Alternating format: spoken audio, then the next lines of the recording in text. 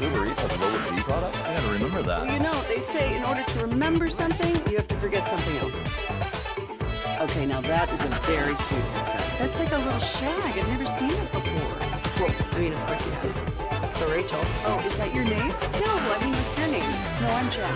My name's Jen. Right, but I just mean like this is your haircut. But that's the hair on your head. I'm not saying this is your hair. Okay.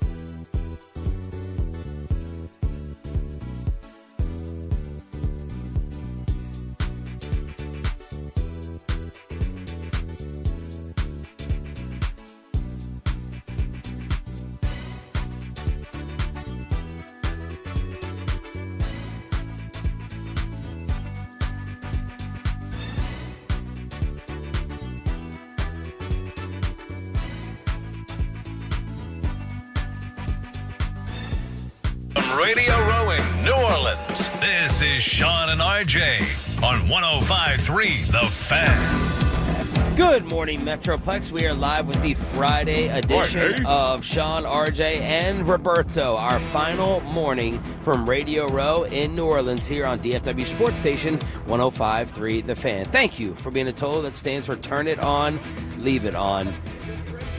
Man, these guys are loud. Are we that loud?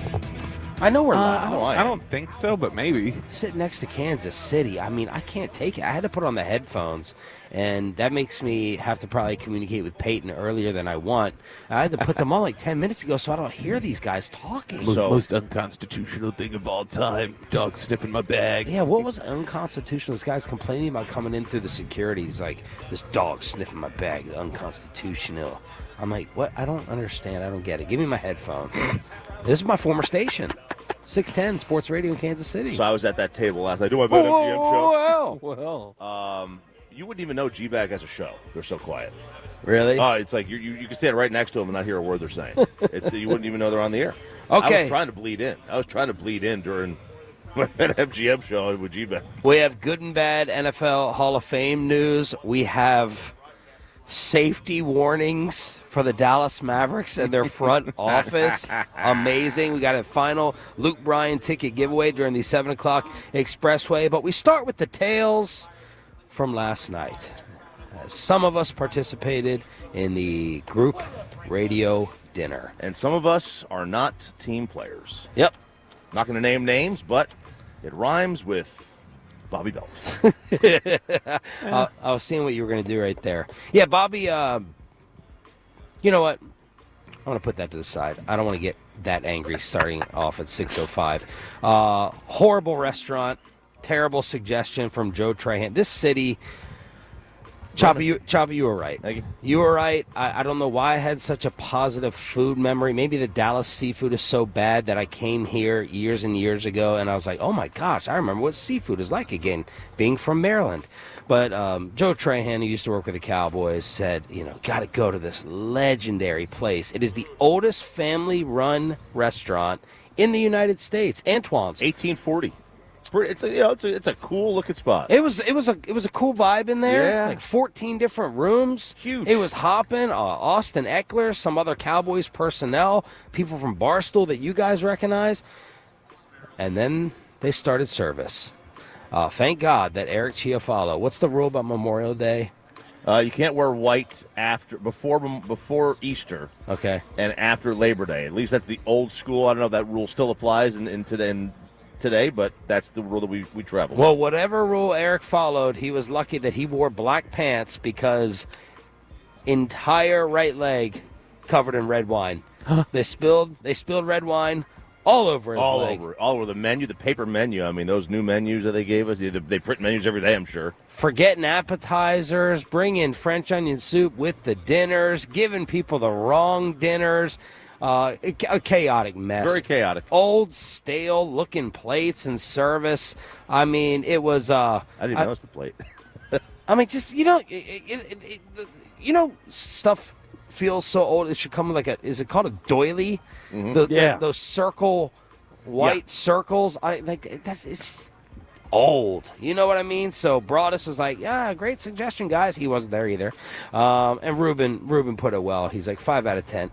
The other issue I had... Now, the veal was phenomenal. My veal was phenomenal. Sounds like that was the thing, because Joe said to get lamb chops, and I was like, all right, I'm here. Let me try seafood one more time. Awful, terrible, horrible. So that was a bad meal for myself. Chiafalo got me back. Got me back bad. With the video. Let me find this one. Oh, the bone? Oh, yeah. Yeah, he got me deep throating this bone. Oh, God. Yeah, go to our Twitter accounts. Chiafalo got that. And then here's the other thing I don't understand about people. Why don't I have so I just paid for the whole meal. Okay? Aww. Rather than split it up, we can only do it 5 ways, this and that. I wasn't paying for the whole meal. I want the money back. Oh, wow. Why don't I have all the money back? No, I paid you right. I paid you at the table. Like, why? I don't understand how people do this. Like, we all have Zelle. We all have Venmo. There's 3 people who haven't paid me. Yeah. Who hasn't paid you? I want you to guess. Okay, who all was at dinner? The station. It's called a station dinner. Yeah, I know, but Bassick, half the station wasn't there. No Bassick, no you, no Broadus. No Dawson. Yeah. Okay, I'm going to guess that you have not been paid by Wolchuk. Nope. Incorrect. Oh, wow. Eric. Incorrect. Oh, wow. Then Hagelin. No, Corey Majors. There's something going on with Corey Majors and this topic. Something. It's one too many times. I think his wife controls the Venmo. I don't think he has access to money. I agree. I don't think he has the access. So he's got to get the permission from her. Carter, sitting right next to me, and then Ruben paid me this morning. I don't get it. Like, settle up with it. Same thing with fantasy football payouts. Like, send it on over. Yeah. I don't have to wait for your check. Look, I could have used the points. I thought about it. Could have easily put my card, but I'm not. You deal with that. You could have done it. Could have, but I'm not. I know what was going to happen. Yeah. I was going to wind up paying for half the meal. Then we'll get to Bobby, who triggered me 3 different times yesterday over food. Oh, and I can't wait to get to this specific one. The first one, our big mission for the trip was to get fried chicken, New Orleans fried chicken. Mm-hmm. We talked to our Tesla driver about. I got a Venmo from someone. Carter. Carter. Yep, because he's up Carter's up listening. listening. He wrote Carter, lousy dinner in NOLA. Good job, Carter. Thank you. We're supposed to get fried chicken, you know? Bobby wrote down other names. Zach Wolchuk's place was closed, the famous place around here. So yesterday, we were like, all right, let's get fried chicken after the show. Mm-hmm. We'll go somewhere, you know? Or Ruben's down to go Right. for any food adventure. Bobby bails on me. I noticed you were alone. I had not. By the way, I had not committed. We were going out after the show. You just said, "I'm going. Does anyone want to go?" And I said, "I got to do this KRLD hit, and then I got to sleep." And so I didn't know that you were going right after the show. Otherwise, I would have planned better, and I would have been prepared. Bailed on that. Then he bails on dinner with the entire group, and his whole mantra this whole time when we talk about how picky he is with food is, "I'll go. I won't eat. Just don't give me a hard time." Yeah, but y'all bitch whenever I do that, and so We didn't complain the first night. This is the fourth like dinner we've done in a row over the last 2 trips that's been a seafood themed dinner. So I was like, you know what, this 4th time in a row, I think I'd like to eat dinner, which I didn't end up doing, but I'd like to eat dinner, and I'm going to go somewhere else. He said if you guys pick a seafood place, I'm not going. If you don't pick a seafood place, I am going. Well, then we had to break down what a seafood place actually was. Yeah. Yes. Then we had to. Bobby's brain. This is how cross-wired he is. He's like, well, I don't know if I would technically qualify the place that you picked as a seafood place. Right. But then I I looked at it. And then it was. So how are you defining seafood place? Well, that place, when their whole lead is like the birthplace of oysters, the world famous. Yeah, you're a seafood place. Okay. Anywhere that does seafood primary, I'm not so going like to eat. 51% of the menu seafood. That's a seafood place. Yeah. I mean, I don't feel like anywhere's just 51%. Usually it's got to, like, that looked like it was at least 60-70% of their menu was seafood. What So if that's it a was seafood 40%? place. What if it was 40%? Then that's not a seafood restaurant. If it's less than half of what they do, it's not a seafood restaurant. So I thought your premise was if they're cooking seafood in the back, the rest of the food's going to taste like If it. that's primarily what they do, yes. And so that's the thing, is that if they're not, like, Chili's will have seafood on their menu, but the whole food doesn't taste like seafood Like because eat of that. therapy. Well, then the biggest trigger was in his email when he described the lunch that he did go to. I guess the nap didn't take place that he told me about. He went ended No, up going. it did take place. I went later than you were going. He goes, "Oh, I got these French fries that had like pot roast on them. It's like a pot roasty French fry." And I sat in that bed reading this, No, it's not. getting That's- so furious because the first night we went out, when he's not eating at the Acme Oyster House, Amanda and I split poutine. Yeah, or whatever the New Orleans they call it here. They just rename everything. It is basically pot roast French fries. Yeah. It's gravy on top of French fries. Bobby wouldn't touch it. Wouldn't No. go near it. I said, there's no reason. There's nothing to stay away. There's no reason to stay away from this. Please eat. Eat this. Here you go. Nope, not going to do it. And then he's enjoying some pot roast French fries yesterday. Same thing. This is It makes slander. no sense. This is slander. It's not slander all of because this is slander. it's not. Every single one of these things is slander because there's context that matters with all these.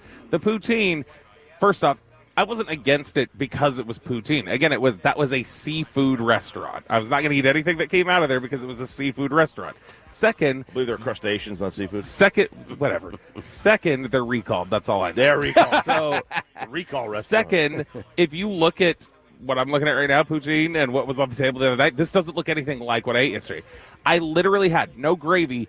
The meat of a pot roast was like strewn over these fries, and then queso was poured on top. That's not what was on the table the other night. Do you dislike gravy? No. Okay. No, but I mean, I dislike gravy that's cooked in the same kitchen as recalled snot from Iraq. Okay. Okay, so then what did you eat at your dinner? He goes to a Mexican restaurant in New Orleans. Yeah, very strange. You know? Very strange. It's a little barbecue spot in Denver. But it was you were trying to go to Italian in New Orleans last night, so same thing. Italian, So I think Famous Italian, once in a lifetime place. no, I had queso. That's what I had last night because why didn't you eat dinner? when I was looking at the menu, restaurant? first off, Kristen was the one who really wanted to go there, and so I was like, all right, fine, we'll pick your dinner spots. Where would you have gone? What would have been your ideal? Like, all right, I want to go to that place. I don't know. I would have just You looked just like at, picking everyone else's, crossing everyone else's out, but you don't have an No. answer? I would have looked and just gone like, all right, what's in the immediate vicinity, and I would have picked one based on like a rating or whatever. I don't think that's the thing. I don't think anytime I've gone on any of these trips, I've ever picked anything like. I don't think I've picked a place I wanted to go. Like usually we're all going as a group, and I'm just like, all right, fine, we'll go there. Or Kristen's with me, and Kristen wants to eat somewhere. And I'm like, all right, wherever you want to eat, that's the bigger thing. So we go there, and I was fine eating Mexican food, but then I was looking at it, and when she was placing her order, I was like, I still haven't found anything I really want. And then it was time for me to order. I was like, I'm good. I'm just getting queso. And she got so mad. She got so furious. She like immediately went boom and like dropped the menu. And she just like shook her head, and she's like, why didn't you just say you wanted to eat somewhere else? And I was like, I didn't know until I sat here and I was looking at it. What was wrong with the menu? How is that any different from any other Mexican restaurant on earth? Like they're doing like mushroom quesadillas and stuff. What's the name of the place? La Carreta, I think. All right. And does any of this have to do with the fact that I watched you eat a ham sandwich right before dinner? No. That you went and got a sandwich? No, that was literally I was going to pour alcohol in my stomach, and I needed something right then. So I just grabbed like one of those little things. Look, I love him. I love him. He's maddening. I love him. He's so maddening. His eating habits. His life habits. The amount of times you go to dinner and don't eat throws me for a loop. It really does. Like the amount of times you might go to a restaurant and not eat on an equal playing field with the amount of times you go to a restaurant and do eat. Yes, I would probably agree with that. I am. You know what? But I did eat the queso. The queso was great. Kristen got a $5 margarita, which was awesome. That's pretty good. And she got to. I felt I owed her dinner after she had to sit outside my hotel room door for a half an hour. Listen to this. Just when you want, I just ping pong between the two of them of who to blame more in their relationship. My wife starts lighting me up, saying, "Get Kristen in their room," and I was like, "What? What do you mean? What's going on?" She got locked out of their hotel room. Do you know this story yet? I do not know the story yet. She got locked. This is amazing. She gets locked out of their room, and Kristen starts. My wife is back home in the Metroplex. Bobby's wife starts texting my wife, "I'm locked out. Yeah, I'm out here, waiting." And Amanda's like, "Waiting for what? Like Bobby to come? You know, where is he? Is he out in Radio Row?" She goes, "No, I'm waiting for him to wake up. He's napping." Amanda says, "Knock on the door." She goes, "No, Bobby gets to nap so little in life. I'm just going to let him nap and wait for him to naturally." It's a wonderful woman. Isn't that a wonderful woman? And I told her you should never. Who else would ever think like that? No. I told her she should have knocked on the door. I said you should have woken me up. Are you able to go back to bed easily? Yeah, but she was like, "No, you would have woken up." She ended up staying out there for like 25 minutes before I rolled over, looked at my phone, and saw she just texted. She's like, "Hey, whenever you wake up." How I was sweet, like, "What?" But also stupid is that? That's the sweetest, dumbest thing I've ever heard in my entire life. So I felt bad that she'd been sitting out there, so I was going to let her pick dinner. But no, I told her, I was like, "You should have, like, if you would have banged on the door, I would have got up, opened the door, and I would have slumped back to bed." Would she have gone to the restaurant we went to with you if you had decided? Yeah, to go? she would have ordered something. She's a weird eater too, but she would have ordered something. Not that far off of him. It's an adventure with these two. She would have ordered something though. What did she eat at the place we went Monday night? She ate some like appetizer thing. I don't remember. But I mean, last night, like, that wasn't only seafood. Like the place we went to the first night, there were some other things, but that was mainly oysters and different things like that. Where y'all went last night, there was enough stuff on there that I'm sure she would have found something to order. So there it is, as usual. Totally fed up with Bobby at the very end of these trips. And this one is exactly the same as the others. Sean, RJ, and next one's only a couple days, though, so we should be okay. Indy? Yeah. Well, I'm going to be in control in Indy. Yeah. That's my spot. Yeah, he is going to be in control. In steakhouses. Yeah. God forbid they serve a shrimp. We got good news and terrible news with the NFL Hall of Fame announcements last night. Let's get into it next on The Fan. Like snakes in Sean's yard. Eek! The Odyssey app is a guarantee to be there. Listen to the boys anytime. Proudly presented by Comerica.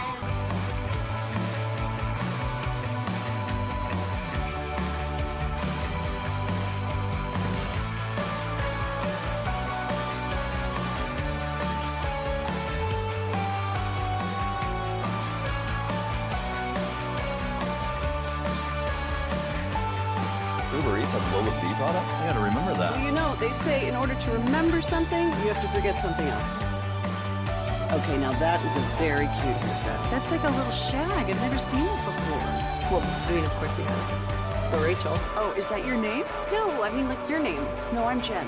My name's Jen. Right, but I just mean like this is your haircut. But that's hair on your head. I'm not saying this is your hair. Okay, forget it.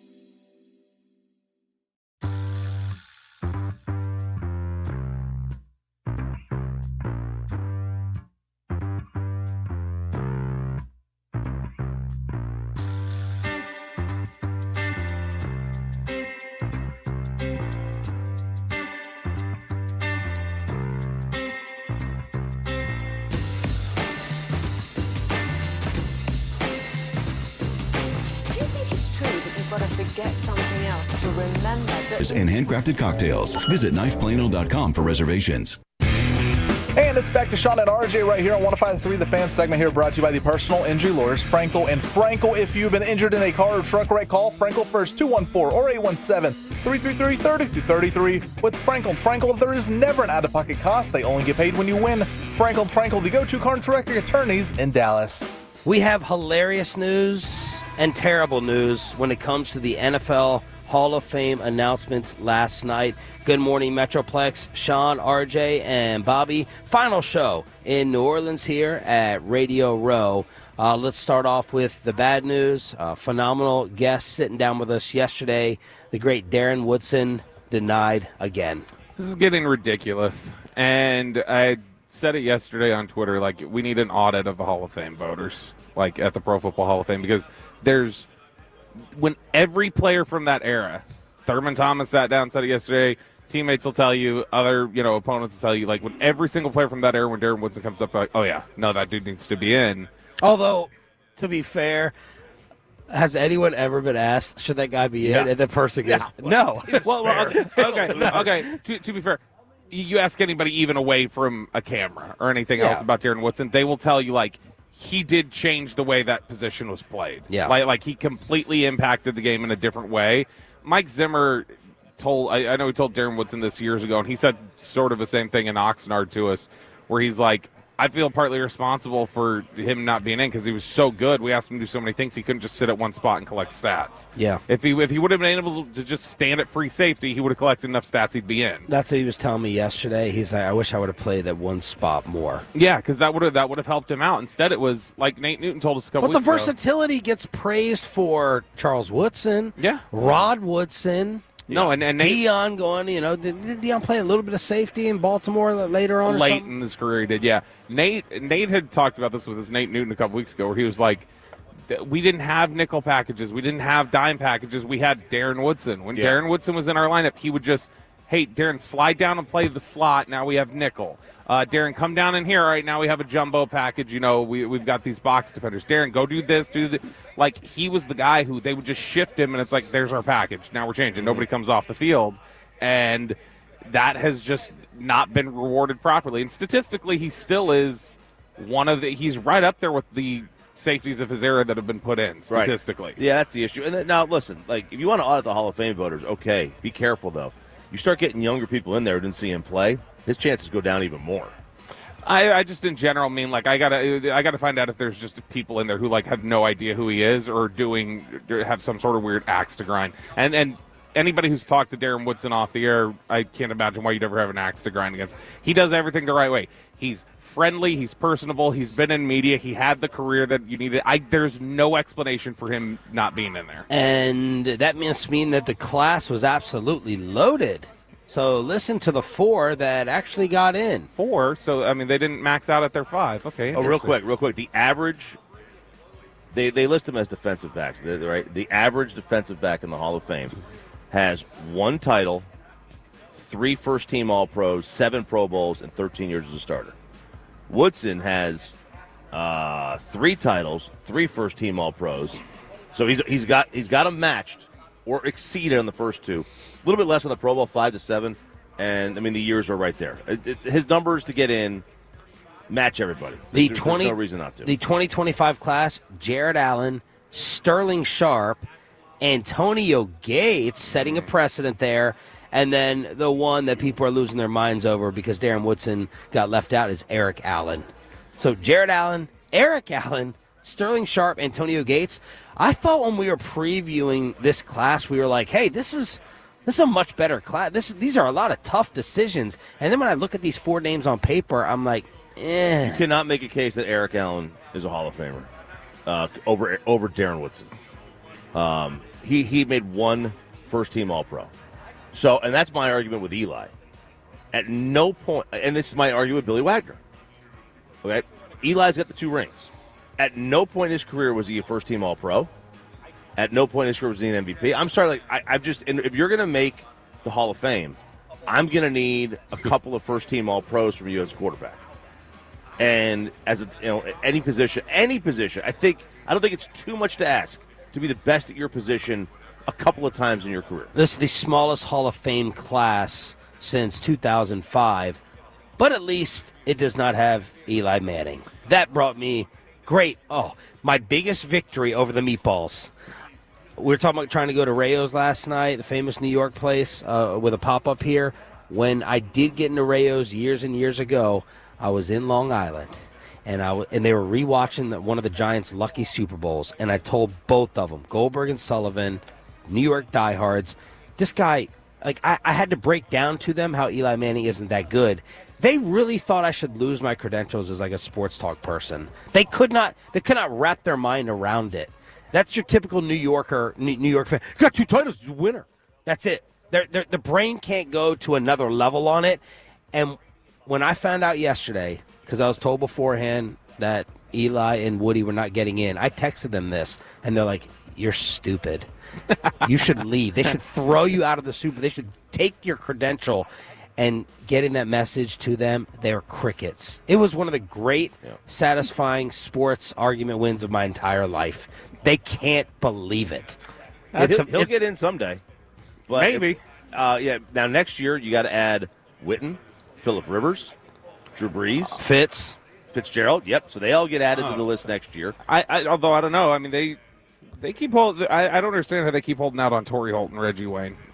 I don't know how one of them hasn't got. Torrey Holt's numbers were it is literally the first 9 years of his career. The only guy who passes him in his first 9 years of his career, statistics wise, it's Jerry Rice. That's it.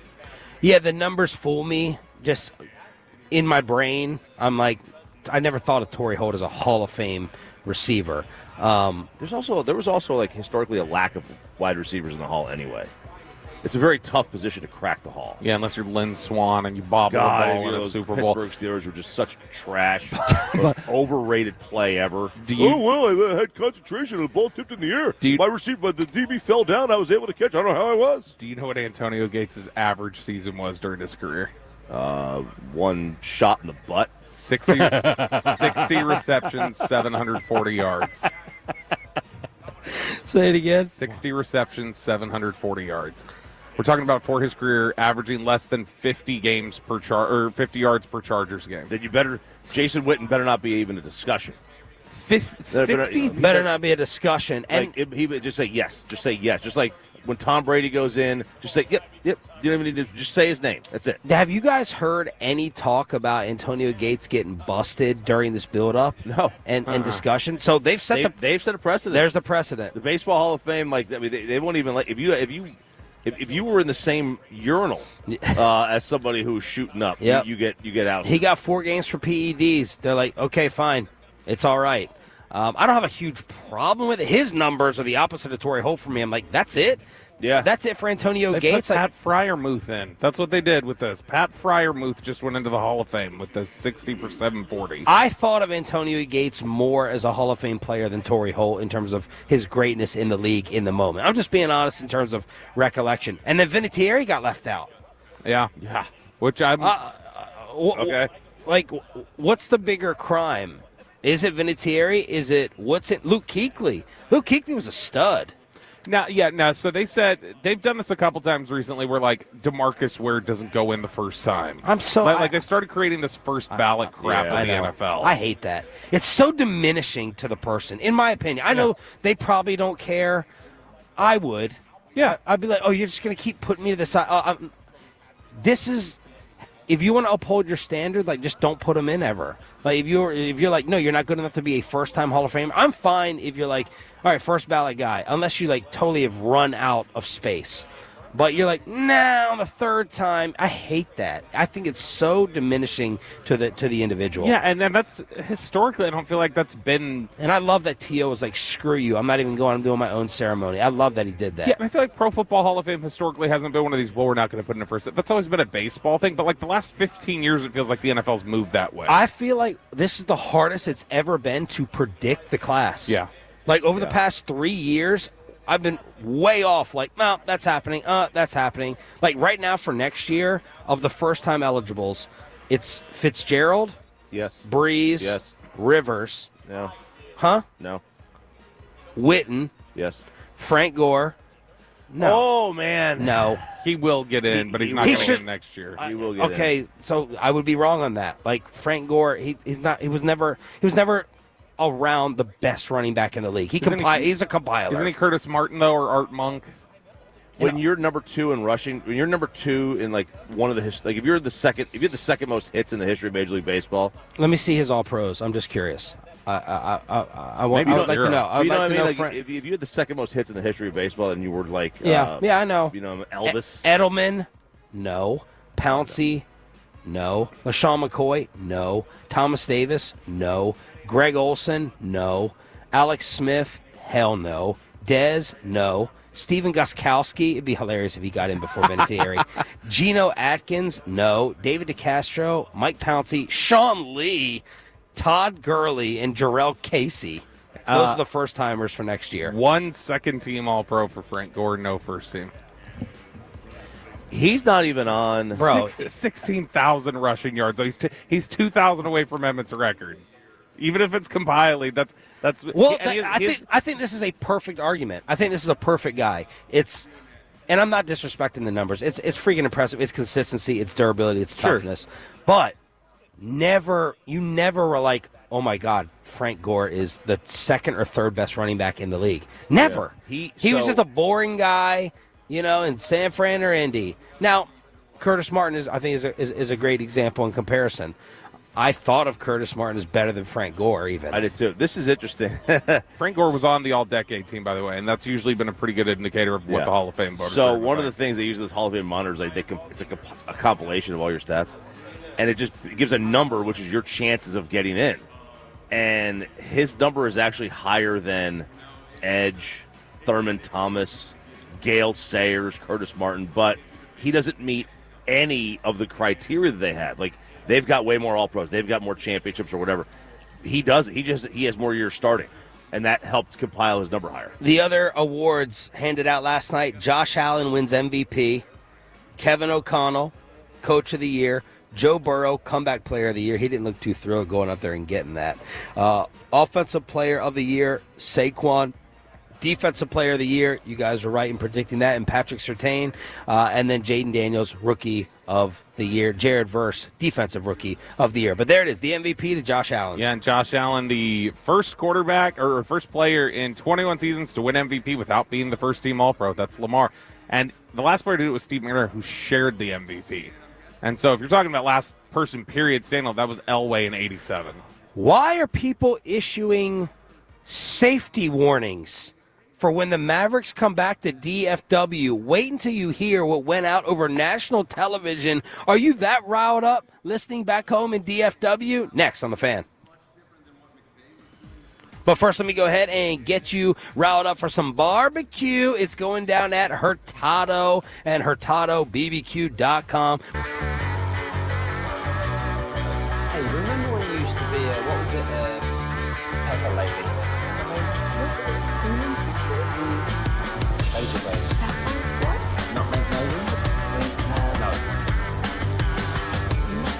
I just said that. Was it Spice Girls? Doesn't sound right. Was it Saffron Squad?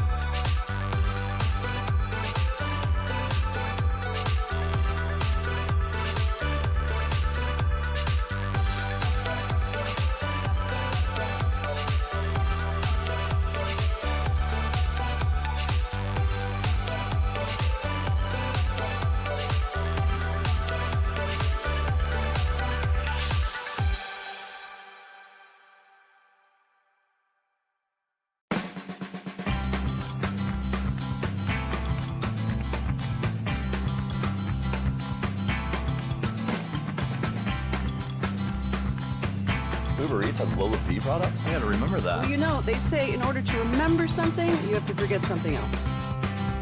Okay, now that is a very cute haircut. That's like a little shag. I've never seen it before. Well, I mean, of course you have. It's the Rachel. Oh, is that your name? No, I mean, like, your name. No, I'm Jen.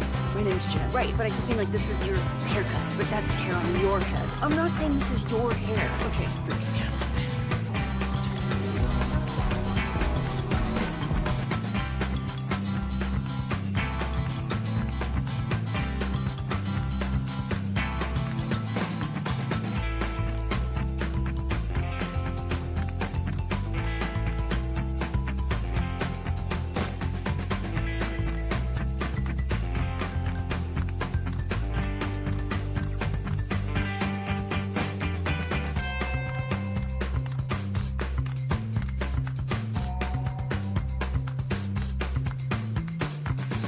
We're so grateful that you are our teammates right here on The Fan. And it's back to Sean and RJ right here on 105.3 The Fan segment here, brought to you by Classic Chevrolet. If you're in the market to upgrade your vehicle, get to Classic Chevrolet in Grapevine today. The back-to-back #1 Chevy dealership in the world. More new Chevys than anyone else, all priced to sell. Visit ClassicChevrolet.com. This is Texas. This is Classic Chevrolet. Together, let's drive, relax, enjoy the difference based on new Chevrolet registrations 2023 and 2024. Edwards on the wing, Clay with another three. He is on automatic with 21 in the first half. And he ended up with 25. He did that the other day as well, going crazy in the first quarter, then silence afterwards. And the Dallas Mavericks on TNT in an NBA Finals rematch go into. See, Nico was right all along. We couldn't beat him for the title. Get rid of old Chubbs, and now we'll get the win in the rematch. 127-120. The Mavericks without Anthony Davis beat Boston. Don't even need him. Don't even need him, man. Every once in a while, you'll have these games. Doesn't matter what sport it is. When you have nobody, when everybody's out, somehow it all clicks. It all clicks. I don't know how. I was thinking that we talked about this on my BetMGM show last night. Wow. There was a game last week where one team was missing like two of their starters. They wound up winning by 20. Like that doesn't happen. And Kyrie had 4 points in the first half. Started Kessler Edwards. that was in the starting lineup. You were playing significant minutes to the newly acquired Max Christie. 31 minutes for Spencer Dinwiddie, and you handle the Boston Celtics. Trust in Nico. Max is going to wind up being the best pickup of the whole of that trade. Of the trade, it really is, man. He'll play the most games. Yeah, definitely play the most games. Before the game, Bobby walks down to the lobby as we're having some drinks before dinner, and he goes, "Did you hear Allie LaForce?" Allie LaForce is the very fantastic sideline reporter for TNT.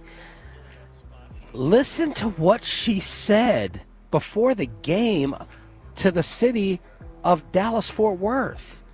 Kid told us just moments ago he believes Anthony Davis does have the shoulders to carry this load. One big concern, though, is just the safety of the players, the front office. Going back to Dallas, we hope fans make the wise decision and remember that this is a game and that lives are far more important. I don't know that anyone had been talking about, trying to threaten them physically with violence. Lives are more important. Surely they have gotten threats. No doubt about it. But just like I'm sure Jerry gets threats. Not the players. I wouldn't think so. Yeah, but I mean, is that the NBA telling Allie LaForce, like, hey, say something on the, or is that just her doing it on her own? I don't know. Like, far more important. So the NFL gets end racism out of the end zones. The NBA needs to put something in the middle of the floor. Yeah. Let me hear that report one more time, Pepe, please. Kid told us just moments ago he believes Anthony Davis does have the shoulders to carry this load. One big concern, though, is just the safety of the players, the front office. Going back to Dallas, we hope fans make the wise decision and remember that this is a game and that lives are far more important. She's a hostage negotiator. Put down the gun. Put down the gun. Please do the smart thing. Nico trade for Brittany Griner next. Well, I'm never mind. I'm not going to say. Yeah, it was a hostage joke. No, I was going to make it worse. Okay, joke. Good. Yeah, good. And then I know where you're going. And then Bobby started the poll question in the bar. He goes, "Wait, are you telling me if Nico walks through Victory Plaza, is he getting punched in the face?" And I was like, "No, I don't think he's getting punched in the face." And then he starts taking a poll to everyone. I'm like, "All right, you might get one drunk." Basic's like, maybe a beer thrown. Yeah, you might get a beer thrown. You might get a beer thrown. I mean, again, all it takes is one. But We're not that city, okay? No, we're not we're that. not. We're not that town. We're not, but and nor should we be. But you've also nobody's ever tested a city's patience with a move like this. So all I'm saying is, when Nico walks out of the next home game, with those 4,000 fans pouring out of the AAC, I would stay in a suite if I were him. I would stay in a suite. Yeah. I'm just saying, if Nico did a lap through Victory Plaza after a game lets out, there's a chance. Like, I don't think it's absurd to think one of those drunk people go just go at him. He has never entered the building through Victory Plaza. I know. We were just doing it literally as we were talking about drop him. No one's hit Jerry Jones in public. Someone tweeted back and nobody's said, been this mad at Jerry Jones. I don't know. Like when you talk about the city has never been this mad at him. Not in one singular instance. Right. 30 years of boiling. But, right. Yeah. Just a general simmer of being upset. But in one singular moment, nobody's ever been this. The city has not been this mad at Jerry before. if you could fire one into the sun, would DFW hit it for Nico or Jerry? Today, Nico. Obviously. I don't know. They would think about it. Nico's is already done. If you told them you could reverse the move by doing so, they would fire Nico into the sun. But with Nico, all right. let me ask this. Mm-hmm. Which team in the next 3 years has a better chance to win the championship? The Cowboys.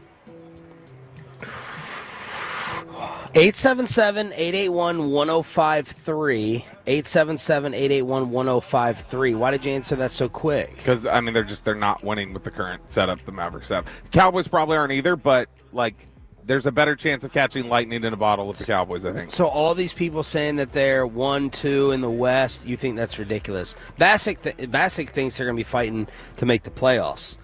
Yeah. So all right, somebody but put Bassick it. Also thinks that, Allie LaForce probably issued that warning to Bassick. somebody put it on cue cards for Stephen A. to say, and then with Barkley, like you said earlier, Barkley's just kind of become a contrarian. That's what he does. And so, yeah, I don't think are they better right now than they were earlier in the season while Luka was playing?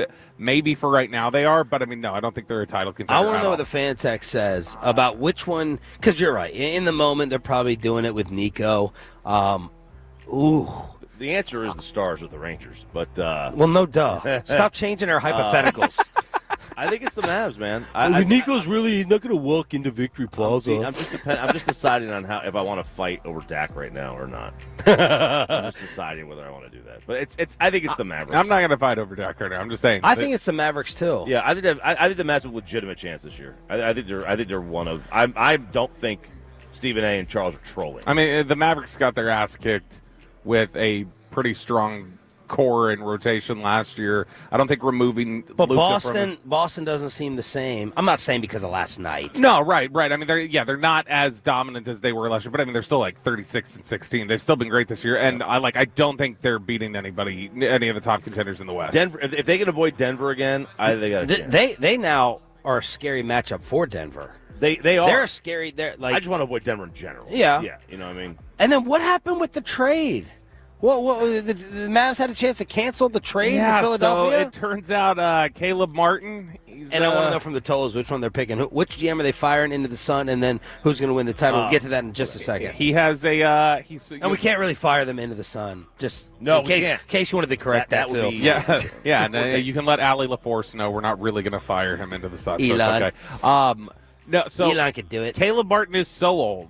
We were talking about how old he is. He's so old that he's getting the stereotypical geriatric issue. He's got a bad hip. He needs a hip replacement, I guess.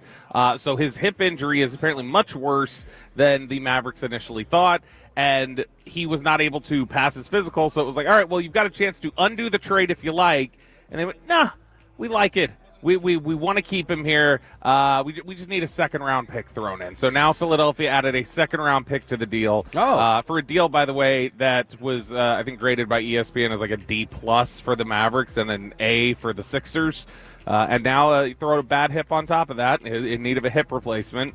But, yeah, it turns out that trade was even worse than it looked like on the surface as well. So every day that comes after a trade that Nico makes, we find out more things that tell you how bad it is. You know what else they did and messed up? They screwed up Anthony Davis's resume on Instagram. And the Dallas Mavericks official account, 9-time All-Star Anthony appeared in the chat and wrote, correction, 10. And then to Mavs delete it. They had to delete it. Yeah, I'm surprised they didn't lock his comments on Instagram. They That's should have right. done that. It's Mavs in a runaway. Now, I'm a little surprised by that because I agree it is Mavs, but the winning in the NFL I do think is easier because it is a one and done. You got to get lucky, you got to get hot. Whereas in the NBA, baseball, you got to win a series. The Mavs are a better team. They're a better team than the Cowboys. Yeah, they are. You want to argue path and luck, and all that stuff can go into it, but they're built better than the Cowboys are right now. They are. They have two. They have a formula. You got two top, 20-ish players. You had two top 20-ish before. Ruined that. You did. No, you had one top 3, top 2, top 1.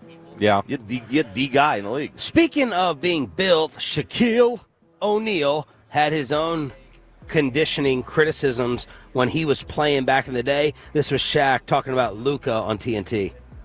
He doesn't look out of shape to me. Like I need to know what the term when you say out of shape, is he fat?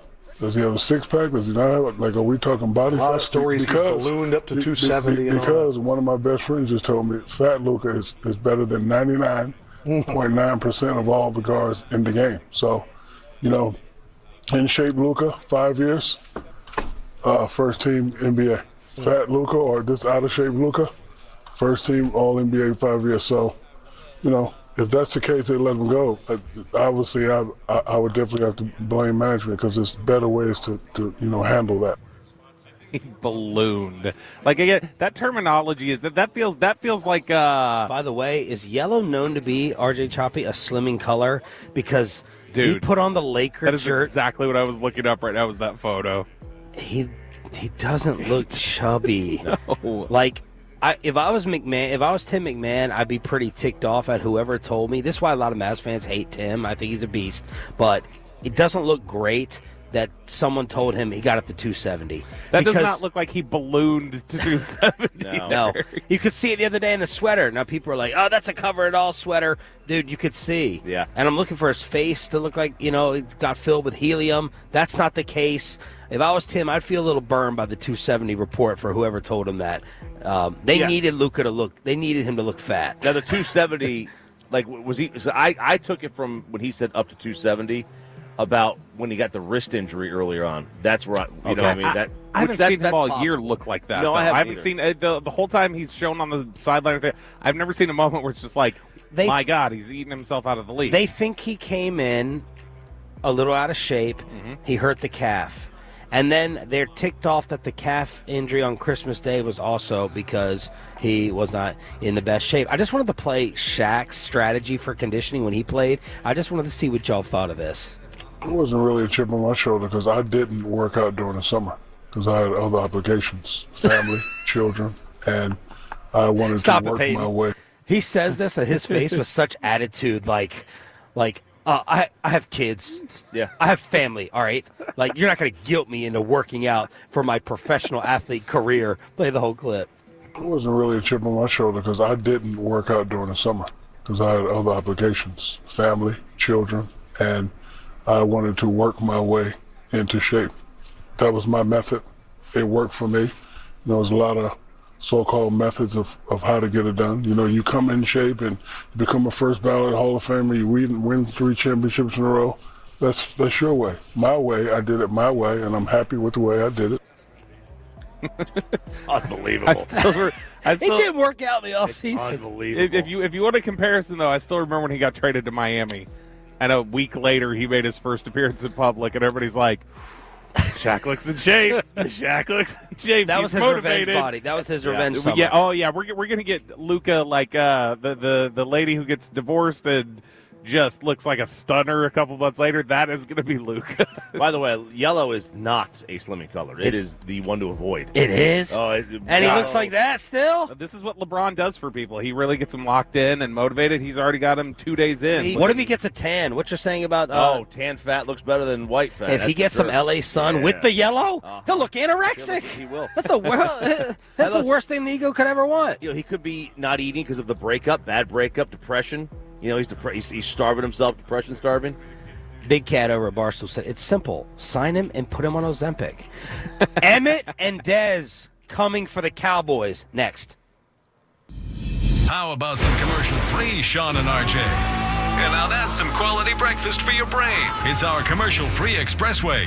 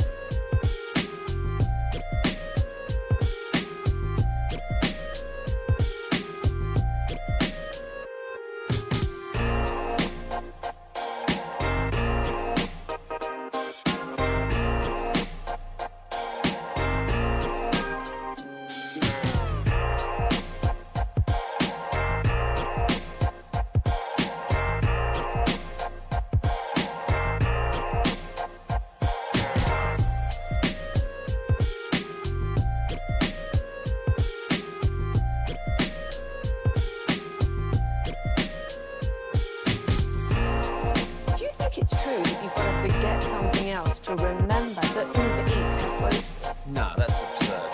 Hey, remember when you used to be a, what was it, Pepper Lady? Pepper Lady? Wasn't it Cinnamon Sisters? Razor Babes. That Fun Squad? Nutmeg maidens? Pre-curb. No. Nutmeg maidens. I just said that. Was it Spice Girls? Doesn't sound right. Was it Saffron Squad?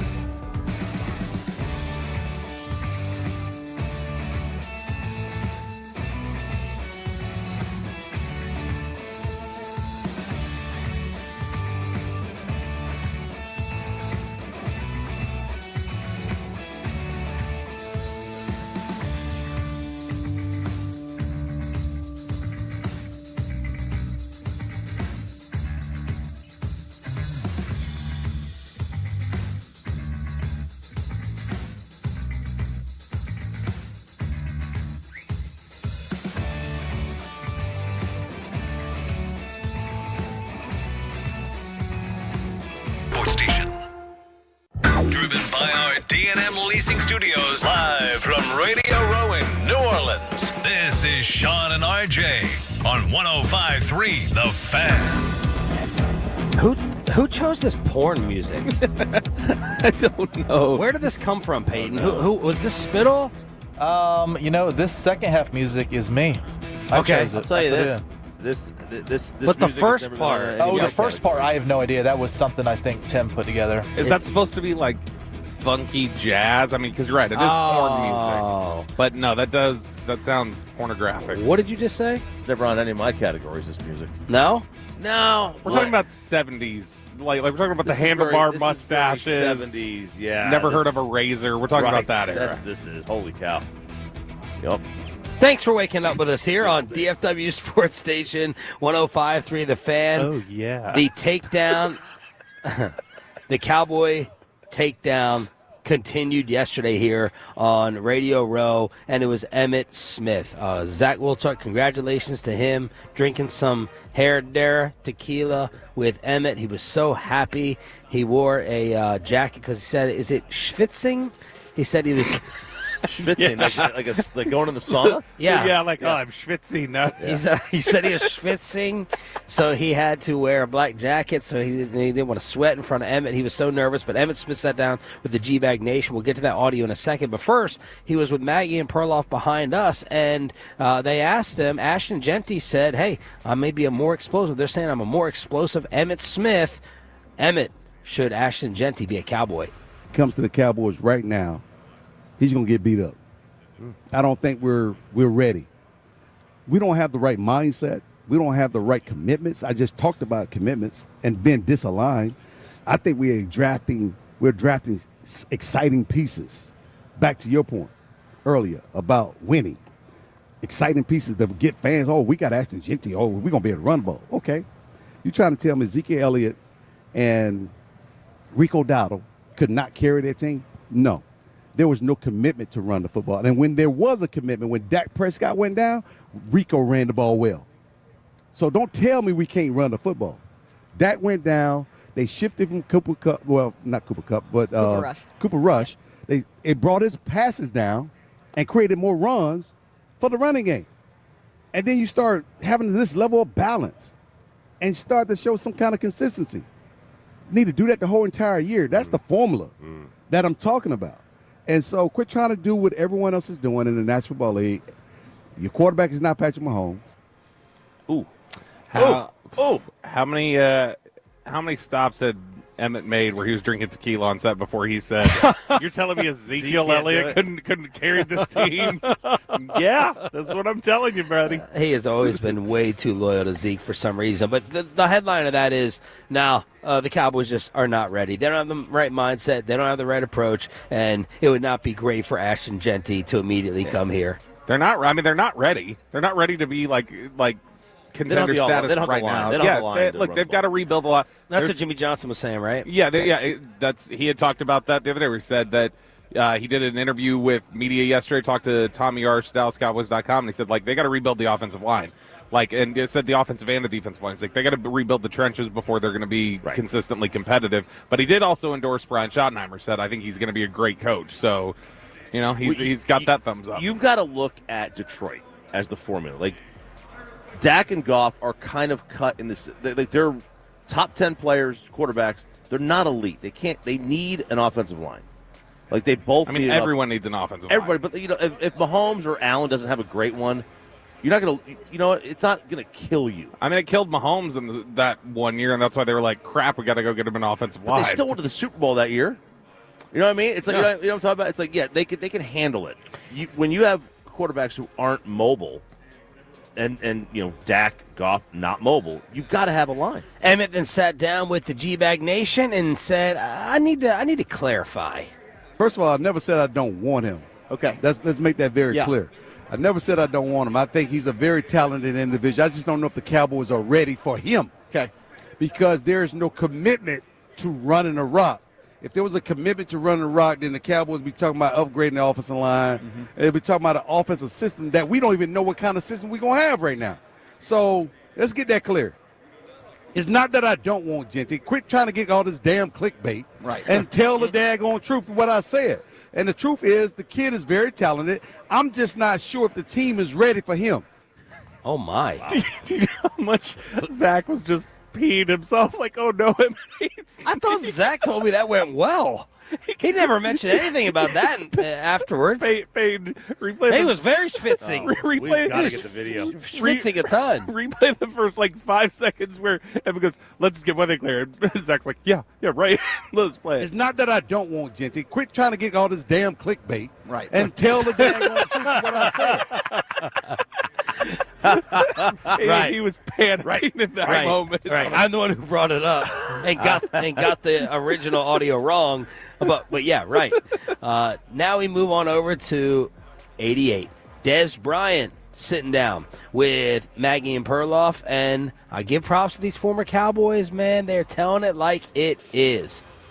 They're not serious about, the future in the next 2 to 3 years. I felt like last year the Cowboys were rebuilding. They proved me right. And when I look at Dak Prescott and I look at that offense, I'm looking at the things that you need to be successful playing in this league. I just don't see it. Not serious. Was it a mistake to give Dak the money and hire Brian Schottenheimer? I feel like all throughout Dak's career, it's been coaches that's been familiar, that's always been with him. And I kind of feel like a lot of that is leaving, if that makes sense. That's what leads me to believe things is kind of heading in a different direction. They're not going to say it in the media, but if you read between the lines and just pay attention to what's going on, you can read the writing on the wall. And that's kind of, what I've been getting from all of this. Like Shotty, he don't really have any experience. And there's no knock on him. Like I said, I pray he do good. I want him to do good. I bleed blue. So, we just got to wait and see. But my take on it, I don't see no success. And you're right. Why sign him to the contract? If he wasn't going to put the best pieces around him for him to succeed. Yeah, I mean, he's not buying into Schottenheimer because of a lack of experience. Valid criticism. It's a question. I mean, that would have been a question with anybody. Ben Johnson, Aaron Glenn would have been the same question. But it's valid. I mean, he's never been a head coach. He's never been a great coordinator. You're hoping that he's a leader of men. Yeah, and I will say, every bit of evidence and testimony we have about him is that he is that. Yeah. Everybody seems to agree. And we'll dive into this next week. We've been saving it. You know some of the stuff I had, sent you clips of, from that book, Collision Low Crossers, where there are some wild stories in there about Schottenheimer just being a psycho about work ethic and people putting in time and, just he is, they compared him to Tom Coughlin. They're like, Coughlin was considered just a just brutal person to work for. And everybody's like, oh no, Schottenheimer's worse than Tom when it comes to everybody's putting in hours we're working here. Speaking of Dez, he has been fighting nonstop with Kayvon Thibodeau on social media. Kayvon Thibodeau, the New York Giant, he sat down with Zach Gelb and was asked about the beef. Yeah, the Cowboys. So it was just all right. Yeah. Much love to Dez. He's a media connoisseur, and me, I just like to roast people. So for me, when off season comes and I just got a little more free time, why not? Why not give the fans something to see? Is the beef over though with Dez? There are a lot of tweets there on that. Nah, the beef is never over. Okay. As long as he represents the Cowboys, the beef will never be over. He sounds like he's just kind of a troll. Like I mean, the way he said it, he doesn't sound like he actually hates Dez. He sounds more just like he's like, he's a Cowboy, and I'm going to lean into it, so Yeah, because I was worried about them on Radio Row together, the way they were talking. Yeah. And then he dropped the F-bomb with that interview. As R.J. Ochoa points out, you're 0-6 against the Cowboys, Kayvon. Yeah, not a great run for Kayvon Thibodeau. No. He should worry about them just, not picking in the top 5 again. And then Micah says, I always turn it up against the Giants because they were supposed to draft me. They lied to me. I thought I recalled some recent games where Dez did nothing against the Giants. Oh yeah, no, he had one game specifically where I think that was one of his empty stat line games where he had no tackles, no hits, nothing. And he didn't do the interview afterwards. Yeah, where he just dodged the went, media. Yep. And Okay. they won that game. Speaking of dodging the media, what does Warren Sapp have against Micah Parsons? Warren Sapp was sitting down with our boy Zach, and he was a defensive coach for Dion at Colorado, so. Zach was asking about Shador and Travis and who's the best player in the draft and how would he use Travis Hunter. Listen to this. He's my starting corner. I just took away 1/3 of the field, and I have a package for him on offense because the NFL is so wide open. Nobody hits anybody anymore. They're just running everywhere anyway. So put him over there on offense, get him 6 to 12 plays a game, give him the ball 5-6 times a game.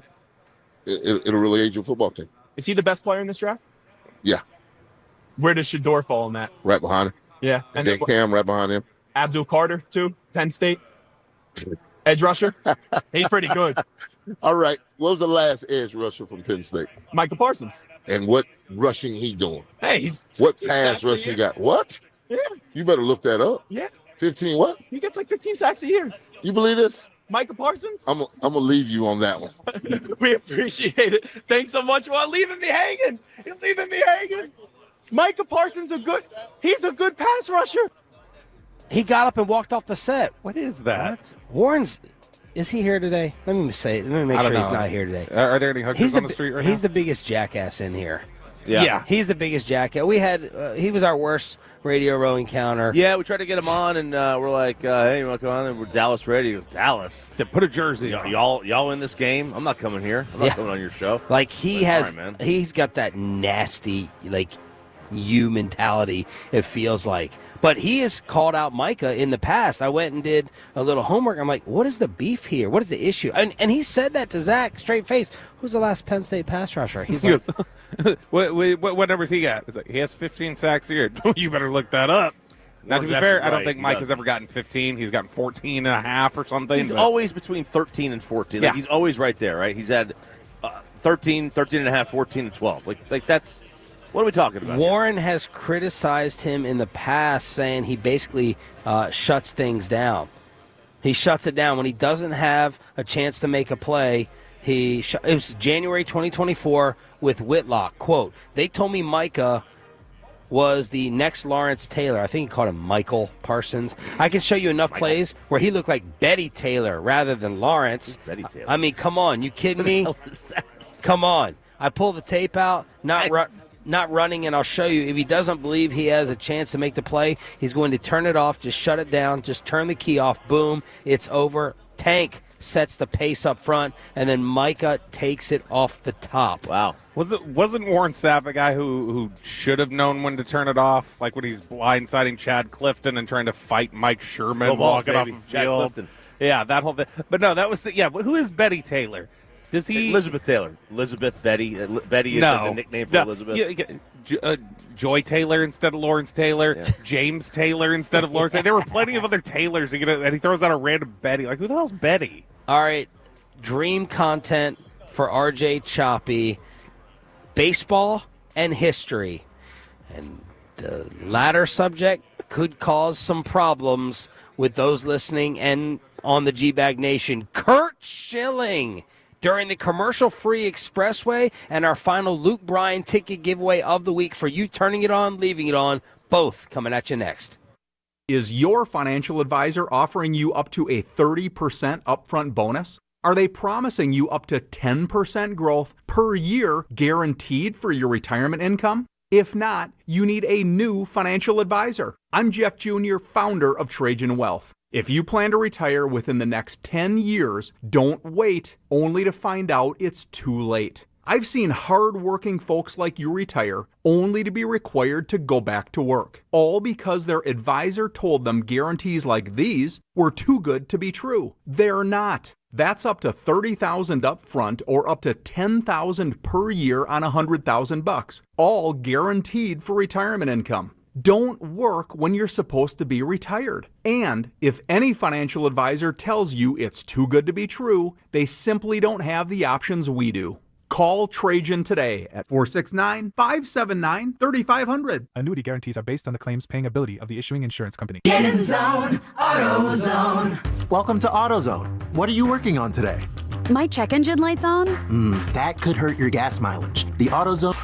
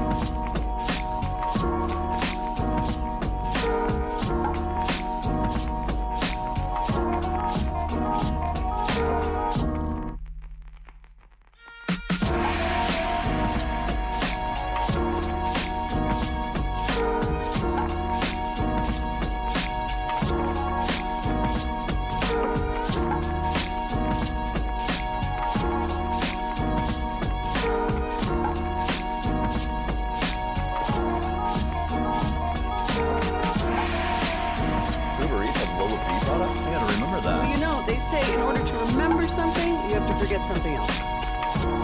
Okay, now that is a very cute haircut. That's like a little shag. I've never seen it before. Well, I mean, of course you have. It's the Rachel. Oh, is that your name? No, I mean, it's your name. No, I'm Jen. My name's Jen. Right, but I just mean like this is your haircut. But that's hair on your head. I'm not saying this is your hair. Okay, freaking me out a little bit.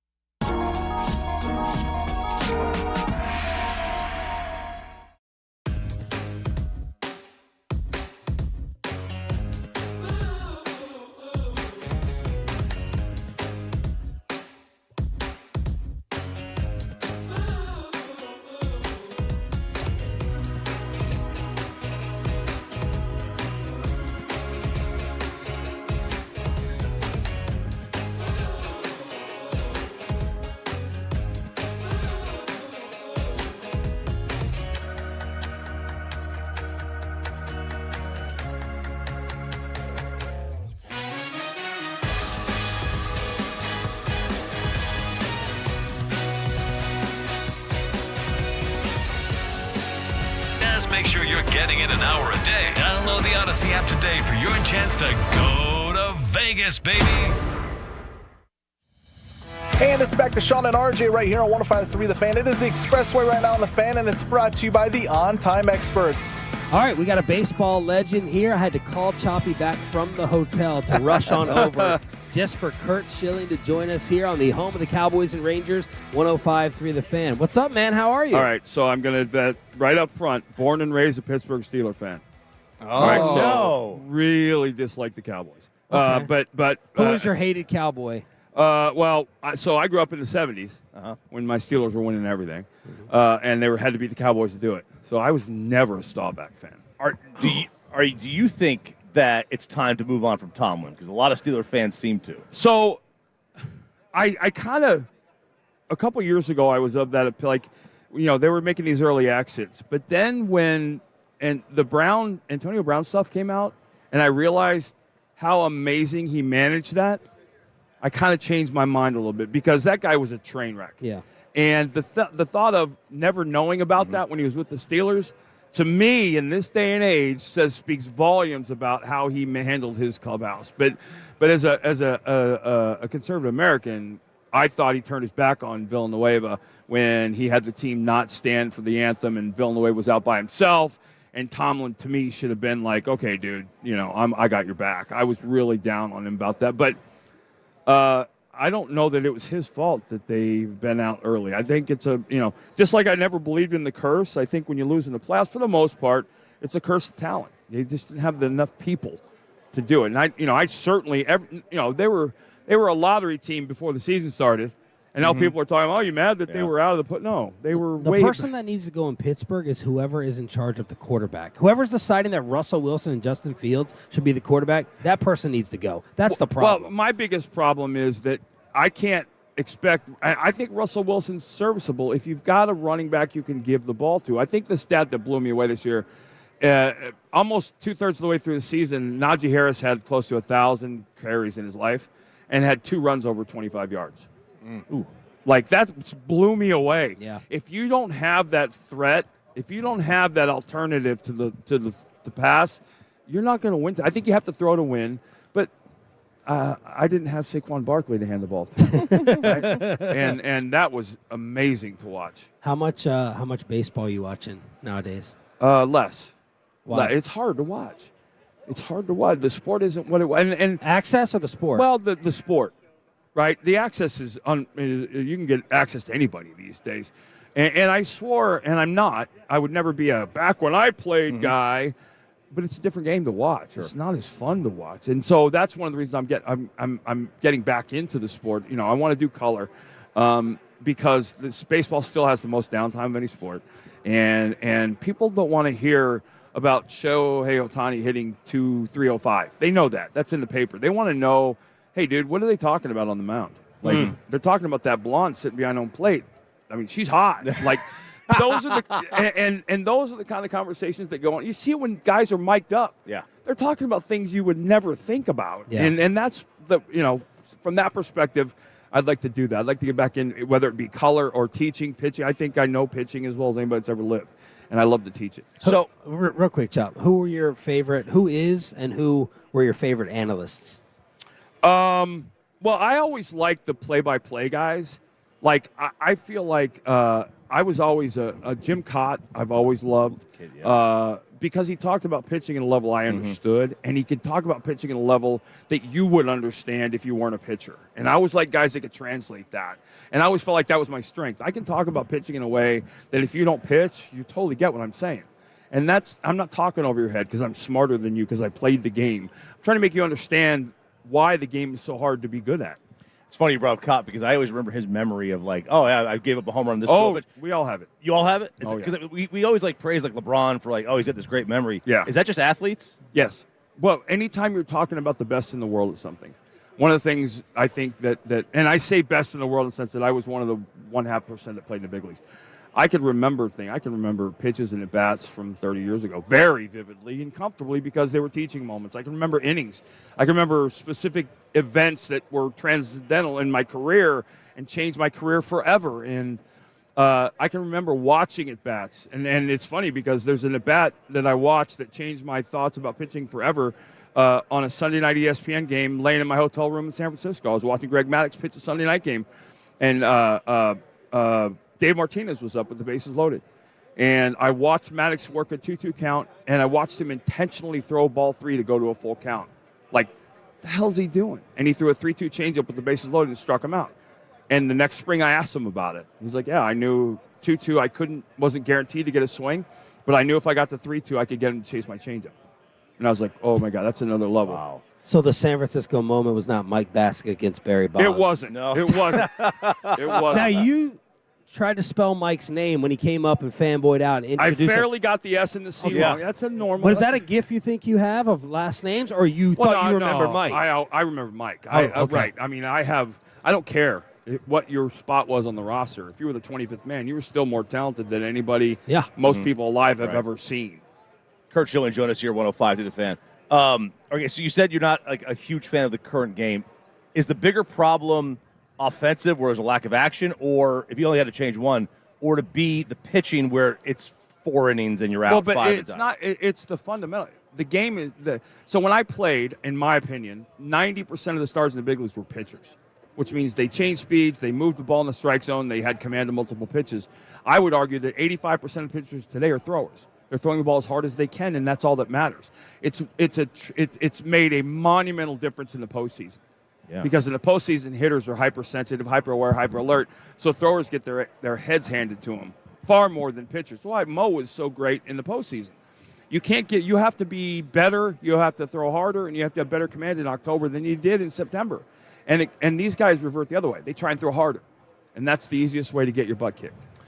Trevor Bauer the other day had tweeted he was talking about different challenges. Yeah. But what he was talking about, this is relevant to baseball. He was talking about just how he can still compete, and he said, there are 20 batters on earth that are a challenge for me. He's like, there's 20 batters in the game that are a true challenge for me. Otherwise, I'm better than them, and I don't have. Did you feel similar when you were pitching that there were just a handful of guys that were a genuine challenge when they were There coming were up to the plate? times when I was on the mound where I knew, and I would like the hitter, he's got no chance. Like, I can tell you now what I'm doing, and it's not going to matter. And I had an event in the All-Star game in 2002. The day before the game, I went to A-Rod and said, hey, dude, if you come up tomorrow, I'm throwing you nothing but fastballs. And he kind of like double took. And I said, he's like, what are you talking about? I said, I want to know if the best hitter in the world can get that. If I can throw a fastball to a fastball hitter, him know it, and me still get you out. And I said, if you come up with nobody on, I'm doing it. And he came up with nobody on the next day. And it was like I threw 97 away, 98 in, 99 away. And that wasn't 97. It was the location. It was location. Yeah. Do you? So we were talking all day about the Luka Doncic trade, where it was crazy.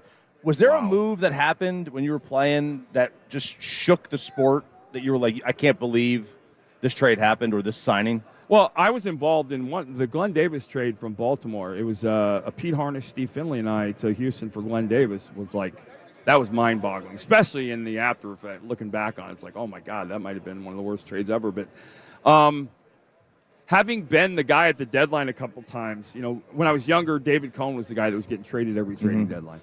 But I'll tell you, let me back up. The Doncic thing blew me away because I had no idea he was a lazy idiot. I didn't. Like, look at Doncic. I'm thinking Mavericks one of the greatest players, blah, blah, blah, blah. I had no idea of the whole. But, Kurt, should it matter?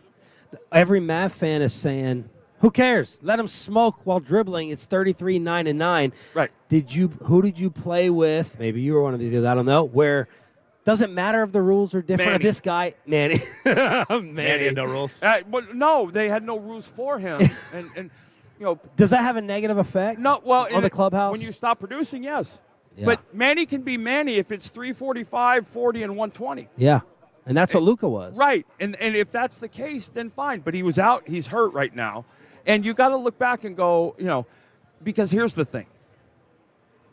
You let that fester, and that guy will burn your ass at the most important moment. And, you know, when you look back in but Manny was bipolar. And, you know, we knew that, and it was a dramatic thing. But, dude, one of the greatest ever swing a bat. Kurt Schilling here on 105.3 The Fan. And Chop, he's also got your other passion. History. I'm a history buff. I was on the board of directors of the original, when the museum here was founded. Uh-huh. I was one of the original. Half my collection sits in that museum. The National World War II Museum in New Orleans is kind of a hidden gem for people that don't live here. Everybody here knows it, right? And this city is still trying to recover from a lot of the things that have happened over the last 15 years. This week is going to be monumental in helping the city get back on its feet. I nerded out there for 6 hours yesterday. Wow. I was in Arnhem for the 80th anniversary of the Battle of Arnhem last year in September. This is the 25th anniversary of it opening. June 6th this year, they're going to have the 25th anniversary. I would tell people, I don't know if you've been there. You haven't been there. No, I'm Dude, not. What the hell? I've been here in I don't 15 care. years. I don't care. It is a bucket list item for someone like us. Okay. I can't allocate 2 more hours than you're planning on spending, because when you get there, it's going to take your breath away. Okay. But people that have no interest, it's still a bucket list item. Live interviews. I met a 100-year-old veteran yesterday. There are only 66,000 left. Wow. So we're done. We're in the last decade of World War II veterans being alive. And they were doing a couple living histories. So they bring veterans in, they fly them in and do an oral history with them. And these guys are all 90 and going into their hundreds. And there's interactive stuff there, but it's 5 times bigger than it was when it was founded when I was here last. And yesterday, I left only because it closed. It was, and like I said, I got half my collection sitting in that museum, so seeing it's kind of cool. It's an unbelievable experience. Thank you for joining us, Thanks man. for having me, Appreciate man. it. No, it was fun, man. Kurt Schilling, the 3-time world champion on the home of the Rangers, 105.3 The Fan.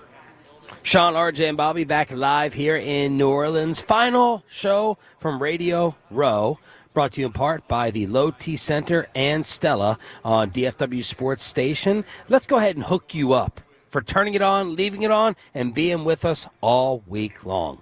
All right, Tolos, that's right now. Call number 10 at 877-881-1053 wins a pair of tickets to see Luke Bryan at the Dos Equis Pavilion in Dallas on Friday, June 20th. That's call number 10 at 877-881-1053. I guess we should, don't pat ourselves on the back yet because it hasn't happened. But last night, RJ Choppy and myself, we got some inside information that the SMU athletic director will be out today.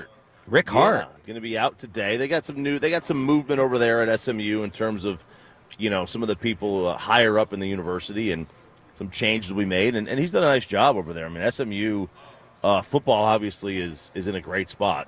Now, 99% of that is thanks to Rhett Lashley. But, they're in a really good spot over there. And now you got to search for a new AD if and when this actually does happen. Boy, Zach Martin was right. You are a big SMU guy.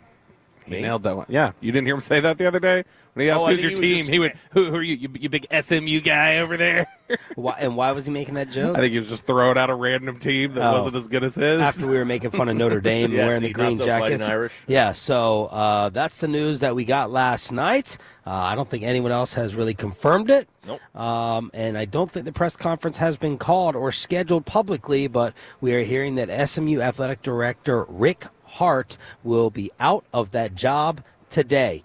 Nick Harris, Fort Worth Star-Telegram, caught up with Jerry Jones on the red carpet last night of the NFL Honors. And he said, which one should we start with first, Bob? Schottenheimer or offseason spending? Schottenheimer. All right. Jerry said that this is a move for the now, not for the future. We're not building for the future. That's not what that was. This is a hit the ground running hire. And, of course, you would expect Jerry Jones. But there is this little debate. I disagree with Bobby on this team. There's two different ways to go about it. Do they think they're competing now? Or are they in a position to really compete now? It's stupid to sign a $60 million quarterback and not be in win-now mode, in my opinion. And then you're going to have one of the best receivers in football and one of the best defensive players in football, and you give, Trayvon Diggs his money. So Jerry's not going to say, yeah, this is about building and down the road, even though we think the Cowboys should have done that multiple times. As for free agency, he said this is going to be more in line with previous years with the focus on paying Micah Parsons. Quote, we spent the most money of anybody in the NFL on a player last year. If we can do that again, that would be pretty good. So that is in line with Stephen Jones months ago saying, nah, we're probably not spending again. I'll tell you this. It is a hit-the-ground-running hire to me. Pete Carroll's a hit-the-ground-running hire. Bill Belichick.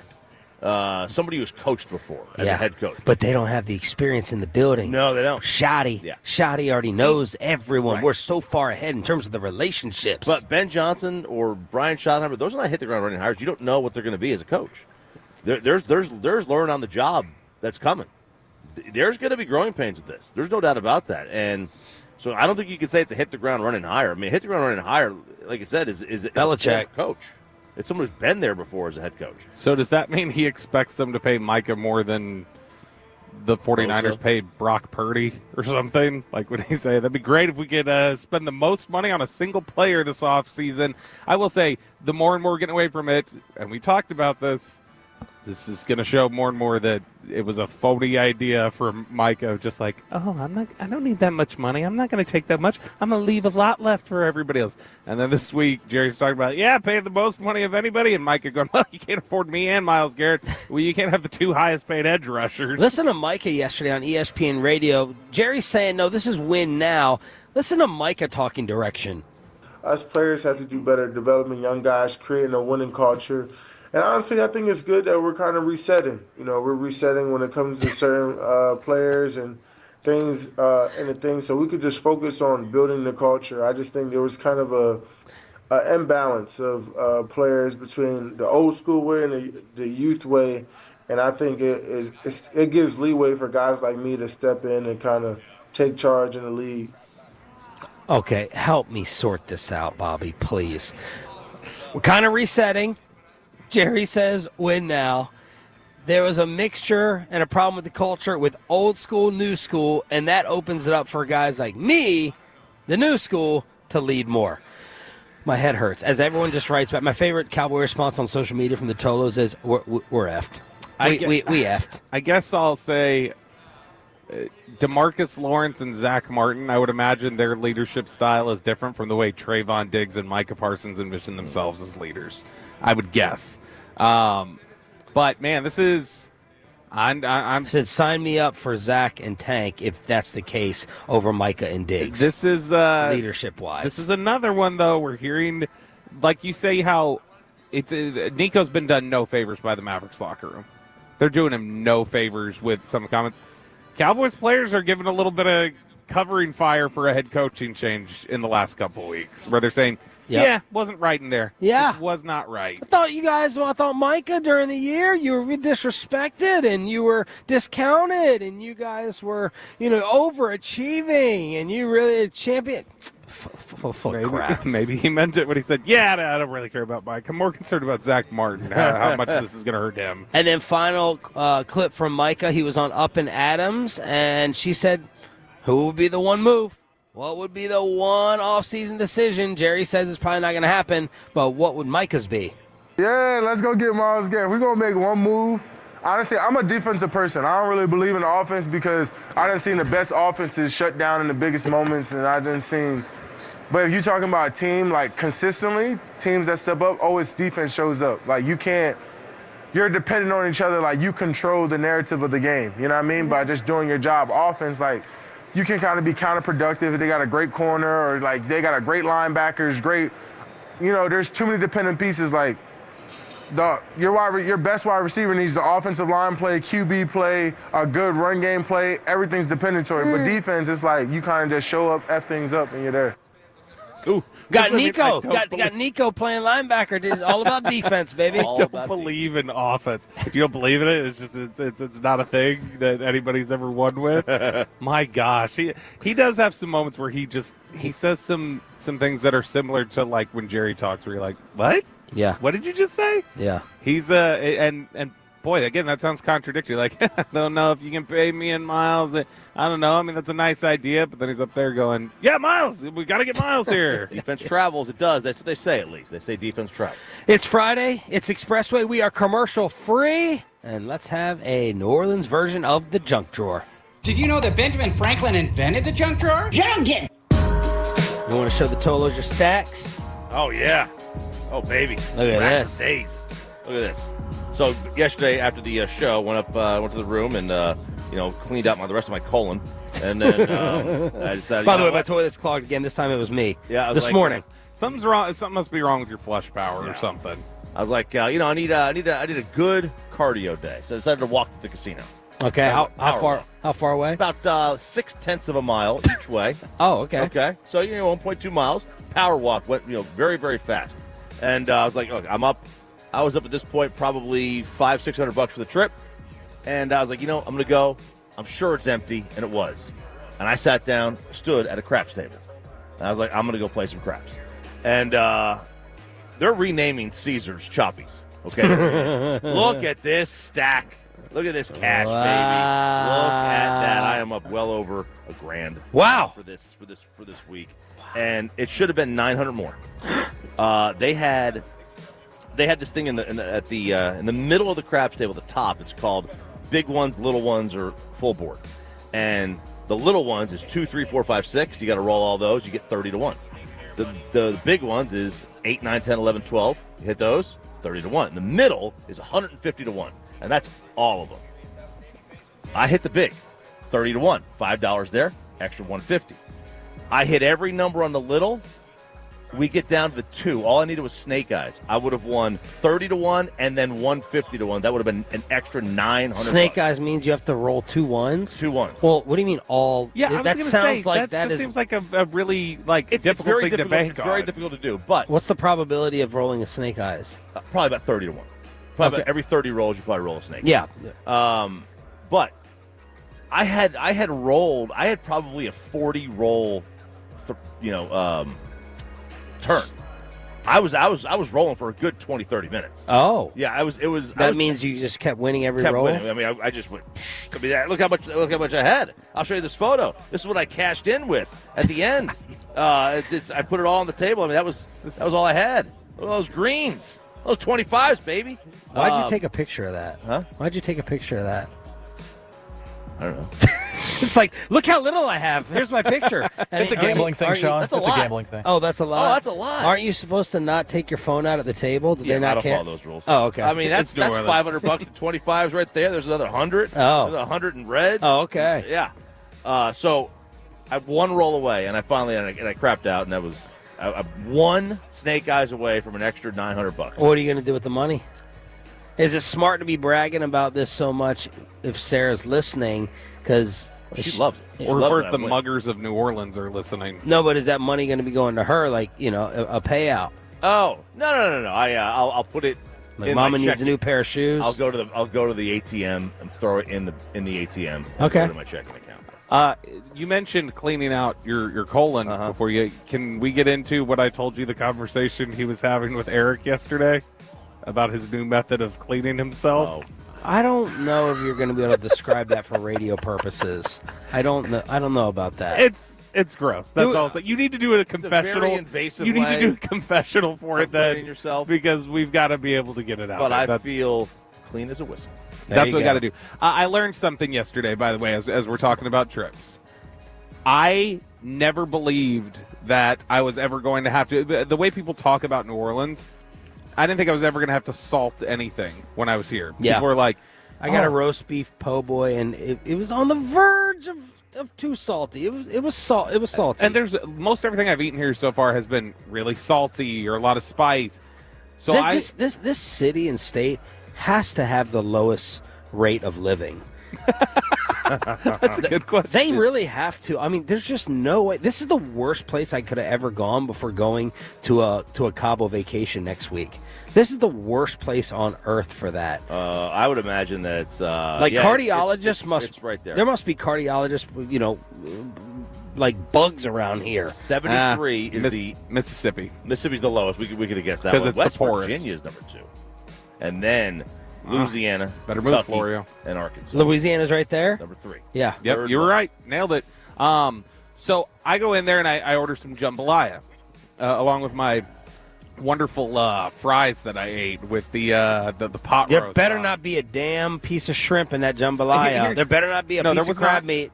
There was not. It All was right. chicken and sausage. I was Okay. like, okay, chicken and sausage. And I was like, okay, they've got a regular size portion, a large portion. I was like, well, I like jambalaya. I had jambalaya the other night at the party. Whenever I've eaten it before, I That's like the it. other thing I've learned around here. You have to order the smalls. Only order Yes. small and regular. I screwed up and I was like, give me the large. Yeah. And I was like, I like jambalaya. I'll eat that. And if I don't eat it all, I'll take it home. And so they bring the jambalaya out there and I'm looking at it and I'm like, wow, that looks like it's got to be just salty as hell. In fact, I'm going to let me pull up a Who looks picture at that and goes, wow, that looks. I'm just saying, you know that what looks amazingly salty. No, you know what I mean? Like you look at something and go like, that's got to be really seasoned. Like, okay. Oh, yeah. So like there it was. Yeah. Look at that. And That so I was looks like, all right, good. that's got to be good. Yeah. There was no taste to it. It tasted like rice that was dropped in a bowl. Yeah. And I was like, this can't be right. And so I took salt out and covered the thing, stirred it up, ate it, still nothing. And Kristen's like, do you have COVID? Like, do you think it's possible you have COVID? I was like, no, give me some salt. I was like, I taste everything else fine. So I poured more salt on there and then finally kind of got somewhat of a taste. So I texted David Hellman and I was like, dude, what is wrong with your city? I was told I was never going to have to like worry about spice. You guys mock us for like, you folks in other states, you can't handle a little seasoning. Yeah. And he said, my guess is you probably fell for a tourist trap in the French Quarter or something like that. I said, I told him where I went, Mulots or something. And he said, yeah, that's a tourist trap. But he said, here's the thing they don't tell you when you come to Louisiana. He goes, you don't order gumbo or jambalaya in a restaurant anywhere. What? I was like, what? And he said 9 times out of 10, when that's on the menu, it's a tourist trap. Why? Somebody just trying I just don't to. get He it. said it's just most times the restaurants don't do it well, so they just know people are expecting, oh, that's a dish people eat here, so they throw it on the menu. They don't do it very well. Acme Oyster House the first night, the worst thing that I had was the cup of gumbo. Yeah, and so he said that a lot of times it's just by far. Everything else was pretty good. That was the worst thing. He said it's generally a trap just to get people to buy it because they think, oh, I'm supposed to eat this in Louisiana, so they'll buy it like blindly. But he's like, no, it's generally not done well in restaurants. I had an older woman last night in the Did bar. She was ready to fight me. Really? Oh, I was just. Oh, that one. I'm just destroying this city. I'm turning it up. I'm choppy times 5. She had the Bob Vila jacket. I'm on. crapping all over their whole city. I'm crapping on the weather. I'm crapping on the food. I'm crapping on the dirt. They crap on the sidewalk. All of it. I'm doing all of it. Speaking of that, Peyton Russell, what do you got for the junk drawer? Well, there's been a lot of bathroom stories out in New Orleans, especially from RJ Choppy, so I have something you could use here. It's reusable toilet paper. We're not talking about your dude wipes that you use or that 2 or 3 ply. We have reusable toilet paper from this woman. Her name's Jasmine. Look, it's only February, but I've already found the worst mom of the year already here in the year 2025. It's Jasmine. She doesn't believe in flushing toilet paper after using it. She might be the only human on the face of the planet that has this reusable toilet paper. So she has a family of 6, right? And she uses these cloths that she wipes and then throws them in the wash to reuse them. Now, she says the only way this can work is if she's at Sean's house because he has a bidet. You have to use the bidet, wash up, and then you clean. You know, you don't go straight from just doing the business to then that washcloth. You know, you have to use the bidet first, rinse off, and then, use the cloth from there. But this is disgusting. This woman, along with some other people we've talked about on the show, need to be sent to the sun. That makes it better if you use the bidet first, right? It should be, less messy. Right. Yeah. But that's still disgusting. And, were you a cloth diaper? You're not a cloth diaper. Cloth diaper? for your kids? I don't even know what is that. For wiping? You throw them away. No, no. People reuse diapers. Yeah. Like you go in the diaper and it's a cloth diaper and they'll wash it and reuse it. 100% chance Chiafalo was a cloth diaper user. I would not doubt it. I throw them away. Of course you do, because you're a normal functioning human. Okay. This is Not psycho. Sorry, Chiafalo. I do like Peyton calling this reusable toilet paper, and it's a washcloth. Like Peyton's so unfamiliar with a washcloth. Yeah, I was like, how are you getting it out of the water and staying together? It's like this reusable this cloth. There was a show about all these types of people though. I hate hippies. I really do. On how to they don't. I can't remember. It's the cheapest people on earth, or they keep the bathwater in, and they have all these tactics.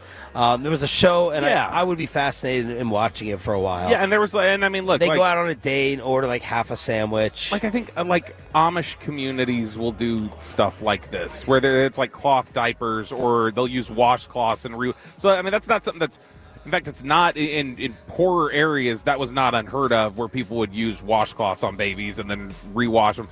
Now on an adult and on the whole family, that I've never heard of. Well, so real quick, I mean, what do you do if you go to someone's house, use the restroom, and you see there's no toilet paper and there's these washcloths? I mean, you tell them, hey, I need some TP. No, you zip up and try to make it to another restroom in there. You do the waddle. You do the waddle. Yeah, exactly. You do. I'm not using your What am I going to do with the washcloth after I use it? I'm texting them. Are you? Toilet Wait. paper in here. Okay. How about this? You use the washcloth. How many people are in the house? If it's a house party, you can use the washcloth and throw it in the trash and put something over it. If it's just you, I got to waddle to another bathroom. Yeah, you got to. Because they're not going to track the washcloth back to me. Or if you could text them, hey, you're out of toilet paper. Okay. You know what I mean? Just text the What's your solution since you're insulting on mine? I'm not insulting. I'm laughing. I can't imagine that. I guess, just use the washcloth and throw it away. But And do you ever go to the restroom without looking at the... No. Has that ever happened to you, that you've noticed, oh, my God, there's no toilet paper? Maybe Not once after. if I'm in a rush, and then I sit there, I'm like, oh crap, and then you're just yelling for somebody from up front. But I had a buddy who, when he was in college, he was broke, so where he would look to save money was he never bought toilet paper. So he said his routine became he would go, and anytime his one a day where he'd go, he said that was just when it was shower time. He would get up and immediately go into the shower and clean off. I've done that before. You have? Yeah, when it's Straight. when it's like a Sharpie. Oh my God! It's like you got a Sharpie down there. Oh my God! I can't believe you're even friends with that person. That's disgusting. We haven't talked a lot. And lately. all my father-in-law keeps texting me about is RJ keeps talking about how many craps he's taking, and then right to the nails every day. I wash my hands. I wash my hands. Jeez. And believe me, I scrub the hell out of those things when I'm done. Do you? Oh yeah. Okay. Well, yeah, because Bobby knows about my my cleaning regimen. Oh. So I've got. I could have RJ's finger declog my toilet, it sounds like. Just with the this tip. technique. 877-881. We're sorry. We're sorry to all the parents. We're sorry. We got them. 877-881-1053. 877-881-1053. We're all right. Get the fan cam on him. If you're watching the fan cam, you got this. Someone walked by. He's awake now. Ruben fell asleep. Someone walked by. I heard someone say to him, "Those streets will bite you." And I didn't know what they were talking about. And now I know. Ruben apparently is. What did he do after? Did he stay downstairs in the bar? Did you go out after? Put your headset on. By the way, let me tell you about the Beast. You know who the number one Beast is from last night? Mm-mm. Eric Chiafalo. In the car home, he goes, well, that Gus's Chicken we were going to go to for lunch, are they open? I said, I don't know. Why? He goes, I'm starving. Chiafalo said he was going to go on the way home from dinner to the fried chicken place. What did you do? I went with him. Huh? I went with him. So he went to Gus's? No, it was closed. So we went to that Italian bistro on the corner. Uh-huh. So Get a slice? Did you eat too? Yeah, I ate too. You were starving. I was pretty starving. We both. You should have told me. I would have gotten. See, you know, because you guys, you wouldn't. You guys They ordered serve seafood. fish. You guys ordered fish. That's not filling. And then you come back home after that? Yeah, I went back home. Okay. So I ordered. Shared wings with Eric.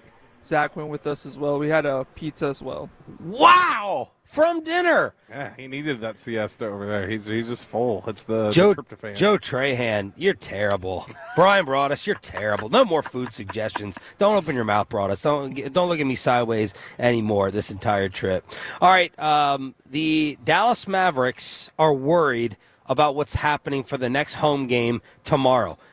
Are the Mavericks, not Nico, are the Mavericks going to get booed? And a body language expert on how guilty Jason Kidd really is. Next on 105.3 The Fan.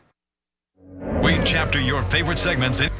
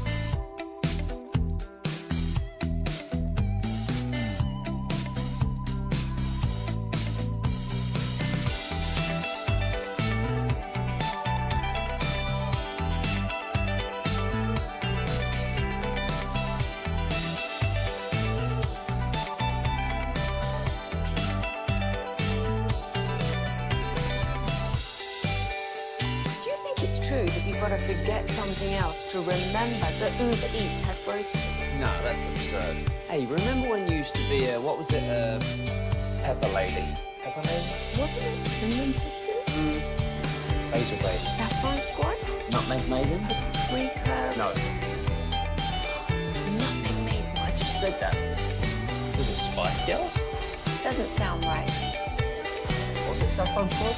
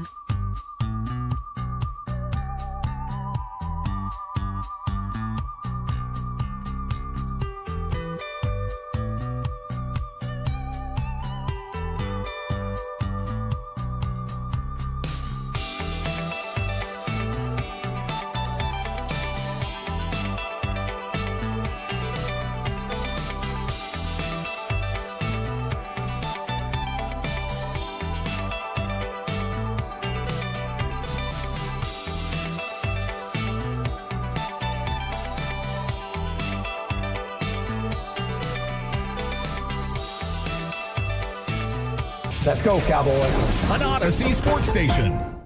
Driven by our D&M Leasing Studios, live from Radio Row in New Orleans. This is Sean and RJ on 105.3 The Fan. Kid told us just moments ago he believes Anthony Davis does have the shoulders to carry this load. One big concern, though, is just the safety of the players, the front office. Going back to Dallas, we hope fans make the wise decision and remember that this is a game and that lives are far more important.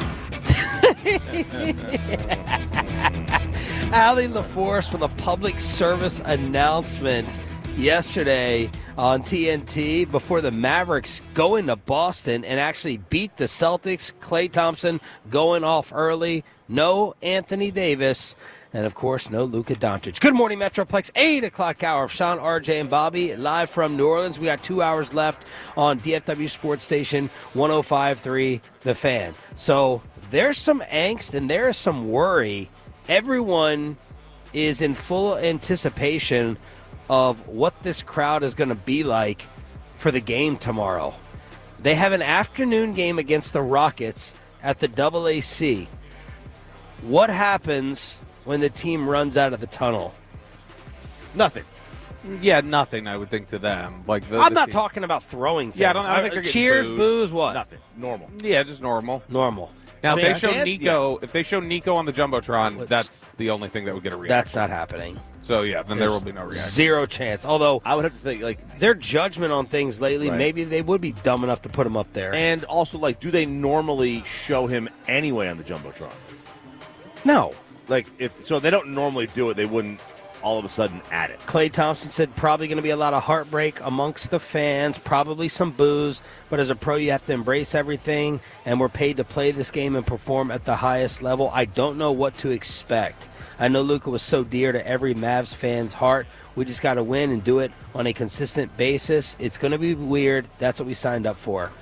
And you're of the opinion you don't think Anthony Davis gets booed his first time. I don't either. No. But I don't know that I don't know that it's a slam dunk. Like it. Pun intended. Yeah, it's more a Ben Simmons slam dunk. He might do it, he might not. But it is something where he's not gonna get booed. I think it's much more likely that instead of some rabid, dangerous environment for them, there's just a third of the stands empty is more likely. Okay, let's do that. Is it going to be full? No.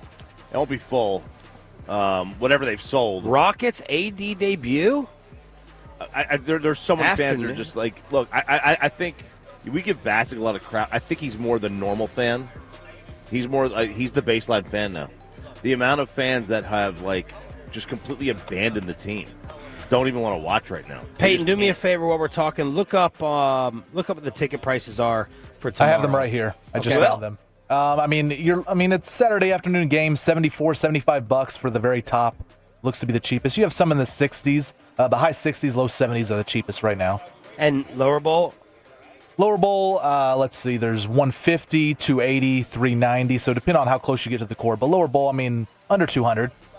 Not terrible. All right. I would want to go to that game. That's a good game. I got to imagine Allie LaForce even saying something like that, though. that the Mavericks asked her to. They the Mavericks, so, of course. The Mavericks, Yeah. because I mean we were talking about last night. Like, there's some like chatter that some of us are hearing where it's like, oh yeah, no, they're genuinely concerned. Like they had no clue this blowback was going to be this bad. When we were talking about threats, Corey gave some deadly serious reaction at dinner. Like, no, I know something like really disturbing. Like, don't joke about it. It was like really sensitive reaction. Yeah, he was like, we should maybe pull back a little. Like maybe we're going. I'm like, what? What are you talking about? I was like, have you just been looking at Mike's texts? Are you seeing what he's sending to them or something? That's what he's saying. Yeah. Like what? Yeah, that's the only that's got to be his inside connection to these threats. Is he just knows what Mike is threatening. Right. Play it one more time, Pepe. Allie LaForce, TNT. Kid told us just moments ago he believes Anthony Davis does have the shoulders to carry this load. One big concern, though, is just the safety of the players, the front office. Going back to Dallas, we hope fans make the wise decision and remember that this is a game and that lives are far more important. Lives matter. Lives are never in danger here. Like, what are we talking? Give her a bullhorn and stand her out in front of the AAC. Guys, put the gun down, please. Yeah. Don't harm Nico. God. By the way, the NBA announced the Mavs home game against the Pelicans February 21st. No, we're not putting that on TV anymore. ESPN changed it to Wolves Rockets. No Zion, no Luka Zion matchup. We're gonna get rid of this thing. By the way, the Mavericks apparently made a last-second push for Durant yesterday during the trade deadline. $51 million salary, and Bassick nailed it. Said the deal would have had to include some combo of Clay, P.J. Washington, and Gafford. Could you imagine how, like, rug pulled out from under him Klay Thompson would feel if that happened? I have this courtship of do I stay at home in Golden State or do I chase something in Dallas? And then it's like, bye, Luka, and like, oh, by the way, we're shipping your ass off to broken Phoenix, where Ramona Shelburne yesterday is on ESPN talking about the most toxic environment in the NBA right now is Phoenix. Could you imagine, like, the vitriol? You get KD, yeah, but you give up a ton of your depth. I mean, you become the Suns. You become a very top-heavy roster. I thought you brought up a great point about the rest of the league, Bobby, about the rest of the league in possible KD talks. The rest of the league in KD talks. I wonder if everybody was mad that you didn't put Luka on the block for them to engage with. They needed a third team to facilitate a KD trade. Did you just find nobody who was willing to do business with you? Like, that was like, you didn't give us an opportunity at Luka. We're still pissed at you. We're not facilitating KD for you. Well, I mean, look, the Mavs, when they did the Luka trade, they didn't even tell Utah about the deal. How is that possible? They just said, we have a deal. We need a third team. You want to look at to get rid of some, move on from some capital, whatever. Danny Ainge had no idea until it was too late. If you're the Nuggets and you're in the same division as the Lakers and that's one of your competitors and stuff, and you would have maybe liked to know that Luka was available. If you're called and said, hey, will you help us on this KD trade? You're no, I'm not going to help you. I'd be furious at Nico. I mean, you're the one who, like, Utah definitely I wouldn't think is willing to help right now. Because Utah just, like you mentioned, gets duped into a trade. Like, no, we're not facilitating another trade. You don't even tell me what's going on here. So, no, we're not doing that. 877-881-1053 in order to hit us up. WFAA with a very interesting exercise. Yeah, this is Melinda Marcus. She is a body language expert. So she went through. I love stuff like this. I do too. She went through the entire Nico, Jason Kidd press conference, and she went through the Luka introductory press conference with Rob Pelinka and his two-way zipped jacket that he was wearing during this thing, with no podium in front, just a bunch of chairs. But here she is. This is Melinda Marcus talking about Luka's body language during the press conference. With him in particular, there was a real sadness. He looked very down, and we see that in his posture. We see that he sort of collapsed down, and also in some cases he even has his head hanging down. And what you really want to do in nonverbals is make sure you understand what someone's normal baseline is. If that was his normal baseline, there would be nothing that would be unusual about that. But I looked at interviews he's had in other circumstances, and I didn't see that. So that's how we know there's a change, and the change then can be attributed to the emotional shift. So a lot of things here. Number one, we know he's devastated, crushed, and not thrilled in that moment. I'm happy to hear that she's like, all right, I did watch other interviews, but in some of the video footage WFA was showing, he's like talking after. Okay, so it depends. He's like this. He's just like bouncing and it's like, well, he wasn't like that normally either. Right. So it depends how you're sitting. Like, he's chair. at the post-game presser. It's not like you're sitting up in. He's on a stool. He's on a stool. Yeah, It's completely different. That's how his body language normally is, sitting On a like stool, that. yeah. You know. But again, we know he's depressed. We know he's crushed. They continue. She continues. What she said about Jason Kidd's fascinating, but she continues with Luka about his shoulder shrug. So during this clip, they played a bunch of the clips of him just shrugging his shoulders, like I cut that out. Or Peyton did. I didn't do a damn thing, but he would shrug his shoulders, and she said that's a nonverbal clue as well. The key is we're looking at what's being said verbally and what's being shown non-verbally. And at that time, he was saying how he's really excited about the move. And when he says that, he shows a shoulder shrug. And that's saying that the unconscious is saying, I'm not so sure about this. So that's another case of when you see a disconnect between what's said and what's shown, believe what's shown. It's interesting. But how much do you buy body language experts? I think that they can say some things, but sometimes when I hear body language experts talk and they go on and on about there's this and this, and I'm like, I mean, his nose could have itched.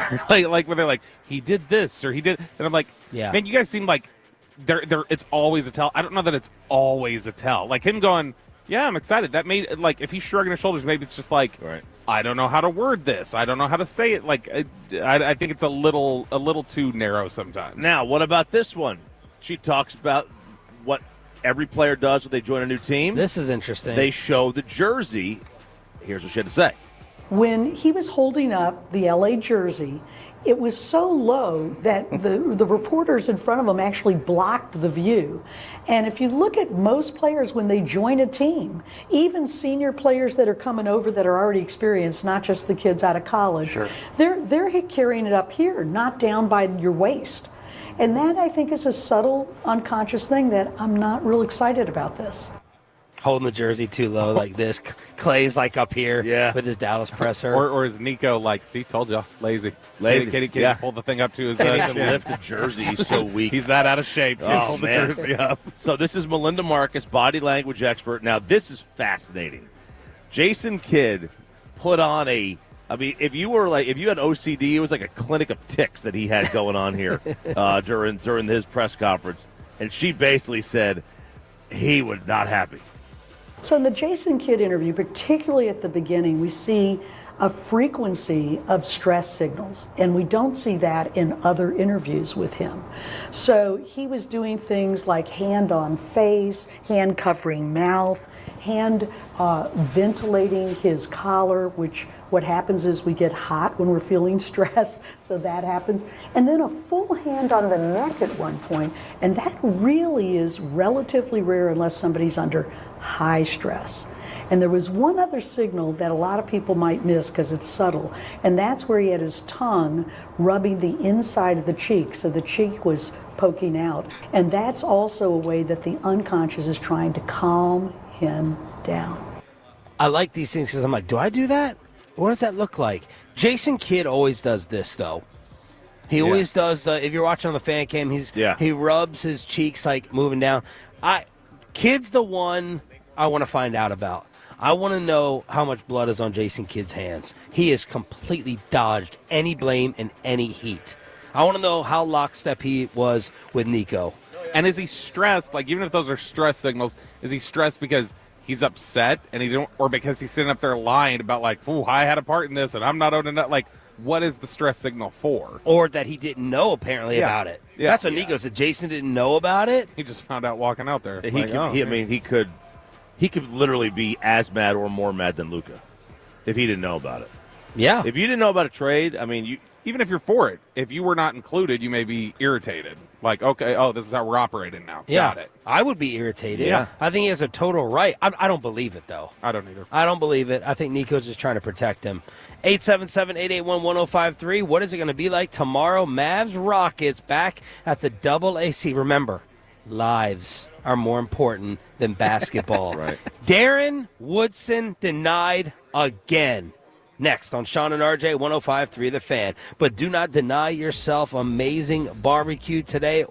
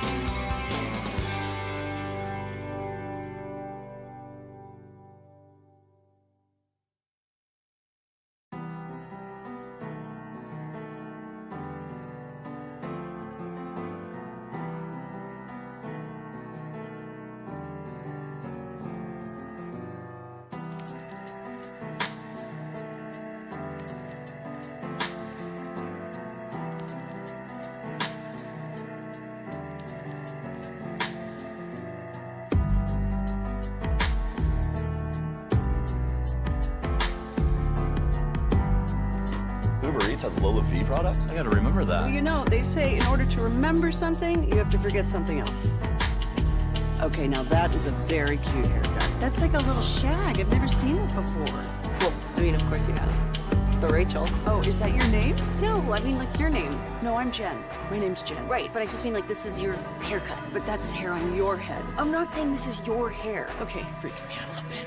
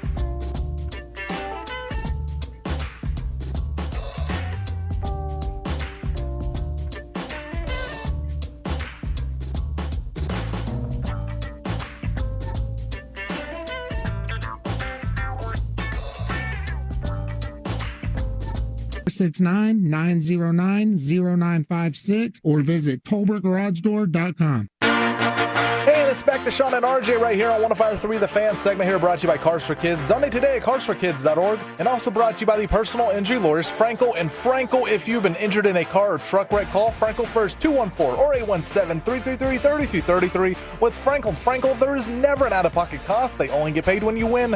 Frankel, the go-to car insurance attorneys in Dallas.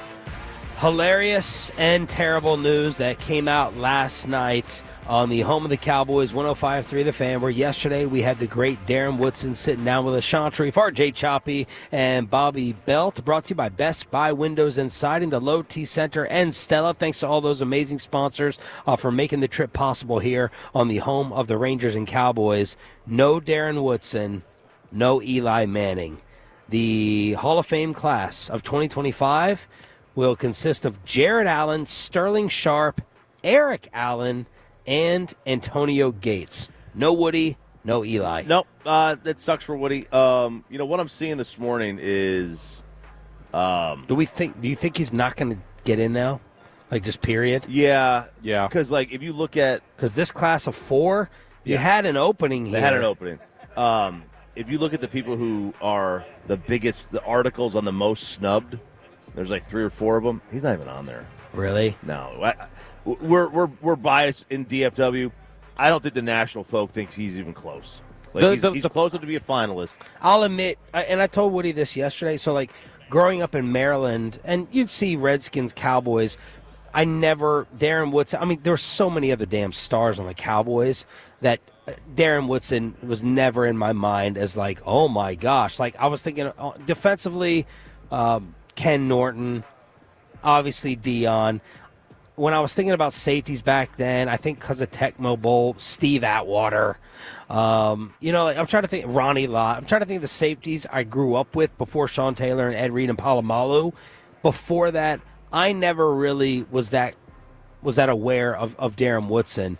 And then I went and watched a lot of his highlights. He looked like Sean Taylor size-wise. I was telling him yesterday, I said, were you that much bigger than other safeties? But him with the ball in his hands, he was a big boy. He was a linebacker at Arizona State, and he went out at the track. They were there to watch Philippi Sparks at Arizona State Pro Day, and Dave Campo was out there and saw Darren run a 4.2 40 and was like, this dude is John Lynch was a name that was popular. And Lynch is nowhere near even statistically what Darren was. No. There's no case for it. Leroy Lynch. Butler? I never thought of Leroy Butler as a Hall of Famer. Brian will say it. He's like, I was in personnel for the Packers. I have a Super Bowl ring in part because of what Leroy Butler did for us. I would have traded Leroy Butler for Darren Woodson 10 times out of 10. Darren Woodson was a better player. The Tampa defense got a lot of guys in, right? Here's the thing. The 2002 Tampa Bay Buccaneers, correct me if I'm wrong, have the same number of Hall of Famers as the 92 Cowboys. Brooks, Sapp, Lynch. Is Simeon Rice in? Barber, is Barber? Barber's in. So that's 4. You got Emmett, Troy, Irvin. Larry Allen. He wasn't on 92. Or no, 92. You're talking just 92? Then, yeah. And then you got Haley. Haley. The Buccaneers, that was an all-time great defense. It was an all-time great defense, but to have only one person from a franchise that won 3 titles in 4 years, to have only one person that was on all those teams. Brian Dawkins. From the defense? Brian Dawkins, I don't know if I thought of Brian Dawkins as he has the personality. I don't know if I have a really high standard for Hall of Fame. I hate the Basketball Hall of Fame. I think the NFL one is turning into a joke. I like that baseball is very, very picky, but Steve Atwater, Brian Dawkins, Kenny Easley, Cliff Harris, Palomalu, Ed Reed, Willie Wood. Cliff took half a century to get in. So who are people saying are the biggest snubs? So I saw Vinatieri. I think Vinatieri should go in. I'm not surprised whenever any specialist is not put in, or I would probably put him in just because of how significant what he did. But I'm not really ever surprised whenever voters say you're a specialist. You know what's interesting about this class and my New York buddies? It's kind of burning us. we were so right about Eli. It's not as fun to dunk on the Eli Hall of Fame thing because within DFW we all knew it. Outside of DFW, people don't understand because it's 2 championships, lowest common denominator fan. They're laughing at us because we have the inside Darren Woodson perspective that people don't have. You go in a random bar in Chicago, no one's saying, "Oh my God, Darren Woodson got robbed." You go in a random bar outside of Texas. You think B. Mitch thinks he's a Hall of Famer? Well, Brian. B. Mitch. Darren Woodson, should he be on Hall of Fame? Would he? Woodson? He said yeah. Yeah. But again, you got to ask off the air, too. I think, he's going to tell you honestly. But Brian would probably say it straight up. And that's the thing. When you talk to players, but I'm just saying for a fan. Oh yeah, for a fan outside of Texas, national fan thinks Eli's a bigger snub today than Darren Woodson. No doubt. And Kuechly and Adam Vinatieri and maybe Marshall. Wideouts. Marshall Yonda. Marshall Yonda. We thought that was a slam Yonda dunk. Didn't get in. Marshall Yonda. Is Zach Martin. And does that mean that Zach won't get in the first ballot? I mean, Ware didn't, and it's hard to say anybody other than it's hard to say that there were better players than Ware during his time. So I mean, it's Suggs. Suggs didn't get in. Suggs not a no doubter for me. I think he belongs, but I think there's some people who might say steady, compiled, and kind of collected. If Darren didn't get in this year, he's not getting in next year. You're going to add Breeze to the list. You're going to add Larry Fitz to the list. It's tough. The thing is, and Witten.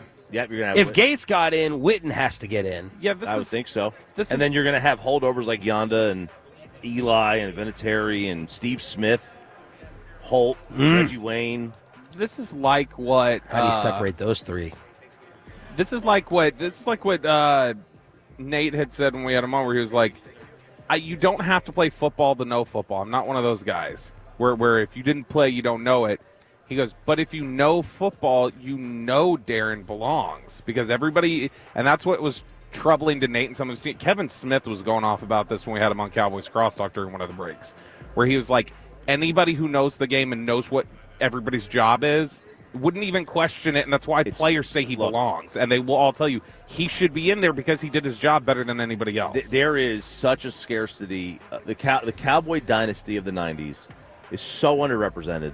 That stupid Steeler they had like 18 guys in from those 70 Steelers teams. And you're telling me that the last great, not the last, obviously the Patriots, but one of the last great dynasties in the sport is going to wind up having 4 guys in it who are on all the teams. Do the 49ers and Cowboys match the Steelers from the 70s dynasties with the 90s Cowboys and Niners? Are the Niners disrespected? How many are in off those teams? Montana, Young, Rice. Is Roger, Haley Lott? counts. Haley counts. Lott. Is Roger Craig in? I don't think so. I don't think he is. So that would be 5 then. No tight end, no Brent Jones, no other defender that I can think of. Did you say Ronnie? Did you say Lott? I said Ronnie. Yeah. So that would be five, yeah, about they're 5. Just underrepresented though. I mean, you can't convince me that the 90s Cowboys don't have a single offensive lineman that was on all 3 of them. Right. That offensive line was for the leading rusher of all time. That offensive line was one of the great offensive lines of all time. They didn't get a single because Larry Allen wasn't there until the last one. I've never understood why Nate didn't get more of a look either. Nate was a 6-time Pro Bowler. Nate was 4-time first-team All-Pro. What about won Eric? Super Bowls.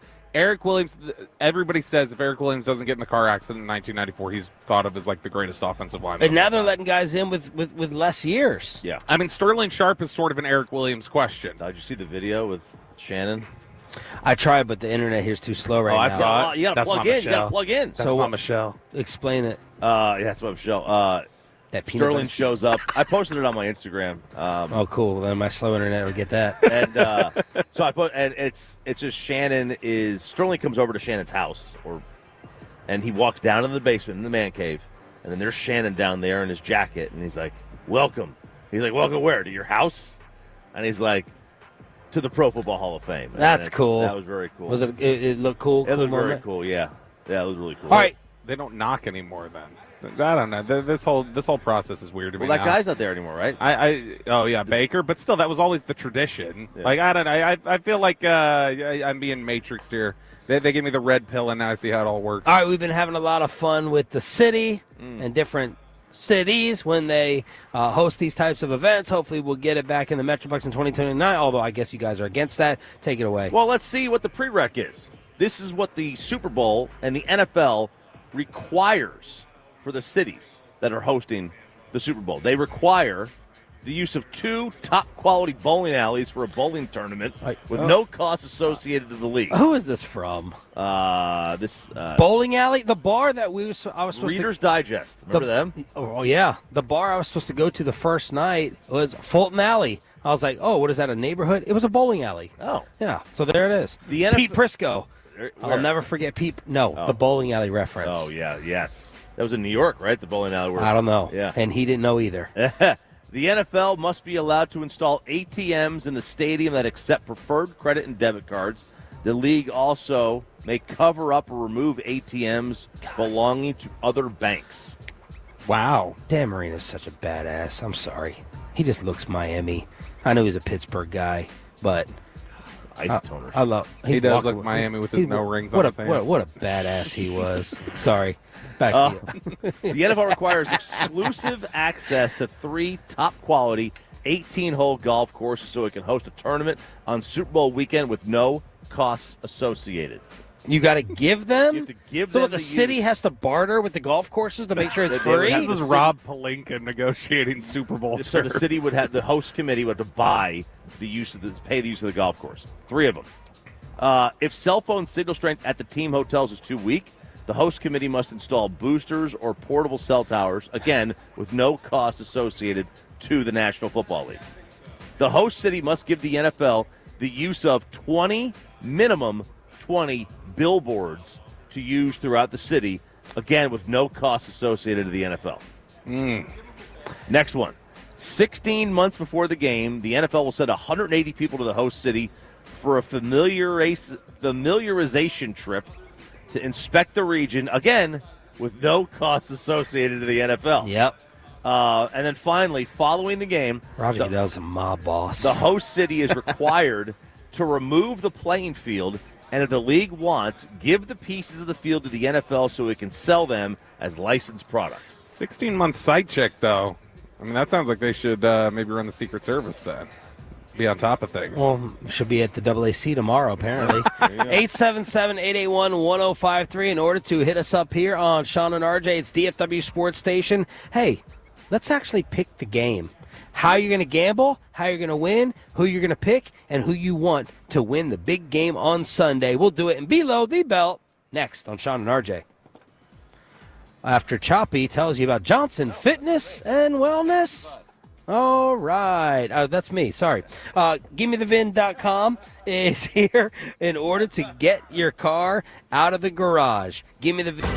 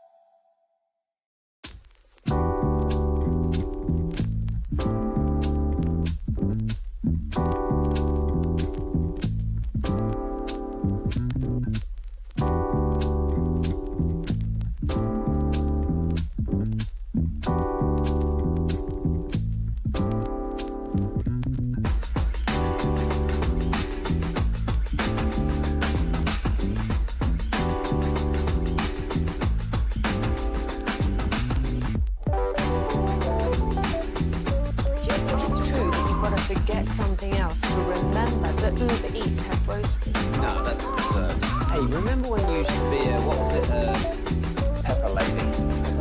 Wasn't it Cinnamon Sisters? Razor Babes. Saffron Squad? Nutmeg Maidens. Paprika? No. Nutmeg Maidens. I just said that. Was it Spice Girls? Doesn't sound right. Was it Saffron Squad?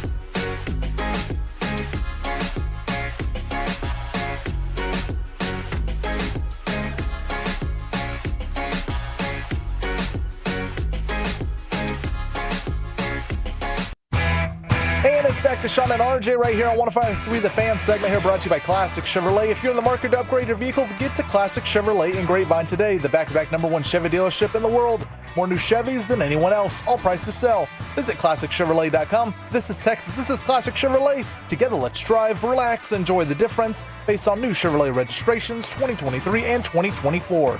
The great Bobby Belt. Bobby Belt is an idiot. Don't make me take off my belt. Don't make me No, take off no, my belt. we're not. Over to you, Bobby. One more chance. I get one more chance to put these damn Kansas City Chiefs into the ground before I just have to accept that they are eternal and they will not be stopped, and there's not a damn thing I can do about it. Who's everyone rooting for? You have to pick one. 877-881-1053. I said rooting, not picking. Rooting. No hesitation for me. Kansas City. So a couple years ago at the Super Bowl, it was Kansas City that I was rooting for because I was annoyed with the Eagles and Sirianni, and Chop kept leaning into saying the betting markets were going hard on the Eagles. He's like, betting markets going hard on the Eagles. If the Sharks are going for it, they're going to win. So I was like, well, now it's got to be the Chiefs because I don't like that logic. So this year, though, see, here's the conundrum you're in. Before you weasel your way into something and tick off Cowboy fans who want the Eagles to lose. Trying to take heat off Nico. Even if the Chiefs lose now, I don't know. You can't be proven right. Yeah, you can't. You've already lost. They're in the Super Bowl. So I think they cheated to get there. Consider that before you come up with your logic. I'm going with the Eagles. You want the I want Eagles? the Eagles to win because I'm tired of the Chiefs. I rooted for the Eagles. You're not from here. I rooted for the Eagles. I'm not from New Orleans. You're right. You're not from Dallas. I rooted for Philly when they played the Patriots. Cool story, backup quarterback. I was sick of New England. I kind of want to see KC And this will make you be the rightest one. This will make you look really good. But I think what you said to Bobby, I think it's already they're there in the Super Bowl. You know what I mean? It's like I don't know that anything necessarily changes. I do want to see a three-peat. That'd be kind of cool. We've never seen it. Yeah. No one's ever done this. The Packers did it, like, before the Super Bowl. Look, if you want to hold on to your Cowboys love of 3 and 4 years, you now get that destroyed with the Chiefs becoming the first to win 3 in a row. So you're rooting for Cowboys legacy or Cowboys opponent? I don't care. Miss me with the 90s. No Cowboy. Only the lamest Cowboy fan goes, oh, go look what we did in the night. No one does that. Our Tolos don't do it. They're sick and tired of what's happening now. That's 27 championship Yankee guy. Yeah. Like nobody That's not cares. the point. The point is like it's your record. Like records happened long ago. You still don't want somebody. Well, you don't root for your most hated rival. Sorry, that doesn't trump that.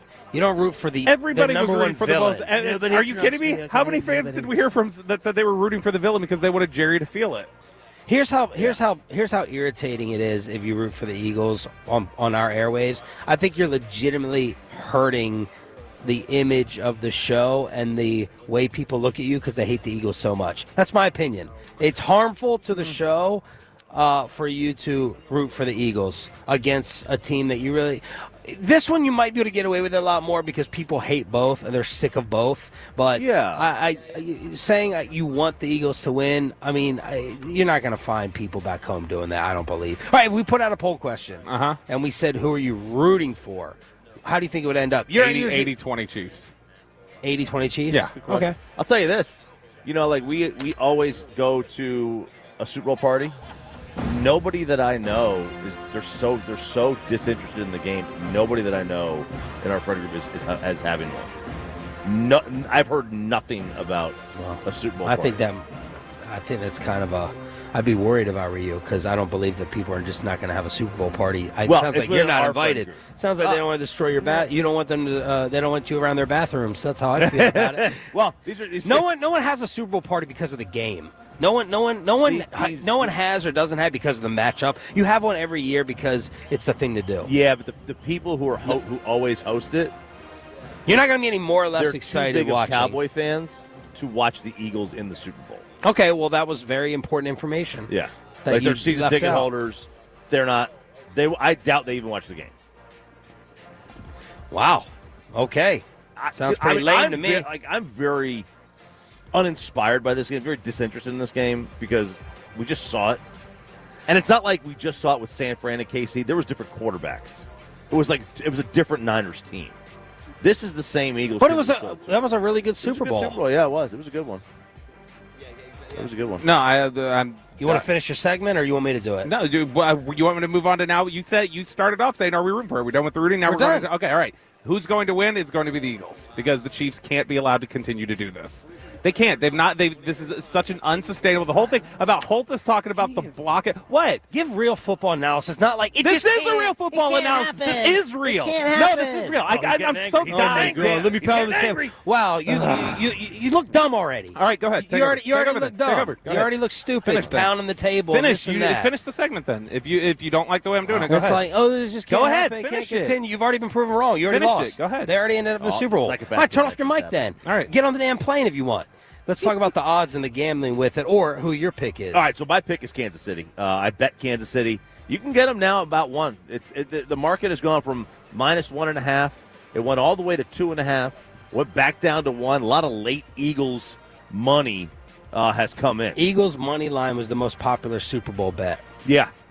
That's what it was. It moved. You had some whale bets come in on Philadelphia very, very late. You could right now get the Chiefs for a 1-point favorite at Caesars on only -105 juice, which means you only got to bet 105 to win 100. You don't usually it's around 110, so you're getting a little bit of a benefit and of a bump there. But BetMGM has taken some of these massive bets this week. $800K on Eagles money line, $750K on Eagles money line, $320 on Chiefs money line, $300 on Eagles first half, $125 on the under. Travis Kelce, $25,000 to win the Super Bowl MVP at 15-1. So there's a ton of money coming in on Philadelphia, but I have Kansas City minus the 1.5 as one of my bets. I'll lean towards Kansas City. I don't have great analysis for it. I'm just hoping the thing that jumps out is Spagnuolo's gone like 18 games in a row or something without giving up a 100-yard rusher. Are they really going to limit Saquon to that? I hope that happens. I don't have faith in Jalen Hurts throwing them to victory. I'll lean slightly towards Kansas City. Tell us why we're wrong, Bobby. Why are the Eagles going to win? Because the Eagles have a run game that Kansas City consistently has not been able to go up against the same sort of run attack that the Eagles have. We're talking about a game that they can be in control of if they sit on the clock like they've been able to do, they've managed to do. They are just as physical as Kansas City. A lot of these teams that Kansas City's beat up throughout the year, it's been teams that aren't running with the same sort of physicality.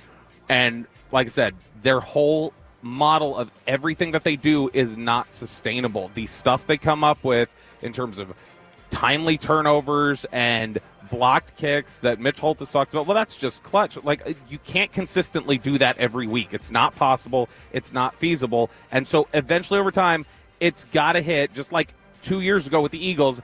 It couldn't keep going that way, and eventually in that final game it didn't. But that's what it'll be. But Spagnuolo has never allowed a 100-yard rusher in the postseason with the Chiefs. So that... Because a lot of teams, like Mahomes, think about the games they play, Mahomes and Allen, where they've got to get into these throwing matches. A lot of teams don't have time to sit on the ball. They can't run the ball against them. The Eagles Super Bowl a couple of years ago was a passing Super Bowl. It was a shootout. They get into a lot of these shootouts, and you can't lean on the ball carriers. So if you're looking for something that's also not sustainable, the Eagles this year were plus 11 in turnover margin for the whole year. In the 3 playoff games, they're plus 10. They have recovered their own fumble. They fumbled the ball twice this year in the playoffs. They've recovered them both. Everyone knows fumble recoveries are completely random. They forced 9 fumbles, and they've recovered 6 of them.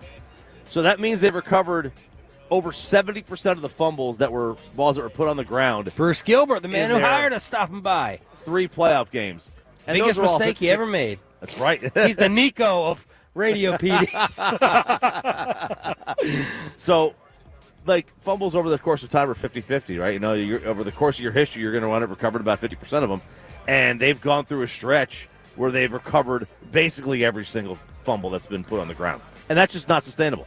Now, the 5 teams that have posted a turnover margin of 9 or more in the playoffs that made in the history of the league, only one of them won the Super Bowl, and that was the 98 Broncos. And they were playing a booty cheeks Falcons team.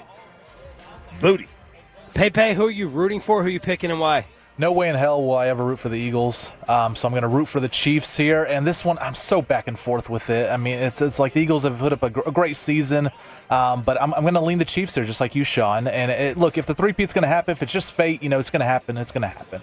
So I'm going to pick the Chiefs here. I like their defense, and they looked really impressive against Josh Allen and the Bills again in the NFC or AFC title game. So I'm going to go Chiefs here barely.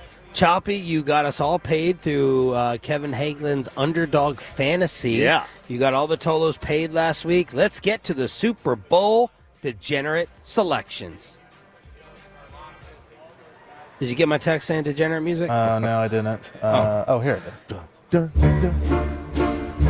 All right, so here we go. Let's get rid of it. I already gave you the Chiefs minus 1.5.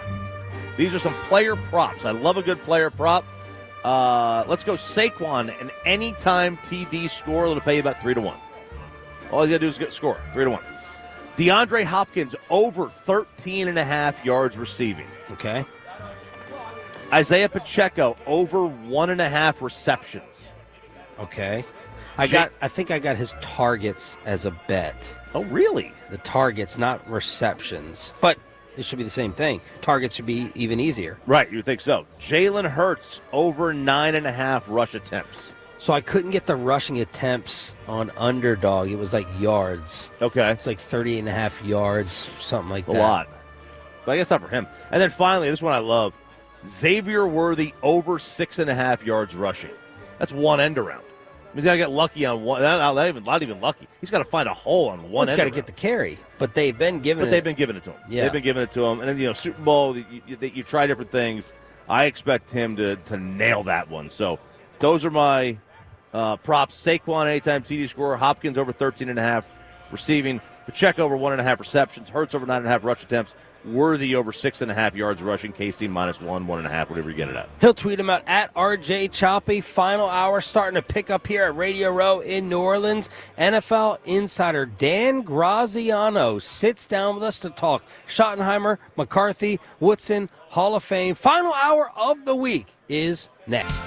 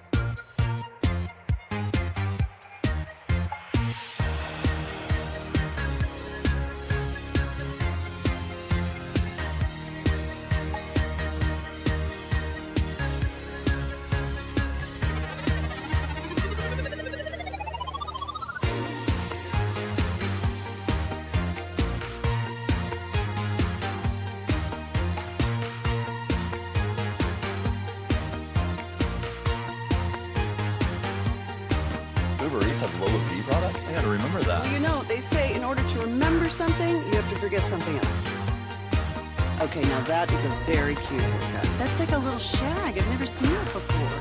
Well, of course you have. It's the Rachel. Oh, is that your name? No, your name. No, I'm Jen. My name's Jen. Right, but I just mean this is your haircut. But that's hair on your head. I'm not saying this is your hair. Okay, freak me out a little bit.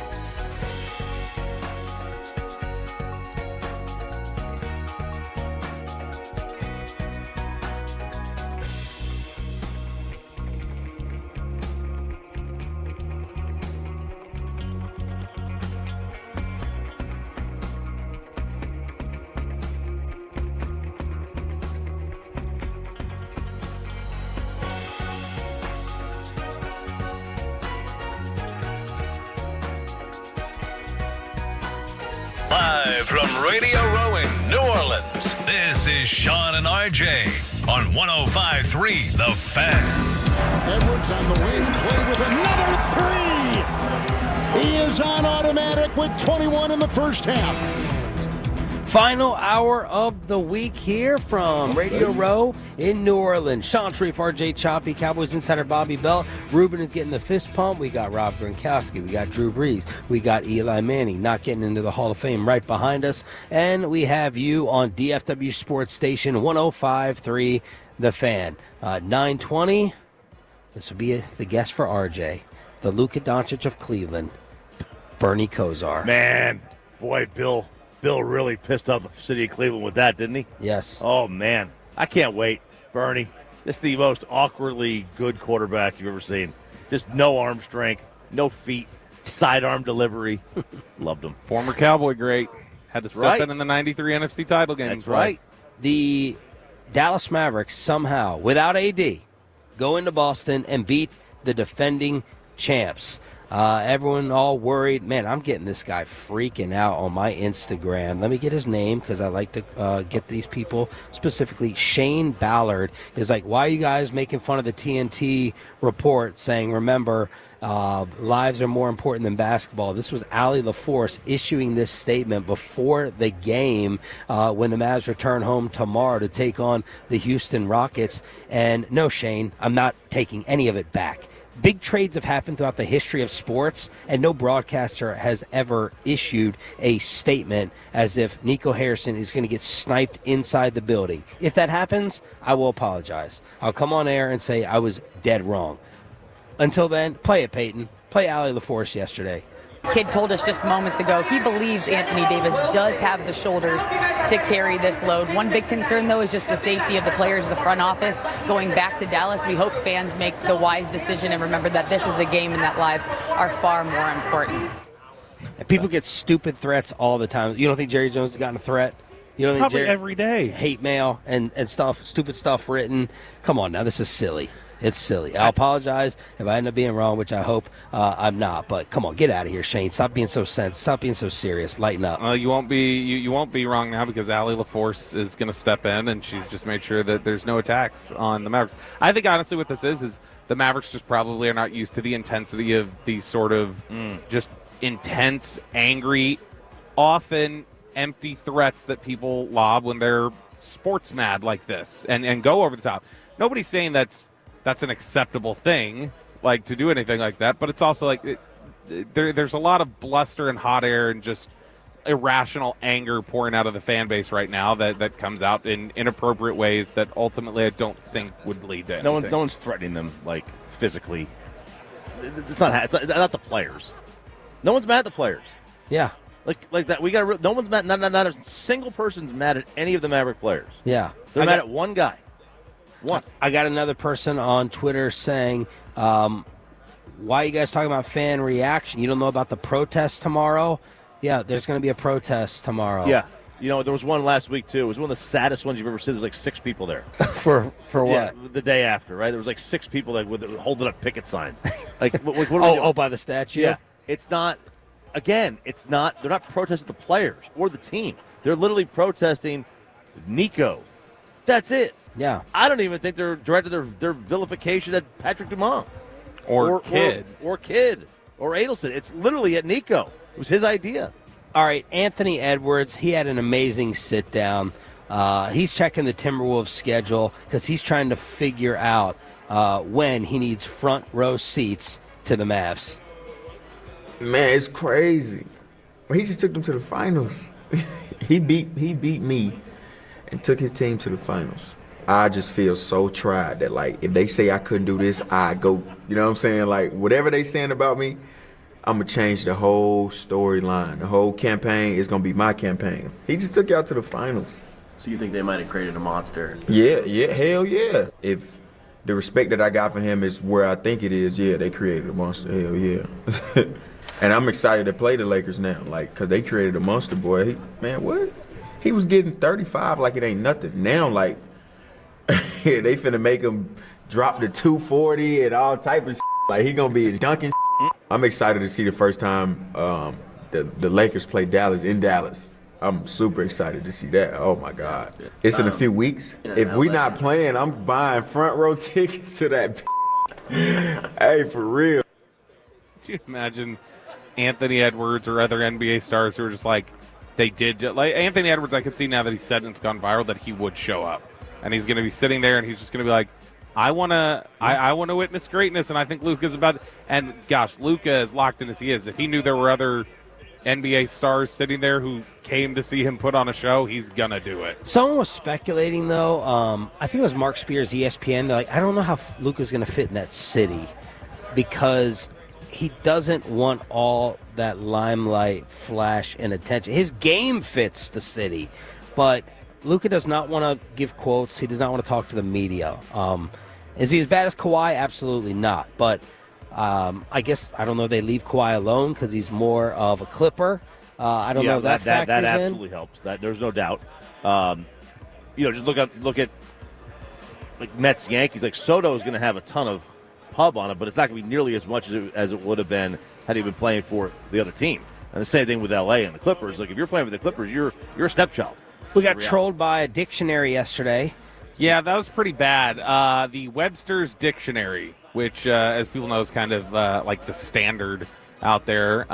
They are now joining in on all the fun. It includes Snoop Dogg. Some of the others who have been out there. Snoop Dogg yesterday was saying, talking about Deion and saying, who had such a great run in Dallas that the Mavericks just tried to trade him. So everybody's writing their jokes. And Merriam-Webster said, breaking, the Dallas Mavericks trade Webster's third new international dictionary, unabridged, 476,000 entries, for the 1992 San Bernardino Yellow Pages.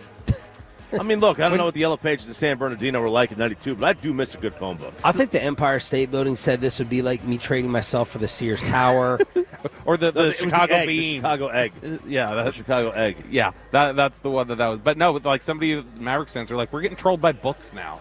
That's what we're running into. Snoop, did Snoop throw some shade? Was that at the Cowboys or no? At the Mavericks. He was like he was talking about he was introducing Deion and Bill Belichick, and he had said, Deion Sanders had such a great time in Dallas that the Mavericks just tried to trade him. He was playing so well that the Mavericks tried to trade him. This has gone on. Jim Gaffigan the other day at the Grammys made a joke about them. They are the laughingstock of everybody. Everybody is making fun as of they them. should be. Reggie Miller going on TNT saying, hey, you can't throw out this conditioning stuff. It's not possible.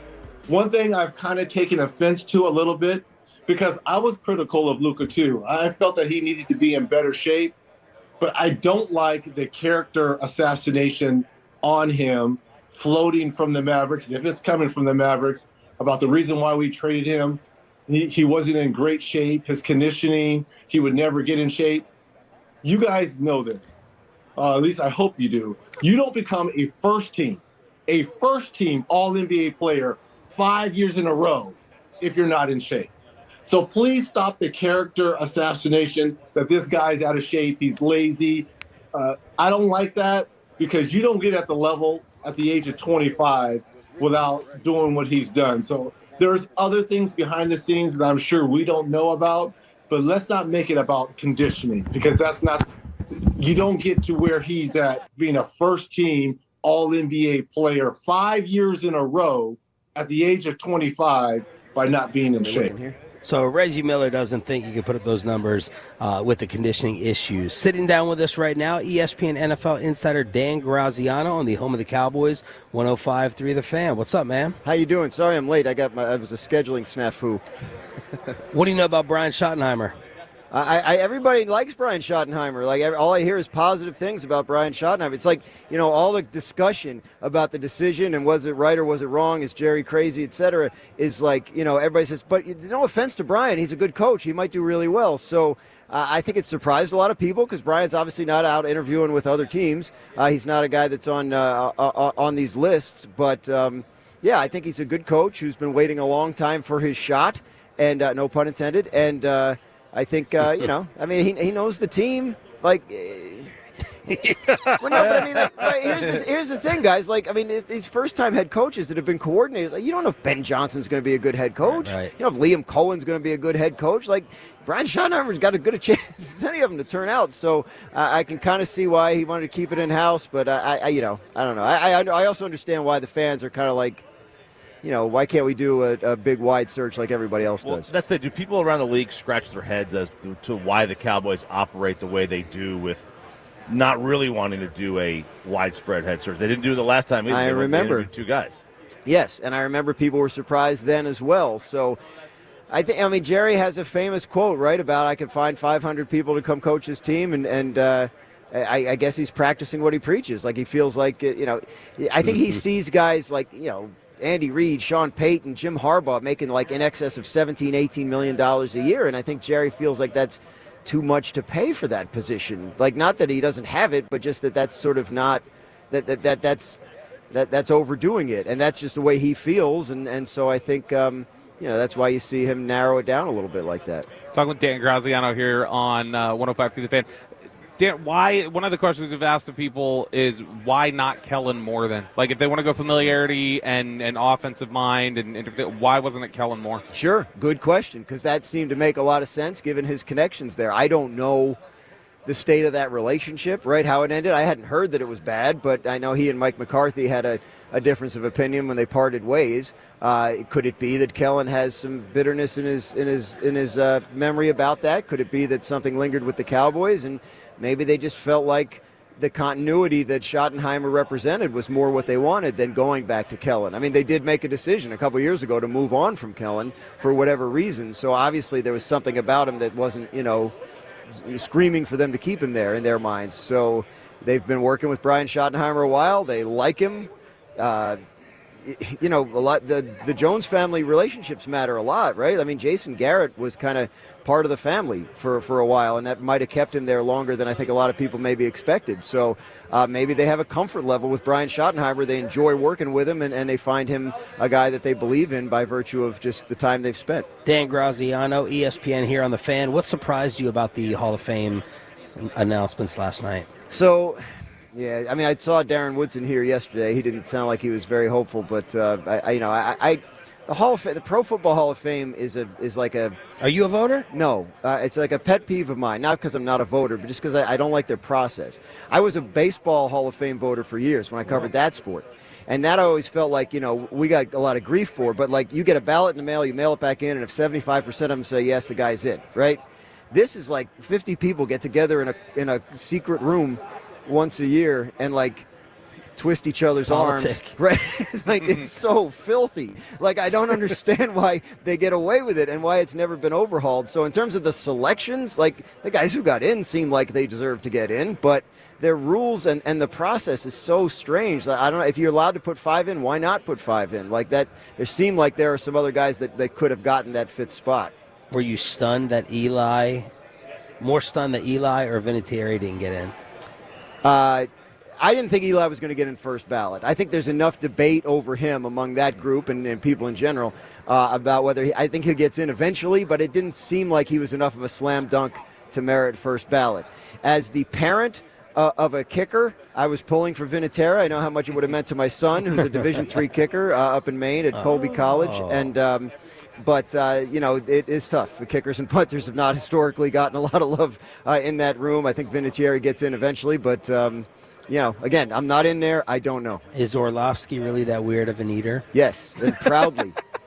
It's so weird. Like, I mean, he'll insist that he's right, which is bizarre. But no, his food takes are very upsetting. It's one of the, I think, most irresponsible things we do at ESPN is let him go on the air and talk about food. Does McCarthy get another job? That's a good question. I don't know. He's in his 60s, right? And that's tough. Like, I know Pete Carroll bounced back with the Raiders, but I was surprised by that as well. McCarthy, there was talk of the Saints being interested, but they never actually reached out. Like, that was all, imagined. Like, he was free to interview for 2 weeks, and it still is, by the way, and the Saints never did it. So, I don't know. I think it's been a while since he won a championship. And what he did in Dallas for 3 years with 12 wins 3 years in a row, I think that's impressive. But I also think that he's seen as someone whose offense maybe, people are looking for newer ideas. And I think that may be what holds him back from getting another job. Would you like some developing news, Dan Graziano? Please. Bruce Feldman, the Cowboys are targeting K-State OC and O-line coach Connor Yeah. Riley to become their new offensive line coach. Yeah. Who's that? He coached Cooper Beebe, I guess, right, at Kansas State, so there's some familiarity there. Yeah, we were talking about that this morning. That's interesting that Feldman got it. I was trying to get that confirmed. But yes, he is, I think that they're staffing-wise, they got on this a little bit late, so they might have to be doing some sort of outside-the-box stuff, but he has familiarity with their right, exactly. He has familiarity with one of their key offensive linemen, and he's somebody obviously that they and or Brian Schottenheimer feel is a prospect. Thank you, Dan. Enjoy the weekend. My pleasure. Dan Graziano, all over ESPN NFL Insider on the home of the Cowboys, 105.3 The Fan. RJ Choppy's favorite guest of the week, his childhood quarterback, Bernie Kosar, sits down with us next. And no offense to you, Dan. He might have been your favorite. You're Italian. I like that. I dig it.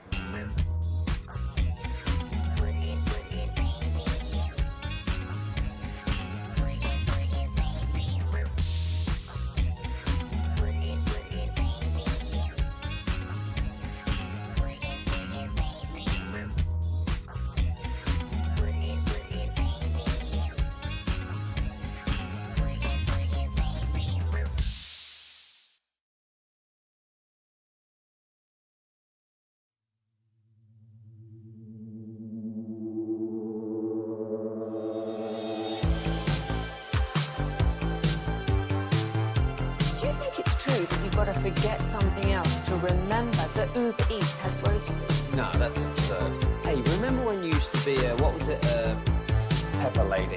Pepper Lady? Wasn't it Cinnamon Sisters? Basil Babes. Saffron Squad? Nutmeg Maidens? Pre-curb? No. Nutmeg Maiden. I just said that. Was it Spice Girls?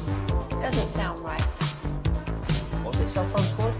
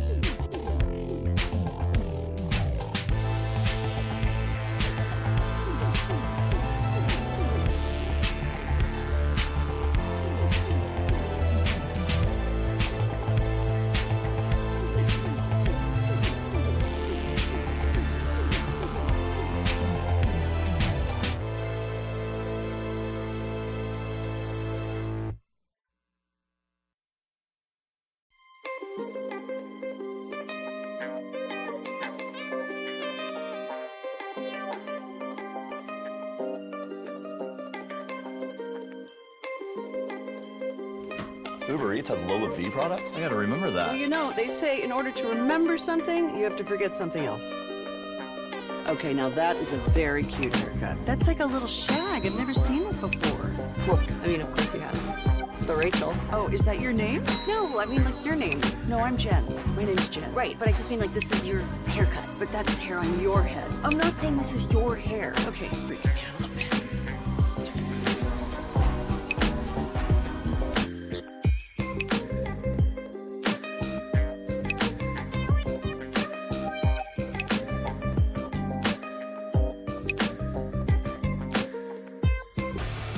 When's President Trump showing up?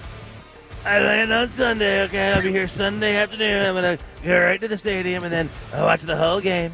A whole game. First president ever? That's stunning that he's the first president ever. But apparently, so I was talking to a police officer this morning, Sean. Wow. One of the state troopers. They all, like I said earlier, they look like they're about to invade Leningrad. That's how they dress their state troopers here in Louisiana. He said he's going to be at the entire game. And that will be the most secure building in the world. And no fans will be allowed to leave until he's out. They've got to yeah. Wait, you can't leave the stadium? I guess if you leave early, but if he, I don't know how much I'd be touting security based upon recent. Yeah, but if Trump in the events. game, because no one's going to leave the game early. Right, you know wouldn't what I mean? assume. But when he decides to leave, they shut down everybody else leaving. So whatever that is, whenever he decides that he's going to leave, they've got to shut the whole place down basically and let him get out. And then Travis Kelce was asked about him the other day. The Swifties are coming for Travis. So Travis was asked about Trump being at the game. Okay, cool, right? It's a normal question to ask. And he gave one of the most diplomatic answers you've ever heard. That's awesome. It's a great honor. I think, no matter who the president is, I know I'm excited because it's the biggest game of my life, and having the president there, it's the best country in the world. So. What a great answer. Good answer, right? It's a good answer, and this is why the country is full of losers. Well, the Swifties are mad. They think he's a bad boyfriend. Yeah, they think he's because a bad boyfriend. Trump and Swift don't like each other, not Cat fans lady. of each other. You didn't defend your girl? Yeah. Well, there's a big difference, as was mentioned, big difference between girlfriend and wife. Wife, you defend at all costs. Girlfriend, you got to play it down the middle sometimes. All right? But people were saying he's going to be her downfall. Sad to see my girl surrounded by so many bad people. Weird to say this about a man who bullied your girl. And then others saying there's no way you can be diplomatic about this. If you're neutral, you're siding with the oppressors. It's just a precedent. What should he have said? What? What should he have said? They wanted him to say, they wanted him to say, I hope he never comes to a game. I'm going to confront him. Pain. I'm going to confront him. I'm going to fist fight him for what he said. What the hell do they want him to say? This is so stupid. Corey Major sitting down with us for the KMC Masterpiece. I heard y'all discussing this, and I wanted to hop in because I was watching TikTok, and the comedian Josh Johnson has a bit about Travis Kelce. And he said, they asked him, because of his haircut, they asked him, hey, what's it like to invent the fade?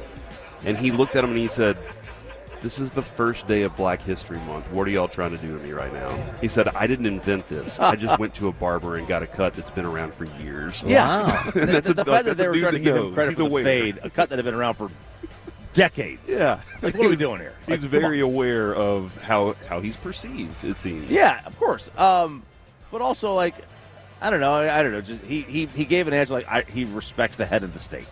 I'd play golf with anybody, any head of state I'm playing in the world. Kim Jong-un, Putin. Yeah, absolutely. What course? What course? Yeah. I don't know any courses. If he gets me on a good course, then I'll play with him. Oh, okay. If he's going to get me on a muni that I could play, then I might ask, how fast do you play? I'll play golf with anybody as long as they're fast. What's that golf course you love in Westlake or whatever? Oh, Vaquero? Yeah. What if he got you there? Sure. Yeah. Keaton. Who? Keaton over in East Dallas. Michael Keaton. Ooh. I haven't played that one. That was my OJ question. That's my all-time question. Would you have taken a selfie with OJ? Yes. And posted it? Yes. Yeah. You would have posted it. Because I also need a conversation. I need to talk to him. I'm asking him, too. Did you do it? No, I'm you're dead. not. Yeah. Why wouldn't I ask him? I'm only going to have one Because he might chance kill to talk you. to him. We have How one about chance that? to talk to him. Other Super Bowl But I'm prop not posting it, bets. I guess. By the way, Very disappointed in that dinner last night. That was a train I'm sorry, wreck. man. He liked it, he said. He said he thought I it was enjoyed great. my dinner. I thought it was really good. What did you get? I got the fish with Okay. the crab on top. Just the and service was rough. That happens. That happens, man. Chiafalo got drenched in red The wine. spill was bad. Spill was bad. We were swapping plates. We ate Woolchuck's oysters.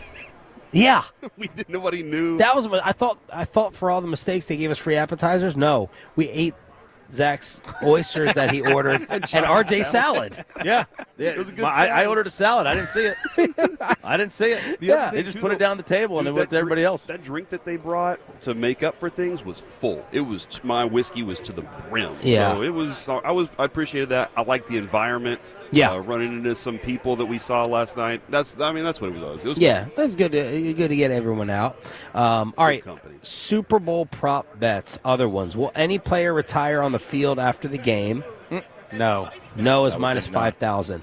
Will Andy Reid retire? No. No. He already said he wasn't retiring. Yeah. Minus 3,000. So, can I just go and put the house on? Yeah. No. Basically. I mean, minus 3,000. It's a lot. Yeah, in order to win $100, you got to bet $3,000. Will any player propose to girlfriend or boyfriend? See, if you're going to get the Kelsey one in that, they have to win. They're not. He's not doing that. Right? No, that would be too corny for him to do. Too corny for Travis? To do it, yeah. Like He's corny. She would be like, "Come on, what are we doing?" Well, Or she'd go, "Oh my gosh," because that's what she does. Will any player be seen smoking a cigar on the field? Oh, yeah. Yes. We'll see that. Yes is plus 550. Chris Jones. Ooh, so What? nose? What'd So you no's the favorite? I would absolutely take the yes. What did you just whisper? I didn't whisper anything. Oh, I thought Bernie Kosar was coming. Oh, no. What will Travis Kelsey say first on the field? You got to fight for your right to party. Damn is the favorite, then hell, then party, beer, Taylor, State Farm. What will happen? You can bet on all these. What will happen first? Saquon Barkley says happy birthday to me, or he's presented with a cake. I guess Saquon's birthday Sunday. I did not know that. He would say there's odds on him saying happy birthday to me. Like, that's weird. What will be the primary color of icing on Saquon's cake?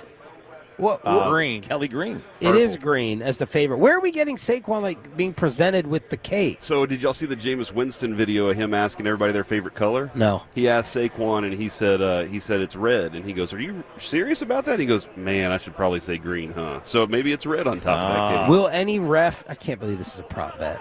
Will any ref do a jersey swap with Mahomes? Oh, my God. No is minus 5,000. What is yes? Yes is plus 1,000. All right, dude. So if Do they do jersey imagine swaps at the Super Bowl? Like, Do do they what? do that after the Super Bowl, though? All right, I No, don't those know. guys usually wanna at keep the end, those. like the visiting team doesn't even go shake hands. Like if you're a ref and you were going to retire after this game, then you would absolutely just play, lean into the bit. Oh my god. Lean into it. Yeah, sure. I'm going to swap jerseys with him. And Mavs fans, they're worried about Mavs fans. What would the losing team, the Eagles fans, do to that referee Oh, if he my God. swapped afterwards and then Oh. retired? Where will Andy Reid eat after the game? Big Deal Burger is the favorite. Then Crystal, then Shake Shack, Rally's, Wendy's, McDonald's, Burger King, Jack in the Box. How many patties will be on Andy Reid's post-game burger? The over-under. You could bet the over-under at 1.5. 1.5? Andy Over. Reid got Adam Teicher, Todd Archer there, a cheeseburger bar for his retirement the other day. That's cool. Got him a cheeseburger bar. Will Andy Reid say burger during on-field interview? Yes. No? Yes, he will. Yes is plus 550. No is minus 1,000. I'm owning these. I want to go get my burger. That's what he's going to say. All right, I'm ready. I'm done with this conversation. Time to go get a burger. Will Jalen Hurts sing Eagles anthem on the field? No. No. Yes is minus 200. No is plus 150. He seems so humorless. I would he bet does. heavy on no. Heavy no. Will liquid be poured on the winning coach before the game ends? Yes. Yes. Yes is minus 175. What will the Gatorade color be? Purple. Purple. Why do you guys say that? Because I read that was a favorite. Chiefs this have week. done it the last 2 years. Plus 140 for purple. What will be the position of the By player? the way, real quick, I found out that bet is the one that changes the most in Vegas of any of them because of insider information. And they Really? shift it like crazy. The max you can bet on that is $1,026. And that bet of 1,000 will shift that line more than anything else. What will be the position of the player that pours Gatorade on the coach? I feel like it's a big nasty over. Guard. Loftus. They're just going defense or offense. I'll go defense. Defense. What happens if multiple people have their hands on the cooler? I don't know. Defense is That's minus NOLA. 115. Is that because they assume it's going to happen during kneel downs? Yeah. So, so the defense would play more there. All right. The top 5 MVP most bet players. Most bet, Mahomes, Saquon, Kelsey, Hurts. Saquon 1, Mahomes 2, Hurts 3, Kelsey, then Goddard. Oh. Top 5 MVP liabilities. Nolan Smith, Dallas Goedert, Gardner Johnson, Nick Bolton, Juju. Nolan or Alden Smith? Yeah, that was a debate we had on the street the other day. We're walking to the hotel. He goes, "That's Alden Smith." I said, "Didn't you say Alden?" No, I said it was Nolan. You thought I said Alden because you were on a call. And you're like, Alden? You're like, no, it's not. I was like, yeah, it's Nolan Smith. And Although, out here in these streets, it would have made more sense for Alden. so he called out. He went, Alden. He's like, see, he's not replying. I was like, I didn't say Alden. I said Nolan. We'll finish with NBA championship odds updated after all the wheeling and the dealing. Who's the favorite to win the title? Lakers. Celtics, probably. Celtics. Yeah. Then Thunder. Then the Thunder. Then Denver. No. Cleveland plus 650. Then the Lakers at 9-1. Denver and the Knicks at 14-1. Milwaukee 25-1. Then Memphis 28-1. Then the Mavericks at 33-1, along with the Warriors. The Mavericks and the Lakers basically switched spots. And the interesting thing is the Mavericks went even further down. They got bet up to 33-1. They were at 40 to 50-1 after the trade initially. I think it's worth it to put $10 on the Mavericks. I do too. Ruben did too. Oh, he did? Yeah. After the trade? No, Ruben got it. Right? Ruben got it 20-1. He got it 20-1. So that $5. means it's gone back. Well, every casino's got different odds, though. All right, let's crosstalk for the final. Thank you, Corey Majors, for sitting down with us. All right, see you guys later. In place of Bernie Kosar. Sorry, Choppy. Look, he may never showed up at the Super Bowl anyway before. He may have been with Trey Wingo last night or something. Let's crosstalk with the KMC masterpiece to finish up Super Bowl week after this. And this is the Tolo team of attorneys, Frankel and Frankel, Mark, Scott, and Gene. They send us the same message every single Friday. Tell the Tolos to have an awesome, fun, yet safe weekend. Voted the best personal injury lawyers in DFW. They're chosen by the Tolos and feared by the insurance companies. Why are they feared? Because they know the enemy's playbook. The Frankels used to defend the insurance companies, and they use that extensive experience to advocate on your behalf. They are real trial attorneys. They're not these drive-by 1-800-HOUSTON lawyers who are illegally contacting you when they're not supposed to be. Do you want someone breaking the law representing you in the case after you get involved in that accident? Of course not. They have the experience and knowledge to win in the courtroom.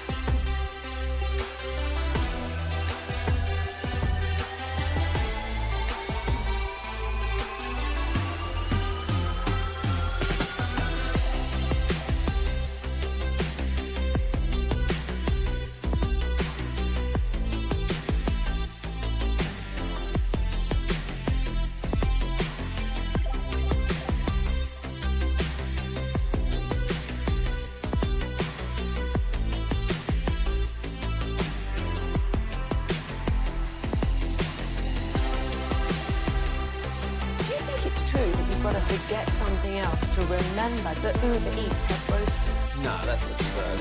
Hey, remember when you used to be a, what was it, Pepper Lady? Pepper Lady?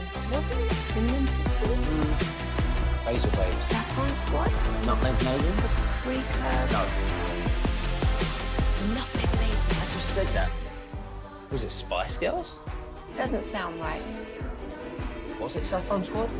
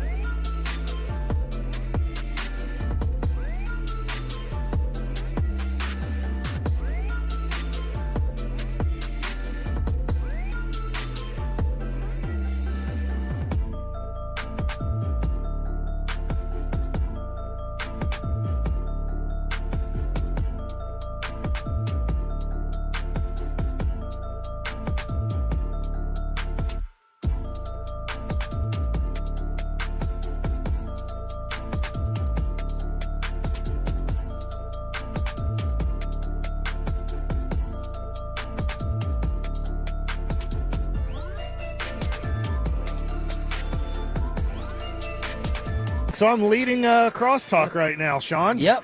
It's exciting news for the Last Dance here.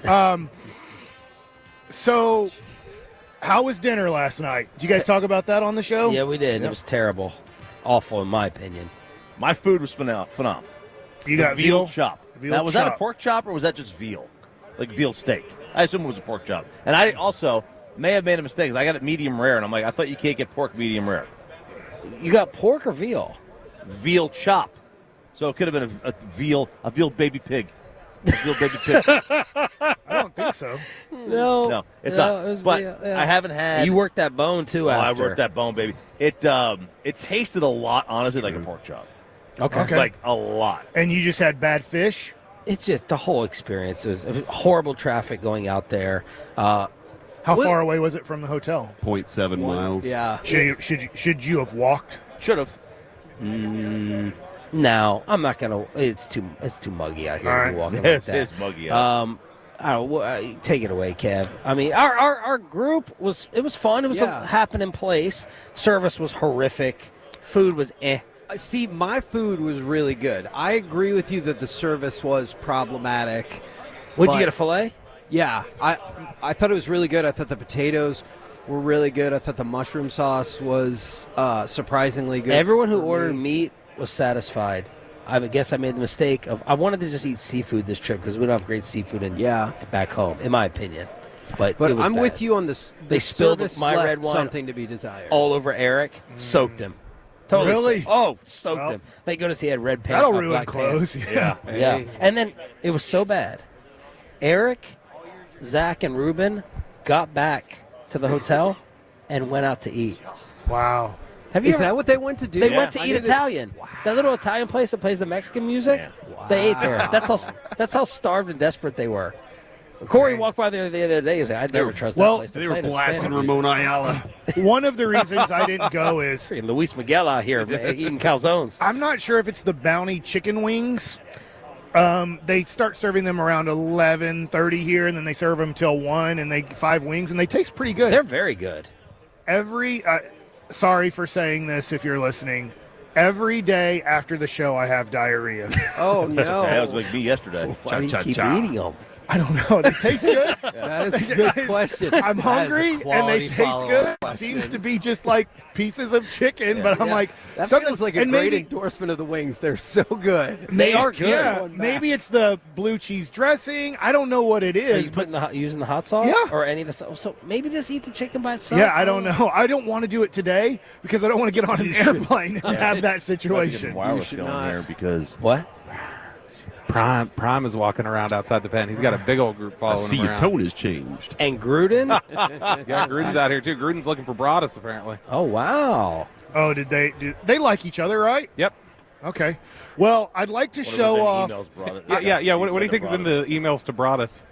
Oh, my God. Since I totally prepared for this crosstalk, I'd like to stand up if you're watching on YouTube or Twitch. This was a Christmas present, and I'd like for you guys to review this shirt. Do you think this is a good-looking shirt? Yes, I do. It is a black, Yeah, I like it. long Much sleeve better than your shirt. jeans. Yeah, I like it. Jeans are just Wrangler jeans. May I feel your Wrangler? See, I think your shirt is like your jeans. They're very nondescript. It's a They're shirt. fine. This is it's a good this is shirt. the dad bod Oh, shirt. yeah. So I was wondering what you guys think of. I'm wearing the dad bod shirt. My wife, obviously, she loves my gut. She feels good, too. She got me a dad bod shirt, so I was like, yeah, these actually do look pretty good. I feel like that's a bit of insult, though, isn't it? Yeah, I understand. Yeah. I mean, I'm naked in front of her quite a bit. She sees what I got going. Do you sleep naked? No. Just the best way to sleep. In fact, shirtless? I Right, can't. baby. I struggle to sleep shirtless. Sometimes you do get hot during the summertime. I struggle to sleep without, let's say, underwear or shorts on, and then with a t-shirt on. Yeah. So I struggle the other way. You don't sleep with socks on, though. No.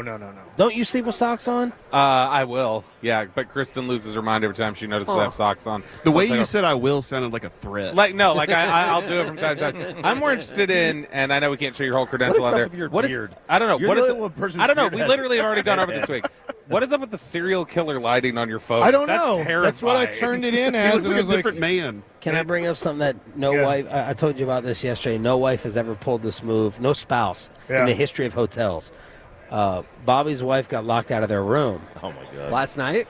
During the day. No, in the afternoon. Yeah, I was walking down the hall and saw her. You saw her? Yeah. And she refused to knock on the door as Bobby was in there. Yeah.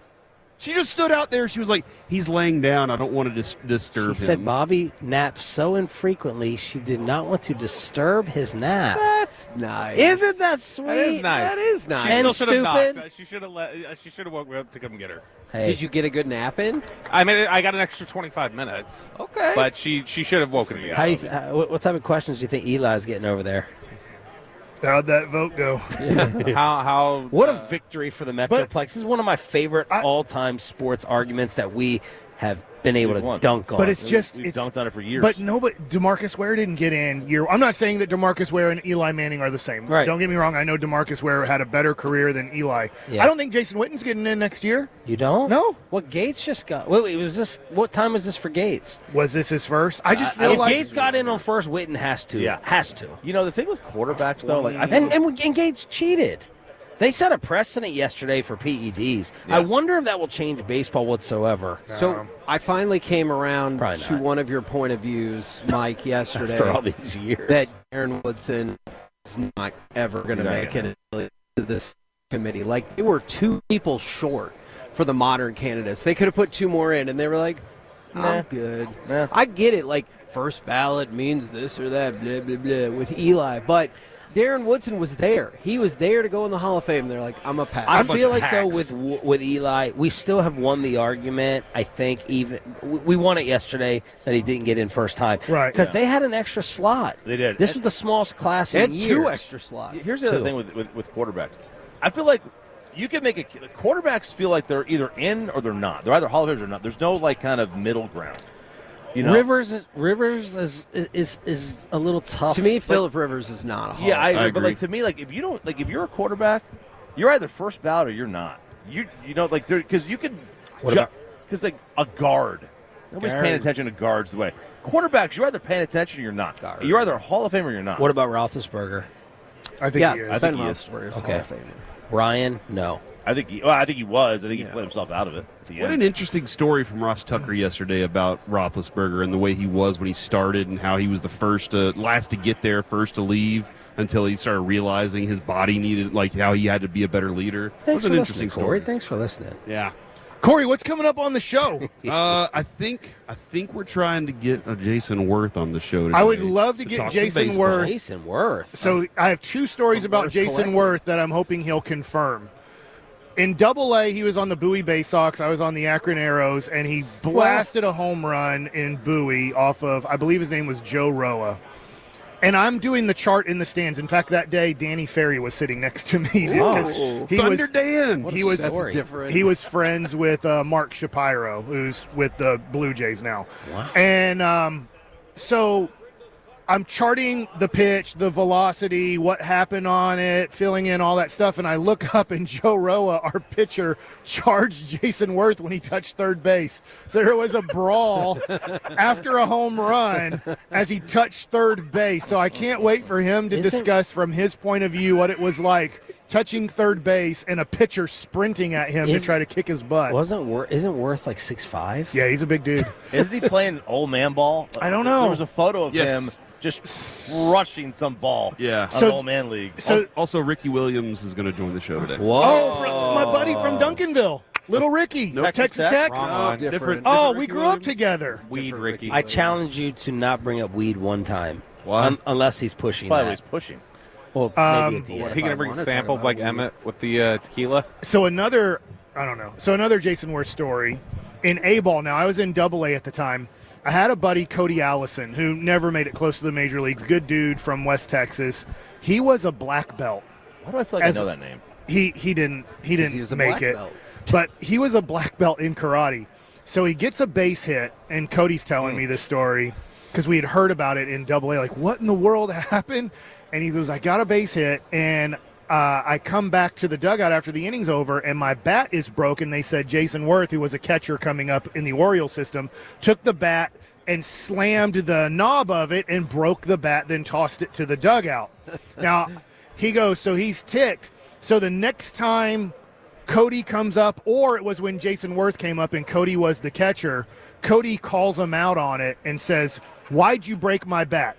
They exchange words, and then Cody puts him in some sort of death headlock. And Cody said, I had to let go because after a few seconds, I knew I could kill him and might kill him. Oh, my So I let him goodness. go. So I'd love to hear Jason Worth's story. Like the Rudy Gobert of baseball. And soft, too.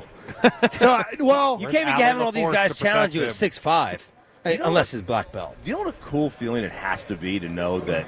Tell him that after I leave. You could just kill anybody you want to with your bare hands if you're like a black belt. Like, yeah. How do you walk around and not just think like I'm the GOAT right now? Because you are disciplined. Like that's That's part it. of Yeah, it. it's part of the discipline. You train discipline, so you're very and humbleness comes along with it. Unless you're one of these MMA fighters where the lifestyle is entertainment. But yeah, it's the discipline. I believe Cody's a firefighter or a police officer in Midland, Odessa area. Wow. Neat. That's What I think. Shout out Cody. I haven't talked to him in a long time, but good dude. Would you be afraid, say your manager told you to throw at, who's the psycho, is Tommy Fan the fighter? Yeah. I'd hit him, but I would be prepared to run. Like I'm You not. just got to avoid him enough till your first baseman gets Like there. Frank Thomas. Nothing against like Josh You're gonna Smith, like the it. Texas Ranger. But if they're like, you got to hit Josh Smith. If he charges me, I know that he can hurt me, but I'm going to be in a defensive position and hold my ground. Yeah. But if they say, hit Adolis Garcia, and he runs at me, I'm running backwards, hoping my first baseman and third baseman can intercede But has before he has gets a a hold of pitcher him. ever run Oh, away? yeah. Pedro, I think, did. Pedro started slapping and running away. You're not 75 years Sometimes old. some guys I'm will not throw the fighting glove you. at him. I think, was it Chan-Ho Park who tried to drop like a karate kick on somebody? Would you have run from Clemens when the Mets were telling y'all to plunk Clemens? I was on the team when Sean Estes, and I think missed him intentionally. Bobby Valentine was furious. Missed him intentionally. Because he knew he had to hit him, and he missed him 2 times, and then they're like, warning, like, it's over. You can't do it again. So they didn't get Clemens for, 1, throwing the bat at Piazza, and then 2, he plunked him in the head, like almost killed the guy. So, all right, well, that's my time. Well done. All right. I hope you guys enjoyed it. I did. Have a safe trip back. Thank you, brother. Hopefully You we'll guys- see you at home. You guys, we are going to see each other. Oh, my gosh. All right? It's not like we're going to the Mavs game. Calm down. How about the Mavs going all the way now? Who wins the championship first, Mavs or Cowboys? Tolos have voted 70%. Rangers. On 105.3 The Fan. Thanks to Comerica, you can listen to Sean.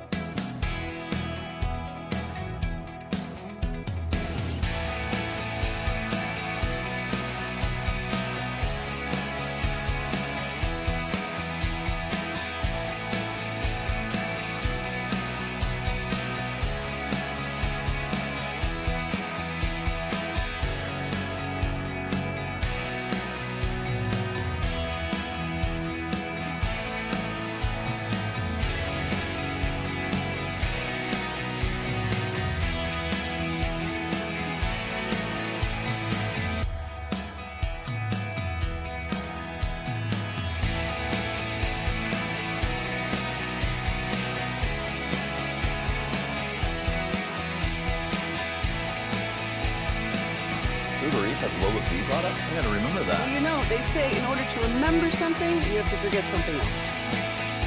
Okay, now that is a very cute haircut. That's like a little shag. I've never seen it before. Well, I mean, of course you haven't. It's the Rachel. Oh, is that your name?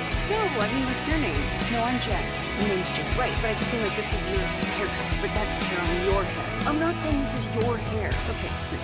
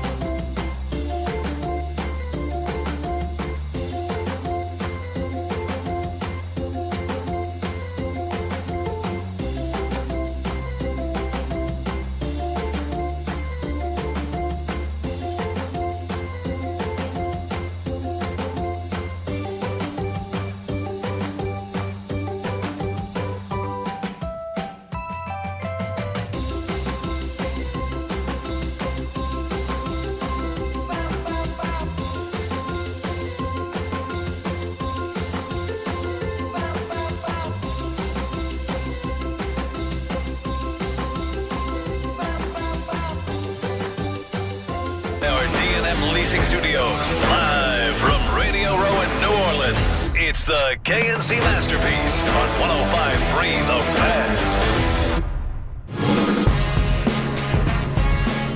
KNC Masterpiece right here on 105.3 The Fan. We're live from Radio Row in New Orleans, courtesy of Stella Artois. Thank you very much for helping this happen all week long. Thank you very much to the Tolos, the Twolos, the YouTubers. Let's have another damn fine show. You got me, Kevin Hagelin, Corey Majors, the famous Mike Bassick, the more famouser Alec Medford. Gentlemen, welcome to the program. How we doing today?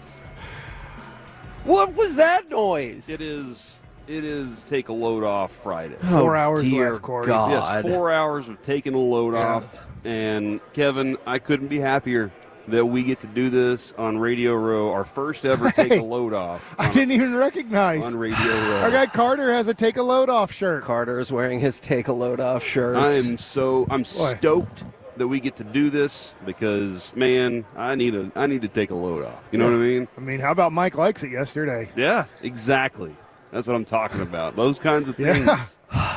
Is this going to be a really long day for me? For you? I hope so. Or you could just join. He hasn't yelled at us. He did. Remember he told you to shut up. Yeah, but not loud enough that everybody stopped their show to look over here. That hasn't happened You're yet. right. It hasn't where everybody's happened like, where "Oh no, what's stopped. happening over there? Is that show going to never be back? Like at the Super Bowl because they're going to get kicked out because they're fighting with each other." All right. I'm going to give this a shot nonetheless. It is also a shout-out Friday. If you want to get your shout-outs in, 877-881-1053, Frankel and Frankel Injury Attorney text line. Let's do some Super Bowl overreaction or reality. You guys ready? I hope. Yeah, Okay. for some reason I expected like music to drop right. I have no clue why. It's never done that. It was like, It's like ooh, not like us hits, and you're like, okay. Just for future, don't ever ask if we're ready. That's true. Just be ready to repeat the question. Okay, that is fair. Man, I this think I is a had long him. day. I think I asked him to repeat a question last night at dinner. Yes, that is definitely something that happened. And you did it the same way you do on air. You go, yeah, but like, can you just tell me your question again? I was like, God. All right, overreaction to reality. Eagles fans will turn on Jalen Hurts if Philly loses the Super Bowl. Have they turned on him already? I don't- because he's not. See, I don't think so. I thought they did at the end of last year. And then they're back. But then they seem to be right back in. You know, Jalen Hurts would be the youngest starting quarterback ever with multiple Super Bowl losses. Because usually the young quarterbacks don't get back. You know, like Or they win the next one. one. Or, yeah. Wow, that is crazy. When you say turn on him, like you mean like we don't want him to be our quarterback anymore? Or like he'll never win anything. Well, it's Philadelphia, so probably yes. That's true. But you have to understand, only Tom Brady has beaten Patrick Mahomes twice and Joe Burrow once. So I tell Philly fans, hey, Washington's an up-and-coming team. That's a team, obviously, you just beat to come to the Super Bowl. You're going to have to watch out for them and other teams in the NFC. But you should be pretty good. The Giants and the Cowboys probably aren't going to be very good the next few years. So I would say, I don't know what to tell you. Just hope if you get to another Super Bowl that Kansas City's not in the Super Bowl. And that's if they lose. And I don't know when that'll happen. When they won't win the AFC Championship and be in the Super Bowl. I have no clue when to predict that. All right, Super Bowl, overreaction or reality. The Chiefs' run at a historic three-peat is fun, not annoying. Because, like, outside of the refs, there's a lot of people who are like, I just don't want the Chiefs to win. And I just don't have that same sense of fatigue with them, I guess, as some people. I think it's neat. I think you need, well, in football, you don't need any team. It's good, right? It doesn't matter who plays. Yeah. Like, it could be two, let's just say, I don't know, Seattle maybe. I think it helps, though. You're right about need. Yeah, but other sports need. I agree. The Dodgers and the Yankees and Boston and stuff like that. Football doesn't need it, but I think it's pretty awesome because they came up with this thing called the salary cap to stop dynasties from happening, and all we're seeing is somewhat dynasties happening. Yeah. People hate Philly fans.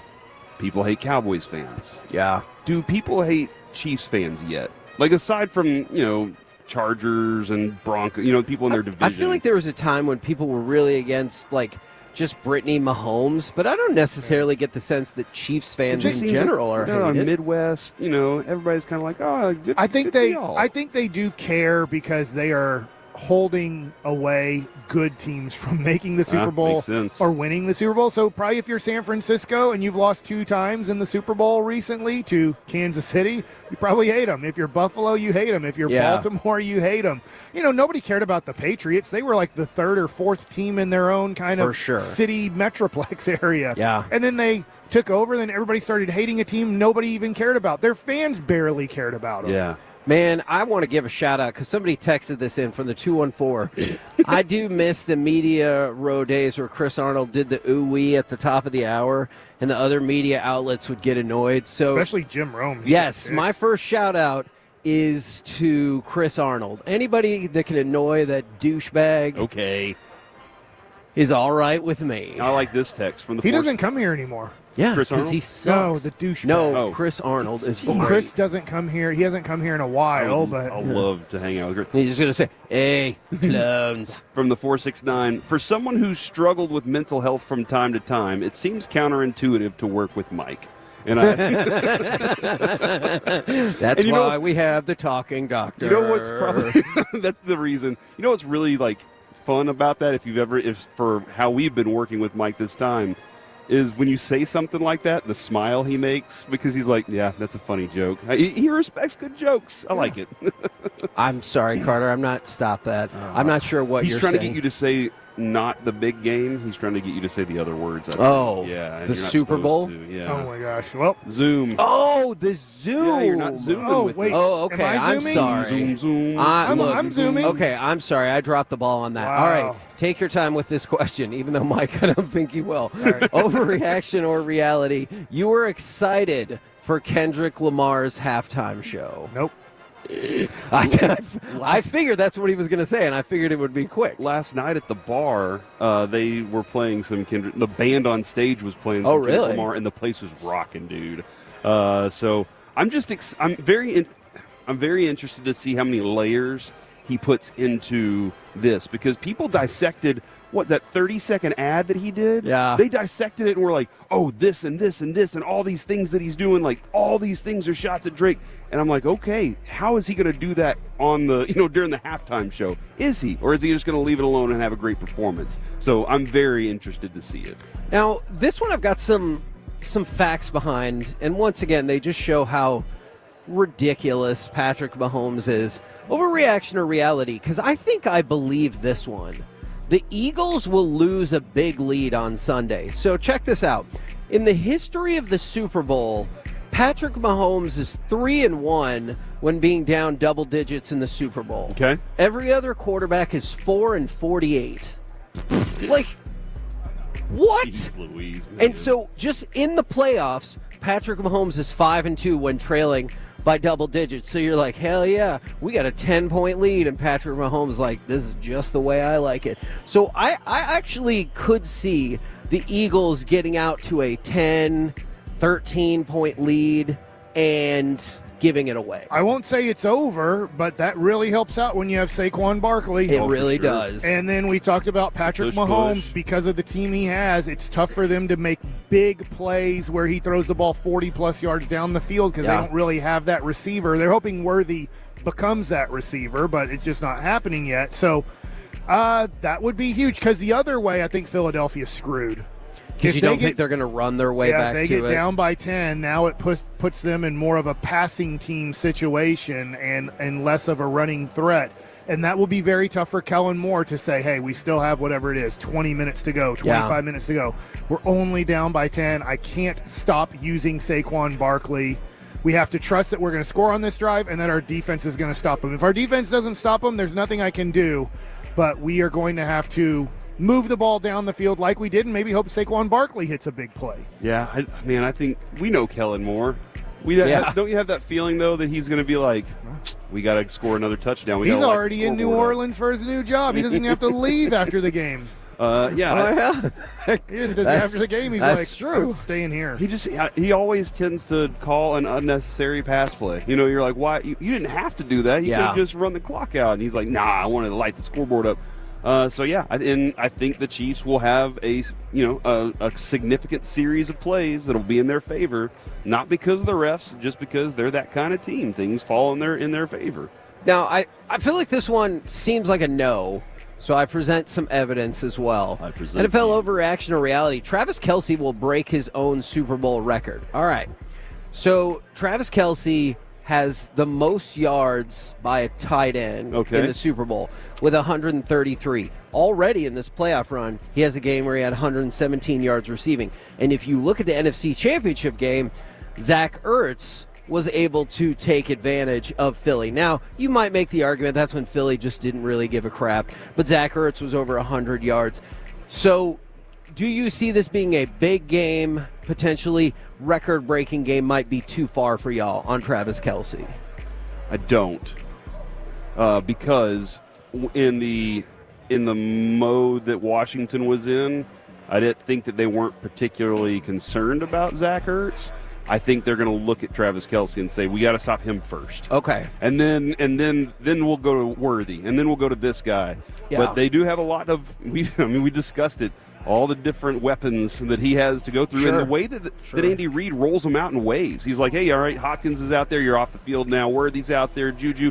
He's got all these groups that he can go to. Even like he's got all these big tight ends that are like mimics of Travis Kelce. So I don't think he will, just because I think they're going to try and focus on him. Yeah, I think that the other thing, too, is I'm assuming, I don't know this, that the Eagles are going to concentrate, especially early on in the game. We're not going to let Travis Kelce get going. Right, exactly. That's the one person that you're like, look, it seems like, and the Chiefs are okay with that. They'll figure out a way in the third or fourth quarter when they need him to really use him more. So I don't see it. Okay. I think it'd be a mistake on the Eagles' part to be like, let's just cover him with a linebacker or have a safety 8 yards off of him, and we're okay with him catching 4 and 6 yard routes early in the game. Kevin, can I ask a question? Sure. This is baseball. Is that okay? Yes. When a pitcher starts a game and has 2 strikeouts to start the game, do guys start going, we gotta not let him get going? Is that a mentality where they're like, it matters he's who the already in it? pitcher is? Okay. So DeGrom. I mean, I'm going or I'll use an older example. Okay. Is Bartolo Colon. When I right. played with him on Cleveland or when he was with Anaheim, he would start the game off throwing 93, 94. And you better kind of get to him then. Another one of my teammates, Tom Glavine, was always known as being a slow starter. He would always have a higher ERA in the first inning. But if you didn't get to him in the first or possibly second inning, Tom Glavine's going 7+ innings on you because you didn't up his pitch count, you didn't put pressure on him, and then Bartolo would start throwing 100 miles an hour in the 5th inning. And so it was he like did work his way up. It was like Bartolo slowly worked into, I'm going to give you my stuff at 80% to start the game, 90% by the 3rd inning, and then I start racking it up to 100% 5th, 6th inning and on, and that's how he could throw complete games back in the day. So it just matters who you're facing. Nowadays, so many guys are going all out because they know that they have 90 pitches, 5 innings, so they're not really pacing themselves for a long game. Gotcha. Super Bowl overreaction or reality. Spags will blitz Jalen Hurts into the ground. This is interesting because yesterday when Baldinger was on, I loved what he said about Chris Jones. Such a smart fella. I love talking with Baldy.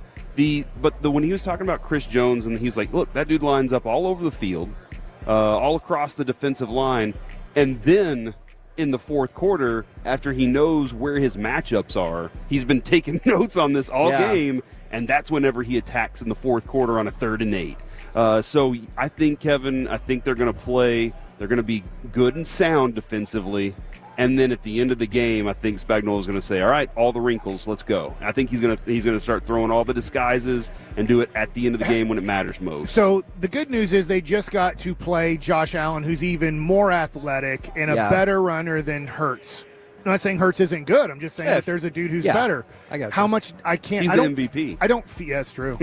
I don't feel like they blitzed him a lot until the game got close on the line. Now, I mean, I could be no. wrong with You're totally right about you that. are, yeah. Here's my question about why it might be different with Jalen Hurts.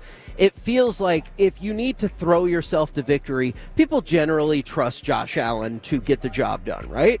I don't think that's the case with Jalen Hurts. So I am kind of wondering if they're like, let's bring the heat, see if we can rattle him early because he ain't throwing them to nothing. And he does tend to get rattled once if it happens early. So you might be dead on. I'm just curious. Whereas if that's, Josh Allen has a very short memory, Yeah. and it just seems like he's like, all right, but at the end of the game they needed a play. So maybe you got a really good point there, Kevin. Now this is a really weird factoid. NFL overreaction or reality. The team that scores last will not win the Super Bowl.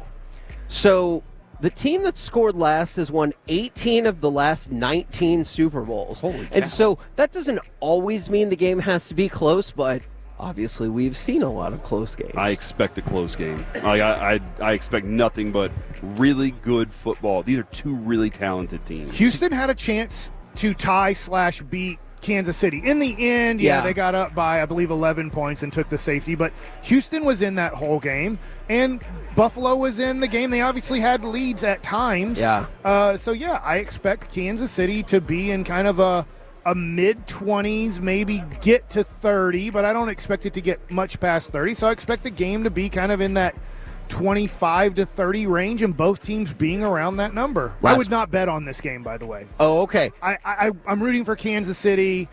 I wouldn't bet against Patrick Mahomes, but I wouldn't want to put a lot of money on this game. I do not have a good feel for this game at all. What is the spread? Is it -1.5? 1.5. Yeah, see, that's too close for me. But I expect this game to be that kind of close game. So you say last score wins? I think so. I think it's going to be one of those Harrison Butker field goals. And then everybody's really happy about that. Yeah. Because of the Chiefs. Man, there are certain players that, it's all about football, but if something happens with this player or that player, it's going to take on this bizarre life of its own. I didn't even mean it that way, honestly. I know. I thought about it. Once I said it, I was like, oh, yeah. We're the KNC Masterpiece right here on 105.3 The Fan. Coming up next, let's do some Super Bowl prop bets, the long shots, the easy plays, and the bets that are going to be huge. Next on The Fan. Full KNC Masterpiece shows available anytime on the Honest.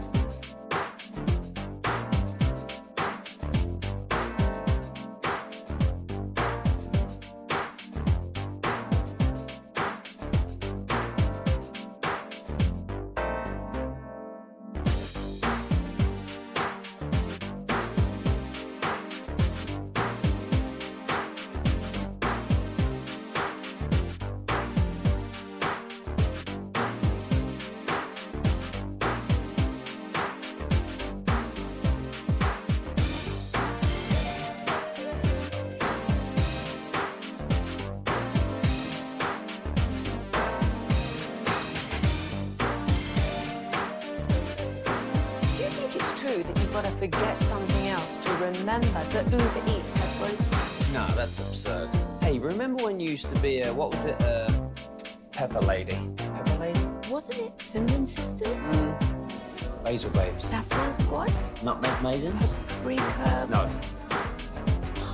Nutmeg Maidens. I just said that. Was it Spice Girls? Doesn't sound right. Was it Saffron Squad?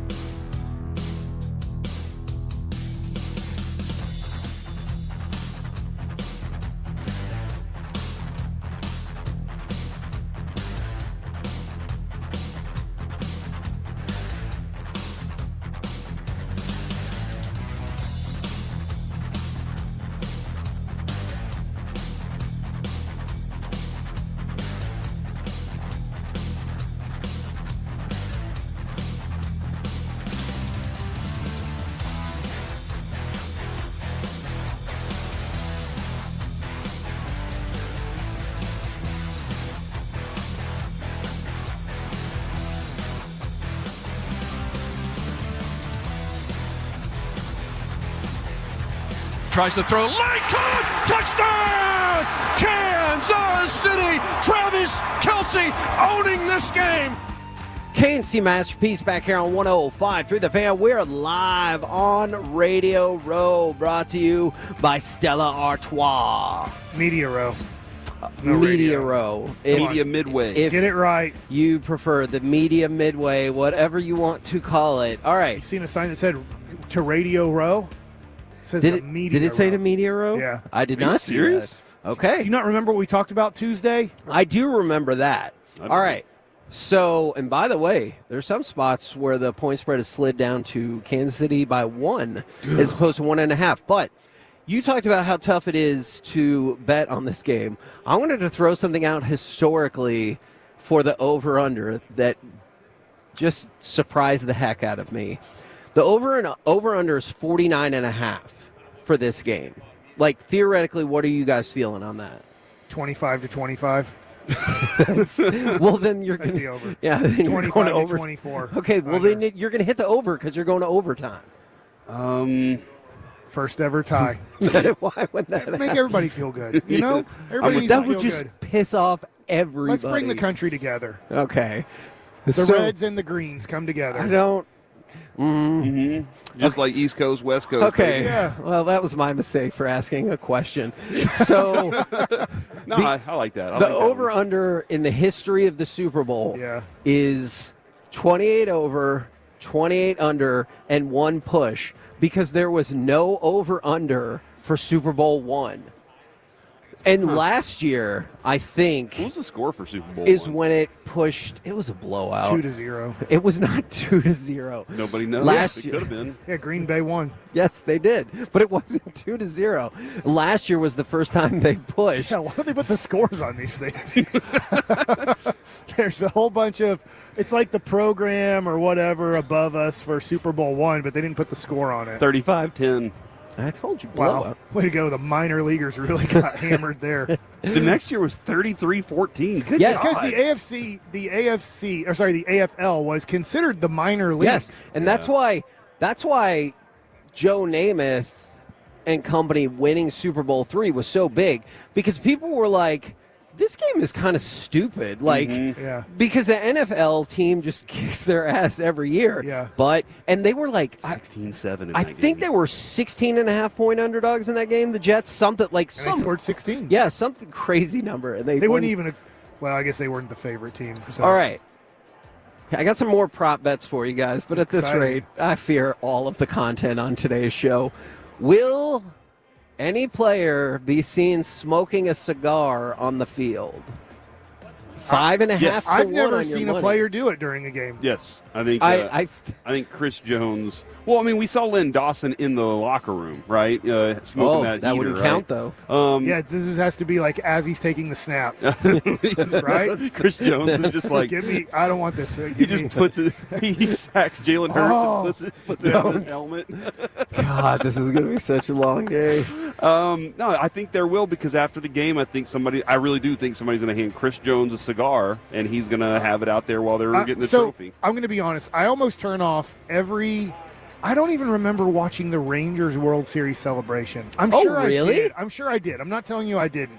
Other than that, I'm with you, but I definitely watch that I usually turn off Yeah, the I'm game with after you. it's over. Like I maybe might watch like they get to Patrick Mahomes Yeah. really quick and say something, but I'm kind of like I don't watch the whole thing, so I'm not sure how many times I've seen guys smoking cigars or not after the game. From the 940, yep, Luca will be there smoking on the field. Well, I remember I watched that the Peyton Denver Broncos Super Bowl win because I wanted to see if he was going to like announce his retirement on spot. But Yeah. other than that, I'm with you. All right, you guys will enjoy this one. Which word will Travis Kelce say first on the field? Damn. Would be in the post game, I assume. Damn, hell, party, beer, Taylor, or State Farm? I think wow is going to be the first word. Oh, that's not one of your 6 options. State Farm, then. I'm going to go with that one. 12-1 on your money if State Farm is the first thing he says. I think he's going to say, "Hey, hey, hey." Yeah. I don't have betting odds for that. All right, which will be magnitude? Oh no, is the thought that He's thought really that smart. Travis Kelce is not He's smart? actually a smart Okay. guy. I just think it's funny. Which will be higher? Total points scored in the Super Bowl. Or Pac-Man Jones here at Media Row. Nobody's higher than that. Or the longest field goal made in the game. So total points or the longest field goal made in the game. So You guys say Philadelphia is in trouble with that one, right? Yes, Jake Elliott can't make long field goals for crap. Give me the man who thanks his wife, Harrison Buckner. Okay, Buckner. Butker. But again, this is not a choice between your kickers. Are you just saying you No, take I'm just saying the like he's longest probably field the goal? one that Okay. will kick one I longer. agree. Because you guys are saying the Philadelphia kicker is inconsistent, right? I feel like they're not really going to take a big risk unless it's fourth quarter, late in the game. They have to on like a 60-yard field goal. I think 55 is probably the max that I feel that they're going to go for. Okay. And I think there's going to be more points than 55. Okay. So your big bet would be, I'm not saying you're betting, but would be picking the over in the game if it's 49.5. I think so. I think I am. I think this is going to be like a 28 to 27 kind of, like 28, Bet it all. 26. Like, what college do you think your kid wants to go to right now? He wants to go to Berkeley and Boston. The Okay, music so that's school, probably like $80,000 a year. But he's probably going to UNT. Are you going to tell him That's to a bet all his Yeah, savings? Take it out Oh his my college gosh, savings when don't you get do home. that. Fly to Vegas No. and put every dollar you have on it, and then be like, "This is your chance to Why go to wouldn't a you good just make school the bet here? in Louisiana." Yeah. They have a sports book here. Yeah. All right. You You don't have all your money yet, right? Call up your wife. Tell her to get everything liquidated. And then put everything on it. Be like, look, our kids are either going to college or they're going to a trade school. I prefer Mike to make plays on daily fantasy instead. That's See? the way I like Underdog. to rock it. Yeah. Best place to go. I'm going right now. Okay, great. What is it called? Underdog? Underdog. .com? You can go to underdogfantasy.com or download Underdog on your phone. Underdog. All right, Corey, Fantasy. I'm going to be busy right you now. like the long shots. I love the long I got a long shot for you. Jalen Carter to record a sack, cause a fumble. That's blocked by the NFL. Yeah, the NFL won't let me underdog it Well, right that's now. stupid because it's daily fantasy. Well.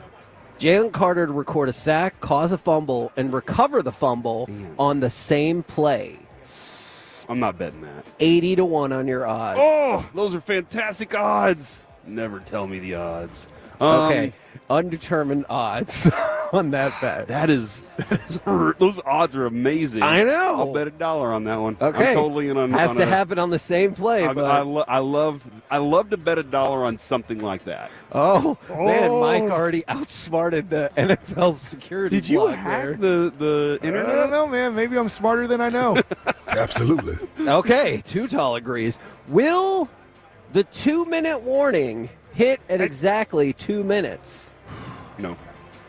We have two different tries. That's true. 4-1 on your money. Because I believe that this is going to be a close game, I think they're going to be trying to make plays at that time. And I feel like a lot of times they go over or around it.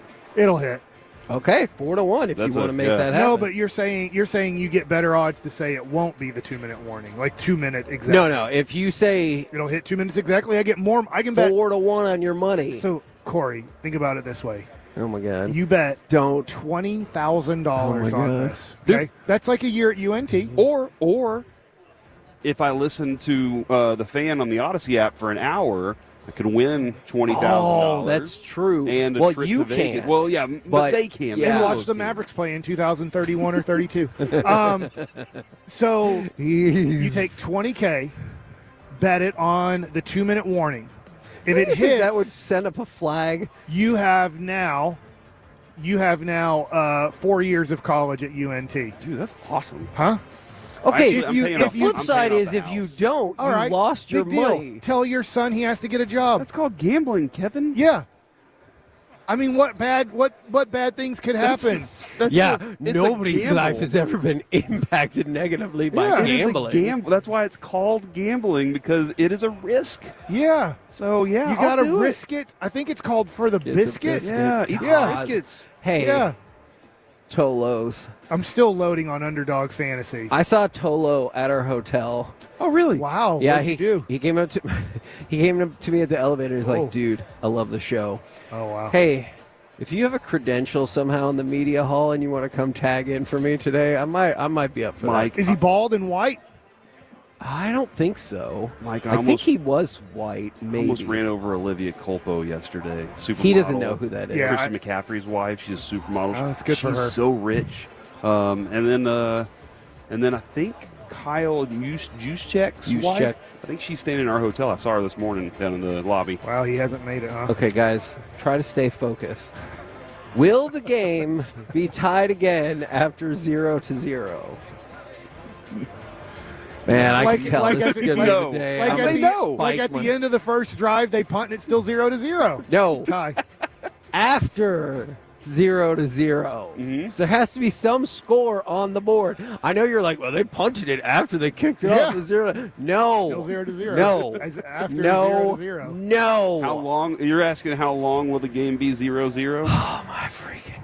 That's a good question. Yeah, can you? How is that a good question? I'm ask gonna it in the guess. form of a sentence? I'm gonna guess the over under is the 8-minute mark for 0-0. I'm going to guess that it will be tied at 0-0 and another number. You know what? I hope you do get diarrhea again. How about that? All right. Oh, man. Since you can't yell, I'm taking a load off. Yes, I can't I yell. hope so, too. And I hope after I get diarrhea, you have to pee really bad in the same restroom on the plane. All right. Hey, Tolos. Do you want me to announce to the plane? Sorry, everybody. I had diarrhea. Oh, Now, the amazing fact that nothing seems to embarrass you is infuriating. All right. Don't worry. Okay. How many times will President Trump be shown live during the Super Bowl? Twice. Ooh, that is the over-under. Oh, crap. 2.5. Okay. Is she You sitting take with you. Taylor Swift? I don't No, believe there's- so. That would be super weird. Very That'd be awesome. fascinating. But that Or being Kendrick said, Lamar? That would be awesome. that being said, and this is Ain't you showing know, P. Diddy there. I know what Kevin. I know what politics has Bet done on to that. us. I know it has divided us in a lot of different ways. But I still have a lot of respect for the position. Yes. And so, like, if somebody said, "Hey, the president has asked you to come to the suite," I'm going. You know, it doesn't matter who it is. It's the president, so I'm going to go, and I'm going to, again, have my opportunity to say how I feel about it. I'm with and you. hopefully, as the president, they listen and take that information for what it's worth. You're going to give him your political thoughts during the Super Bowl? Yeah. Or whatever I feel What's like he I going to need. do? Leave the game? Whatever it is, yeah. No, actually, he won't. Yeah. I don't think he's staying there for the whole game. Exactly. So I don't think he's there at Tariff! all. That's what he's going to do. Okay. Tariff on your house. Mike, every part of me is like, don't ask This this is exciting. question. There's no baseball nuggets today.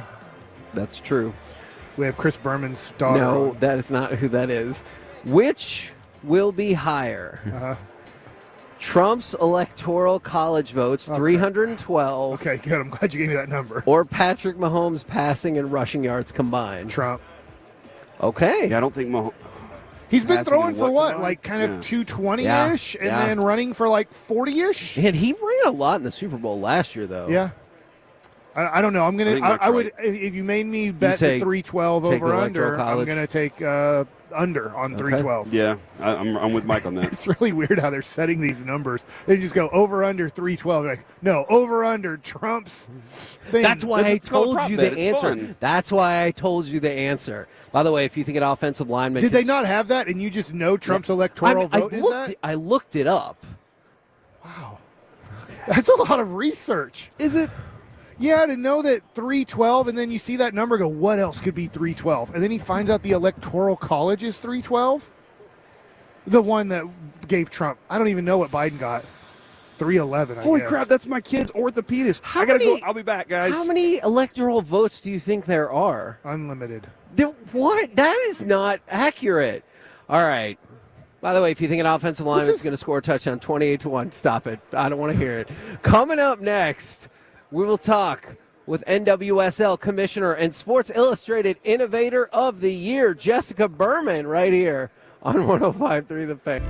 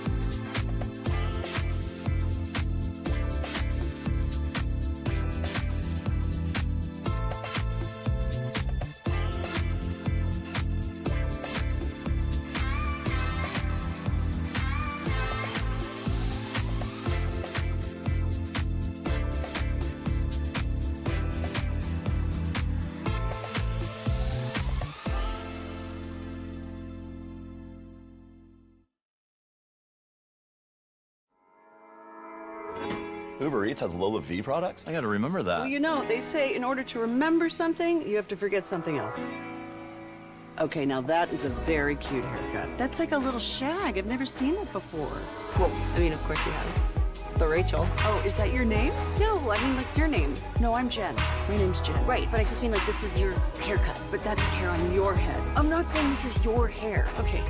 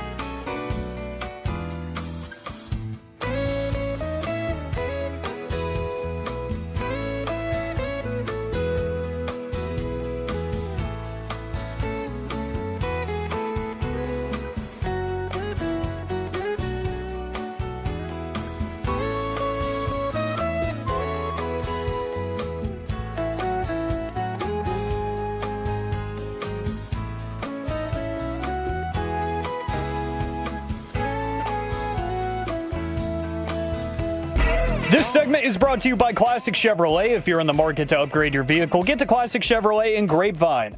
Back-to-back #1 Chevy dealership in the world. They've got more new Chevys than anyone, all priced to sell. Visit ClassicChevrolet.com. This is Texas. This is Classic Chevrolet. Together, let's drive. Based on new Chevy registrations 2023 and 2024. KNC Masterpiece right here on 105.3 The Fan. Look, things are always moving and a-shaking and a-changing on Radio Row. So we're going to pivot right here. Media Row. So we're going to pivot right here. And instead, how about we do some Forgiveness Friday? 877-881-1053. Do you need to ask somebody for forgiveness? Does somebody need to ask you for forgiveness? Or did you not vote for this man? Alec, please give me cut number 11, because who needs forgiveness is the Hall of Fame voters, the Hall of Fame voters, and the Hall of Fame voters. Ball at the 8-yard line. Pressure on Cunningham. Oh! Intercepted. Darren Woodson. That's 6, baby. Nobody's touching him. He'll go all the way. And this crowd will be silenced. So I told you in the crosstalk, Mike, I've definitely come around to your point of view about how he's not going to get in, Darren Woodson, that is, until he gets to the senior committee. That was evidenced again this morning. I was watching ESPN, and Adam Schefter was taking aim at the small Hall of Fame class. And they were like, obviously they talked about Eli, and they're like, what about this guy? What about this guy? What about this guy? And then, I don't know, the 6th person he brought up was like, oh, yeah, Darren Woodson. And so I'm not saying that's indicative of how the voters feel, but he does feel like an afterthought to some of these people.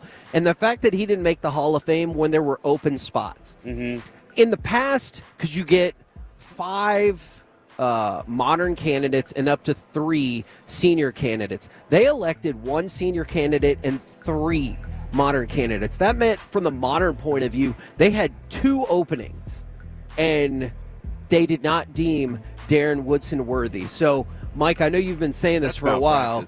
What's that? I really think that's malpractice on their part. It's embarrassing to me. I to really do think it's bad.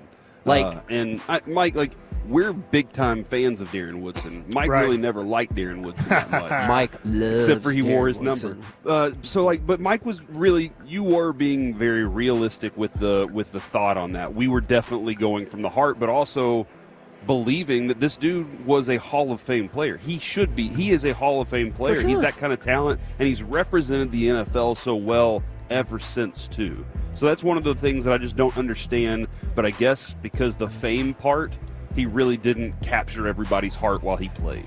That's unfortunate. And he played for the Cowboys. That is not good when it comes to the Hall of Fame.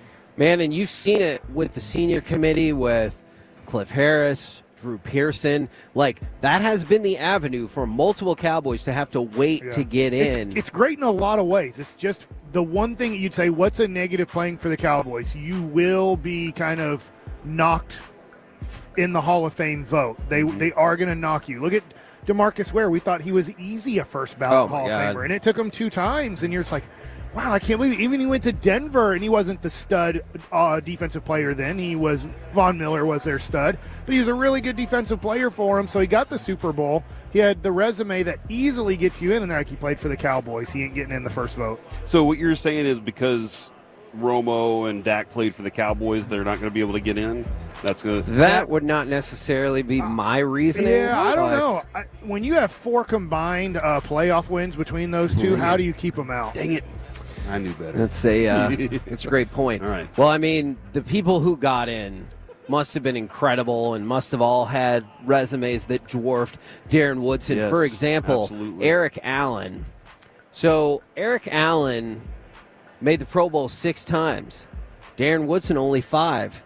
So I guess if you care about that nonsense, that's more. Let's see. Number of Super Bowls won. 0. Darren Woodson. Number of Super Bowls won. 3. Number of first-team All-Pro selections. Eric Allen, 1. Darren Woodson, 3. Back to back to back. In a season in which they made it to the NFC Championship game, and then a season in which they made it to the Super Bowl. I I know they don't. Look, it's a cornerback versus a safety, so the interception statistics clearly are on the side of Eric Allen, while the tackle statistics are clearly on the side of Darren Woodson. But he's 21st all time in interceptions. Yeah, that's really far down on the list. He's behind Eugene Robinson, right, just barely above Mel Renfro. Like, I don't know, man. I wouldn't have done that. And I just wanted to use him as an example of that's who we're putting in and not Darren Woodson. Is Cubby in? Everson Walls? No. 57 interceptions to Eric Allen's 54. Yeah. And also, like, one of the most amazing seasons we've ever heard of. Yes. His rookie year. Yes. But he played for the Cowboys. Yeah. And he won a championship with the Giants. Wow. And see, from the 254, maybe y'all are putting Cowboys players on too high a pedestal. I don't think so. I'm not trying to put all of them in. There's a select few. I'm just putting these two side by side to look at their resume. Super Bowls, Woodson, first team. I think most writers hate the Cowboys, and they hate how much coverage they get, and their stuff doesn't get as much coverage. Now, remember, this is coming from a person who's quipped the Cowboys, but it's not right, but I do get it from their perspective. They're like, F the Cowboys. I write for Washington, or I write for Kansas City, or whoever it is, and they're like, they get all the coverage all the time. Yeah, their careers are more famous. You know, these people are more famous covering the NFL because they're covering the Cowboys. Screw them. I'm not putting them in the Hall of Fame. And I think you're going to see it with Jason Witten next year. I really do. Yeah. I think he's going to get in. I just don't think it'll be first ballot. Well, and does he deserve it? 100% he deserves it. I don't necessarily think first ballot anyway. But so I don't think the Cowboy thing's holding him back. That's just my opinion on Jason Witten. Okay. But I do think that he'll get in. I just don't think it's the Cowboy thing. I just think that he's a little lower down on that Michael list. Irvin struggled to get in. Yeah, I mean that's a valid point. That's true. That is true. All right, so I want to take you to an insurance company. I think they need to ask for forgiveness because this dude at a St. Bonaventure women's game, he got picked. Have you seen this story? No, but I have a St. Bonaventure story. You do? That is from Radio Row over there in just a little bit. Go ahead and give your story. That is crazy. So he did the challenge where, you hit the layup, hit the free throw, hit the three-pointer, and then shoot the half-court shot. It was for $10,000. He makes the half-court shot, and the insurance company is like, I think your foot was on the half-court line. Not over the half-court line, but on the half-court line. Insurance companies are the worst. Yeah, so we're not giving you the money. And he was like, but nobody told me that was the case. And they were like, nope, sorry. So what happened was, I guess St. Bonaventure was playing UMass. UMass offered the fan 4 tickets in a suite, 2 courtside seats to a UMass women's game, and $100 in concession stand gift cards. Nice.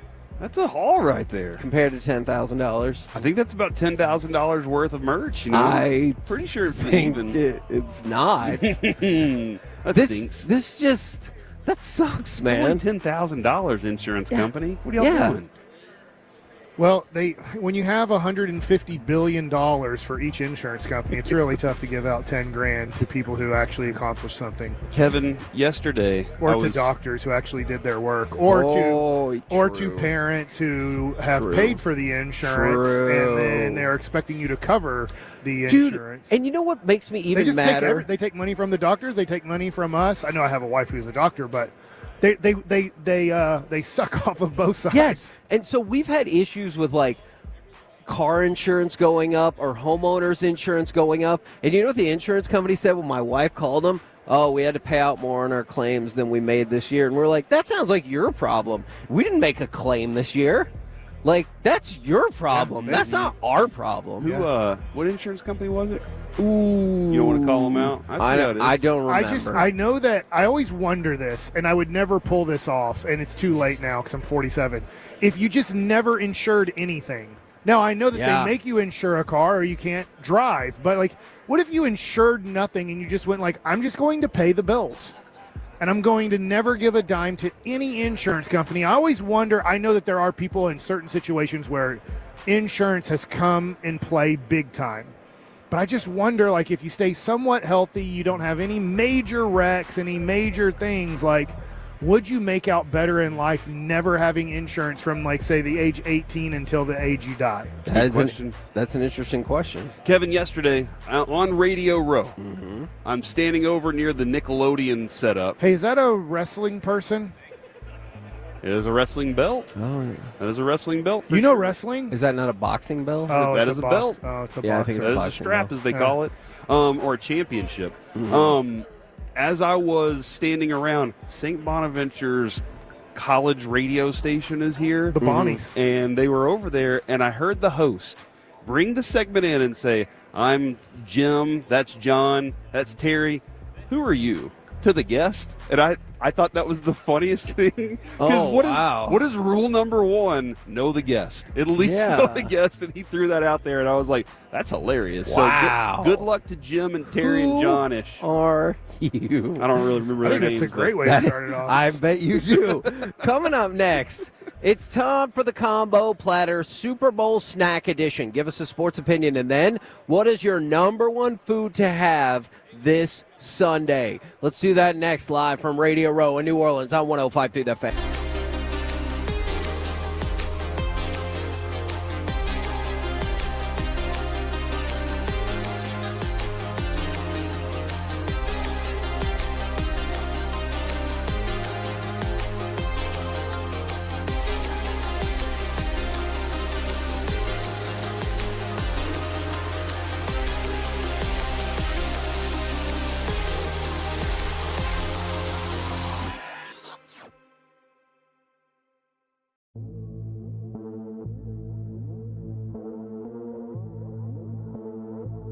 Do you think it's true that you've got to forget something else to remember that Uber Eats has groceries? No, that's absurd. Hey, remember when you used to be a, what was it, Pepper Lady? Pepper Lady? Wasn't it Cinnamon Sisters?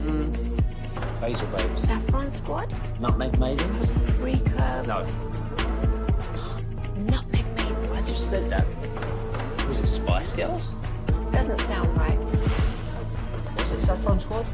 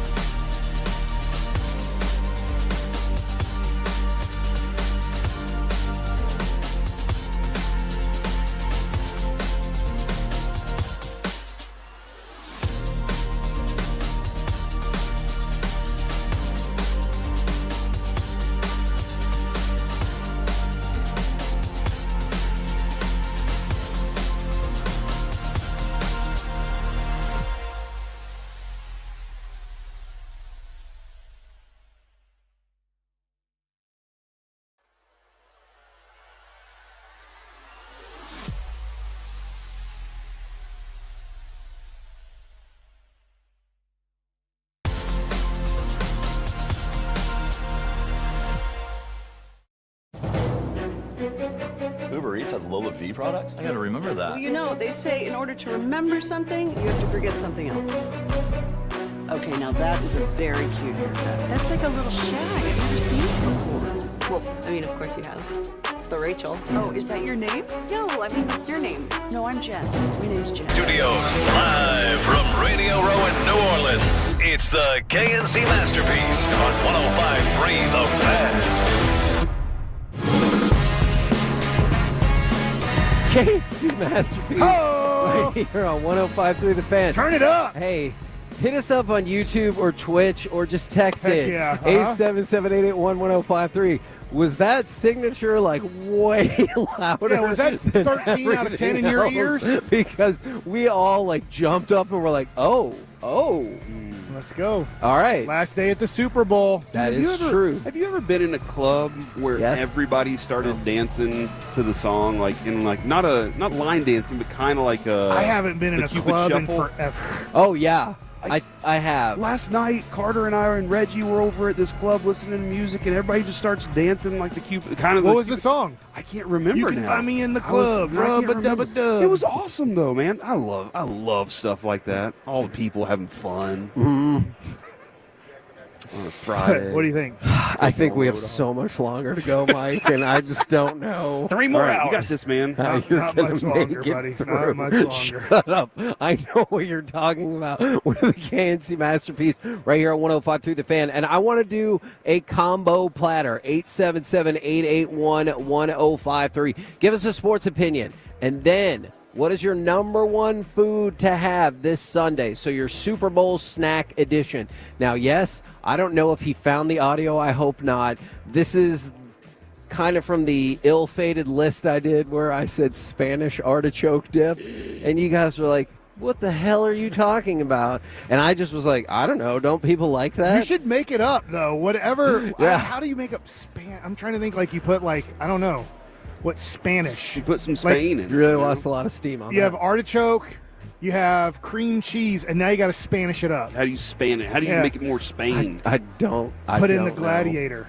Okay. Spaniard. Yes, that's true. Except so, it's not from Spaniard. give us a sports opinion, and then He's from Caesar. what is your number one? Caesar salad. Oh my! It's not Roman Spanish salad. artichoke dip. All right, hey, let's be serious. What's No, your number that's one? not. Let's be snack serious to for have? half a second. Somebody just all talked right? about laughter. A day without laughter is a disaster. Okay, You're so lucky you've living laughed. in Big D. So That's now, from Lasher Z. stop.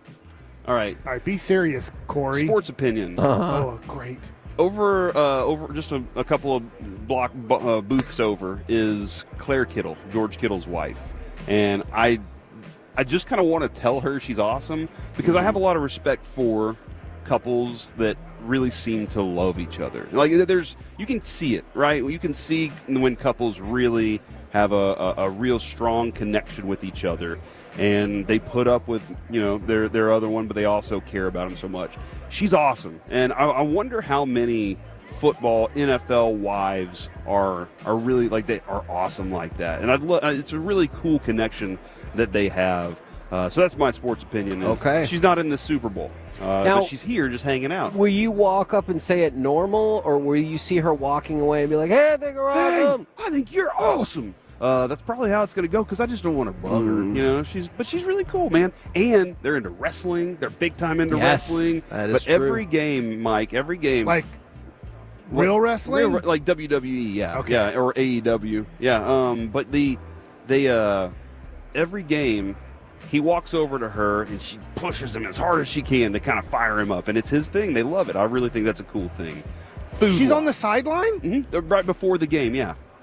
Not like during the game. Like like the Cowboys fans are all down there on the sideline while they're warming up and stuff. It's like that, not during the game. She goes up to the suite for that. The food. Then you Kevin, push them back, like you push them, and you're like, "I'm your wife now, B."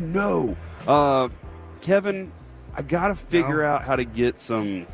I gotta figure out how to get some New Orleans kind of food. So I think I'm gonna make a jambalaya or a gumbo on Sunday. What is the difference? Rice. the amount of rice. Or liquid. Yeah, jambalaya has Less liquid. Yeah, jambalaya has a lot of rice, and then it has the sausage in it. But gumbo sometimes has that too. But it also kind of depends on if you're doing crawfish or if you're doing crab. Whatever seafood you want to throw into it. And is it jambalaya or jambalaya? I think either way. Yeah. Okay. Because there I was think a it's cool spelled insert J-A-M. set. You remember that for basketball? Jambalaya? Yeah. So For basketball cards. Really, was that a real thing? Yeah. That's awesome. It's like really rare. The Jordan one's worth thousands of dollars. But you gotta start a good roux. You gotta get a good roux going to start it off. That's the foundation of everything. So I make a good jambalaya. It's a Rachel Ray recipe when she used to be on Food Network and did like 30-minute meals. Now, it takes me longer than 30 minutes because she can cut a lot faster. I can't cut that fast. So looks like they're bringing you more wings. Holy Mike. crap, looks that's like a they big do thing want of me. wings. Looks like they do want me on that plane. It's from the 469. Texas Rangers will win 100 games. Oh, I like this person. And I can't wait to drink Dr. Pepper and eat pork rinds for the big game. From the 214, the Hall of Fame is trash without Darren Woodson. Hey, he should we be had in. dinner with him and last brisket queso. He was Oh, at our what's up? restaurant Yeah. last night. It's With Mr. Austin. Eckler, right? Mr. Yes. Eckler. Yeah. Does he just want to grab Yeah, a he seat? just wants Yeah. to hang out. Yeah, It's you want to fine. come I out? don't- We're very I nice think he might be people. going- I don't know where he's going He's right now. he probably has a schedule. Yeah. Okay. He's big time. Was dinner good last night? We wanted Dinner to was review the good? restaurant. There We were we at the go. same place last Yeah. night. Yeah. One of I know you can't hear the other side of the conversation, This is audience. awesome. One of the waitresses spilled wine all over a couple yeah. of us. Yeah. So we got some free stuff. It was good. yeah. Yeah, but that's a good question. Would you want wine spilled on you if you get a lot of free stuff? Yes. Sean I seemed. accept. Sean immediately. Yeah. I'll tell you this. Sean immediately flipped the switch into the mode that I would too, and he goes, "All right, what can we get out of this?" That was And the then there first was a thing he did. discussion, and then what they came up with was do the we manager came negotiate? over and said, "A round of drinks, whatever you want." Is on them, and so even I ordered a drink just to hand off to somebody else. Okay. By the way, for the listening audience, that was Austin Eckler. that Yes, you were talking I'm with. sorry. So we I might said have Mr. Eckler. Okay, not yeah. done a great job Not with that. Eckerd's, where you'd get like pharmaceutical things. You remember that store? Yes. Eckerd's? Yes, I do. They've been taken over by Walgreens and CVS. And I was telling you about this last night, and if we get a chance to talk with him, Austin Eckler's wife is part of a really interesting documentary on Netflix. Yes. What is it called? It's dance something. Like, she did dances with her sister, All and then right. her sister joined like a cult, and it's Oh, dude, it's yeah. it's very sad, but it's really interesting. Cults are dangerous. That Thank you, is Mike. And Mike might be the foremost something on that because he watches a lot of Yeah, those the cult Nexium documentaries. one, where there's people in jail, like it was somebody who was like an actress and she was getting woman slaves and stuff. Oh, for yeah, the that's person right. And tattooing them. And then there were people that worked on Star Wars that were in it. Oh, no. Yeah, they got out, luckily. From the 817 Sports Opinion, Tom Brady wasn't the MVP of Super Bowl 51. Now, these are the kinds of sports opinions I like. I want to litigate something from 8 years ago, and let's finally get to the bottom of it. And it should have been James White. And the best thing to eat on Super Bowl Sunday is Little Smokies made in the crock pot. Dude, oh, that's so Those right. are good. Those I just Smokies thought are of so that. Good. Well, after you said it, I was like, that is good. Put some barbecue sauce on them and throw them in the crock That is pot true. and I let 'em like, sit all so day. here's what I think. Not just barbecue sauce. A little bit of barbecue sauce, brown sugar, and yellow mustard. And then you mix all that up, and that takes it to another level. You know what else is good, Mike? Tell me about it. Bag of meatballs. All right. I like making my own hold on. meatballs. Okay, fine. Do that. Make your Much own better than meatballs. the bag. Can of grape jelly or a jar of grape jelly and cayenne pepper. Guarantee you're gonna love it. Guarantee. I was like, this is insane. I had some. They're awesome. I was like, this is crazy. So they're just like, would I sweet and savory kind of together? Yeah, it was really, really Okay. good. Kevin, by the way, somebody texted in from the 972. You're the MVP. Free drinks, and you didn't pass. Instead, you gave it to a buddy. So that was a pro move last night by Kevin. I learned that a long time ago from Colby Sapp, and I very vividly remember our conversation. Somebody walked up to me at, we used to do a lot of remotes when we were nighttime at different sports bars and everything like that, and somebody had a beer, and they brought it up to me, and they were like, hey, man, I bought you a beer. And I was like, I really appreciate that. It's very nice. Unfortunately, I don't drink. And the response I initially got was, I thought that was a bit for the radio, which I always thought was funny because I was like, because everybody thinks people who don't drink are awesome. And so I told him thank you, but no thank you. And then Colby came up to me and he goes, hey, the hell was that? I go, what do you mean? And he goes, what happened to that beer? And I said, no, I don't drink. And he goes, yeah, I know that. Guess who does drink? Me. And so I learned in that moment, don't turn down the free alcohol if I can hand it off to a buddy. So last night, whenever they said, what would y'all like to drink? Eric looked at him and said, double tequila soda, right? And Kevin goes, yep. And then he got the double tequila soda. Knuckles. Nice work, man. Good job. By the way, Bigfoot's mullet chimes in here, and he says Dancing with the Devil is the Netflix. I guess it's Netflix? Yeah, it is Netflix. Okay. That sounds right. It's pretty interesting. All right, so am I supposed to give food or opinion first? You are supposed to give your sports opinion first. I'll get it right. I got some time left. Shut up. So when it comes to sports opinion, last night, Josh Young, for the first time ever, he had a sports card break. It was on Instagram Live. Okay. So I watched it. He did a pretty good job. Josh Young, comeback player of the year in Major League Baseball. Huh? This team's going to be really good if that's the case. That's spicy. How about really that? Good. Comeback player of the year, which is different from having a bad season, right? Like you can just. They said the NFL said that was not an allowable excuse So anymore. are you suggesting he plays 120 games this year? Yeah. 130 games. Yeah. 131 games. Yep.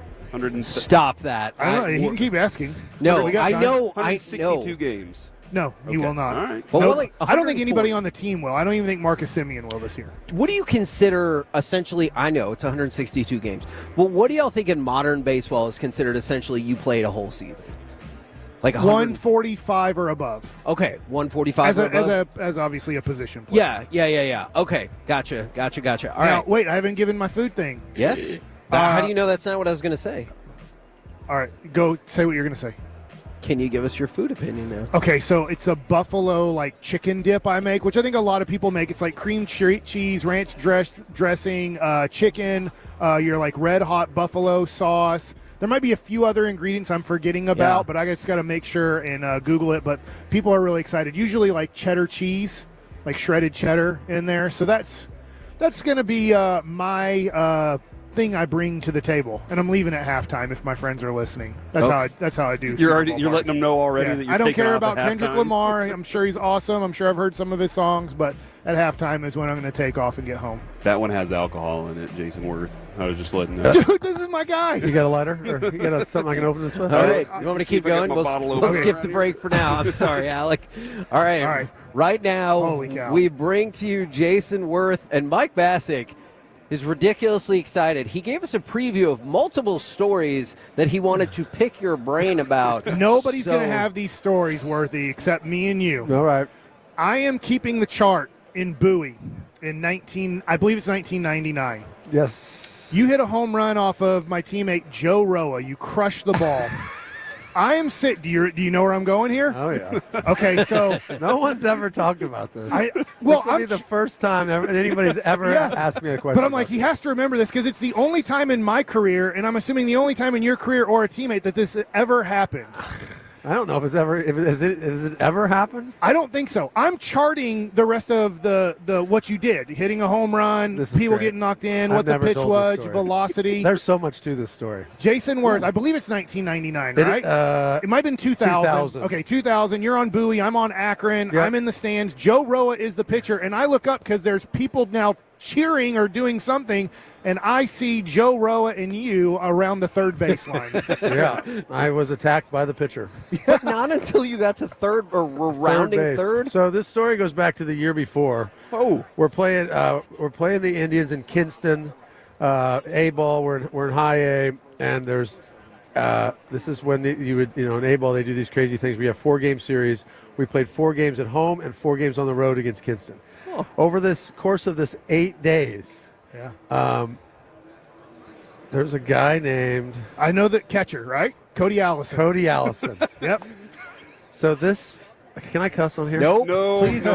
don't. This guy, he was like this little like roided up dude. Like he was on fire. He was hitting lasers everywhere, and I'm catching, and he like I think he's DHing or something, but like he'd hit the ball, and every time he hit the ball, he'd recoil and fire his bat at me.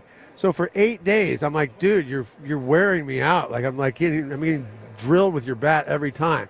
So on the 8th day, I take the bat and step on it and break it. Yeah, I didn't know. I knew the story from Cody. I don't know the story from your side of it. Yeah. So I'm like, dude, like you got to stop, man. You know, and like hits another laser somewhere and then fires the bat off me. So I break the bat and I throw it at the dugout, like, screw you guys. Look, next time he comes up, he's like, what's up with you breaking my bat? I'm like, what's up with you hit me with it every time you come up here? He throws his helmet off and he charges me. We fight right there. So the next year, we're playing By the way, Cody was a black, I don't know if he still practices, black belt in karate. At the time. Yeah. Well, I won the fight. So. Okay. So Cody didn't say it that way, but I wasn't there. He tackled me, had me on my back. I rolled over. I gave him the business. There we go. I think I poked him in the eye or something, but the team was on top of me. But I mean, I'm saying I won the fight. Okay, all right. We both got kicked out of the game, but that was whatever. Yeah.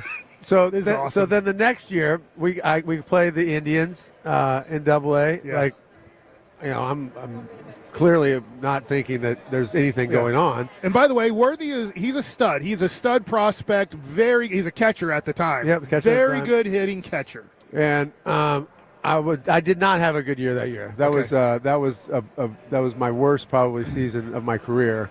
And that day, me and my manager Andy Etchebarren basically have it out. And I'm not playing good, and he's not being a good manager to me. And we ended up, basically going toe to toe in his office for like an hour. And it was like probably my worst day as a baseball player. And then I hit a home run, and this was before let the kids play and let's pimp every home run and no big deal.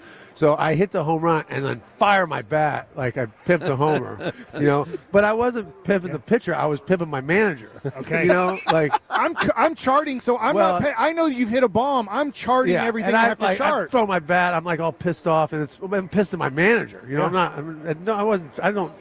really want the guy to do that, and so I think. Well, actually, so that was 2000. In 2004.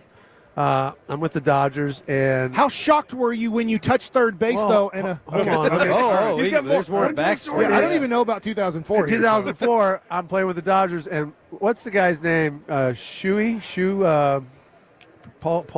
Okay, yeah, he used to be with the Indians. Right. Yeah, he was rehabbing in Double-A in Bowie that day, and he rode to the park with Joe Roa. Wow. Okay. And Joe Roa said, there's this punk on this team that I can't stand. We played him last year, or so-and-so told me. So, I'm 4 years later, I hear why. You're still. I hear why this happened. And it's like somebody, the story from the year before when me and Cody Allison got into it, was misconstrued to him. And so he had it in his mind that I'm just this punk, right? Yeah. So I hit the home run, I pimped him, and he was pissed. So I come around third base, and out of the corner of my eye, I'm like, what is that? And it's the pitcher charging me. Yeah. And I'm like, whoa. Did he try to karate kick you? Well, he ran at me and shoved me. Yeah. And I was like, whoa. And then we squared off. Bap, bap. And I think I threw a punch. He might have thrown a punch. I think I stuck him maybe. I don't quite remember the particulars. But then the whole team was right there. And then it was like, whoa. Because you guys were first base dugout, right? Yeah. You're on the wrong side. I was on the wrong side. So I got out there. I don't even know what's going on anyway. I'm like, why am I getting attacked? And so that was that whole thing. But I've never told this story. And then 4 years later, I hear why. And I'm like, oh, okay, well, that kind of makes sense. But, here I am. I kind of feel like I'm the innocent bystander in all this. And I still think there's probably people out there today that probably hate me for the Kinston thing and the Cody Allison thing. And Worthy, when you came to the Super Bowl, I bet you had no clue that this was going to be one of the not interviews. on my bingo card for today. That's awesome. Is there another thing you want? Well, we got just a couple minutes. Well, I'll tell you what, because I know you're here to talk about other things. But so my last pitch ever in the major leagues, Jason, is 2007, last game in Philadelphia. You're on that team, right? Yeah. Ryan Howard crushes me. Takes it into, like, I don't know, second deck or way up into the first deck. That was the loudest I've ever been in a baseball game. I give up the home run to Barry Bonds, 756, obviously super loud. That place in Philadelphia was going insane. That day. Can you talk about kind of playing in Philadelphia and maybe even that game where you guys miraculously make the playoffs? That was towards the end of the year when we were like, we couldn't lose, the Mets couldn't win. We were seven back with 17 to play. We run down the Mets, and Philadelphia is on fire. I mean, that place was going crazy. And then, in 08, when we won the World Series, we were 7 down with 20 to play. We were almost in the same situation. So those 2 years, really got Philadelphia, out of its seat. And then we win and kind of turned. All right, like this, right, like that. So that was, awesome time to be in Philadelphia. Has made me, my time in Philadelphia has turned me into an Eagles fan, and so I'm here to support my my horse racing syndicate and partnership. There we go. And my podcast. I just started Off the Rails podcast by Icon Racing LFG on all the socials, and that's kind of why I'm here. But I'm also here because what a great time to be on a Radio Road and start this when the Eagles are in the Super Bowl. Can it be like on YouTube? Can we catch you on? Yeah. Okay. We just dropped our second episode on YouTube. Me and Sean Kelly. Sean Kelly was a journeyman reliever, a setup guy, awesome guy, and from Louisville. I get in trouble from saying Louisville. Yeah, Louisville. Louisville Slugger. I grew up swinging Louisville Sluggers, but it's Louisville and horse racing. So here we are doing some horse racing, having some fun. I had a horse named Dornock, won the Belmont last year. Oh wow! And just horse racing has changed my life. I'm trying to bring more people into the sport. we got my hat on. Marga, make horse racing great again. Oh, nice. Horse racing's kind of like it's on the decline, and I think it shouldn't be. I think we're going to try to get the sport off the ground again. So make horse racing great again. I know you got a boogie. Thank you very much for the stories. That was outstanding. That was amazing. Yeah. Ladies and gentlemen, Jason Worth right here on 105.3 The Fan.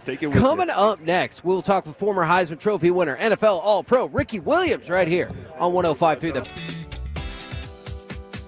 Hair on your hair. I'm not saying this is your hair. Okay, free.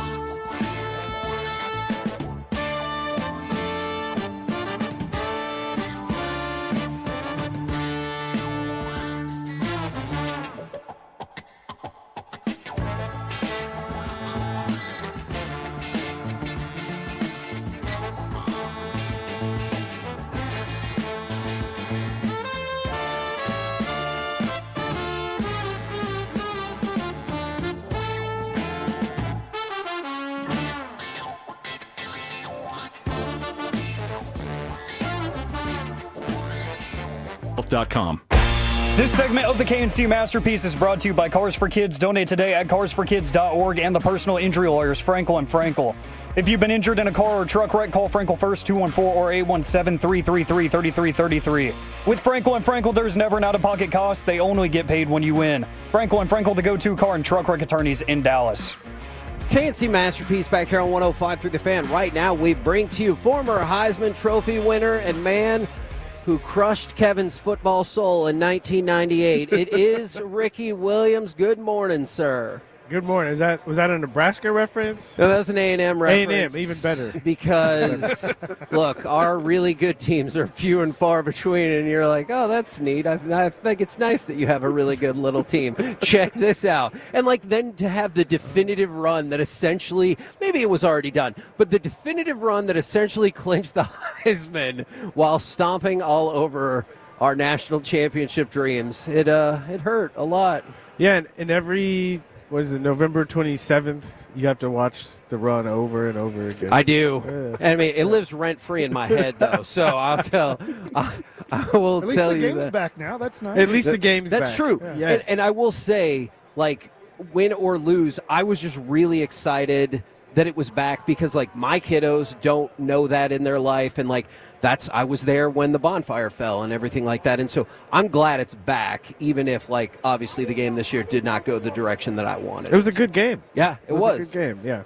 I think it's good for football when the Longhorns are playing the Aggies. Yeah, absolutely. I agree with you. So you have two OU guys here, too. Oh, so wow. Kind of give what us. Do you guys do? Well, actually, I went to UNT. My wife went to OU. Which one? Which one was the bigger rivalry for the guy in the game? Honestly, you can't call it. It's different, right? One you get the beginning, middle of the season. It's the major test, and then the Aggies are always the last game. How you finish. But I mean, so when I first got to Texas, they tried to warn me. They said the game is faster, and I was like, that doesn't make any sense. And first OU game, I had 14 carries for 7 yards. Yes. He said, okay, it does make sense. Yeah, I got it. I learned, though, because that same freshman year when we went to College Station, I had 165 yards. Oh, hey, thanks. 4 carries. Now, I know I want to talk about healing from the gridiron, but another thing is, you've been at the Dallas Card Show at least once, maybe a couple of times, doing autographs and stuff. Do you get an opportunity to do a lot of autograph things for people out in the community? And I'm sure they all want to tell you their story. Yeah, I do several a year. In the past, I think 4 years, I've done the Dallas Card Show. Yeah, and I love it. I just got off the phone with someone earlier today talking about doing it again this year. Okay, so selfishly, one of the reasons I brought that up is the personalized or the kind of inscription of smoke weed every day. Oh, yeah. We've sold one of those the last 2 seasons for a total of $1,400. Yeah. So we've gotten a ton off of that to help our charity that helps people with cognitive disabilities, and I just really appreciate that. Weed is helping people. It really is. That's what I'm talking about. I really like that. And I think that's kind of what can you tell us about the healing from the gridiron and maybe how that incorporates in? Yeah, I mean, it's definitely a big part of my story, but the healing from the NFL, the healing from the gridiron, it's a play on words. One is, in order to me to have a high quality of life after football, you have to be able to heal from everything that happened to you while you're playing football. But two, we're taking people through so they can see the athlete's healing journey, and I think there's something that people can learn from guys healing from football, because football is such a wonderful sport because you put yourself through the ringer, and if you can't recover and get back and do it the next week, you ain't going to make it. And no one talks about, right, how athletes, these wonderful athletes, have the ability to recover and do it over and over and over again for years. And the players that have played the longest already know what this is all about because they've learned to take care of their bodies. You know, and this was something that you've been talking about for a really long time, and it struck a chord with me when you talked about, why is this not allowed in the game, but some of those prescription pain pills and stuff that there's a track record of people getting addicted to them and abusing them, and they're much stronger. Why was that allowed? That struck a chord with me a long time ago. Yeah, for me the biggest issue is when you take those NSAIDs, the anti-inflammatories, or you take the you take the Percocets or the Vicodin, it shuts your awareness off from your body. Yeah. Where things like cannabis and yoga, breath work, body work, they actually turn your awareness onto your body. And I think the biggest thing that scared me when I played is when I got hurt, I had no idea what was going on with my body. And it motivated me. I got an anatomy book, and I started looking through the book, and I would say to the doctor, this is what hurts. Yeah. You know? And so it's really about promoting guys to learn as much as they can about their tool, about their bodies. And even that knowledge about your body will help your body recover faster because you know what to do. You ever think we'd have 2 former Texas Rangers on the air at the same time? Rule 5 draft. Yeah. Mike was pitcher for the Rangers and a couple of other All teams right, as well. I have a baseball question for you. Yeah. If, let's just say at 18 years old, you're drafted by the Phillies, am I Yeah. correct? Yeah. If you would have said, I'm going to commit my sports career to baseball, how do you think it would have gone? I'd have been a professional baseball player. Uh-huh. No doubt. Yeah. In what position? Outfield? I'd have been an outfielder. You know, I played third base pretty much my whole life. Yeah. When I got drafted, they say this kid can run. Yeah. And they put me in left field. Yeah. There you go. How many games did you play in the minor leagues? So the first year I graduated from high school and went to short season A. Was there June? I played probably 50 games. Okay. And then the second year I went to spring training, and so I got to play all the way from the beginning of the season. So I probably played 60 games. You went to Piedmont? I went to Piedmont, yeah. I went to Piedmont 2 years, and the next year I probably played 30 games. So I probably played 150, 200 games. Wow. Yeah. Yeah, it's awesome. I know A.J. Brown. I know you got to go, but A.J. Brown is actually a really good baseball player. Really? Yeah. He probably would have made it to the major leagues. That would have been his thing. So yeah. See you later, Ricky. Healingfromthegridiron.com. There's a dash between each word. Healingfromthegridiron.com. Man, thank you very much. Yeah, I know you got a boogie. They're waving you down. Thank you very much. Thanks for having me. Yeah. Ladies and gentlemen, Ricky Williams right here on 105.3 The Fan. With a KNC masterpiece coming up next. Let's do some Super Bowl stew, NFL awards, expert predictions, and Ireland. Next, right here on The Fan. According to the National Highway Traffic Administration, a car or truck accident occurs every minute of the day. The law office of Bailey & Gallion, official law firm sponsor of the Texas Rangers, has been representing injured clients for over 40 years. They can help you get medical treatment with no upfront cost to you. Accidents happen, but when they do, you have the right to seek full and fair compensation for your losses. You want aggressive and experienced personal injury attorneys from Bailey & Gallion. If you've been injured in an accident, call Bailey & Gallion at 800 Law Office.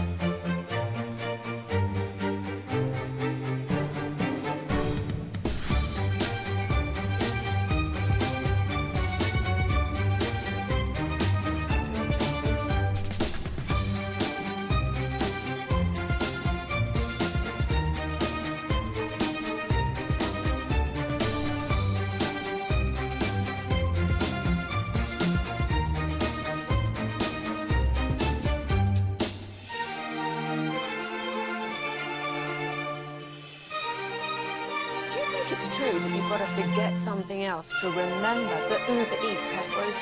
No, that's absurd. Hey, remember when you used to be a, what was it, Pepper Lady? Cinnamon sisters? Basil Babes. Saffron Squad? Nutmeg Maidens? Sweet Herb? No. Nutmeg Maidens? I just said that. Was it Spice Girls? Doesn't sound right. Was it Saffron Squad?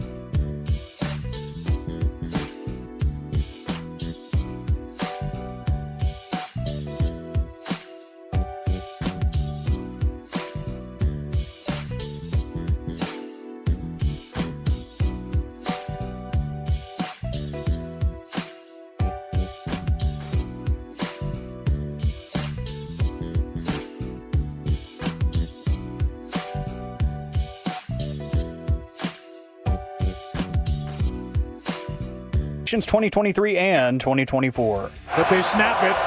Blitz again. Stroud in trouble. Karlaftis is there. Kansas City ball.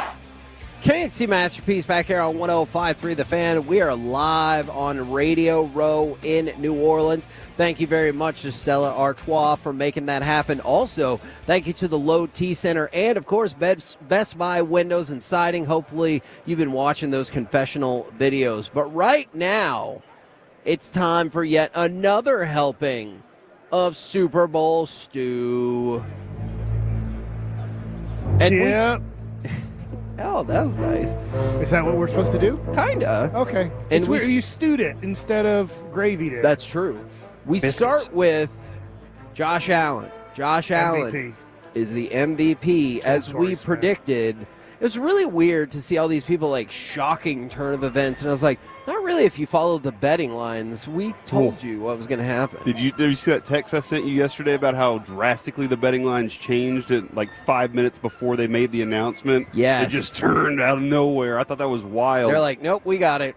I saw somebody post this morning, Kevin. They posted Jokic, Embiid, Jokic, and that was as the example of like that's what this is. Yeah, Lamar voter fatigue. Lamar had totally the best season, agree with that. but he didn't get it. But can I tell you another thing that I think would have changed it? Like, I firmly believe this with all of my heart. If the Ravens would have won the Super Bowl last year, I believe that Lamar Jackson would have won this MVP. Okay. I think people are describing it as voter fatigue. I think it's also lack of playoff success that factored in. Even though this is a regular season award, that shouldn't factor it in. I totally think if Lamar Jackson would have won the Super Bowl, he would have won the MVP again last night. Last year if he would have won the Super Bowl. I think that Josh Allen is a deserving MVP. Sure. You can also say to put this on his ledger is a good thing for him because he does deserve an MVP. This just happened to be the weird season. Yeah. The weird season where Lamar's numbers, the way he played were just exceptional. But that's the way that it lands sometimes with the voters. So Josh Allen got 27 first-place votes to Lamar's 23. One person voted Josh Allen third, and one person voted Lamar Jackson fourth. Okay, so Saquon would have been ahead of him. I'm trying to think of who else might have been ahead of him. Joe Burrow. Oh, yeah. Joe Burrow had a phenomenal year, man. But, yeah, so that it shook out Josh Allen, Lamar Jackson, Saquon Barkley, Joe Burrow, and this is Jared one of Goff. the best years probably in the last 5 years where you had truly like 4 or 5 guys that deserved it. Like last year, nothing against Lamar Jackson. Lamar Jackson was solid last year, and Dak Prescott. We watched him play. Yeah. Like, that wasn't an MVP-like season. The top 3 this year, I know it's the same guy, but these top 3 seasons, Josh, Lamar, and Saquon, all would have easily won the MVP last year. Yeah, I agree. And you just mentioned Burrow, which probably he would have might have won MVP last year. And you brought it up. They went 15-1 when he was quarterbacking. Patrick Mahomes is 6th. Yeah. Next question. Early prediction. Who's winning it next year? MVP? Mm-hmm. Oh, Dak. I mean, you can't finish second and then not finish first 2 years later. I think Burrow's going to win it. I could see that. I really come could. Back and have another year just like after that. they start off 0-3 or yeah, whatever. they're going to start off 0-3 and then they'll really turn it up. Then they'll really turn it on. By the way, the Associated Press released all of the information on the awards ballots, like in terms of who voted for what, and AP voters are like, "Hey, you didn't tell us you were going to do that." So, well, were you ashamed of it? Look, I kind of feels like it. Ready right? for if you want transparency, be transparent about all of it. Yes. Are you embarrassed? Yeah. My little underdog pick here. I don't know where he'll be on the odds when it comes time. How about Jaden Daniels? I like that. That's a good one, Mike. Yeah. That's really like, I'm good. not saying he should be a favorite. I'm saying if you kind of want like ones where you're getting pretty good odds. I bet you can get good numbers on that now. Yeah. I could see that. Okay. Yeah, okay. We're going to keep going. All right. I wanted to bring up Jim Tyrer. Do you remember this? So Jim Tyrer was the guy in the senior committee who I told you 6-time All-Pro, but then he murdered his wife. Oh, yeah. Did he get in? He did not get into the Okay. Hall of Fame either. And so, I get why it doesn't make as much news as Eli or obviously more locally Darren Woodson. But we talked about the story of Jim Tyrer. He did not make the Hall of Fame. Oh. Well, that's an interesting reaction. Well, Kevin, I thought that was actually a fascinating story, a fascinating it really conversation is. about him. And I wonder if, I don't know what it would take if they, really did check everything out and they're confirmed 100% he had CTE, if then people would go back. I know that's something that they have said is the case, but it was complicated. We talked about the story, and I wanted to throw it out there. All right. Now, good things happen when Patrick Mahomes gets rid of the ball quickly, and he's very good at getting rid of the ball quickly. When he throws the ball within 2.75 seconds, so this is his average per game, within 2.75 seconds, his team's record is 39-1. Dang! He has 98 touchdowns versus 13 interceptions and averages 288 yards per game. So when he's getting rid of the ball quickly, you're screwed. Yeah. That's probably not a very insightful way to put it, but you're screwed. And that's kind of the way with a lot of quarterbacks. They want to get it out of your hand. The big play might not be there, but you got to get it out of your hand. But you're also catching a defense off guard. You know what I'm saying? When you're doing something like that, this is like throwing a fastball, then a changeup, then hitting them back. You know, it's like just keeping them off balance, and all of a sudden their timing is now all messed up, and then there he is being the success that he is. He knows how to push and go. How much money do other people have than our company? Because I'm watching Football Is Sexy pack up. I forget the girl's name who does it. They're just throwing everything in the trash. They had life-size posters of Jerry Rice, and I'm forgetting Michael Irvin. They had a whole like tarp behind them, like we have this Odyssey Sports. Yeah. Team. Just think if they're just like, we're not taking this wherever. Just dump it in the trash. They literally just dumped the whole set in the trash. Wow. Like we got money. They do got money. Flush. Yeah. We're not. The Steelers must love Ireland. Okay. Because the fans, their excitement is doubling. Because they're going to be playing. Go to break. We can't top that. I can't top it. The rest of the show, what am I supposed to do, Corey? Now I got to think of jokes. Allocated it. That's not your responsibility. The NFL is coming to Dublin, and the Steelers are going to be the designated team, one of the designated teams that is going to play in that game. I wanted to. We don't know the other team yet? Who's the other team? We don't know the other team yet. Just like the Rams in Australia, we don't know the other team just yet. All right. This is a lot of experts, Corey, so you're still going to be annoyed. 28NFL.com. It should be Notre Dame. Experts. They're the fighting Irish. Dude, if for some reason the Steelers played Notre Dame, I would definitely watch that game.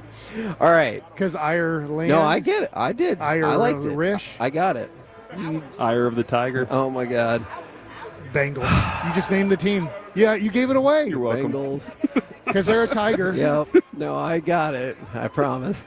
So 28 experts from NFL.com Could be the Detroit Tigers. made their Super Bowl picks. How do you think it broke down from the experts at NFL.com? 12 win, 12 lose, 4 tie. Is that where the math work out? You said 28 experts? Yeah, who did they pick to win the Super Bowl? 15 to 13, They Kansas City. picked 12 for the Chiefs, 12 for the Eagles, and 4 for the 4 tie. ties. Huh. This is what Kevin. I That's think how they I should think ask about. them. I think they should ask them after the game's over, just to show how smart they are. Kevin, all right. Think about how smart the NFL.com would look if you asked them all after the game. What do you think the final score was? I really think that this is probably really close to being flat. I don't think anybody's really had That's a why I said decision on 15-13 Kansas whether City. it's going to be the Eagles or Chiefs. It's a difficult game to pick, so I feel like you're probably 13-15. Yeah, that's a good answer too. 21-7 Chiefs. Holy crap! Wow, really? that's a low scoring Because game. nobody wants to. That is the break. That is the breakdown of the picks, Kevin's not gonna the lose it today, score guys. of the freaking game. Kevin is going to lose it Well, today. so the NFL.com 21-7, Kansas City wins. I thought I was going to be able to help Kevin a little bit, but it's not going to help. But my concern is for Where's 105.1. It's for that Kansas City station. I'm just going to storm off and join their show, and I'm be like, you know what? I'm on your show now. What are we talking about? Hey, I was thinking about doing. Move though. Yeah, I was Are thinking you about okay doing, with that? No, just for today. Oh. I was thinking about doing a host swap. What if you go did a over to good Reggie. job and they're hiring you and you tell Jess, They're like, great news, I'm coming back, but pack the bags. We're headed to Kansas City. We're moving all We're of a our Royals stuff. family Yeah. now. Oh. Believe it or not, I have more stuff. All right, let's go. Maybe the Mavericks will move there. Let's go from that to, does it surprise you that thus far more individual, kind of like your prop bets, have been placed on Saquon Barkley than Patrick Mahomes and Travis Kelce combined? Oh, wow. No, that doesn't surprise me. Barkley's, everything he accomplished this year. He was already a very well-accomplished running back before that, even in college. So, he's finally getting that opportunity. Everybody knows he's a star. He is one of the weapons on the field, one of the best weapons on the field. So it does not surprise me that people are betting around him. This is a rep from MGM Grand. No touchdown from Saquon would be massive against us. However, if he does happen to score, limiting it to just one score would really help us out. So, multiple people have the 2, 3. You can get 66-1 on your money if you think he can go for 4 touchdowns. That probably feels like too much. Oh, wow. Besides quarterback thrown, has anybody ever scored 4 touchdowns in a Super Bowl? As a player? Not John Riggins or that feels unlikely. But we'll have to look that up. I'm sure if somebody knows on the fan text, the YouTube, or the Twitch, they will let us know. Prime Video, if you didn't like the playoff exclusives on the streaming services, we've talked about this before. Prime is going to have a playoff game again in 2026 and in 2027 as part of their TV deal. I feel like we've tried to prepare people for it. Like, this is the way it's going to be. Yeah.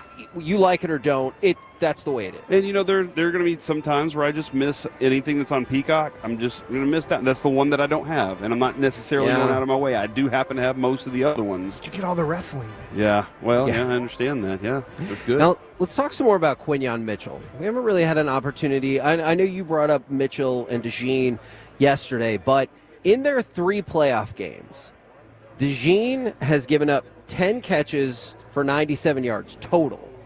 And Quinyon Mitchell, on 15 targets, has given up 5 catches for 24 yards, no touchdowns, with 2 picks. Good night. That is insane. He's special, man. And like Baldy was saying yesterday, he just got his chance in Brazil. You know, he got his opportunity and has just taken off since then.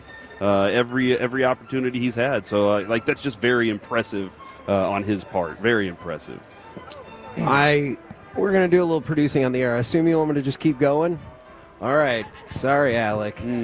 Right now... It's your email. Yeah, we are going to bring on... Well, in just a second, we are going to bring on tennis icon Billie Jean King. Man, look at things happening already. I thought he meant in the future, like another day we might talk to Billie Jean King. But no, it is happening right now in just a minute or so. Wanted to throw this out there one more time, something to consider. You guys said it could be a tight game. Remember, the Chiefs have won 17 straight one-score games. Wow. So if you do think it's going to come down to the wire, history, or I guess the present, overwhelmingly says it is going to be in support of the Chiefs. Ladies and gentlemen, come on. Have a seat. Let's right have a fun now, time. we bring to you one of the greatest of all time. I'm sorry, I better correct that. You're a big The Steffi Graf fan? Is that greatest, what you're saying? I do like Steffi Graf. The greatest of all time. It is Billie Jean King. But she didn't play doubles or mix like I did. That's true. And That's I'm a true. team girl. Okay. I'm a team person. So do you have your own greatest of all time men's list, women's list? Because when I said one sure. of the greatest of all time, you made sure to say one of. Come on. Where do we stack the greatest men or greatest women? Well, Stephanie's right up there, so you're good. You did well. Actually, I was really impressed with that. Serena, obviously. I just think the younger the generations usually. I think every generation gets better. Probably they should. There's more information. There's more competition. There's more everything. More help. I can't believe the help. It's fantastic. So, I mean, right now the 3 guys are Djokovic and Federer and Nadal. Without any, those 3 are like, I don't think we'll ever have 3 that great. And then you get Alcaraz, who was born like 20 years ago, and these guys played for 20 years. Yeah. So that's all he's seen. And every generation thinks they can be better than the next, and they usually are, because there's more information, more the technique, the nutrition, the psychology, the everything you get in sports, whether it be, it doesn't matter what sport. Djokovic had a dust up with the Australian Open media, and I understand why he was upset. One of the hosts was like, he's overrated. What? And, and they overrated. Said, he's won 24 slams. I know. And he said he was washed up. And that's not. He wanted to get a reaction. I think you're right. And Djokovic said, "I'm not talking to y'all station." I'm sure. I know media has changed over the years, but I'm sure there was some times, or were there some times, when maybe you heard something a media person said and it's like, I don't want to talk to that person, or maybe that made you want to talk to that person. Well, my generation, we started women's professional tennis. I talked to anybody and everybody. Right. I didn't care if they were negative, positive. We're trying to sell our sport. I mean, I didn't stop. Kind of like today, how we go around to everybody here. Yeah. Right before the Super Bowl. So, no, I had these moments, yes, that you want to just tell them where to go. But sure, my job was to promote my sport. I always think every athlete should be supporting their and promoting their sport. And I think now that we have social media, it's good news, bad news, because I like I try to tell the players, when you go to a media conference after your match and you look at those people, they're trying to make a living too, and I don't think they ever think about it. Yeah. And I try to get players to think in terms of we and not I. 'Cause every time, today it's always about the player and about him or her, and I'm like, really? What about your sport? What about other players? What about promoting your sport and all that? So I guess I'm from the old school, but I talk to athletes. You got to think in we and not I. And most athletes and others today think they use the word I all the time. And I think it's not inclusive enough. You're not promoting your sport enough. You're not telling people why it's such a great journey. And I don't know. I just have a responsibility that way, I think. And I know it doesn't hurt as much as the loss itself, but I hate losing. Oh, okay. Whoa.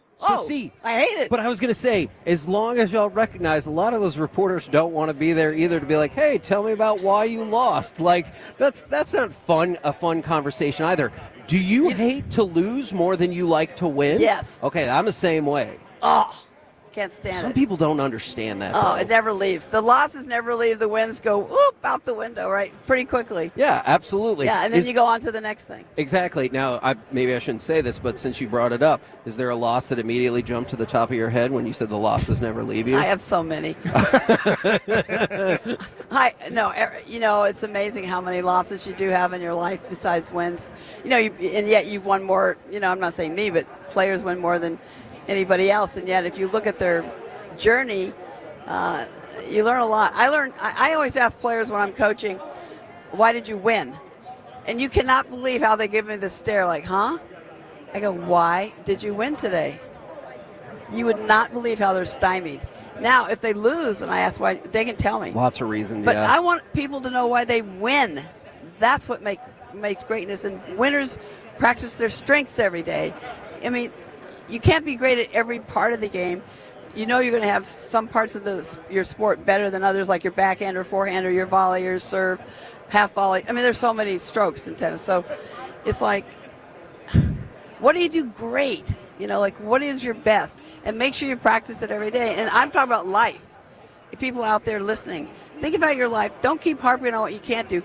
Really appreciate what you can do and keep practicing it in everyday life, and that's winners. That's why winners think. So anyway, I'm really big on being good to yourself. I'm tough on myself, but I don't know. I'm still really That's positive. how you got to be so great at it. And I embrace pressure. I love pressure. Now, I always did as a kid. And my younger brother, Randy Moffat, played 12 years of professional baseball, and my parents did a great job. They never asked us if we won. And to all the parents out there, when you see your child, don't ask them if they won. Just say, how was your day? And believe me, the child will tell you if they won or lost. Yeah, they will. My poor parents, I'm like, I lost. And then my dad said, it's all right, it's all right. And I go, no, it's not all right, I lost. He goes, I only want to know one thing. Did you try your best? Okay, yeah.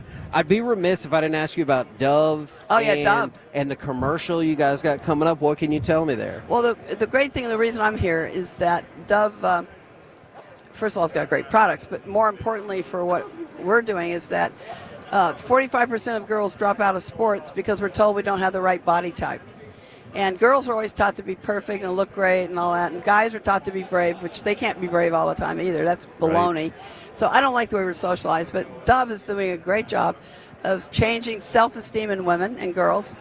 And they've reached 114 million girls so far in 153 countries. They're trying to get to 250 million by 2030. And we know if we can keep a girl in sports, I know because I started the Women's Sports Foundation 51 years ago. We could say I was 21. No, I like 51.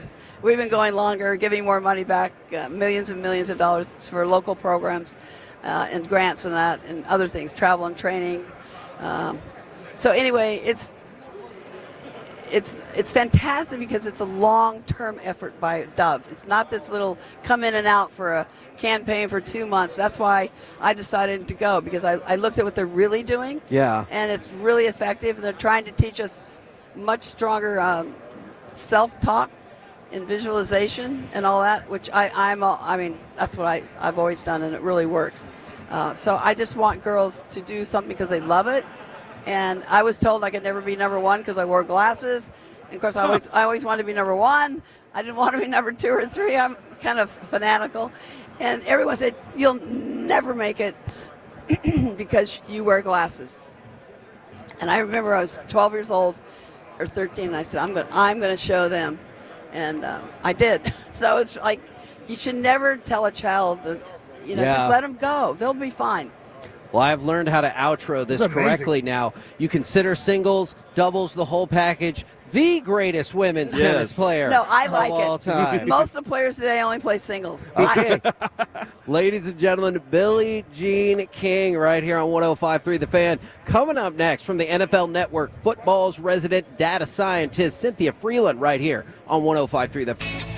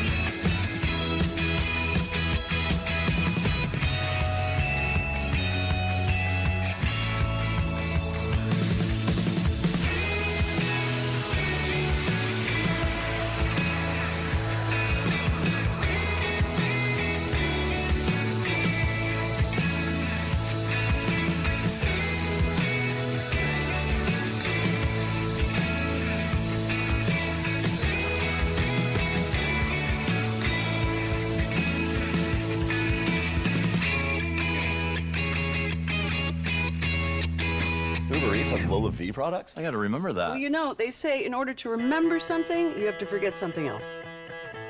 Okay, now that is a very cute haircut. That's like a little shag. I've never seen that before.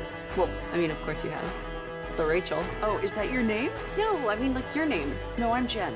My name's Jen. Right, but I just mean, like, this is your haircut. But that's hair on your head. I'm not saying this is your hair. Okay, freaking me out a little bit.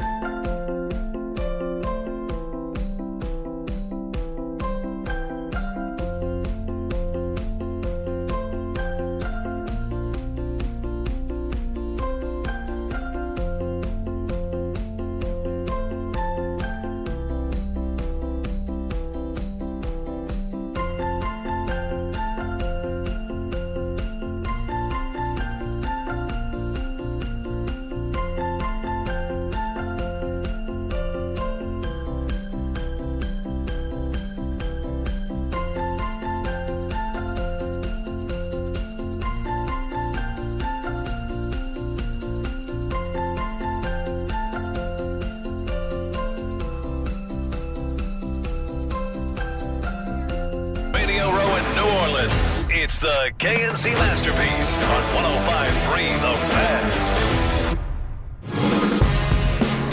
KNC Masterpiece right here on 105.3 The Fan. Right now, we bring to you, keep all of the amazing guests coming. There's a lot of pressure on this one because you have to follow up an all-time great. Yeah, that seems a little unfair, but whatever. We didn't fine, even know. It's fine. We didn't even know. Okay. I mean, if you get Billie Jean, you're taking Billie Yes, Jean. absolutely. And that's just bad luck for me, so I'll do my best. All right, so we bring to you, in case you don't recognize the voice, you should, from the NFL Network, football's resident data scientist. It is Cynthia Freeland. How are you? That was a really good intro. Okay, thank you. You know, that probably the first time I've heard it like that, so I'll send you some money later. Okay, great. You know, some royalty money. Yes. I'm going to use that one again. Please do, please do. Now, I have to ask this just to kind of maybe break the ice real quick.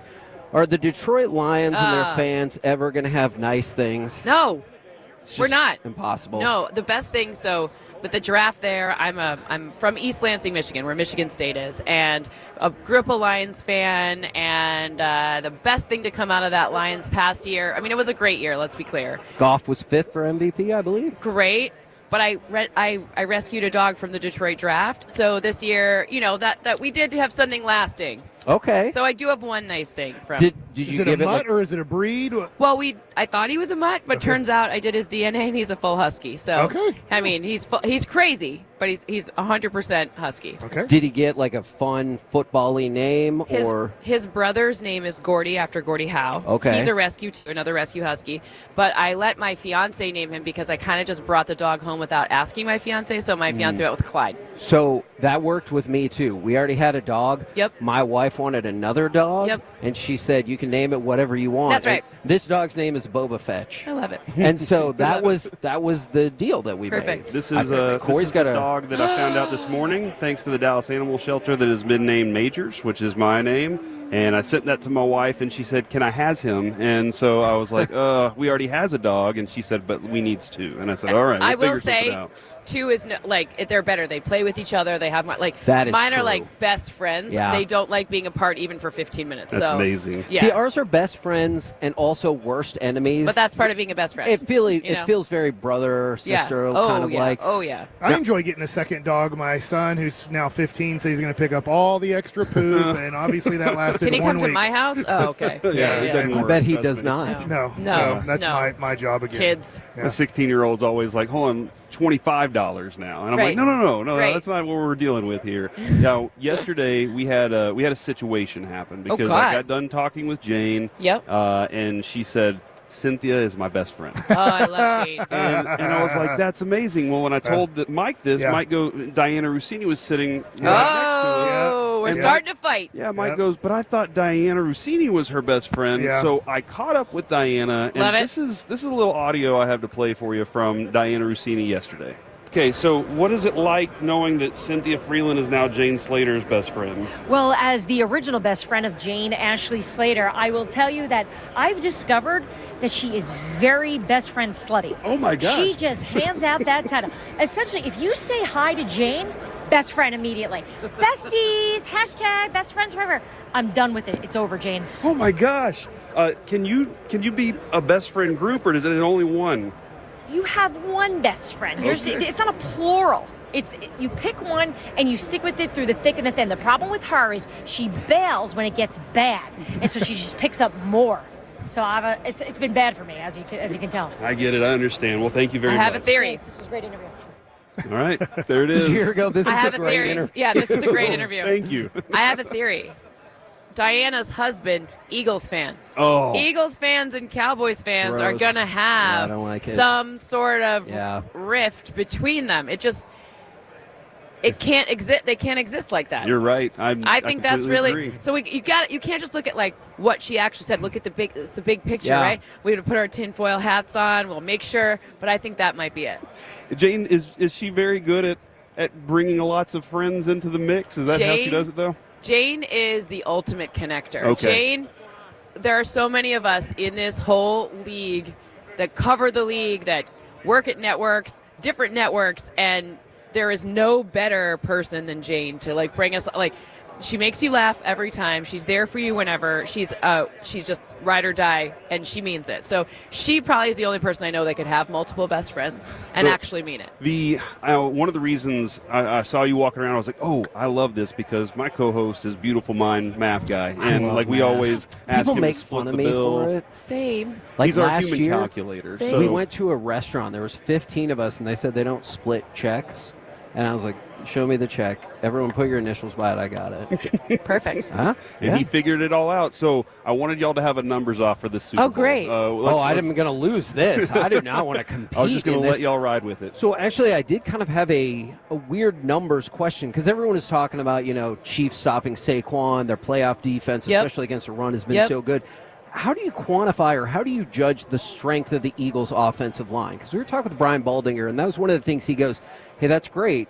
This Eagles' offensive line strength is at a different level. Like, how do you quantify that? One easy way is the yards before contact allowed on your running back. So in the past, Saquon had been hit behind the line of scrimmage. Just think about it from physics standpoint. If a bowling ball, Saquon Barkley, he's just so thick, gets going faster, it's much harder to stop him. Yeah. Even if once he gets a full head of steam going, it's much harder to stop him than if you stop him at or behind the line of scrimmage. If he hasn't gotten more than 3 steps, way easier to bring him down. So when I'm looking at this and measuring the value of that O-line in the run game specifically, I'm curious about very good tackling defenses. How have they looked against better O-lines, right? It would be nice if we would have had more recent data on on the Chiefs defense versus the Lions, because they had a great O-line too.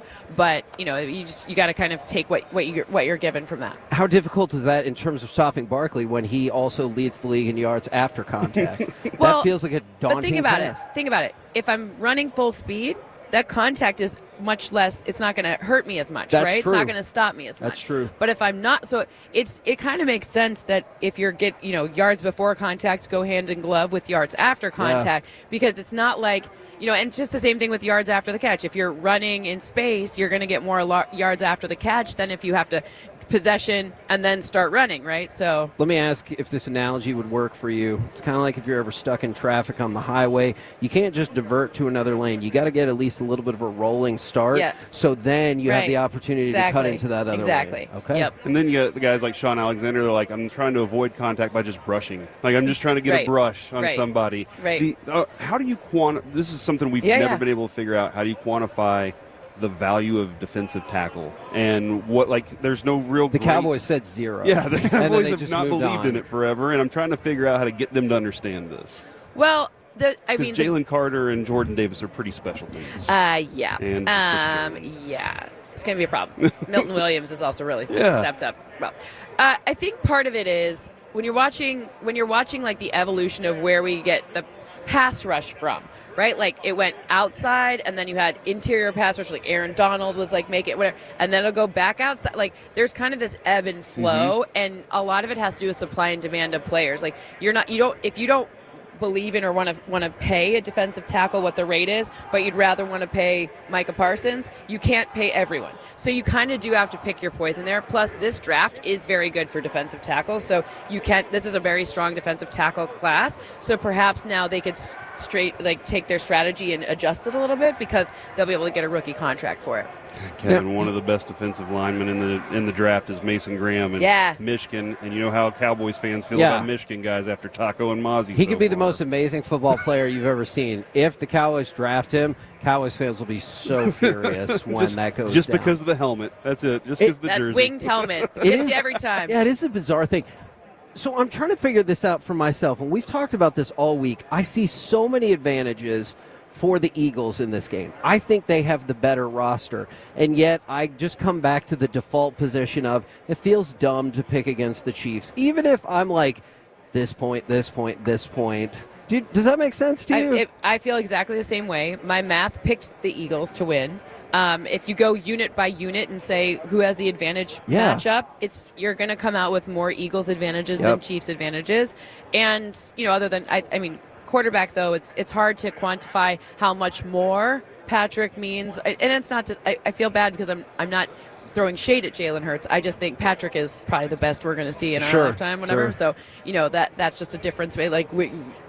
So that doesn't feel like a spicy opinion. I know. I just feel bad because I feel like some people get like too hard. Eagles fans are not known for being really nice. So like, yes. you know, like they're maybe a little too hard. Anyways, they maybe go a little too They hard. punched a horse after they won the Super Bowl. That's a positive punch. Yeah.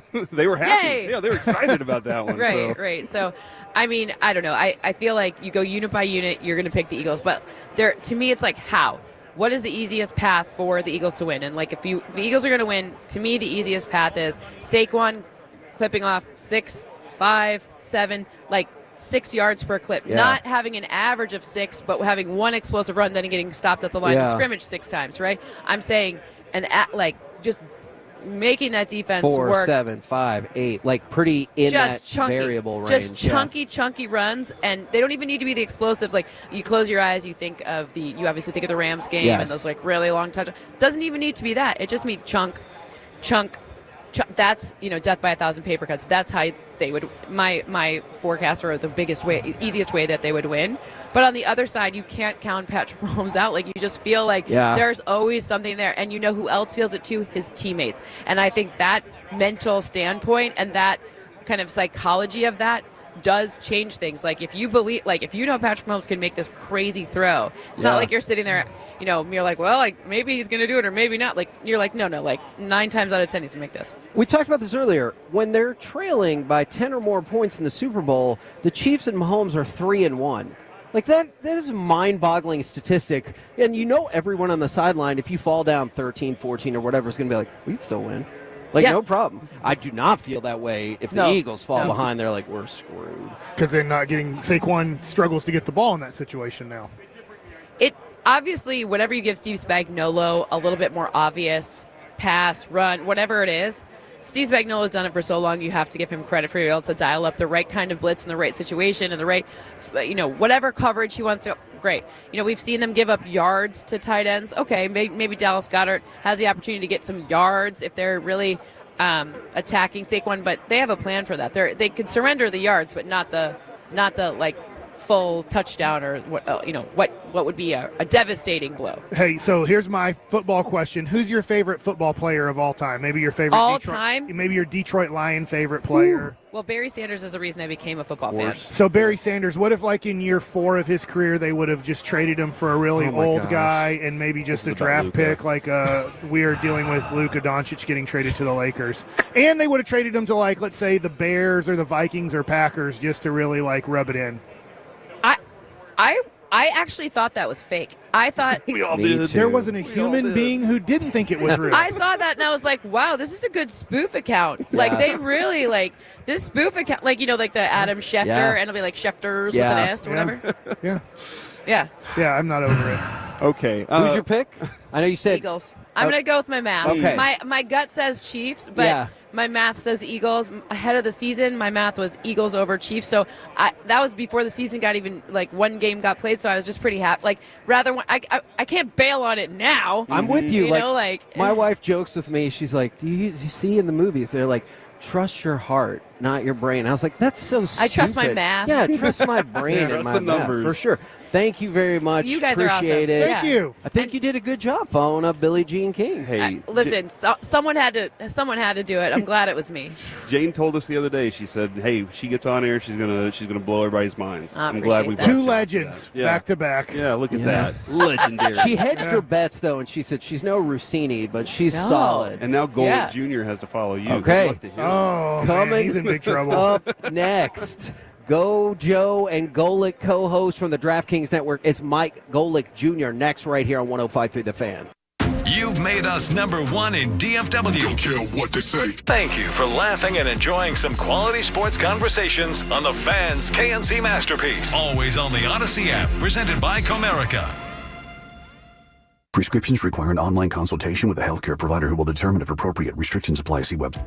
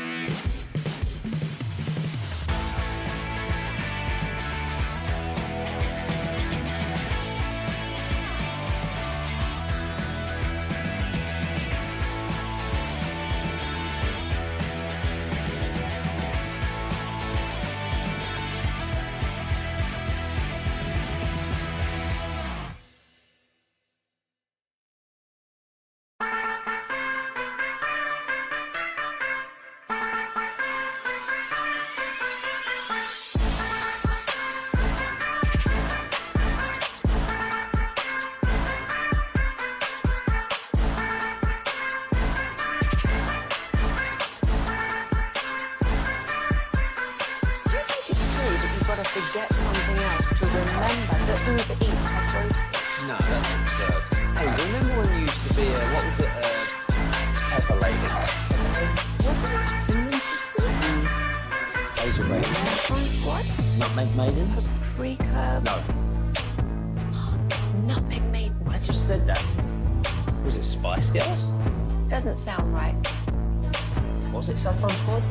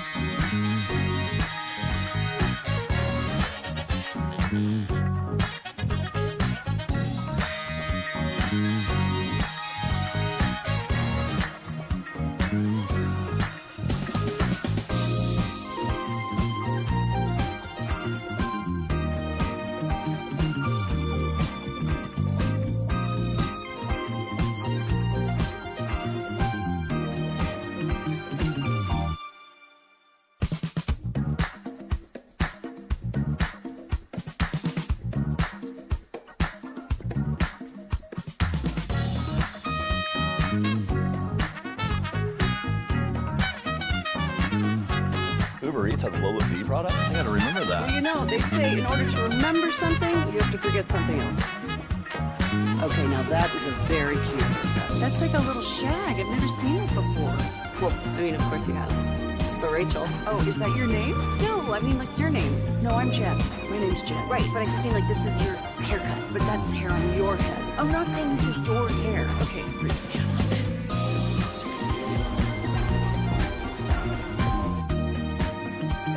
It is Mike Golick Jr. Good afternoon, sir. Good afternoon. Good being here with you guys. How you guys doing? Surviving? Doing well. This is I want you to rank though. We are on our third consecutive guest. All right.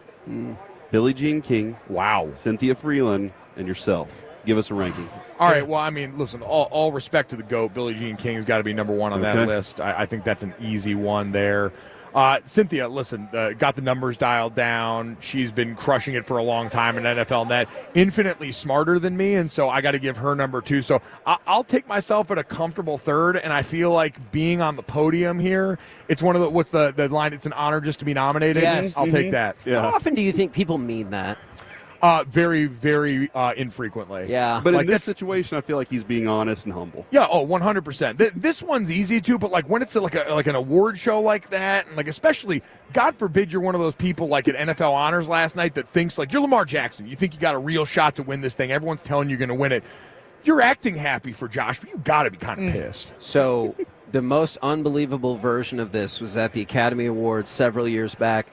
Sylvester Stallone was up for Best Supporting Actor for Creed. He thought they said his name, and he got up for a second and reached into his jacket pocket, and then had to sit back down, and I was like, bro.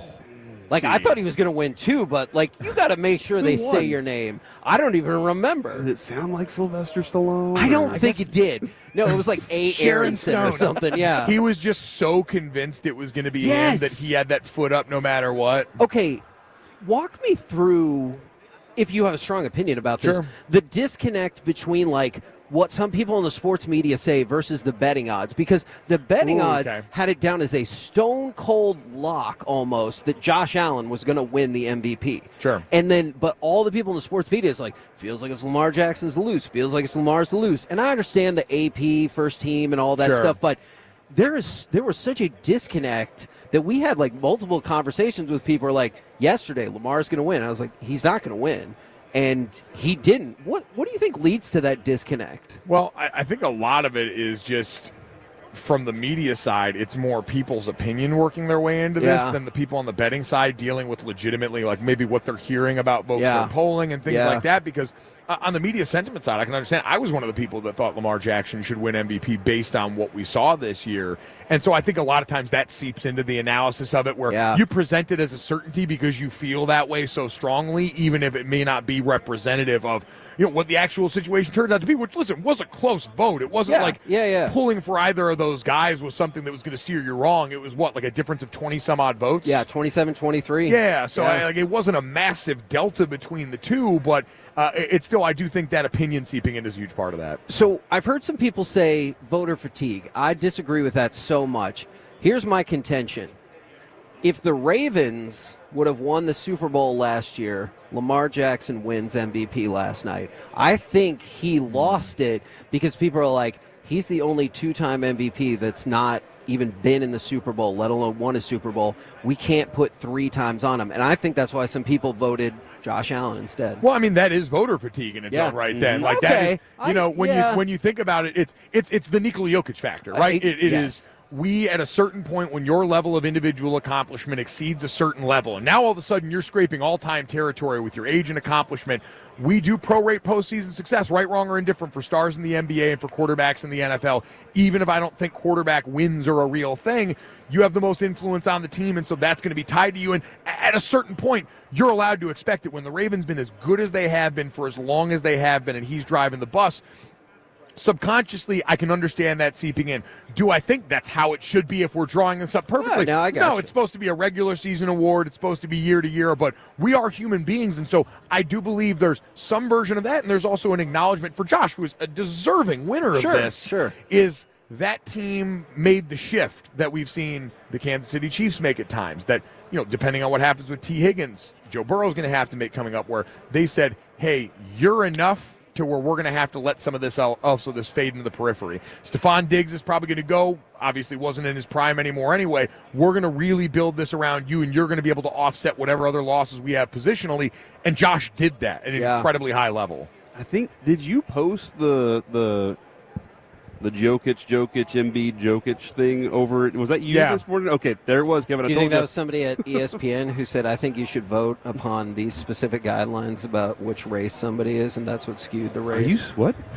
Dude, you know that's what happened. Oh, my God. Oh, my God. I cannot claim to have any knowledge of that, but listen, we're in an era where certain conspiracy theories are always going to be able to take root, but I think this one was pretty cut and dry, man. Josh had a great season. Lamar had a great the one question I was asking Dad this morning was, the only sport that I know that factors postseason success into their award in, like, North American sports is college lacrosse. Like, I'm a huge Notre Dame lacrosse fan. Okay. And the Tewaaraton is their version of the Heisman in college lacrosse, and they hand it out after the NCAA tournament because their thought process is the best guys are probably going to make the tournament, and why wouldn't you factor that in? Every other sport, think about every year how often we had NBA MVPs that all of a sudden went and bleeped the bed in the first round of the playoffs. Yes. And we're talking sitting here about like, Dirk? Yeah, he what is are you talking doing? about Dirk. He What is are you talking doing about here? Dirk. Look, we just lost Luka, and now you're going to do Oh, it on hard the time. That's right. I was going to say, how are you guys doing, by the way? Not great. Like, Not well. Dude, great. I think That's why this Nico's is out getting here. Nico's smart. We should all drink more. Ali LaForce last night for the Boston Celtic game had to say, hey, the team's coming home after a long road trip, and they're scared for their lives.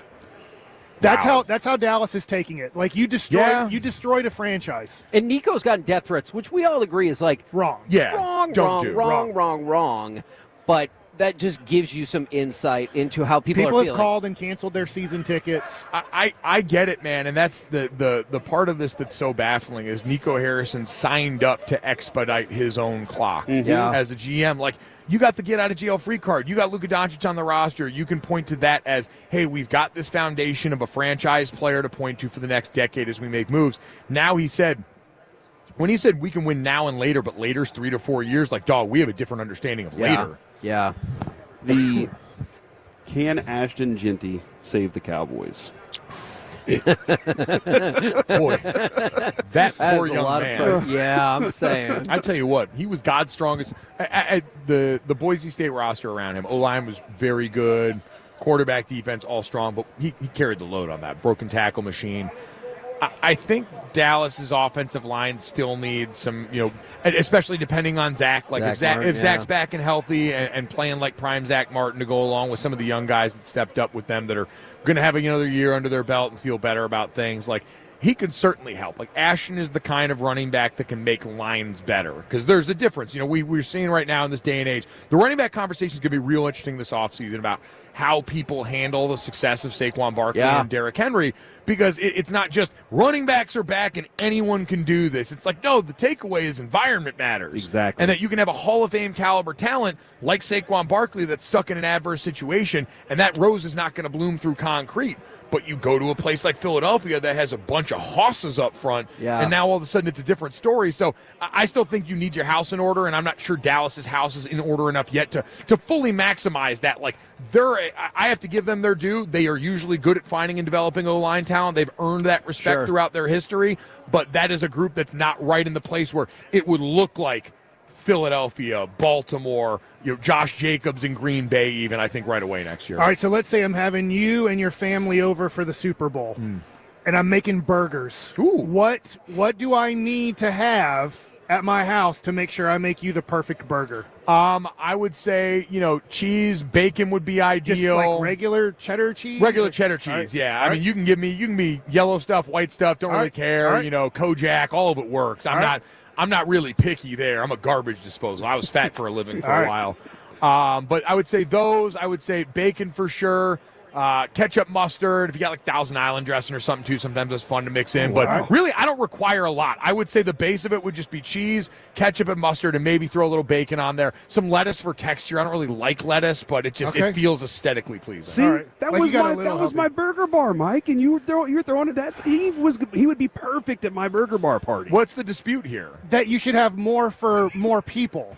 Oh, you're saying I asked you that specific question, but when I asked him a burger bar, he just was like, yeah, cheese and meat and ketchup. And I'm like, what about other people? Like, it's a burger bar. You ever been to Fuddruckers? Oh, yeah, like they have a burger I've been bar. to Fuddruckers. I have annihilated Fuddruckers in the Detroit airport. It's like right by the gate that goes usually when the connection was going to South Bend, and that Fuddruckers, I used to wear that thing out. They had good fries there too. Yeah. But no, Do you think it'll have a different name in 500 years? I think so. Okay. I think we're going to be dealing with a lot of different things in Yeah. 500 years. Hopefully the airport. We're not going to be situation's dealing a with lot any better. of that. That's true. Hey, listen, we could by then. I keep seeing the thing on like Instagram that says the pill to make your dog live forever is coming soon, and I'm like, please. Did you say your dog? Your dog. Okay. Like, forget us. I'm cool dying at some point. Yeah. But I'd like to keep my dog around a lot longer. My dog didn't do anything wrong. My dog's awesome. True. So You want dogs to live as long as humans? Yeah, I think that'd be dope. You just meet your dog when you're a little kid, and you guys and go you get through to life keep it together. forever? Oh, That man. would That'd be nice. That would be incredible. Like the fact that like we have to watch them go before us. No, that's messed up. Dogs should get to live a lot longer. They've done a lot more for all of us than we'll ever do for them. I mean, the shelter and food thing's pretty cool, but outside of that, like them having to deal with like the burden of our emotional health, that's a tall ask. Oh my for those God, guys. that's so true. Now our video coordinator here. Been waiting for this. Is this accurate? These are your favorite candy? These are my favorite M&M varietals. So Okay. peanut butter M&Ms to me are the top tier of the brand. Okay. What Peanut about butter, right? Peanut butter, yeah. The peanut M&Ms right below that. Okay. Because as I've often said, my favorite descriptor for food is it's got ass to it. Like this is a Yeah. little meal right here. This is like when people go to space and they have the freeze dried stuff. Yeah. Like you eat this, you're gonna walk away going, all right, I don't have to eat for a little while. How many miles of candy then until you get to the regular M&Ms? Because I'm with you on what that. are those for now? You know what? I think the regular M&Ms are really good as like a shooter around Halloween because the Halloween bag's like that big. Yeah. So if you're walking around on Halloween night and like I'm in the business, That's your base? Well, I'm handing out candy at Yeah. the front door now a lot more often. Like my friends have kids, and so I like to go and do that. And I hand out the candy at the door, and I get a little buzz. But I'm sitting there and I'm reaching in the bag. I'll pull one of those out, and you just hit the whole handful at once. It's like remember the M&M's minis that came in the tube? Yes. And you could just rifle all those at Yeah. once. In total, it's like the way the Rams replaced Aaron Donald in the aggregate this year. Yeah. You are creating the M&M in the aggregate with all of those By that makes committee. the experience better. Yeah, By it's an M&M by committee. The M&M though is very good for M&M cookies. Oh, And that's weird. That's true. The M&M cookie with just the regular M&M top notch. Just M&Ms by themselves? Yeah. What are we doing? You're right, because you know what? It's an accent, but it's not a star. It's Agreed. a garnish, but it's not a main course. Do you have such a thing as a favorite candy, or do you like this category is my favorite candy, this category is my favorite? Like, how do you break that down? I think I usually take them into like their verticals, like candy bars, candy like this. You've got the like fruity or like savory, like the tart candy kind of thing. So I like to put them in their own range, and then obviously certain desserts into different category. Picking just one overall is just way too difficult. There's too many good sugars. I think there's a good way to do it, though. What's that? Candy combine. We need to have a candy combine and really load this thing up. Yeah, that's probably the right way to do this. Like we've been dancing around the issue for long enough. It's time to. I know this is sports. We're here to crown champions, not just give everyone a participation trophy. We need to do that with candy. Hard candies, Yeah, soft each candies, one of like, them gets a day like to- Sour Patch Kids. I would say non-chocolate candies might be their own category. That's right? the toughest part is if you're building out a bracket for this is how you stratify all that. Mike and So- Ike's. And where do Twizzlers go? Yeah, you know? exactly. No, love a good Twizzler. I don't like Twizzler at all. Oh, do you Really? like use it as a Wow. straw for your Coke or something? I don't know. It tastes too waxy to me. Ooh. Would you have a candy like that you're like, I'm out on this candy for Ooh. sure? A bit of honey. Man. Oh Sorry, man, that's- bit that's of- always a bit shot. of honey. What's the old? Is it Payday that's got coconut in it? Which one has coconut Almond in Joy. it? Almond Joy. I'm not a huge Almond Joy guy. Like in general, almonds just okay for me. Okay. And in candy, it's a little bit too abrasive of a nut.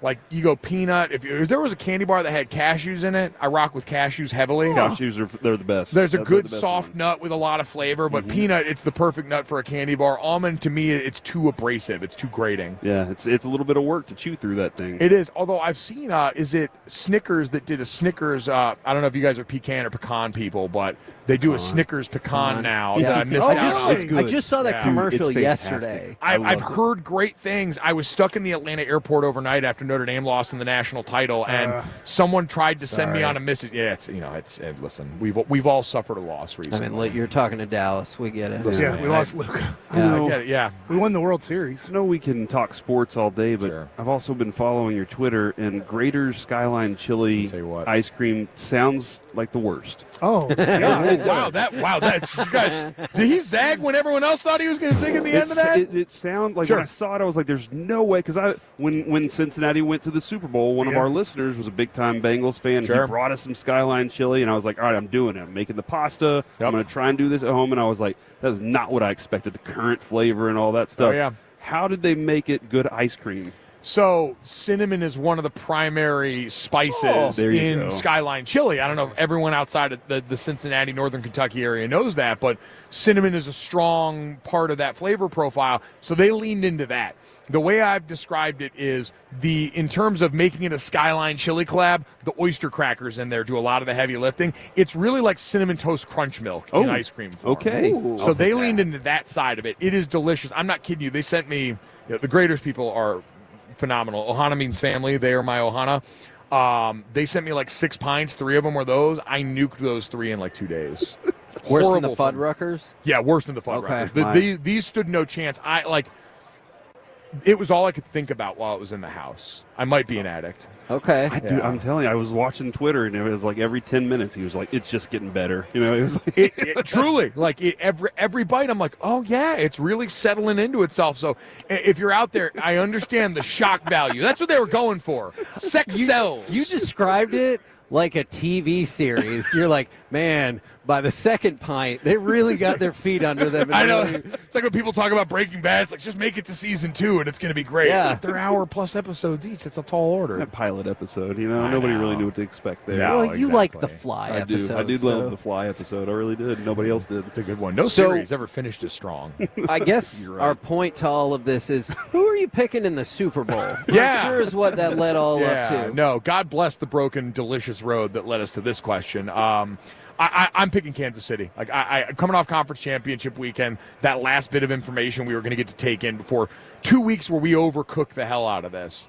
I told myself, all right, based on what I have seen, especially from the Chiefs, really the last 4 to 5 games when they, and I say all along, they get to operate like a veteran NBA team, where the regular season only matters so much in a sport where, hey, football, the games are more precious and more scarce, each one more valuable when it comes to making the playoffs. The Chiefs' bedrock of success, especially in a world where they don't need to win at home anymore, like they prove they can go on the road and do it, I'm like, they can afford to tinker during the season. That's why they didn't feed Travis early on until the injuries mounted up, and that's why they move guys around and try a bunch of different things, even if it doesn't work in certain situations, so that when they get to this time of year, they know who they are. No team has a better understanding of their identity and is able to fit that to the situation better than Kansas City. And I feel like the last 4 or 5 games, I've just watched them every time come up with what they need in that moment. Joe Tooney and the move he made from guard to tackle, my favorite storyline in the Super Bowl. Like, you can't give that guy enough credit for going out and operating in that kind of space in these kind of circumstances against some of the defenses he's seen. Myles Garrett, the edge duo from Houston, all this stuff. So I think they are too good at managing situations and finding ways to win. So I went Kansas City. I think it's close. I think I Kansas City in the over, so I said like 27-25. Okay. As just like a marker of what I think. It's going to be close. This Philly roster's stacked, but Kansas City just knows what they're doing. Man, I like that. You played it close to the over/under and right on the edge of the point spread. That's, listen, I work for a gambling company right now. no big deal. Kind of a big deal. That's very savvy right there. Print out every day then? Like, you have we get the emails every day. It's like, hey, here's where, some of the betting totals are going. I check it every once in a while, really just go in. More of a vibes guy, but hey guys, here's what I'm feeling for today's show. These are the gut bets. I like Mike's gut. Well, thank you very much for joining us, man. That was awesome. Thank you guys. I'm going to warn you, this is a weird transition because we don't actually go to break here. Hell yeah. We just keep talking. Oh, I just did that in a live stream down there for hours. It's trying to get Jameis Winston offset in that pink cardigan and explain that on the fly, not great. So I can just get up and spike the headset. Make it easy on you guys here. Spike it. Hold on, let me. There you go. Now you can go ahead. Now you can go ahead and spike it. Thank you very much, good sir. Really appreciate it. All right, let's transition into some Mike likes that I know. We took up some time. Thank you very much. But that was outstanding. Oh man. He just blew right past you, Mike. No, it's okay. Thanks. That was hurtful. Thanks. There it is. Yeah, we did it. We really screwed everything up. That was the greatest thing I've seen on Radio Row.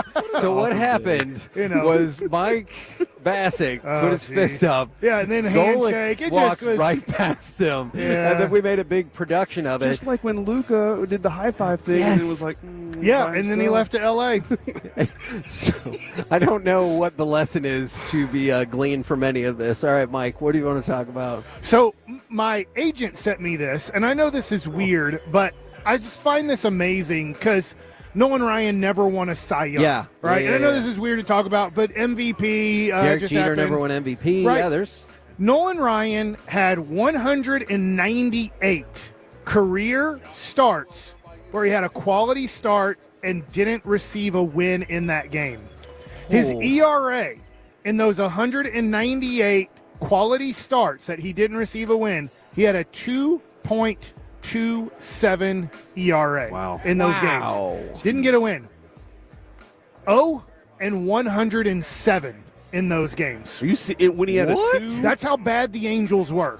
Now I know that some of them happened. Probably a few of them happened when he was on the Astros. They were a pretty good team when he was there, and maybe a few when he was with the Rangers.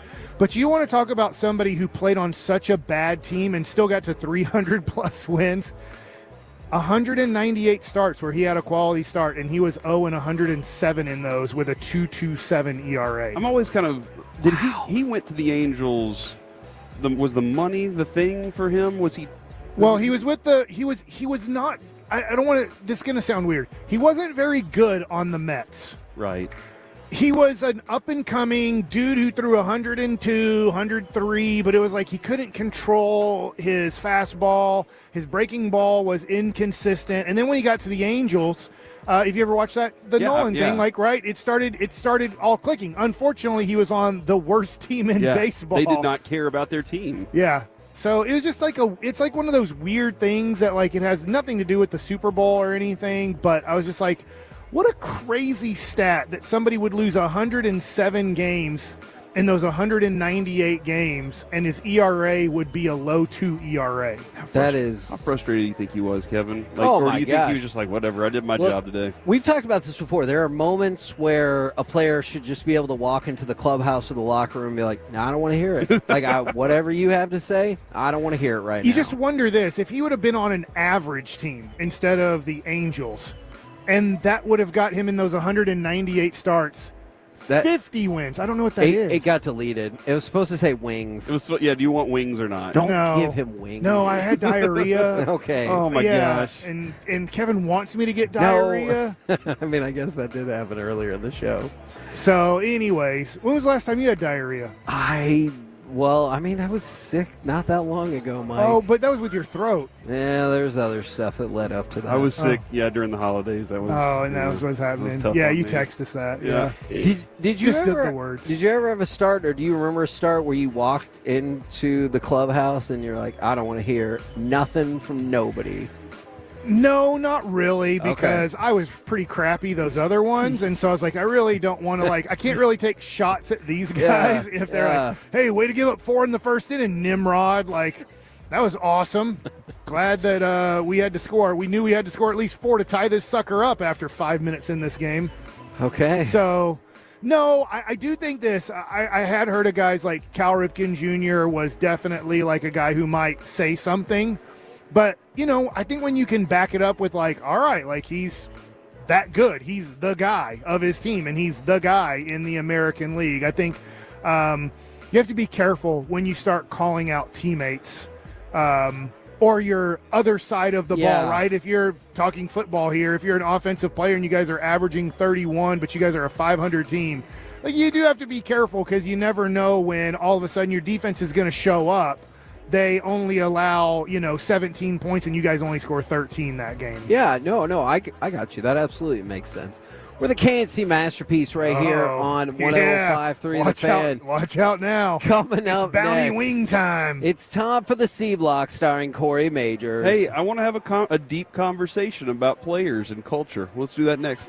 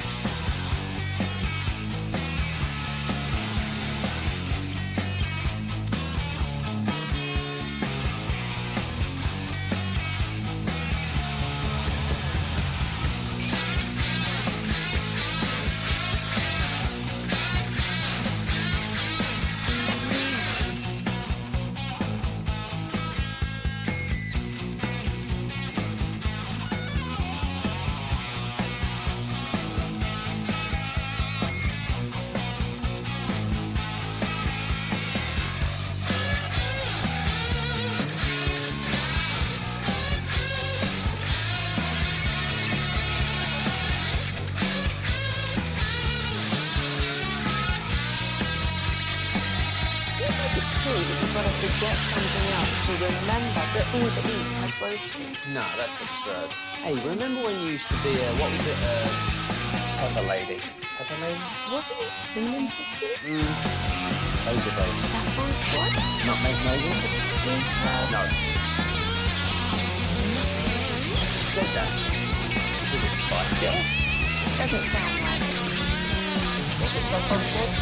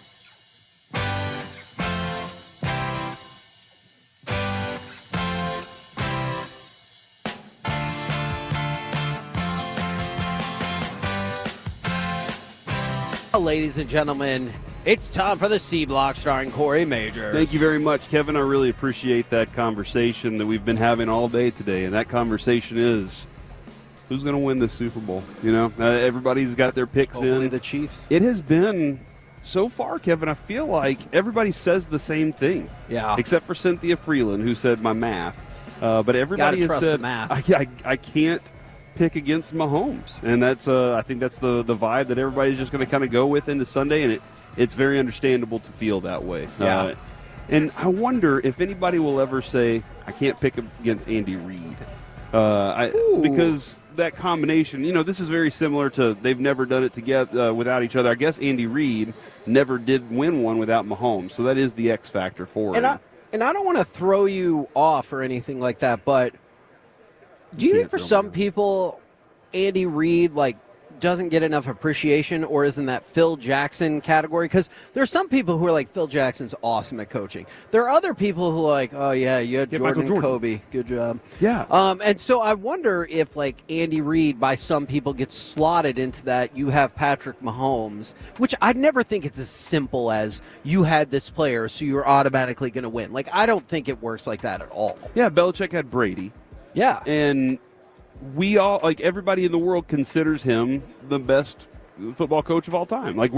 But Andy Reid's right there in this mix with you. Go look at all of the things that he's done throughout his career. When he was in Philadelphia, unfortunately, he can't win the big one. Yeah. Very Mac Brown, right? And then finally he does. So does he continue to get all the accolades that came along with it? Does he continue to get it? It's really interesting because he's just such a humble guy. You know, he just seems very laid back about a lot of different things. So we're very interested to see how that is. Now, Kevin, I am going to bring up Luka a little bit here. Oh, no. But not too much.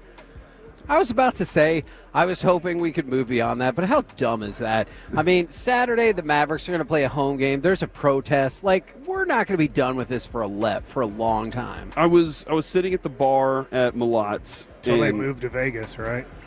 I was having a nice red fish, lightly blackened with some shrimp remoulade on top of it. It was fantastic. Oh. But I was listening to the bartender and one of his waiters, and he was like, the waiter literally walked up and goes, "Did you hear about Luka getting traded?" This was Wednesday. And I was like, this thing has been going on for a little bit of a time right now. It happened Friday night or Saturday night? Saturday night.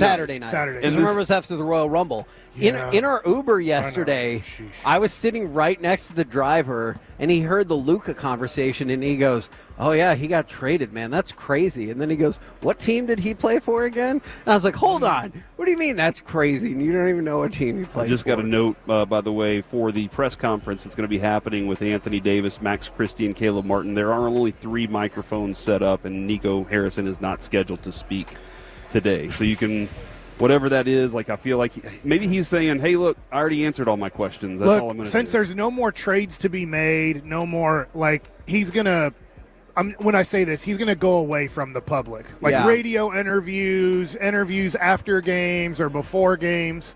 It's best for him to go away. There's nothing more he can do. Yeah. He did it. He had to get approval from the ownership. Like, you can't just say, "I made trades." Right. Like, you have to make sure that they're like, "Hey, this is what we're doing financially. This is what it's adding or subtracting."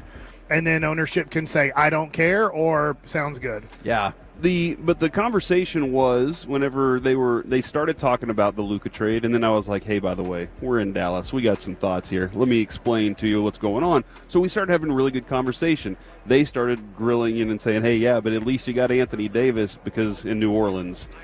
He destroyed their souls. Yeah. So they recovered well from that. It was kind of a back and forth. Well, they started discussing Zion players that they wanted to move on from, and I was like, man, I've been trying to get Brandon Ingram on the Mavs for a long time. I love the length. I love this about him, and that's when I started learning some things, Kevin. Okay. They said he went to one of his teammates and said, "You need to give me the ball more." Oh. He is not an efficient shooter. That's he is true. Not a good culture guy in the locker room. The word that the guy used over and over is he is a loser mentality. He is a loser. He was a loser with the Lakers, and he's a loser here.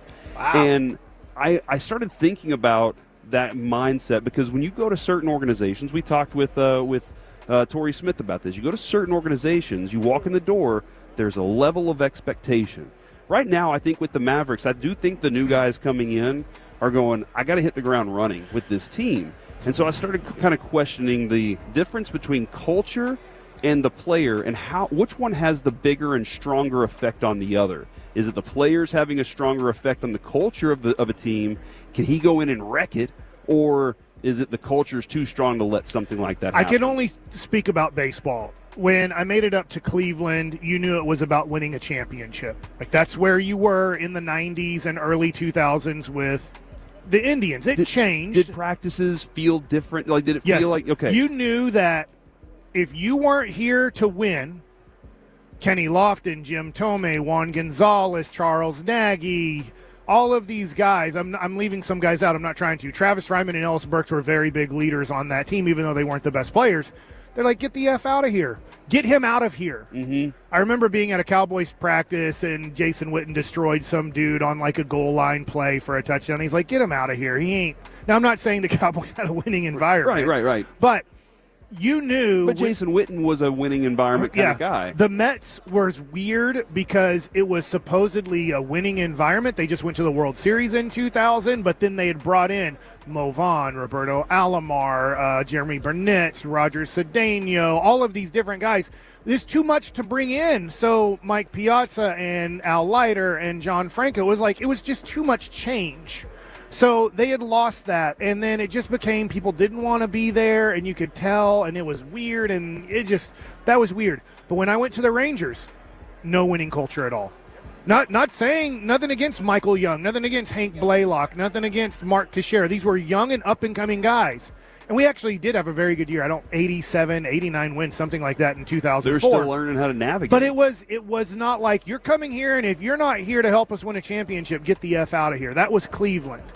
And then when I went to the Nationals, it was just, we're just hoping we don't lose 100 games. I couldn't believe this.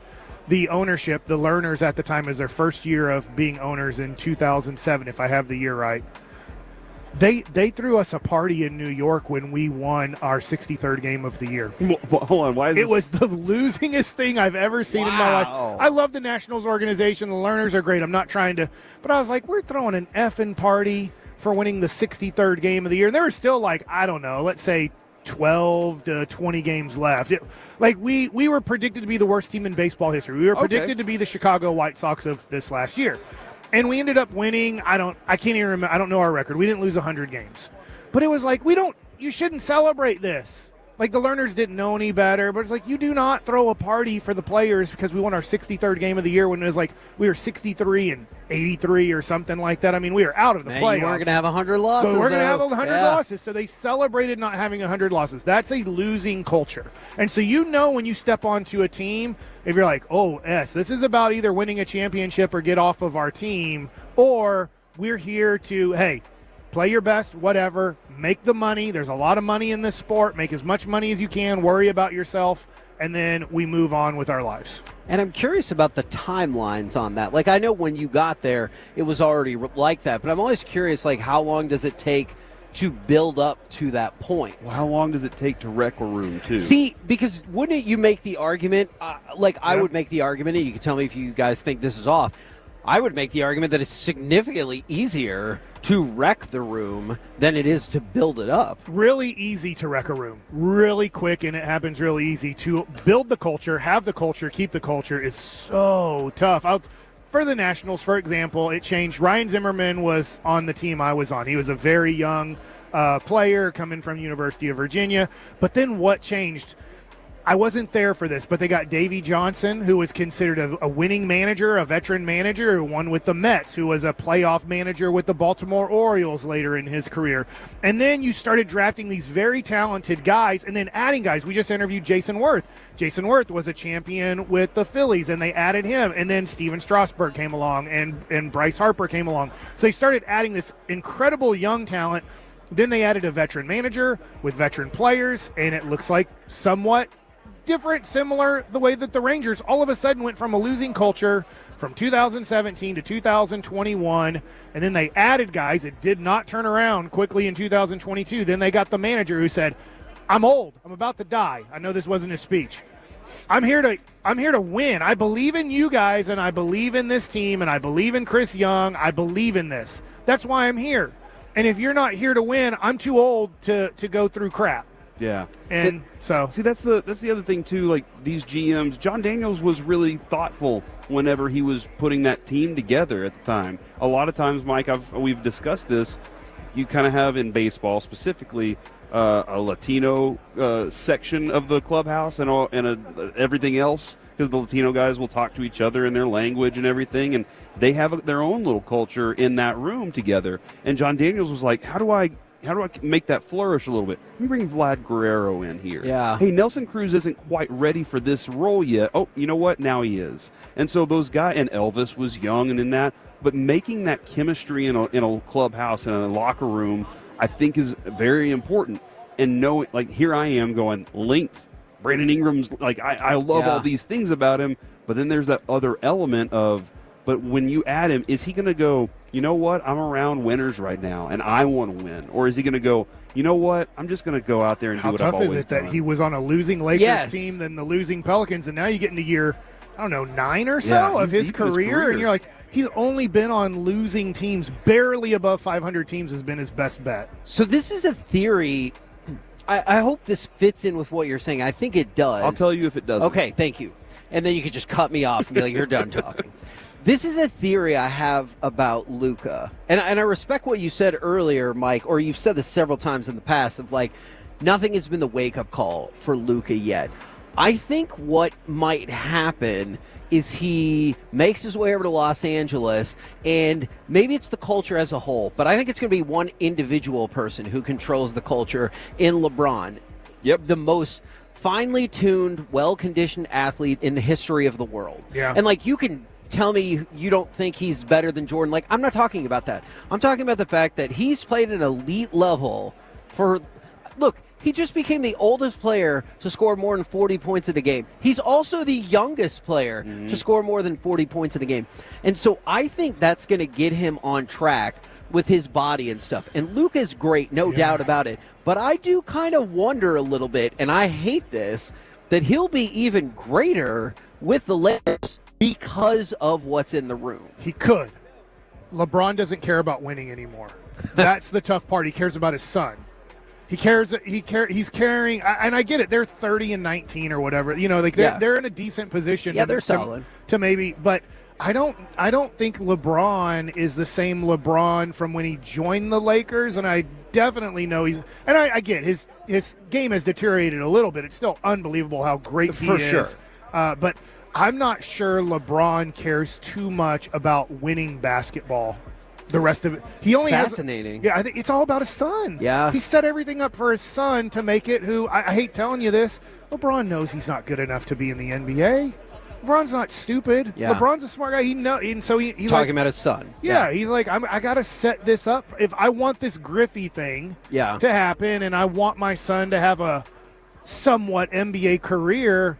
That's his goal. And now. you know what? Yeah, that like his whole. So he's not going to see that LeBron. Yeah, I do think though, Luka, and while he was here, he struck you as I don't like to lose, so I would rather us do everything we can to win. He doesn't seem to have a loser mentality, but if he emotionally loses it, he doesn't care at all about winning or losing. There is a maturity that he still lacks, and that's. I guess maybe I kind of disagree with that a little bit in terms of it's not like that he liked to lose, but I think if he lost, he was like, son of a gun, we lost. Instead of every one of you MFers better be here in the morning, ready to go. And if you say one thing, I'm going to slap that. You know, like I don't think he had that level of yes, but not for the Mavericks, right? But I don't want to knock him because he made the conference finals. He made the NBA finals.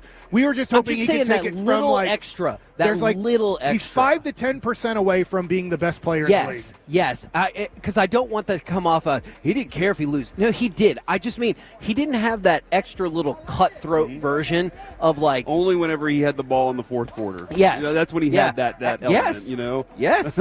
It's such a delicate balance building a locker room, making sure it's there, and then whenever you're like, hey, this might be a risk, but the risk might be completely worth it to add a Randy Moss to my team. I have a championship roster.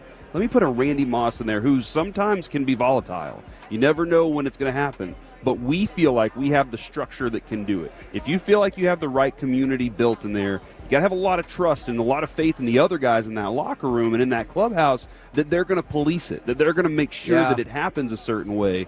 And so that was the crux of this conversation, was not necessarily to discuss Luka, but just to discuss how much of an important balance there is whenever you're running an organization and trying to find out what guys go where. Did that live up to your hopes and dreams for how that segment would go? What a week this was. This was a week. I'll never forget. I won't eat because Mike had all the diarrhea. We still have two more segments. Well, it's pretty much over. My segment's done. Like one of them is Alec playing not videos, like words that we said during the week. Isn't it called words that we said during the week? Your innate ability to vaguely describe our segments, yet never knowing the names of them, will always fascinate me. The audio of the week. Coming up next, the audio of the week. Also the known as masterpiece of the day. Oh, my God. Oh, dang also, some more of our Super Bowl odds and ends, including, God help me, maybe a couple more prop bets. Or you'll just hear my on-air breakdowns next right here in the Fingers fan. crossed.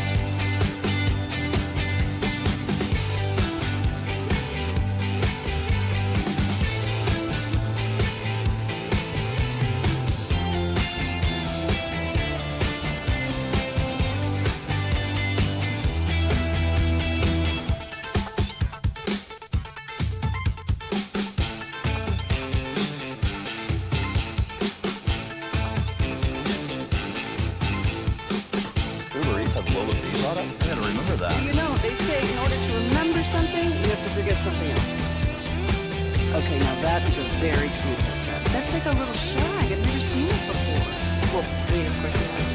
So, Rachel. Oh, is that your name? No, I mean, like your name. No, I'm Jen. Your name's Jen. Right, but I just mean like this is your haircut. But that's hair on your head. I'm not saying this is your hair. Okay.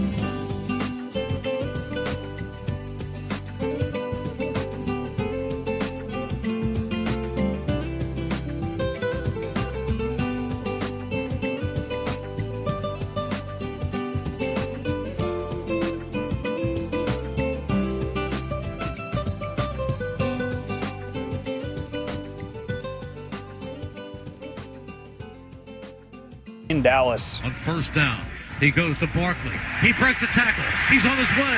Here he goes. He's at the 40, 30, 20, 15, 10, 5. Touchdown! Saquon Barkley, 78 yards. KNC Masterpiece back here on 105.3 The Fan. Do you think it would throw people off as we're live at Radio Row in New Orleans, courtesy of Stella? By the way, I also want to thank the Low T Center and Best Buy Windows and Siding. There are the oh man, this is the NA version. Oh, okay. Zero alcohol. I hope you've been watching those confessionals. Do you think it throws somebody off if when they go the 20, the 10, 9, 8, 7, 6, 5, 4, 3, 2, 1 touchdown? Yes. Okay. I would be like, why did he do that? But I think it would be fun to be the one guy that does it. You know, you're a little unique. Like, dude, Kevin Harlan is the best, right? When we listen to him, oh my gosh, he'll call anything. I feel like he's driving to the game and he's calling the road. Yeah, he's like, red car on the left, it veers to the right. He's always got something going on. So I think being unique and different and ear catching is the way to do it. And it feels like it would only work on like.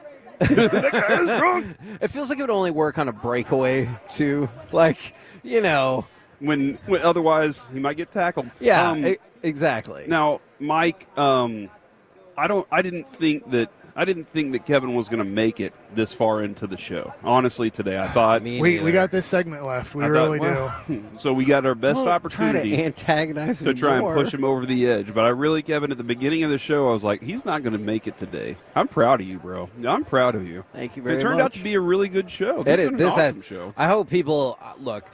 I am as critical of this show as anybody else. I hope people have really enjoyed today. There's a lot that went into it. Alec has had to deal with a lot today as well. I think this show. Are we on the air right now? Yes. Oh, I think the show's been really good. Did you think we were just saying stuff? I thought we were still in commercial break. Oh my God. I'm really glad. This feels like a segment. Man, I'm really glad you didn't say something else. I know. For goodness sake. Then I might have lost it. it. Sounds like a radio show. Yeah. So I hope everyone has enjoyed the week and especially enjoyed today. I feel like we've given you the best that we've got. All right. You want a couple more prop bets? You want some just like rando Super Bowl-esque notes? It's up to Mike. Yeah, rando. Okay. So something to watch, and this has been the game. Yes. What do you think? I'll watch it out in the commercials. You can watch it streaming on Tubi. Halftime show. Now, I'm going to drive home during that. What? Okay. He said that this morning. Yeah. Let him know. Hey, Kendrick Lamar's awesome, I think. Everybody tells me he is. I like Kendrick Lamar. Cusses a lot. That is true. Yeah. So, Patrick Mahomes, and this has been a theme of the week, what he excels at. And the answer is a lot.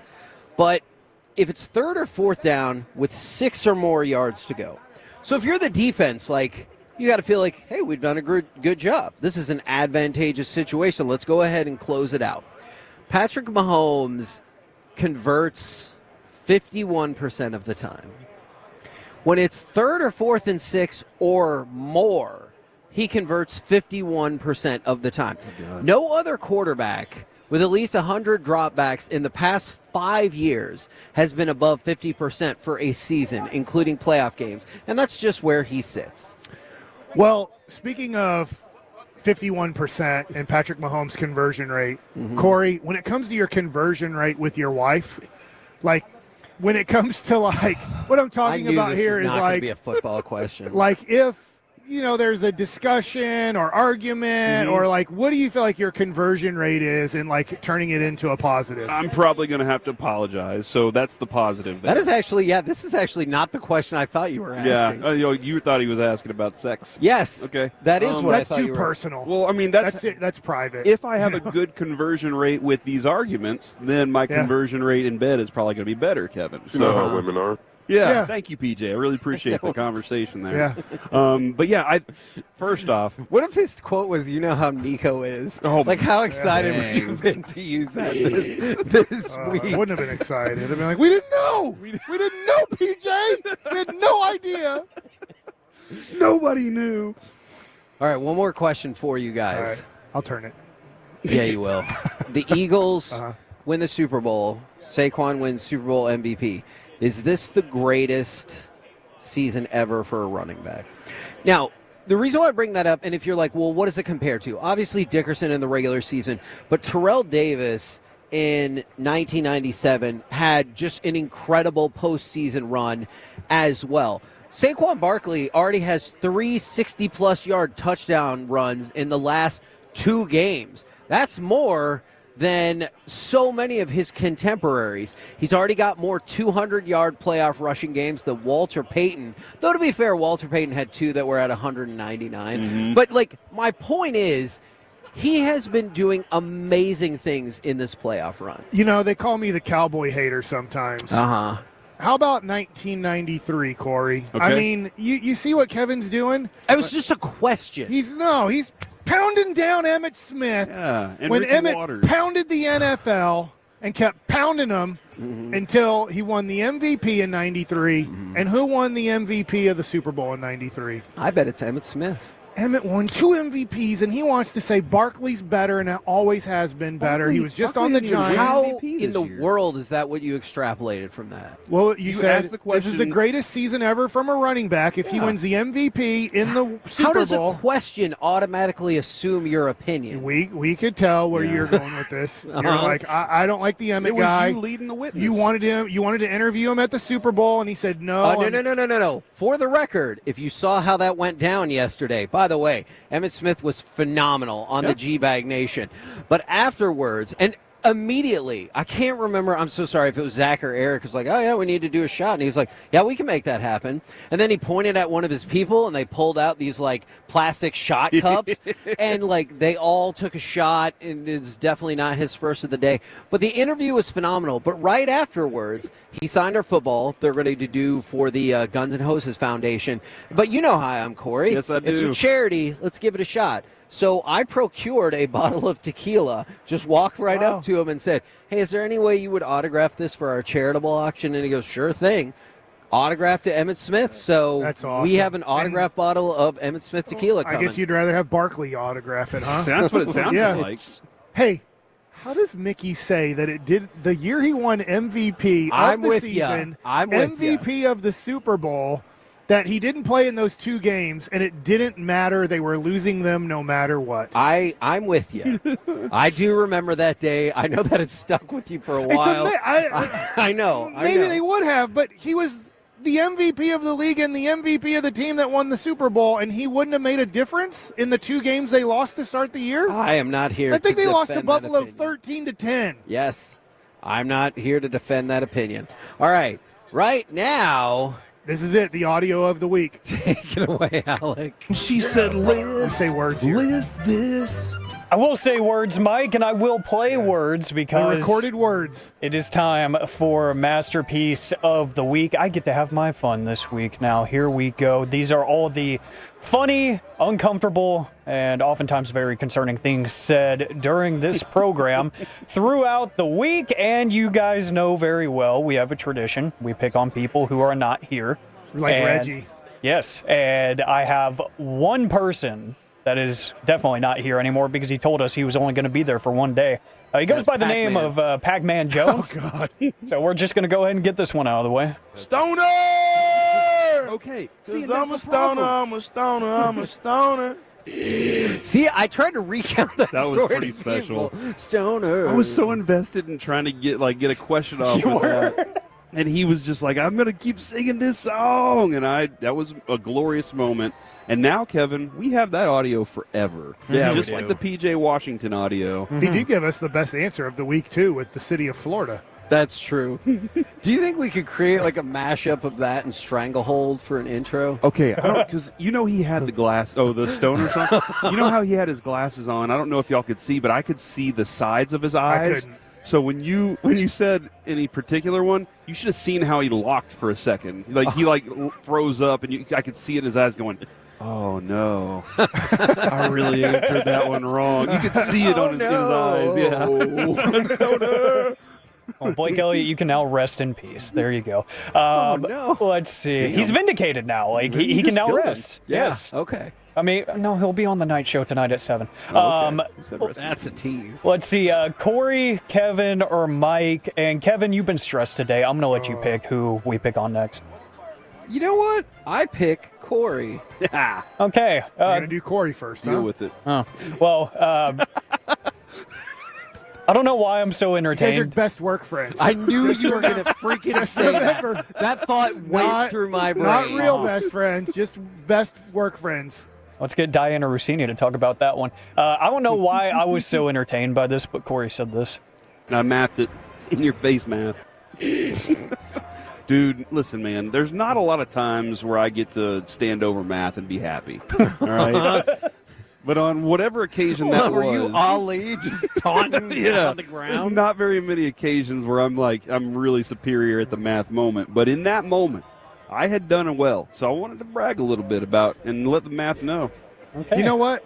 Math is wrong a lot more than it's right when you think about it. How's that? The mathematician is wrong, or just math in general? Math in general. There's only one right answer. There's so many wrong answers. Like Jerry always says, there's only one Super Bowl winner. Hold on. That's Are not you it. going off the idea that every single possible number is the possible answer for every single question? Yeah. 2 times 2 is what? 4. That's the only answer. Mm-hmm. All the other ones How are does wrong. that mean math is wrong? Well, that's the right answer. Yeah, all the other answers. It makes a lot of sense. There's an infinite amount of wrong answers. Yeah, you take a math test. There's so many wrong answers. Well, actually, usually I bet there is, Mike. If it's multiple choice, it's there usually only is. three wrong answers. Yeah, but put 4.1. You got most of it right, but the point one's wrong. Don't you get it? I know, I get it from your perspective. I don't agree with anything that you said, but I get it from your perspective. No, just in that moment. Just in that moment. Kevin, you said this. And you could take this city and shove it.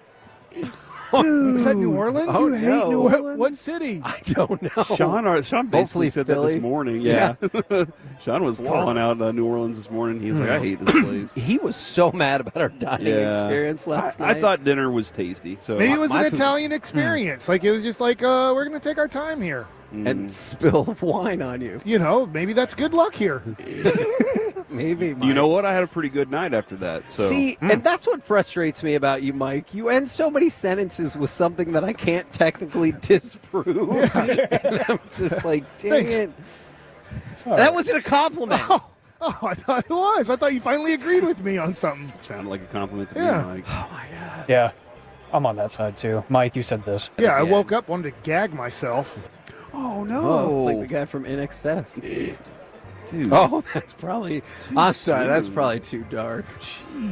Who's in excess? Trying to You be the never, next. you don't remember the band NXS? Don't Was that what they you got? Forget about. No, it's a different song. It's a different song. I don't know. Okay. Like, I need you that was, tonight. Let's move on. that was, I think, a Luca comment, I think. Because it's in excess. Is what No, I'm saying I wanted to gag myself because I woke up and I saw the Laker Luca and I was like, gag me again. Okay. All right, Kevin, you said this. If you'll shut up, I'll give it to you right now. That's the winner. Yeah. That's the winner. Yeah, you said it, though. Like, you said it. Now I can hear you say it aggressively and yeah. violently enough, but like kind of underneath your breath to be like, I've had it with you, Mike. I'm only putting up with you a few more times, okay? Well, I don't know what that last part is in reference to, but Sounds like a good documentary. Before he takes you out. Yeah, before it's me versus you. Ladder match. Mono e mono. See, I'm much more likely see it with me just stabbing you in the neck with a pen or something. Oh, you could do that in a ladder match. What? I think that's well, a Texas there's death a lot match. of things underneath the thing where they're wrestling Yeah, on. they always have ladders and The chairs. ring The board. is the word you're going board. The ring? Yeah, the raised board. I think they call it the raised board. Oh, my dear Thanks, goodness. Mike. Corey said this. And we still don't know that he's tapped it. Oh, no, we don't. Oh. We don't know. Who? Is that about Carter? That was probably man. Oh, Carter, you have a girlfriend that's here, right? End of the Super Bowl experience. Kevin doesn't care anymore. This is what you drove me to. Both of you. Did you meet up with that girl? That's tomorrow. Tomorrow? You're still here? No. Oh, In you're Dallas. meeting up with her in Dallas, and you want to tap it? like the drink. Okay. Like the Okay. like you Okay. tap a keg. Mm-hmm. You Right? tap on the door, and Yeah, then you she tap a comes to door. the door, and then you're like, "Oh, hello, how's it going?" And let's go on our date now. Hey, believe it or not, I think Yeah. this is actually an incredible segue, Mike. Thanks. You said this. But I know we did the unprotected crap. At least 3 times. Oh, because I have 3 kids. I'm talking about draft picks. Okay. God, Kevin. Well, Kevin might be talking about it too. Who knows? It's awesome, but it is smaller than you might think. Easy. That was about Average. That was about Fenway Park. That was That is about true. Fenway Park. Yeah. Average. I mean, it's great. It's just you heard it the first time. No, say it again. I'm hoping Nope. to go inside the wall there this year. I never got to go inside the Number green. one, number two. Oh yeah, I don't more think they'll wings. let me. If I get there early enough, maybe. And nobody's. I want to go inside the green monster. I didn't get to do it as a player. I gave up a double off the wall though. It happens. It's a great story, Mike. Thanks. I'm glad you enjoyed it. Winner, please. Oh, we got to vote now? I'm voting for Kevin and the way that he yelled at I don't want this to end. If you'll shut up, I'll give it to you right now.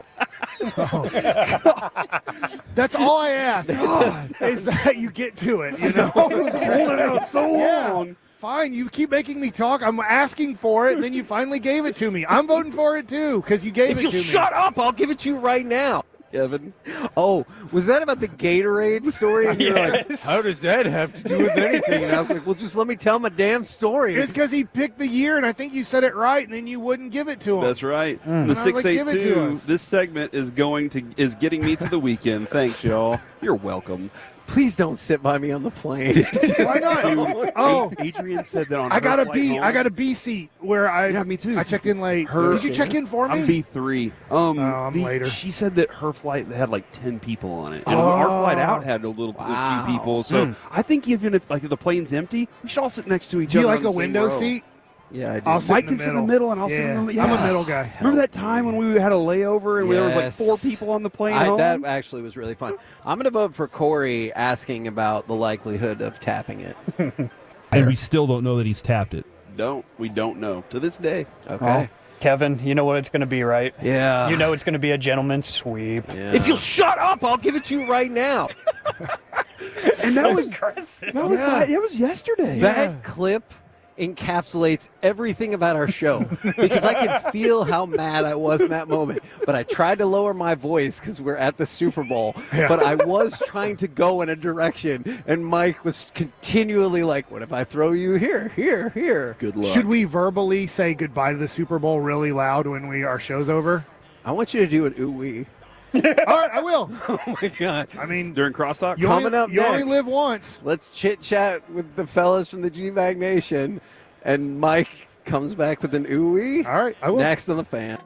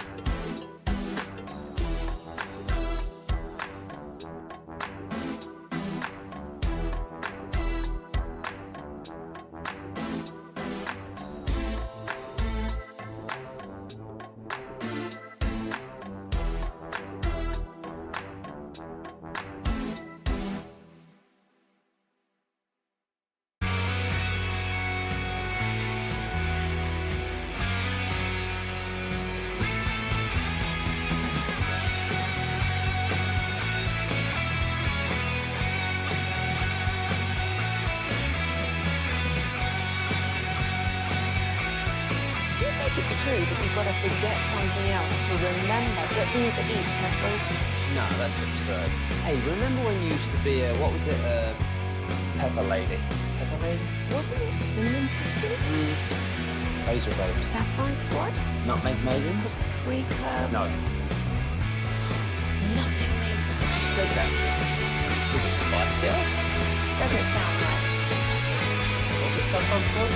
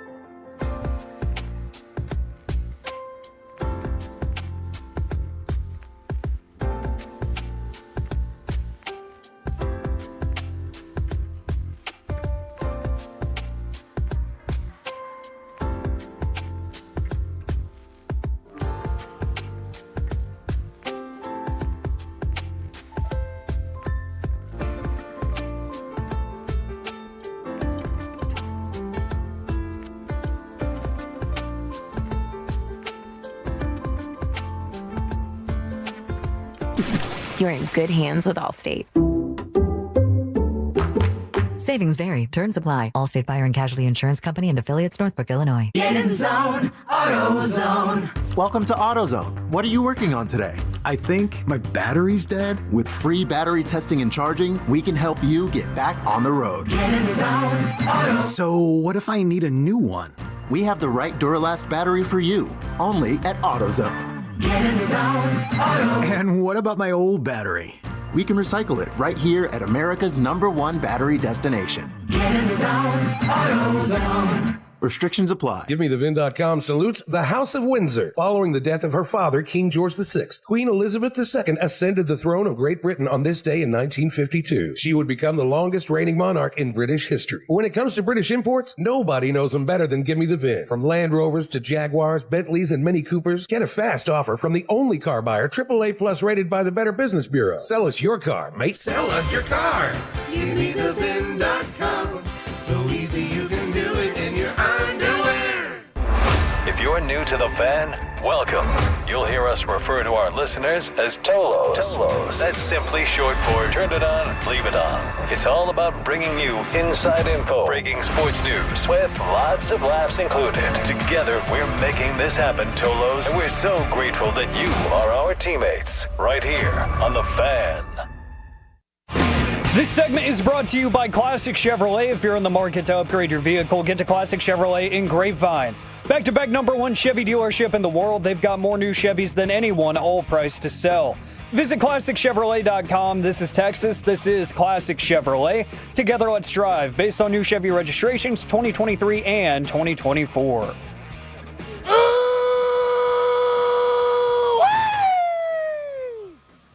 That's from a man, Chris Arnold. He used to do that and tick off Jim Rome. Everybody else, deal with it.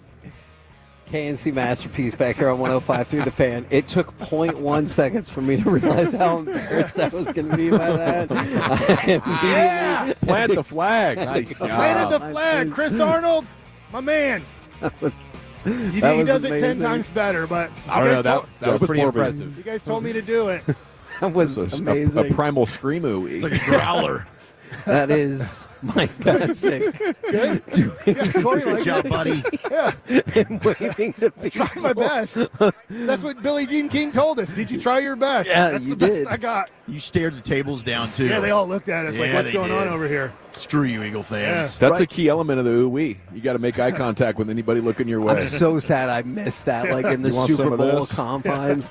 Yeah. You want some of this? Right now, courtesy of D&M Leasing, you hear those fellas from the G-Bag Nation. Gentlemen, how is you today? Man, amazing. Just taking in the Super Bowl vibes and enjoying New Orleans. How about you? I'm doing very well. Doing very well indeed. It's been a fun, very busy show. I want to just cut right to the chase. Who are y'all thinking is going to win on Sunday? You know, I've been saying Eagles all week, but I don't think I can do it. Wow. I can't do it. This is a Gavin Dawson flip-flop. When it comes down to betting against Patrick Mahomes, I thought I could. The Friday flip. And I'll tell you why. I don't know if you've noticed this, but ever since they won the AFC title game, this Chiefs team just has not come off as hungry to me. They're very laid back and relaxed, and the Eagles are like, dude, we got to have this. Yeah. And I think that matters. But I thought you just said you were enough. switching to the Chiefs. Doesn't matter enough. It doesn't matter enough. Now, Yeah, wait. What's going on? So your pick is who?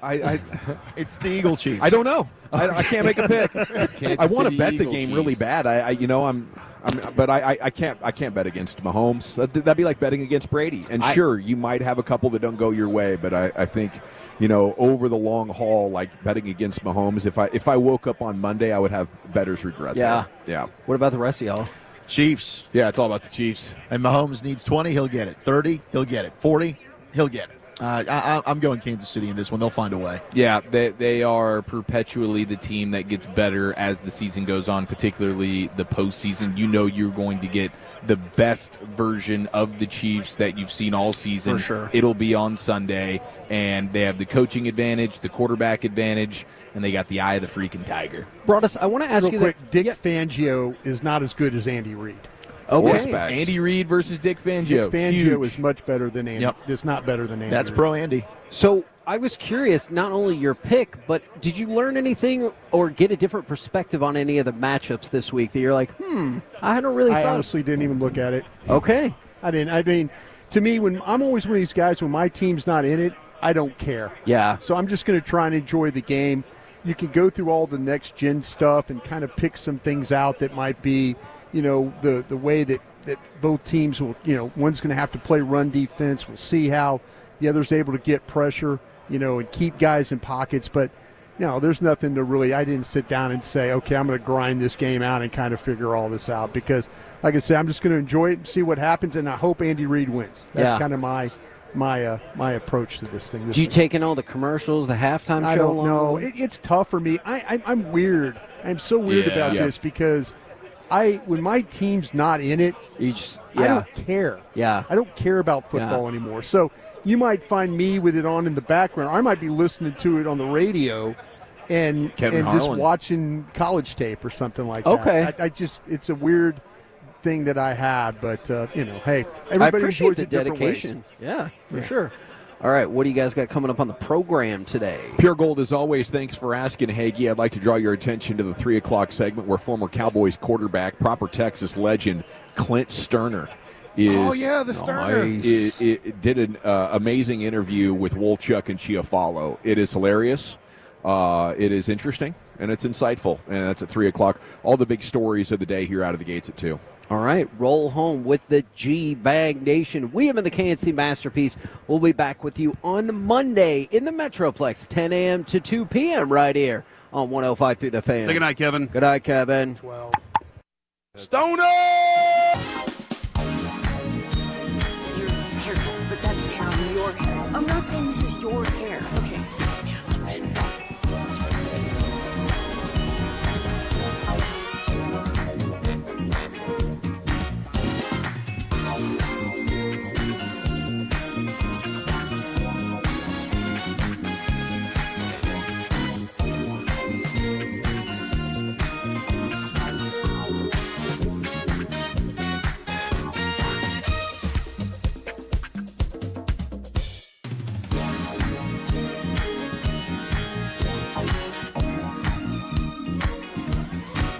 Do you think it's true that you've got to forget something else to remember that Uber Eats has frozen? Nah, that's absurd. Hey, remember when you used to be a, what was it, Pepper Lady? Pepper Lady? What's it? Cinnamon Sisters? Laser Baby. Saffron Squad? Nutmeg Maidens? Pre-curve? No. I just said that. Was it Spice Girls? Doesn't sound right. Was it Saffron Squad?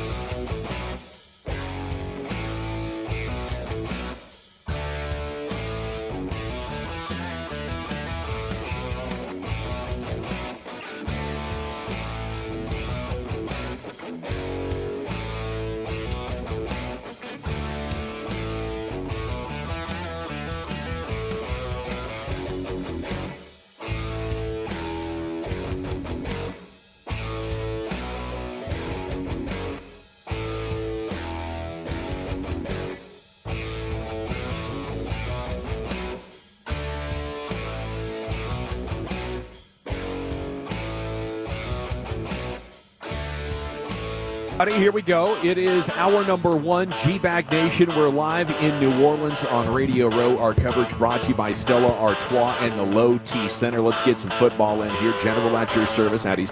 There's Brian Broaddus, former Cowboy scout, NFL executive, Super Bowl winning champ in his natural environment here.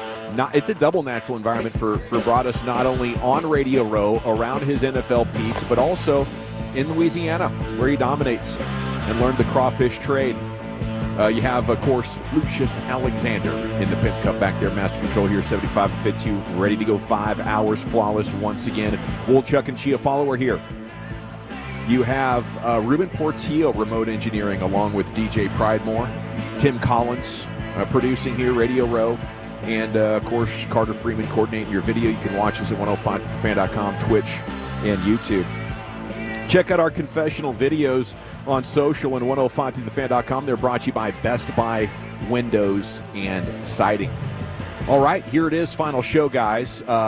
We have a new Cowboys offensive line coach that could very well be the top story. Jerry Jones has some quotes from last night at NFL Honors we can talk about as well, but it's Connor Riley as O-line coach. Kansas State the last 6 years. He worked with Cooper Beebe there.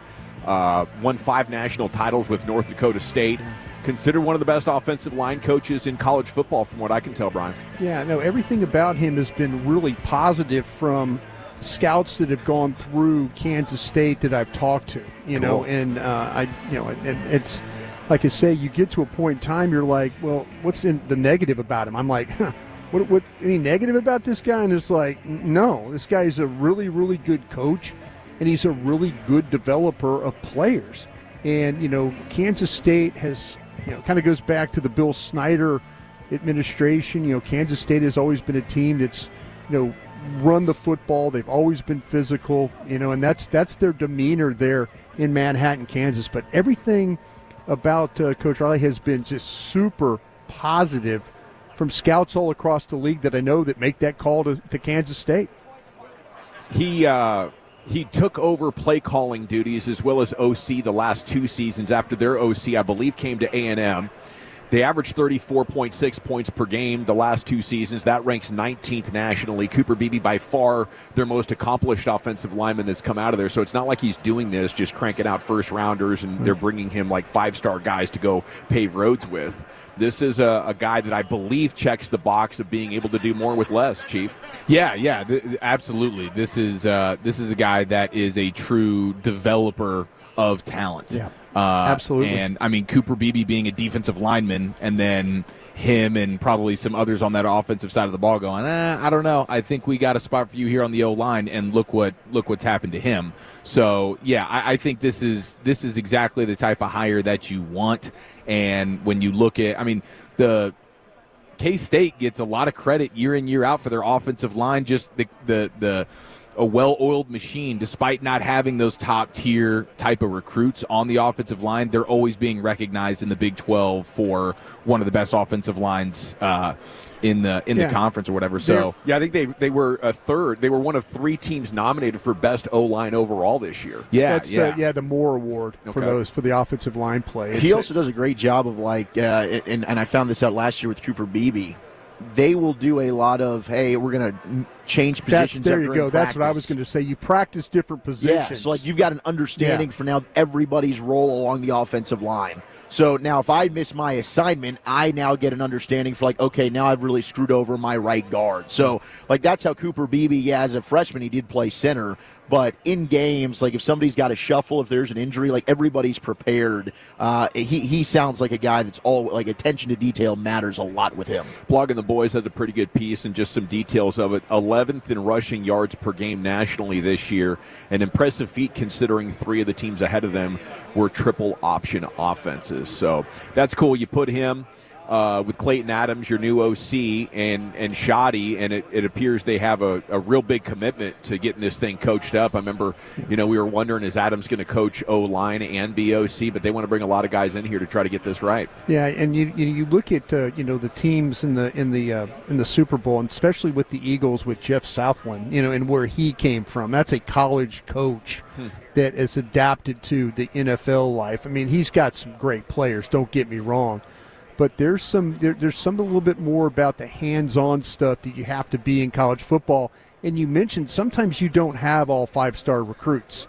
You got to mix and match some of these players, and his ability to teach. And I think that was something that when I was talking to people about Adams, with the Cardinals, it was it's teaching, it's developing, it's this background that they have to be able to get the best out of the guys that they have. And so, tip my cap to them to go out and get a guy that was, a lot of people, like I said, I just throwing out the name to guys like, no, this dude can coach. And these are guys that are scouts for other teams, too. So excited to hear that. That's awesome. It feels like you're just getting more modern. This isn't Brian Schottenheimer stepping in and going for old head, retread. This is what we do. This is him trying to broaden his coaching horizons to some extent. Yeah. And being like, hey, I know what we need. I don't personally know how maybe to implement it, but I'm going to go identify those guys who have done the college thing, done some NFL stuff when it comes to Clayton Adams. And when you look at what the Cowboys have been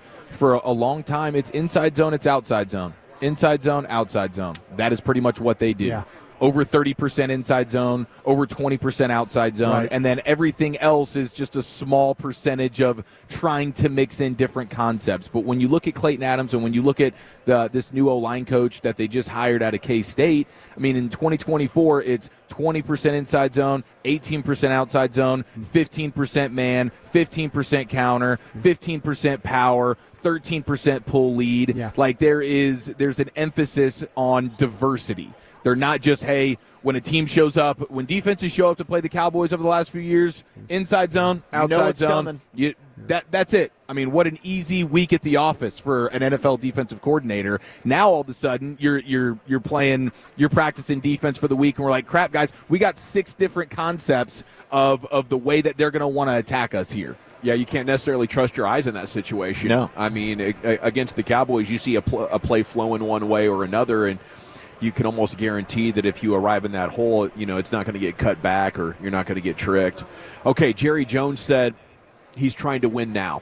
Okay, so we're hoping for the best on this. I think the Riley news is definitely something to be positive about. This Jerry Jones, thought he said the deal with Dak makes him the top paid player of all time, and that's a win now move. And then he said this about the cap. He says, I think you ought to look at free agency, not so much the criticism we got last year, but look at in years past and how we've done it. We'll probably be more in line. Look at in line with what the league is doing, or in line of how he's done business going into this free agency. Yeah, he said don't look at last year.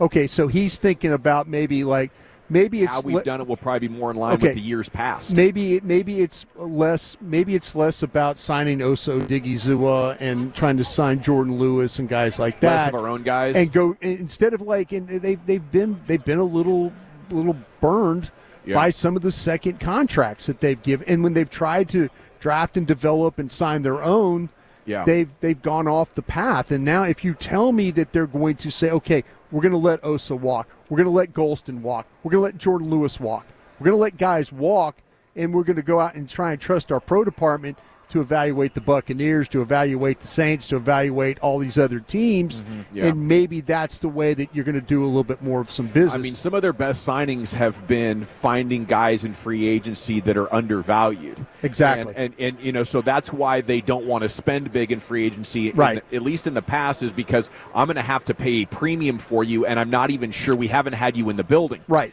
Well, that's a good strategy, but they didn't obey that mindset when it comes to their own guys. Yep. And suddenly they're overpaying guys and almost rewarding guys just for being drafted by them and being in the building and being good enough to start. Yes. It's like, okay, absolutely. we're going to make you one of the top 10 players at your position. Yeah. And instead of doing that, I would say go find legitimate leaders at their position, like Myles Garrett, spend on them. Right. Or if you can't do that, then try to do what the Eagles did with Zach Bond. I think that's got to be the best signing of the year. Find, absolutely. In the NFL. And I don't know, at least it's some sort of a shift, a change. I don't know if you can read enough into that and say, hey, we're going all the way back into the 2000s. We're going to get really aggressive, trying to buy up players or use a credit card. Guys, in the 2000s, we were so horrible drafting that you were forced to go spend money. And then we it just never, like I say, you were throwing money at guys that didn't help you, and that was a big problem. Maybe that's how they're going to get back to that time, because now you're not drafting first rounders that you got to pay. The last two seasons, for sure, you're probably not going to get. And we'll see what happens with the fifth-year options coming up on some of these contracts. They're usually pretty good about getting that fifth-year option and then kind of parlaying it into something else. But these next two might not be fifth-year option guys at all. On the Micah contract, he said, we spent the most money on anybody in the NFL on a single player last year. If we can do that again, that'd be pretty good. So that'd be nice if we can get one of these done a little Micah bit early. is trying to encourage the front office not to wait around. Yeah. He wants things done, and I can understand wanting to get paid, but he's like, listen, if we could work something out where it's not last minute, where we can get a little savings, and again, I don't think that David Mulugeta, who does Micah's deals, he is a tough negotiator, but a fair negotiator. He gets deals done. So if you get him on the track right now, and then they can maybe get it done, hammer it out, and then give them some leeway to do some other things, I think that's so much better. Mike is even encouraging to try to do that. He sure is. Okay, we'll talk NFL MVP and, the awards from last night a little bit later on in the show. We got to get some basketball in here because the Mavs are now coming home after winning in Boston last night. Yep. And that was an impressive victory. It was. A lot of guys stepped up, including Klay Thompson. I don't know if you can count on that, but I was impressed with Max Christie, I'll tell you that much. So they're going to host the Rockets tomorrow. Amid concerns for Nico Harrison. I mean, we've talked about the reaction from some Mavs fans, but apparently facing death threats in DFW, fans saying don't even come to the game. I hope nobody is taking these death threats seriously. I think that's reprehensible fan behavior. Hopefully it's just a hilarious commentary on how extreme fans are these days, and nobody's actually taking that serious, because I don't think anybody wants to flush the rest of their life over a decision to trade a basketball player. That would be tough. I'm not even willing to flush my Mavs fanmanship or watching basketball over it, but I know that's small potatoes for some people. But I just think that as we go through this grieving process, a lot of fans are dug in, and I don't know what the end of it is. I don't think Nico's going to be able to go to a game until, it's clear the fan base is forgiving him. Either you go on a 10-game winning streak, you're deep in the playoffs. If I'm Nico, I might be coming in a back door and pause and going to a box or something. Sure. Am I going to watch this game in the office? You got to be in a suite. I don't think he can really be in his usual spot. That would just be a huge distraction. Yeah, fans would be coming up from all over the place trying to yell at him and throw popcorn at him at least. But, with this being said, I get it. I'm frustrated. I'm annoyed that he made this move. Yeah. But it's I definitely want him heckled. Yeah. Come on. The death threats were crossing the line. Yeah. I just think that's Ali LaFleur's putting out a public message. Oh, my gosh, they're scared about the player. Like, this is basketball. What are we doing here? Come on, guys. Well, the thing, I know Dawson and I, if you saw the comments of Dawson and I with the whole thing with, the running back out in San Francisco. Those people out there, there were some things that were said to us, tweeted at us, and, messages that were left and stuff like that. Might not be safe for me there next year, actually. Yeah, now that I think about it. Maybe you can't go. When people are saying stuff like that, that gets my attention. We talk a lot of sports and kind of back and forth on things, but when people start threatening your life over that, then that gets your attention. I don't think I'd be fearing for my life if I'm Nico tonight, but I think I'm not going just so it's not a distraction. Or if I'm going, it's going to – I don't even know if you can be in a suite, because I think the fans would turn and yell at you there. What about you, Chief? Are you going if you're Nico tonight? Absolutely not.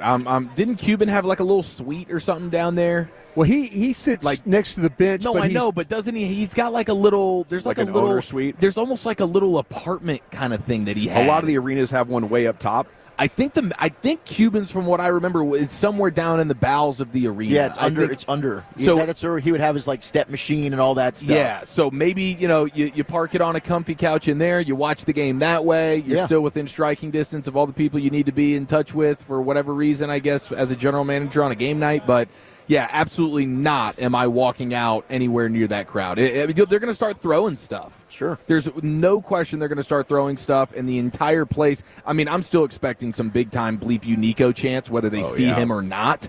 But him being there is – I don't think he can do that for a while. Let me ask you this, though. If he does show up and takes all that, do you respect him for doing that? Yeah. If it's business as usual for him, yeah. Do you respect that as a general manager if you're a fan? I would think so, because I think if you can't, as a public figure, go amongst the people that you're working with or representing or whatever, that's a major problem. So if he can go out there and take all the yelling and it might be a moment that would create, an ending or some sort of closure for the fans. Yeah, that's what I was saying. To me, me personally, if I was him, I would play business as usual and just go for it. Just rip the Band-Aid off. Just go for it. Happens. Now I've seen back in the 50s. There's been in hockey. There one time a guy sitting behind, general manager sitting behind his bench there, and a fan came up and slugged the guy, sitting right there. Fan coming down. But this is 1950s. There could be protection and stuff and people around him and things. But I think if I'm Nico Harrison, the best thing you can do is go out there and face it. Don't hide from this. Go out there and show the fan base, listen, I'm your general manager. I made the call. If you want to yell at me and scream at me and boo me and do all that stuff, we've seen what's happened on social media before with people. They get mad at you for 1 or 2 days, and then it kind of goes away. But I would go out there and face it and play business as usual and show them, hey, I'm the general manager of this team, and you're not going to run me off no matter how much you want to boo me. I agree. Do stuff. Yeah, I agree with you. You're the general manager of the team. You're not going to be going to the games. Yeah. It's your job. I thought it was a little bit ridiculous that he wasn't there today with Anthony Davis. That bothers me. You're basically leaving these guys out to dry. You made this trade. I think you got to be there. That bothers me. I think that's more important than showing up to the arena tonight. No one's tomorrow. Tomorrow. No one cares about seeing a general manager in general. It's not like, oh my gosh, your general manager is not sitting in the stands or whatever for your game. To me, him leaving those guys out to dry and Mark Followill's having to do intros because he's not I mean, that's bad. That's no, it was bad. bad. It was a bad look. I lost respect for him today. That part of it is not. That's not a respectable thing at all. Good conversation, gentlemen. G-Bag of the Day coming up at 2:30. A little sports hodgepodge next, Chief. What you got? Tales from a Thirsty Thursday Honors Night in New Orleans, next in the nation.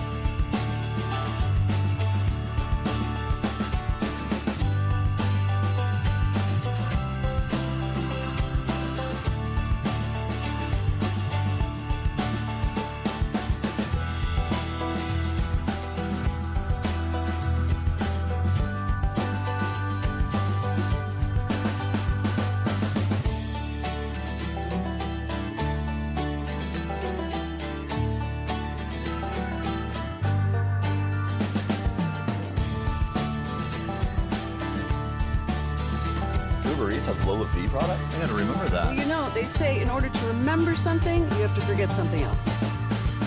Okay, now that is a very cute haircut. That's like a little shag. I've never seen that before. Well, I mean, of course you have. It's the Rachel. Oh, is that your name? No, I mean, like your name. No, I'm Jen.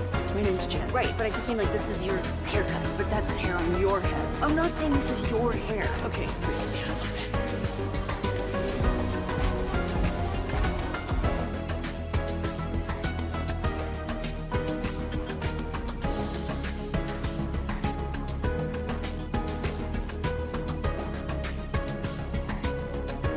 Predictable accidents happen. If you or a loved one's injured in a car, truck wreck, call the Frankels. Get a free consultation, 214 or 817-333-3333. Hit FrankelFirm.com, Chief. Yeah, we didn't go to the Playmaker party last night. I'm a little bit disappointed because apparently it was an absolute madhouse when Michael Irvin walked out of whatever his party was on Bourbon last night, and people caught wind that it was the Playmaker. I saw clips and pictures and stuff. I mean, you would have thought it was a president walking down. Yeah. And it's just all sorts of security just pushing people away. The Playmaker's here. I bet that was Step aside. I bet that was a great party, but Walchuk got after it a little bit last night, hanging out with Hellman and whatnot. What time did you get in last night, Walchuk? Dude, probably like 2. I think like one of the bars closed, and I just walked back with Joe Hoyt. They're staying just down the road from us. So, yeah, it was it was a good night. All of a sudden, you could go out in Bourbon. Yeah. Next thing you know, the night gets away from you. You Yeah. look up, it's like, holy crap, it's 2 o'clock. Yeah. All right, let's waddle ourselves back home. I went to Parasols, which is an incredible spot to go to, sort of a local spot for, the kind of food they make here. It was amazing. Then I jumped in an online poker game, 200 players, $55 entry. I was in 4th place with 11 players to go, and I finished 11th. Oh. Wow. Guy to my left kept bluffing me, and I was like, all right, I'm going to get this dude, right? I thought he bluffed me. I push all in on him. He insta-called. He had 5-2. The board came 2-2s. I was Dunsky. Unbelievable. Wow. Yeah. Well, it was a good night. We did do the family dinner. That was, I would say, a little below average. Well, you got a nice wine shower. There was an incident there. Ooh. I felt terrible for the waitress because when you're kind of in one of those uppity places, when something spills, it's like someone got shot in there, and everybody is now on high alert. Oh my gosh, did I just offend somebody? Are they going to leave us a bad Yelp review? Yeah. So they were in scramble mode. But I did thank God I was wearing black pants last night because an entire bottle basically of red wine just came Did they comp splashing stuff down for all you? over. They buy your meal or anything? They went the free cocktail route, right? So get around on us. and it actually worked out because Hagee was there, not drinking, but he goes ahead and puts it down for a double tequila soda, brings it over to me, Right. And so as the victim, I end up getting two free cocktails out of it. There you go. So it was a good time. I was scared of the oysters. Walchuk, I mean, you can speak to them. Dominant, right? They were you really loved good. it. I went Rockefellers. the Rockefeller. With the spinach and First time I've ever had them. There you go. It was really, really good. The funny thing was I ordered them, and then I think Choppy also ordered a salad. Sean ordered a soup. Never got the soup until the meal had already come. The service in general was a little subpar, it was some huh? slack. But the rest, like I went to the bathroom, I came back, and the oysters had shown up, and I think that Sean and you might have as well, Eric, thought they were bringing that to make up for the wine. I thought they were bringing free apps. We didn't know Walchuk ordered the Rockefellers. And it was fun. I mean, they brought a lot. There was like 6, and they were huge. Yeah. So we all kind of shared them. But then I think Eric and Sean ended up eating Choppy salad. We did. But that was fine. I don't think Choppy really cared too much about that. No, he was not on that But bone. the size of the meals, like the portion sizes, were really, really small. Very small. So we ended up, me, Walchuk, and Ruben, after dinner, it's like 10 o'clock. I'm still starving. If I would have not known based on the way my stomach felt that I had eaten anything. Yeah. So then we went and hit the Italian bistro down the street from the hotel. Pizzaed it up. Second dinner, wings and pizza, and that was special. I was paying the price for it this morning, but I'm glad we made that decision. That was an important decision that we made together. Now, last night with the honors and stuff, and it was a who's who just walking around. I mean, we're driving down the street, and it's just players and different NFL personnel type people. So it was cool. Snoop Dogg doing some hosting.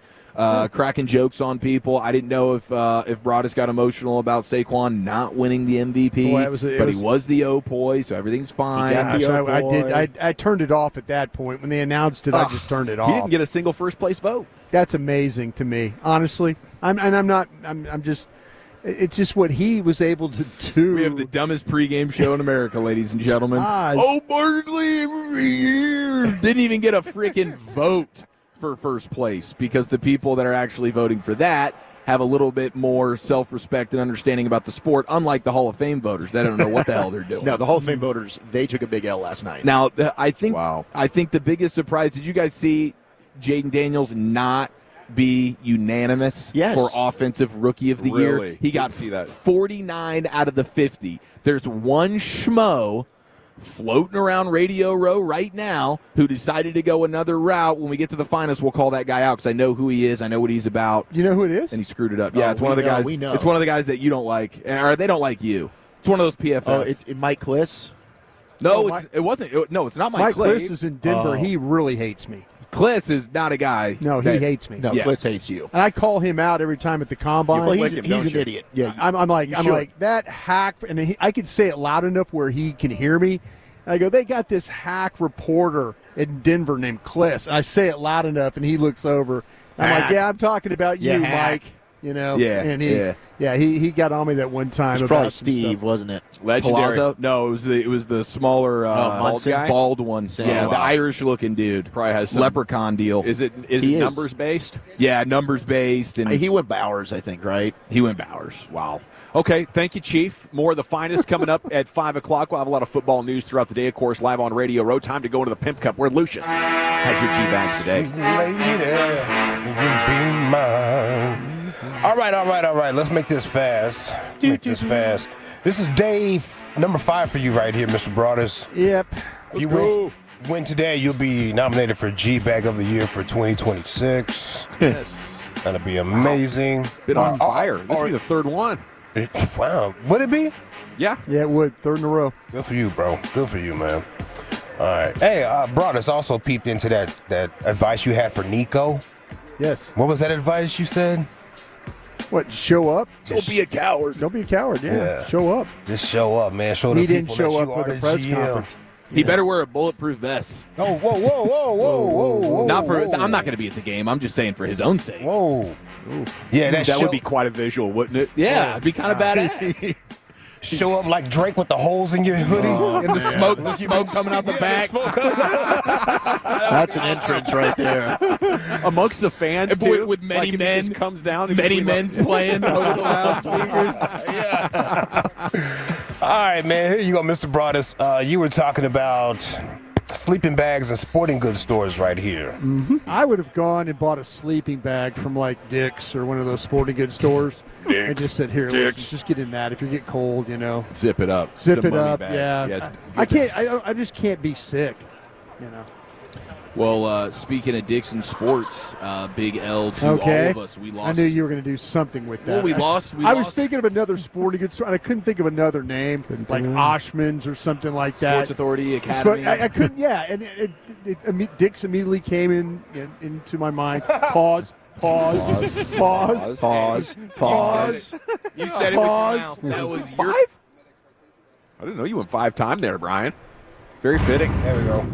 Yeah, come on, Lucius. I know you got 3 others that are much better than that. That's going 5. I know you do. I don't know, man. Come on, Lucius. That's going 5. It's a Friday afternoon, Lucius. You know all those days I used to bring you food, man. Oxtails. Like, give me a solid, please. I know you got 3 more better than that, Lucius. I know you do. I don't know what's better than this right here, bro. Dick's immediately came into my mind. I don't know, bro. I got some monsters laid up right here for you, bro, but I don't know what's beating I know you do. All right, let's go to Bowling Green University. That's in Ohio, right? That is it. Okay, that's not Bowling Green, Kentucky. Just making sure here. Yeah. National anthem. I feel like this dude lost a bet or something, or just totally didn't know where he was at.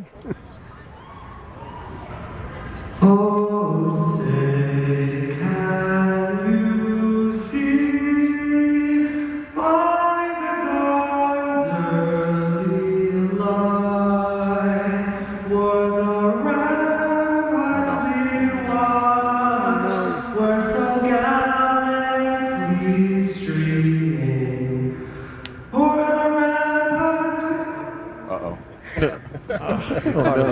We caught ourselves.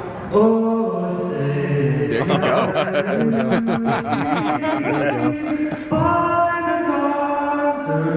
got it now, guys. Went back to the ramparts. Oh, gosh darn it. Hey, let me reset. I don't know, man. It sounds like you're going to vote on me. Back to the top. Woo! I do like the idea of shortening that thing up a little bit, Yeah, that's not a bad idea. Hit the high parts. I don't know if that's what he was getting paid to do. Man.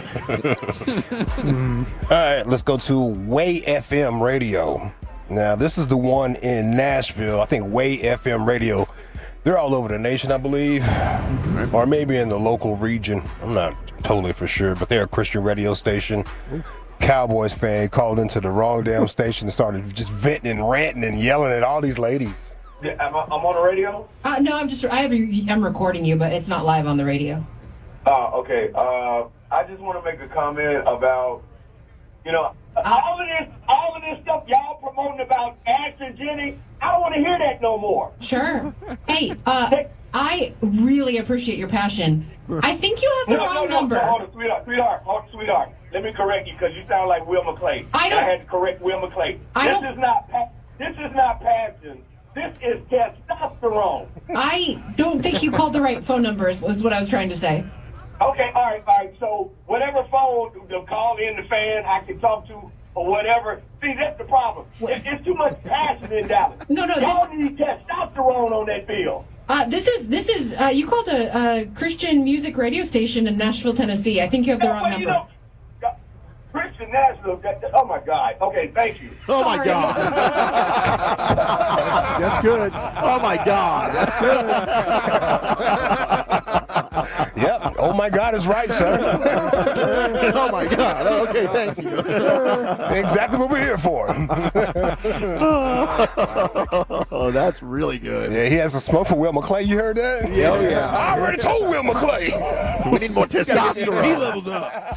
We would like that call for a 6 o'clock sound off, though. Maybe what you're drinking, what you're thinking if you're in the audience. That was great, bro. That was great. Yeah, I love your advice to Nico, bro. This show up and be the GM and don't worry about it. Show these people who you are. Right. That is the same advice Puff Daddy gave to Biggie to go out there to L.A. Oh, did he? We got to promote this album, Playboy. You know what I mean? We got to go out there. Come on, we got to promote love, Playboy. We can't be caught up in this beef, Playboy. Don't let this override us now, man. Come on. Same thing. See if you can bring that Justin Bieber guy, too. Oh, whoa, okay. God, call it, man. You wildin'. All right, here we go. Let's see. What else we got? One more. Mr. Broadus, you do have a fishing boat, right? No, I don't. Oh, I thought you had a bass boat. All right. No, I have a friend out there at the lake that has his own boat I ski with. Or not ski with, fish with. Okay. Yeah. Well, I was going to put it as most of the people that have boats are kind of real anal about their boats. They are. They're very own. You don't spill stuff on their boats. Right. Yeah. Watch his shoes. Don't step all on my seats. Right. Yeah. Well, Grandpa right here was roasting the hell out of his grandson for messing up the bass boat. Oh, there we go. Yeah, it was chips and sodas and stuff everywhere. He knocked over the tackle box. Grandpa was just roasting him, bro. Ooh, turn my tackle box up. I tripped on it. Well, you don't remember? Look at all your trash, boy. Boy? I bring you in the boat, all you do is trash it up. What's up with that? Little buck tooth looking ass boy. Damn. Like a damn rabbit. Damn. Look at that damn rabbit. Squirrel looking ass boy. Damn. What? Lips chapped as a baboon's ass. Come on, man. Ain't they? Ain't they? Quiet out here right now. Yeah, fire that boat up.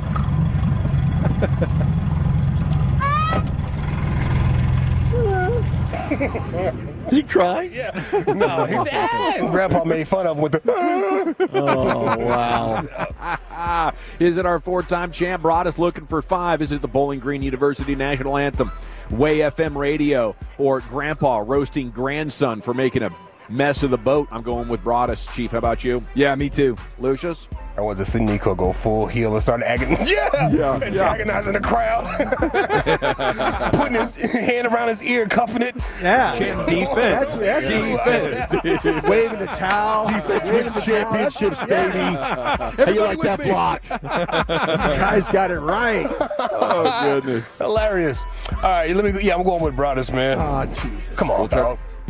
I'm going to go with the guy who called into the Christian radio station. Brian? Fishing boat. by a score of 3-1. Now a was good one, five-time G-Bag of the Day champion. Brian brought us on absolute fire. Yeah, we had the Sean and Bobby fight go 5-time already. We had the AI Jerry Jones go 5-time already, and it's just early February. That's gonna okay, Clint Sterner coming up at 3 o'clock. Mike Jones, NFL reporter, next right here. It's the G-Bag Nation and the Fan.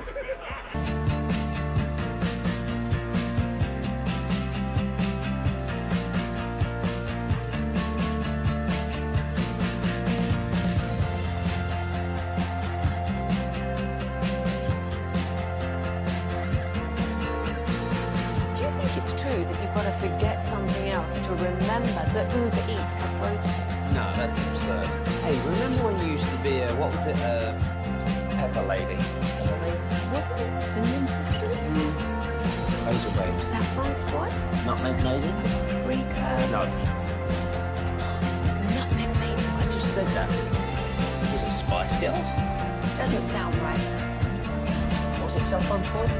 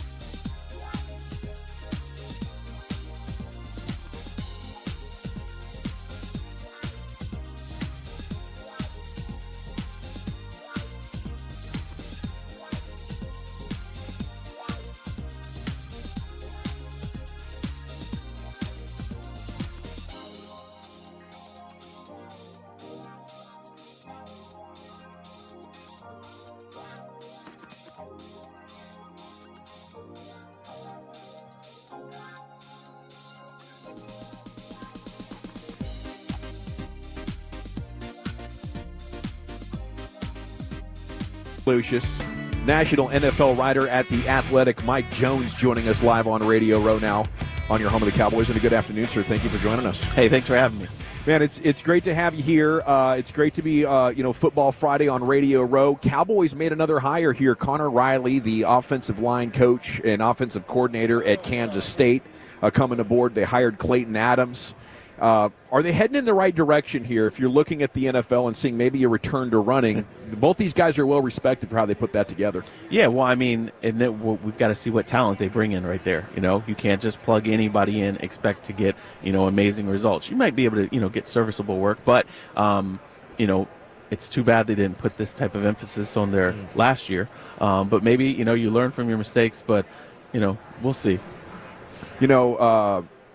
Mike, there's so many good things to talk about, of course, with the NFL honors last night. How surprised were you Josh Allen went to the MVP? I was pretty surprised, especially because the All-Pro voting we had seen, Lamar Jackson had a huge advantage over Josh Allen for the number 2 quarterback spot. So I was thinking, okay, that's a good sign for Lamar that he's going to win that, the MVP. But, because those votes are all in before the start of the playoffs. So there was no swaying right there. But for Allen to leapfrog and pull that one out, good for him. A surprise, but, Do you think the writers have considered their body of work in the playoffs in this vote? Is that how maybe you'd explain it?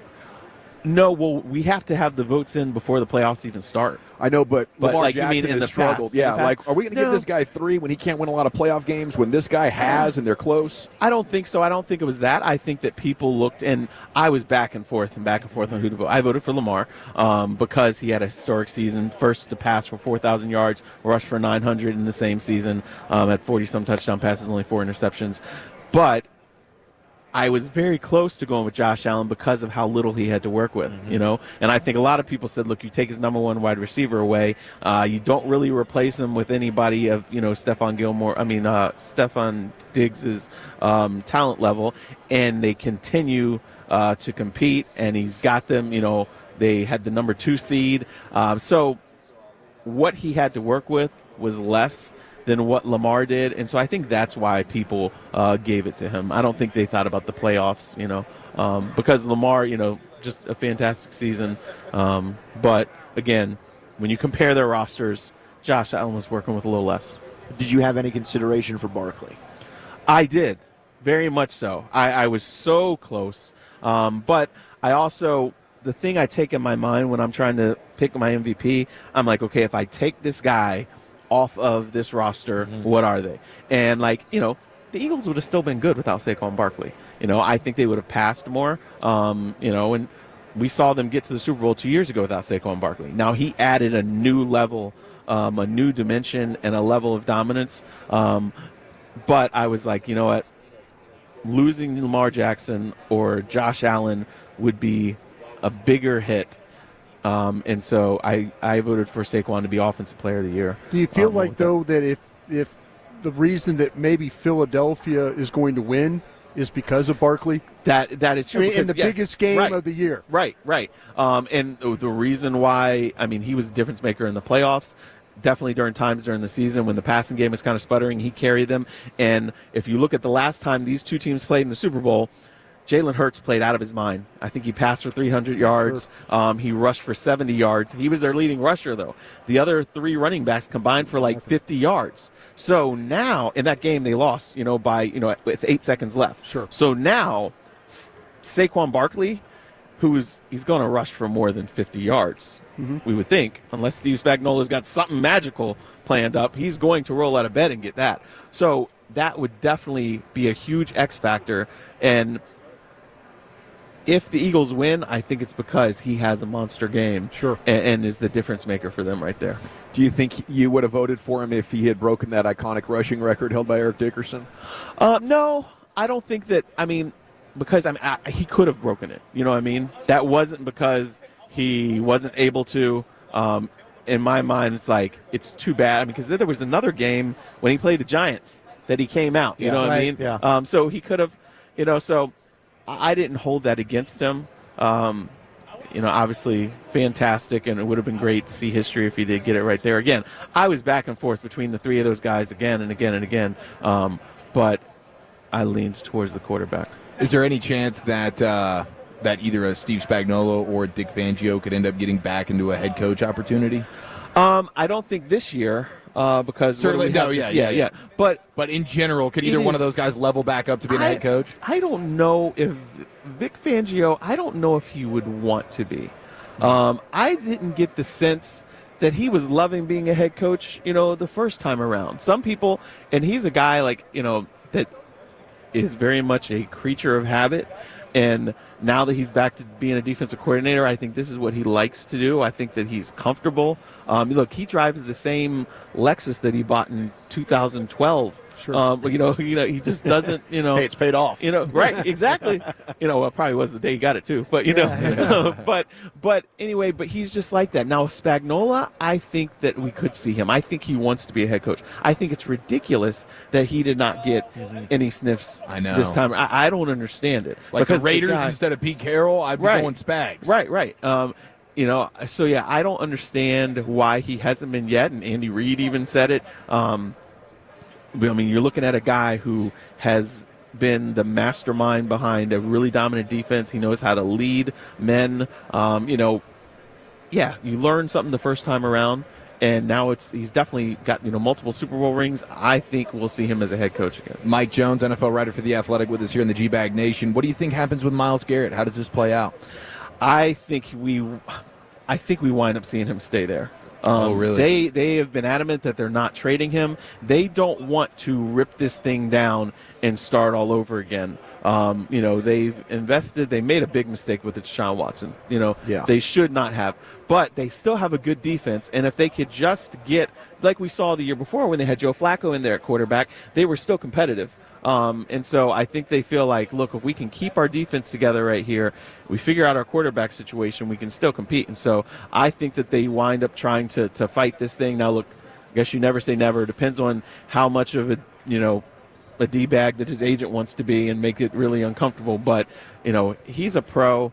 I think that we wind up seeing them figure this thing out and he stays. Mike, are we going to start to see this more and more, though, the big-time stars demanding out? I know we've seen it, in the NBA, and we're, in the Dallas market, and we were dealing with Luka and stuff, and Luka didn't want out. But are we going to start to see even more and more and more the big-time player just say, listen, I'm tired of this. I don't want to, and force them way out like Jimmy Butler. Yeah. I mean, the NBA is a little bit different, but we are seeing more of, in the last several years, we've seen more of like a player empowerment type of era out of the NFL. And guys who are like, look, I am tired of wasting my prime years with an organization that's not putting forth the effort that matches the commitment that they want from me. And because of that, we have seen some guys that, kind of, force their way out. We could see it. And I think that, look, we have seen, over the years, guys have gotten contracts that are, more, they're not NBA contracts, but they have more guarantees and they have more of the power. They're not as beholden to the team. So it's going to be interesting to see. And look, if Myles Garrett does wind up forcing his way out, then that's going to be a domino, and there are going to be more and more guys, doing that. Mike, what's the journey to 18 games going to be like, the timeline and all that? Well, it's going to be interesting. Right now, they are not even close. The players are pretty adamant that they don't want to go to 18 games. Now, look, they also said they didn't want to go to 17 games, but when they flashed, more money, they went ahead and changed it. And at their press conference the other day, I asked the leaders of the NFLPA, look, you guys said you didn't want to go to 17, and you did. And they said, yeah, that was nobody wanted to. There was a lot of criticisms as soon as that CBA came out, the way that it was handled. They criticized DeMaurice Smith. They felt like doing the owners more of a favor than the players. But Patrick Mahomes said yesterday, I don't want 18 games, but I understand they're trying to grow the business. If this happens, we would need a lot more for health and safety. We need extra bye weeks, he said, and we need better benefits for guys once they've retired to make sure for the rest of their lives they're taken care of. They don't have health care, like that when they retire now. So that would be huge for the players if they were to secure that, plus an extra bye week, greater revenue split. Those are some of the things. Also, the roster size, what does that mean? More jobs for players. So a lot of stuff is going to have to happen for them to get to the 18 games. We won't see negotiations. Probably it goes till 2030. So maybe 2027, maybe they'll start talking. But right now, the players, their stance is, 18 games is a non-starter. So it's not happening next year. It's not going to happen the year after that. It's going to take a little while. And the owners really are going to have to really sweeten the pot significantly if they expect the players to change it. And then you just have to wonder, okay, what about the quality of the game? I mean, I think that we are seeing it kind of go down, dip with 17 games here. And, there's other ways to make money. And are you going to start losing people? We look at the NBA, we talk about that. The quality of the game is so bad, right, that you're losing fans. So what's going to happen? The Athletic debuting its new daily game Connection Sports Edition. That's this Sunday, right? Yes. February 9th, its Yes. debut. Yep. Is this a game show we're going to watch online? No. Okay, so nobody plays. There's a game called Connections. It's on the New York Times site. You have 12 words, or maybe it's 16 words, and you're trying to link them up together. So this game, it's on your app. I start my day with the Wordle, Connections, Sports Connections, and the Mini. And so you'll have Jerry Jones, Robert Kraft, Jed York, David Tepper. Obviously, that's NFL owners. Right. There's a connection. Okay. But sometimes you'll have words or themes like, a football, baseball, basketball, whatever, and you're trying to figure out what the connection is for them. So it's just cool. It's a game. It links these words, and sometimes it's sports figures, sometimes it's sports terms or history, but it's pretty fun. It's kind of addictive. Right on. It's fun. I look forward to digging in. Yep. Thank you, sir. Mike Jones of The Athletic here on Radio Row on 105.3 The Fan. Brought to you by Stella Artois and the Low T Center. Enjoy the game, buddy. Hey, thanks for having me. Appreciate you. There he goes. We're back with Clint Sterner, former Cowboys quarterback in the nation. This nation is growing, and it's thanks to you. Let your friends know that the hottest afternoon show in town is G-Bag Nation on 105.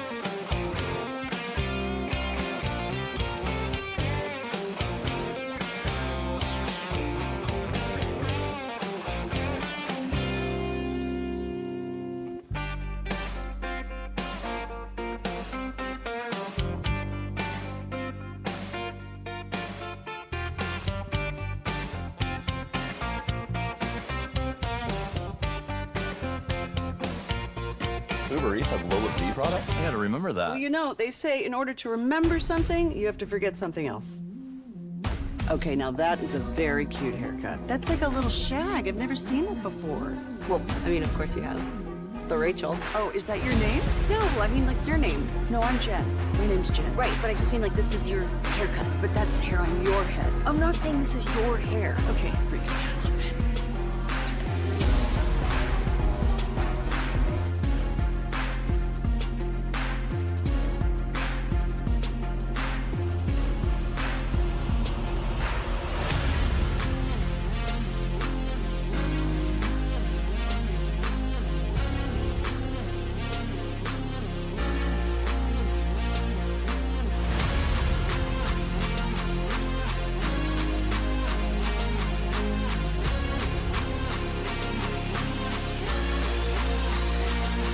It's true that you've got to forget something else to remember that Uber Eats has groceries. No, that's absurd. Hey, remember when you used to be what was it, Pepper Lady? Pepper Lady? Wasn't it Cinnamon Sisters? Hazel Babes. Saffron Squad? Nutmeg Maidens? Free Club? No, Nutmeg Maid? I just said that. Was it Spice Girls? Doesn't sound right. Was it Saffron Squad?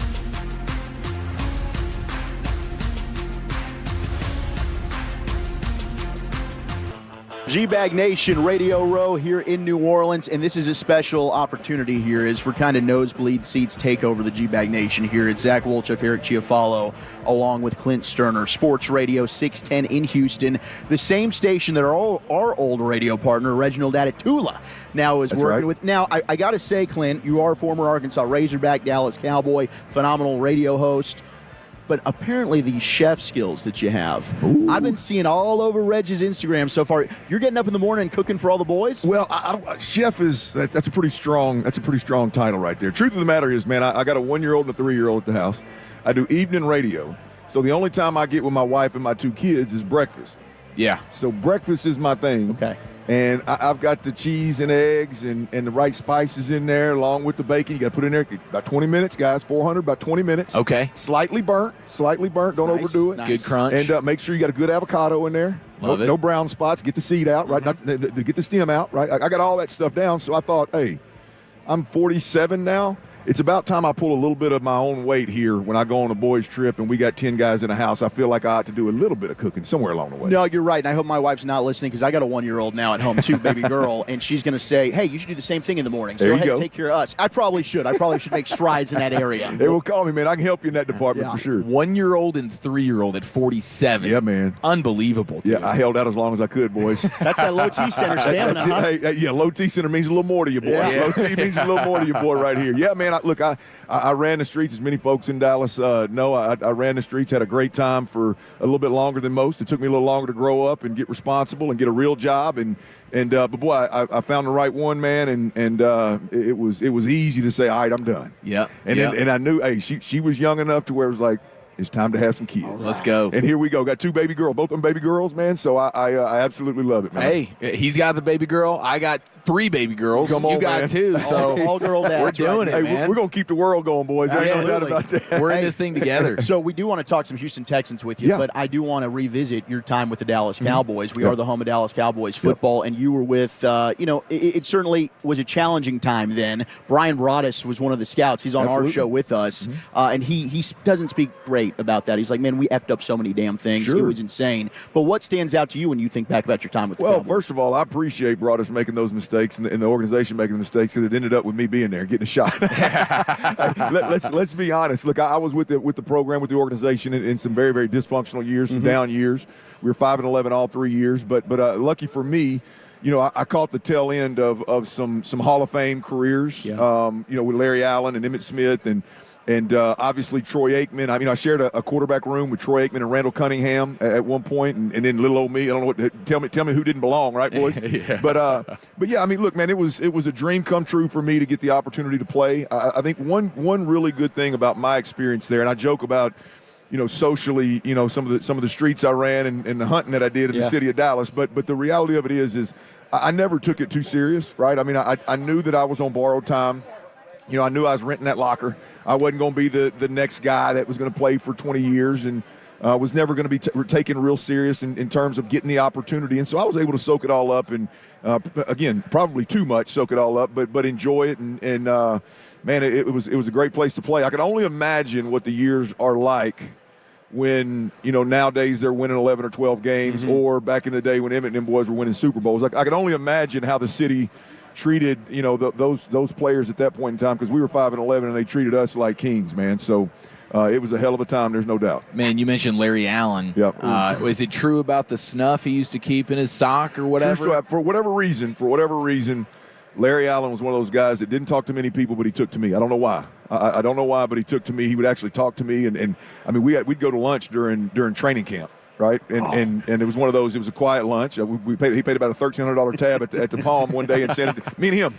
Really? Yeah, Louis the 14th, Louis the 18th, whatever the drink is.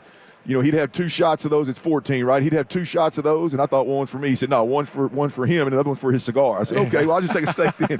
But yeah, for whatever reason, LA took to me and liked me and kind of kept me around. I could tell some other stories, maybe off the air, but one of the best ones is I'm walking out of the facility one time. This is before the Star, obviously, but I'm walking out of the facility one time, and Larry always parked his car underneath the pavilion right there by the walkway, which everybody else parked in the parking lot, right? Right. And so he would park his car there. We had a Ferrari, and I said, that's LA's, And I walked by and I look over there and I'm like, man, the passenger seat is nasty, man. What the hell is that? So I'm going down there looking at it. I'm like, man, what the hell is? I said, LA. He said, yeah. I said, man, what in the hell is in the passenger seat of that Ferrari you got out there? He said, I don't have a spit cup. I just spit in the passenger seat floor. No. I swear to God, if I'm lying, I'm dying. If I'm lying, I'm dying. Oh, my gosh, A Ferrari. I mean, at that time, $250,000 car. I'm thinking, you got to be kidding. That's zero FCA. That's it. And I respect that. How was a quarterback room with Troy Aikman? Because we've seen clips where he will just rip people to shreds. Yeah, look, Troy was really good to me personally, even better than I thought he was at the time. I mean, he was in a rough patch at the end of his career. Things weren't going right, and he wasn't the happiest of individuals. I don't think him and Randall saw eye to eye a lot of the time, to be honest with you. Randall took to me in that quarterback room because Troy had obviously Wade Wilson, and Troy had some other guys that were there that he had been with forever. Dale Hellestray, the deep snapper, and some of those guys. Bill Bates was on the coaching staff, and so Randall kind of took to me, which kind of split the room a little bit. But Troy was awfully quiet to himself. Looking back on it, obviously I understand now, like, hey, man, he was in a spot where he was trying to see if he could get one more good Super Bowl run, and it wasn't going Joey Galloway to replace Michael Irvin, and Emmett's hanging on for dear life trying to get that record kind of deal. And it just didn't work out. So Troy wasn't the happiest of all. But I tell you, one of the cool things about Troy was 2 things. One, my rookie year, he didn't make me the rookie hazing thing. Right, hazing wasn't much of a thing with us anyway, but then it was one of those, hey, we're going to go to dinner and you're going to pick up the tab. Well, Troy was like, hey, man, you're obviously a rookie. I'm going to pick this tab up. And then when I made the team, Troy gave me all his suits, all his old suits and his hand-me-downs. So I had Aikman suits, and he was picking up dinner tabs, baby. I was rocking and rolling. Later hanging out with Larry Allen. Emmett and Darren Woodson were really, really good to me, man. And so it was pretty cool, man. But But then Troy, when I got cut in Dallas, I just thought I was done. Like I said, I'm renting time in the league. I was never somebody I thought I was going to be there forever. Self-aware. Yeah, well, I like to think so, right? Yeah. I don't know if it's a good idea for my career or not, but I was. But anyway, he when I got cut, the Dolphins called me and picked me up. And so I get out there, and it was back when Greasy stubbed his toe supposedly on a curb or on a step or something, which I don't know what happened. Maybe there's some booze involved somewhere. But nonetheless, I get there, and they're like, hey, man, you know why you're on our radar and why we brought you in. I said, no. He said, Troy Aikman picked the phone up and called Norv Turner and told Norv, hey, man, look, I don't know what you're looking for, but if you're looking for a third-string guy that knows the terminology, knows the offense, can get you in and out of a huddle, Troy told us, he vouched for you. Man. And I thought, boy, I thought a lot of people in that room would vouch for me in terms from a player perspective. Yeah. Troy would have been the last. Right, to think that was behind. That speaks to you though, and your character and. Well, it was. And it meant a lot. Now I didn't stick in Miami. It did get me a trip to NFL Europe. Another trip to NFL Europe though. There you go, got me 2+ months in Amsterdam, which I don't know. Hey, I've heard good things. Hey, I bet the hunt was real out there. It wasn't hard. It wasn't hard. The hunt. Low T Center. Big shout out again. That's right, baby. Clint Sterner, unbelievable, with us here on The Fan, former Cowboys quarterback, Houston radio host. When you look back at your career professionally, you're talking about these times with Troy Aikman, these moments with Larry Allen. Yeah. Do you look back at those professional years as the most fun of the years in the NFL? What do you? Yeah, definitely the most fun of the years in the NFL because it was when I was actually with a team. I bounced around the Dolphins for 2 years, but it was more practice squad, and there was other than being, Junior Seau took to me there. I don't know why, but God bless his soul. Junior was a dude that, going to back in the day, the MTV Music Awards, and at noon, he's like, hey, Clint, man, you want to roll with me at MTV? Yeah, hell yeah, dude. Junior, let's ride. So I get in a limo with a few of us, and we head to the MTV Music Awards, ended up hanging out with Rodman and stuff like that. So those are really cool. But the Dallas years, being a Texas kid, Dad was a big Cowboy fan. I was obviously aware of the success that Emmett and Troy and company had, and so to that was no doubt the highlight in terms of looking back on my career. But one part you guys will appreciate is it's going to be hard for me from a quality of life, being single, in your mid to late 20s. It's hard to beat the Desperado years. I spent a year with the Dallas Desperados after I got cut for the last time in Miami. I came back, and Jerry signed me to the Desperados. Will McClay was the head coach. Oh, yeah. And it was really cool because they just gave me number 12 when I got there. And I was like, why do I have number 12? Come to find out, Jerry and him had ordered a bunch of Staubach numbers, essentially. All the emblems, everything mimicked the Cowboys, the star, and all this. Well, so it gives me 12. So you got a white jersey with 12 on the chest. Well, they're trying to empty the basement of all the Staubach numbered jerseys, right? Any way that they can. Well, then Jerry takes me and puts me on the side of the bus, all the city buses, billboards, and so superstar. Hey, Chief, I'm working from 8 to noon. I'm in Primos by about 1. Right? Damn near every day. It was, I catch the tail end of happy hour, the tail end of lunch, and the beginning of happy hour every day. And I was on the back of bus. Everybody thought I had billions of dollars. And I was like, damn. Yeah, this is good. This is a good life right here. Half the town still looked at me and was like, oh, that old boy played for the Cowboys. Well, not quite anymore, but I'll take it. Hey, that was back in the Candle Room days. All the listeners out there. Candle Room days, Primos. I'll tell you, still Javier's, my number one favorite restaurant in the world, man. Everybody I put on Javier's in Dallas. Rhett Lashley, the head coach at SMU now. Great guy. Ask him, hey, how'd you find out about Javier's? He's going to tell you. But I sent him there, and I called my boy Manny and Eddie and them boys at Javier's. I said, hey, man, Rhett's going to come in there. This is before SMU blew up. Yeah. I said, Rhett's going to come in there, man, take care of him. Rhett's sending me pictures in there up with my guys, man. That's I'm awesome. telling you, man, Dallas is a great city. But those years playing arena ball in Dallas, and I played 2 years in Nashville, right? And that's a fun time. And that was Nashville before it went nuts, right? It was when Broadway, only one side of it was developed with bars. The other side was condemned buildings and people trying to put condos and stuff over there before it turned into, a two-sided street. Yeah. And so it was nasty. Nashville was, I'm a beer drinking, country music listening to, hunting son of a gun, boy, especially back in them days. And so, we had a good time, man. So I would probably say, from a football perspective, it's hard to beat, Emmett and Darren Woodson and Rocket Ismail, Joey Galloway, Larry Allen. It's hard to beat that, but I had some pretty damn good years in that arena league too, man. So what's going on with Houston? The C.J. Stroud, Bobby Slowick dynamic. Yeah. What fell apart there? Well, it's interesting because I was a guy that I'm a film guy, right? I don't get into the advanced stats and the analytics, all this kind of stuff. I try to stay away from that and try to just watch the film and say, what am I seeing? And for me, there was a real resistance to change, right? I mean, we're 8 or 9 weeks into the season in year 2, and Bobby Slowick's still trying to sell to all of us that, hey, it's a new year. Every year's a new year. We got new personnel. We don't really know what our identity is going to be. We're still trying to figure that out, and this kind of deal. And meanwhile, CJ's the most pressured quarterback in the league, right? And it's just basic, tackle DN twists that are beating guys that you're paying $10 million, guys that you drafted in the first round. Guys that are making $22 million and got a C on their chest and are viewed as the best, pass blocking tackles in the game, right? And you're just thinking, something's not right here. So I didn't know exactly what or why, but I knew it was going to be strange just because when there's not change, right? It's one thing to change and the change not work, but it's another thing to just for 8 or 9 weeks you're going, these guys just have to execute. These guys just have to execute. We're close. These guys, hey man, you're doing the same stuff over and over again and getting your ass whooped. We got to adjust here. Mm-hmm. And it was a lack of that. Now that Bobby's gone, you know how the game works. Bobby leaves and people start talking. And now apparently there was a rift between C.J. Stroud and Bobby Slowick from the jump, something back at the combine, which I don't know I think that's probably being embellished a little bit, but I do think there's some truth to it, which is to any level it's a problem. Yeah.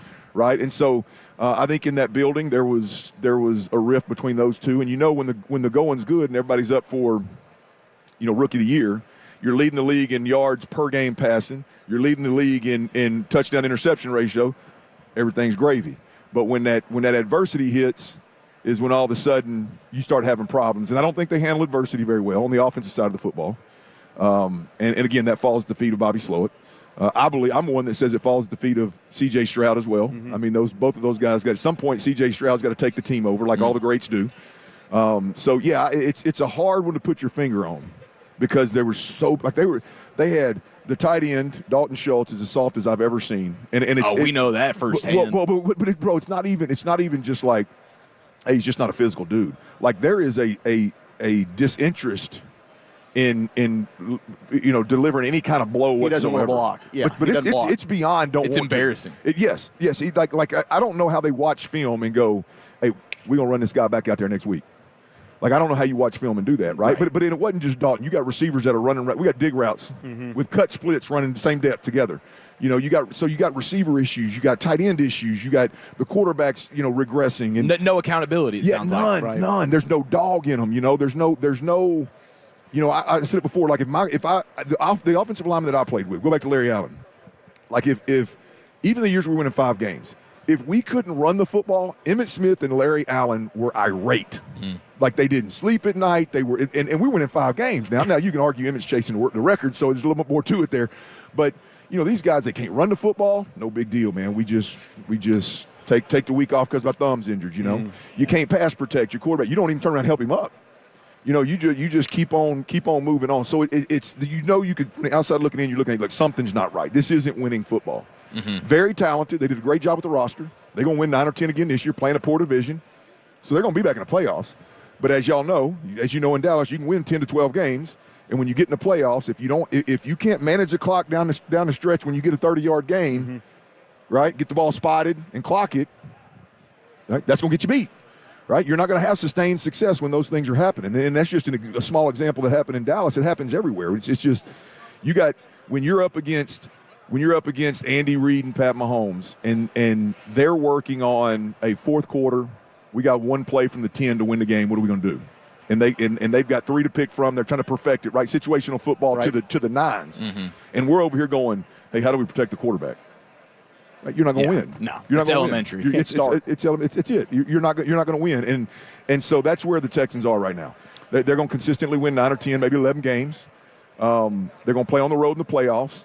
And in the AFC, you got to go through some absolute monsters, players and coaches.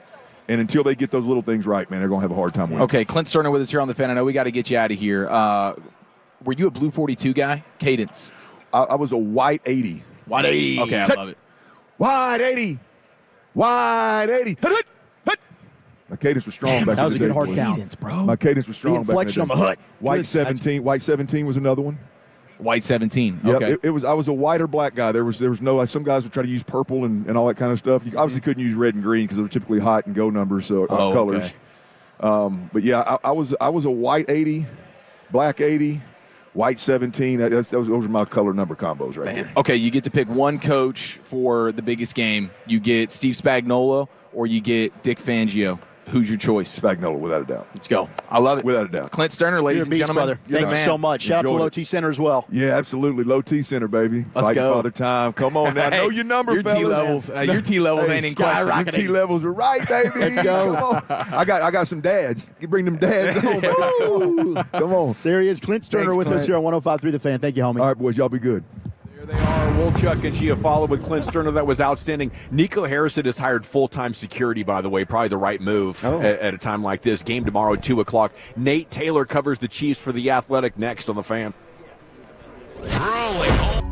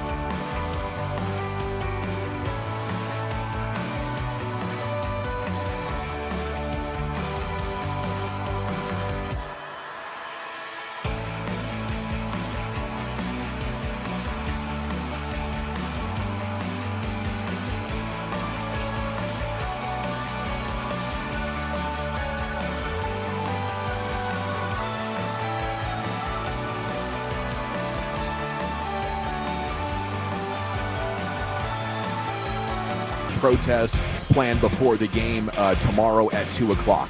Okay, It's the G-Bag Nation here on The Fan. Nate Taylor covers the Chiefs for The Athletic. Segments brought to you by the Frankels. Life's unpredictable. Accidents happen. If you or a loved one's injured in a car or truck wreck, call the Frankels. Get a free consultation, 214 or 817-333-3333. Go online to frankelfirm.com.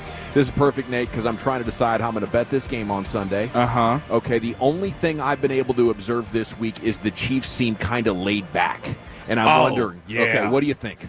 Normal. Okay. It's nuts. Like it shouldn't feel that way to you, right? But that's the reality. Like Andy Reid's very specific about like it's gonna be a slow build. Like, we've been to the Super Bowl. Like, hey DeAndre Hopkins, chill. Like just chill. Everything's your first time. Everything's fine. We've been there, done that. Yeah, everything's fine, man. Just chill. We'll have a great little team dinner on Friday, Saturday, and then we'll play the game. Like, he tries to keep it as normal as possible, and you're like, it's the Super Bowl. But they've been there so much that he's got all the leaders to agree and to fall under that sort of like philosophy right now. It's so different from when they went to the Super Bowl in 2019, their first time with Patrick, and I just remember just like how wide-eyed everybody was, because it's like you've been dreaming your whole life for this moment, and now they treat it like week 14. Wow, that's crazy. It's nuts. Our guy Brian Broaddus worked with Andy Reid with the Eagles, right? And the Packers. Green Bay. In the 90s. Yeah. I was with Andy. We were right out of the jump. Andy and I were neighbors in Green Bay. And I wanted to ask you this question about Andy: is that do they have an advantage as him being the offensive coordinator, or with Steve Spagnuolo being defensive coordinator? Where is their advantage that they have in this game? In this game, I'm really tempted to say Steve Spagnuolo. Yeah. As crazy as that is, because I just wrote about this in The Athletic. They have won 9 straight postseason games. Ridiculous. Sure. In all 9, and I looked, because I was thinking about like, there's got to be something more to this, and there is. You can go to any game in those 9, second half. There's something that Steve Spagnuolo does that gives the Chiefs an advantage. Sure. And in postseason games where it's one-game scores, and, you got Chris Jones, and you're blitzing Trent McDuffie, and Justin Reed's an amazing sort of can-do-everything safety. Like, they just don't give up the big play, and I think a lot of that is because once Spags figures out some schematical advantage, he's going to pressure you. He's going to exploit it. He's going to make Josh Allen freak out with the season on the line. I thought Jalen Hurts played really well 2 years ago. So you could say, well, Nate, because he's been in the Super Bowl before, because he's seen the Chiefs before, he understands Spagnuolo's going to blitz. Well, maybe that's not as big of an advantage. They've beaten Josh Allen 4 straight times in the playoffs. Sure. Like, it's just like MVP Josh Allen. Yeah. And even though Josh didn't turn the ball over, they still made him frantic at times. They still made him a little bit erratic. He can't even go through his reads, on that 4th and 5 blitz. So I think Steve Spagnuolo has given Andy Reid an even bigger advantage, if that makes sense, because as he told us, I don't have to go. It's like having 2 head coaches, essentially. Right. Like, I don't have to go and be like, what are we doing on this 3rd and whatever? Or, hey, what are you thinking about from this, like, standpoint? It's just like he can just manage the game, the challenges, okay, how do we want to use timeouts? What are the analytics people saying, to me in the headset? And then it's like, oh, he wants to just blitz his what? He wants to blitz his best corner? All right, let's see it. Like, okay, like, sure. So I think the Chiefs could have a better defensive performance than people realize if they tackle Saquon Barkley. Sure. If you tackle Saquon Barkley and you get to 3rd and 7, the advantage kind of goes back to the Chiefs. Yeah. So that's a tough ask, but I think that's what all the players know. Like, man, if we can just get to 3rd and 4th down, we feel like our coaches can out-scheme Kellen Moore. Sure. What about the history and the track record and the matchup of now it's Andy Reid and Mahomes versus Dick Fangio and that Eagles defense that is just phenomenal? Now, one could argue that Vic Fangio has a perfectly good defense and probably better than any defense he's had when playing Patrick Mahomes. he's never lost to a Vic Fangio defense. Mahomes hasn't. Never lost. Carves him up. 7-0. And it's not close. Wow. It's Dawson's not. just now betting here. Get ready. Yeah, it's I mean, look it up. I mean, now last year was a little bit different because he was with Miami. They were injured, injury prone, getting frostbite. Yes. Arrowhead. Oh my God, what a day. We should never play football in those temperatures. But did you cover that game shirtless just to fit in with the? I bundled up. Yeah, I've never been more proud to owe snow boots with no snow on the ground. Yeah. So Vic Fangio goes, well, why don't I do something different? You know, because he's beaten me every time now, or we haven't created enough turnovers. Let's just blitz the living daylights out of this man. Let's try to speed him up. He just checked it down, just made calls, just carved him up. And it's just like, so I don't know what Vic Fangio can do other than his players just being incredible. Whether that's Jalen Carter. I love the two rookies in the back end between Mitchell and Cooper Kupp. Like, it's an amazing roster that they put together. Can they tackle? Can they cover Travis Kelce? I think those are the things that I'm concerned with. And if Mahomes uses his legs, I mean, how do you account for all of this? And then, oh, by the way, he's running for another first down. It drives people wild. And so, you want another stat that Yes. I think Vic Fangio should be very aware of? Yes. Not that he has any control over it. 8-0 in domes. Oh. Patrick Mahomes is 8-0 in domes. He has gone to Vegas every year since that stadium was erected. He owns it. And has never lost. And that obviously includes last year's Super Bowl. So he's 8-0 in a dome. I remember in 2019, the Lions were not good. But, of course, they, got up for playing the Chiefs. Oh, I remember that game. And it was just like, hey, man, we need to go, 80 yards with, 2 minutes left. And the place is loud. It's jumping. Yeah, he just went right down the field, scored a touchdown. You're just like, it's crazy. It's nuts. It is. Yeah. So, yeah. It is. When you have to be negative about this team, Yes. how rare is it? I mean, is it and do people ever on the side of it saying you're too much, maybe a homer? And I'm not saying you're a homer. No. But I'm saying you cover a team that has That's been so elite. good. Yes. It's so good. Yes. If you say something negative, do Kansas City fans push back on you? No. I think Or they want the honest, yes. I hey, think man, they can't do this. I mean, they can't do this. Yeah. I mean, we are from the show me state. I'm from Kansas City. So, I've grown up watching this team all my life. Right. I'm very aware of the fact that, and we were talking about this before coming on, they've had great draft classes. Sure. They really have. They're still bust. There's still bust kind of sprinkled in there, but that's every team. And you try to By the way, that acknowledge. GM doesn't get enough credit. Brett Everybody Veach, talks yes. about He's been Howie. brilliant. Howie. Yes. Veach does a really good job with you guys. Yeah. I wrote a column in October saying, help this man. Help him. Because Patrick, I think, at the time had 8 or 9 interceptions and 6 touchdowns. But that's because Rashee Rice was hurt. And Hollywood Brown got hurt. And Juju Smith-Schuster got hurt. And I said, they have to trade for somebody. Now, I made other suggestions. They got DeAndre Hopkins. But you can see where the issues are in the season.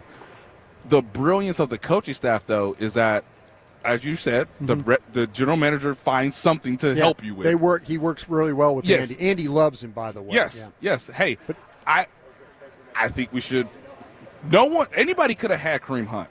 Yeah. Now it wouldn't have gone as well, maybe. Right. But Kareem has been extremely motivated to do good on this second opportunity with Andy, the team that drafted him.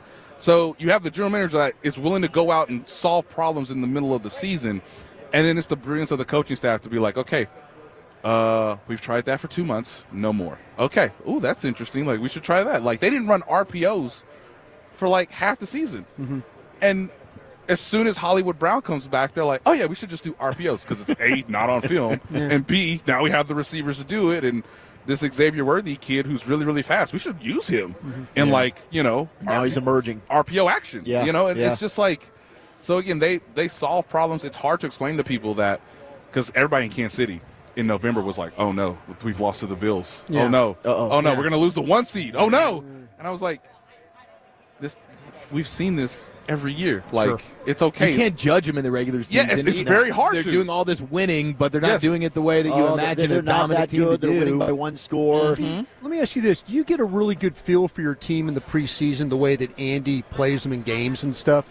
Because when Dallas, Yes. we never have a feel of what the team is. What Yes. the team is. That is a great point, because Andy, unlike most coaches in the league now, plays his starters through like the first half in the second preseason game. Sure. And the question is, Andy, why are you doing that? Because guys could get hurt. That's the shot. trust me, yeah. Sean McVay is like, I don't want anybody hurt. Oh, no. And Andy's like, Nate, how do you get good at football? Yeah. You play football. Yeah. So if you haven't played football in 6-7 months, how are you going to get good at it? Right. You got to play. And it's a way for him to engage the players that are starters to the guys in reserve. Like, you're going to see how we operate. Mm-hmm. If you're a rookie, let's say you're a rookie DB, we're gonna play the starters for the majority of the first quarter, the first preseason game, and then you're gonna see everybody for the majority of the first half. Then they become your assistant coaches, right? Because they're still in uniform. They just played. They were just out there, Right. and now it's gonna create communication and chemistry. And like, hey, at some point Justin Reed might get hurt, and guess what? Here comes Jaden Hicks, a rookie, and you went through what it's like to see your teammate play, and then if you happen to go in, it doesn't necessarily feel as unusual or as uncomfortable as it could be because we just didn't play anybody in the preseason. Nate Taylor covers the Chiefs for The Athletic. Do you have time? You got a couple more minutes? Okay. Yeah, sure. What's Travis Kelce have at this point? Do you think he's going to retire? Okay.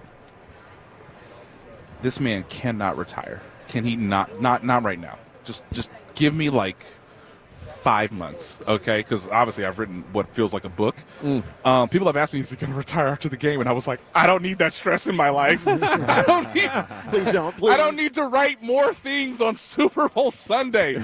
So I think if they win on Sunday, you got to really look him in his eye and say, it's not going to get better than this. Yeah. It will only get worse. Sure.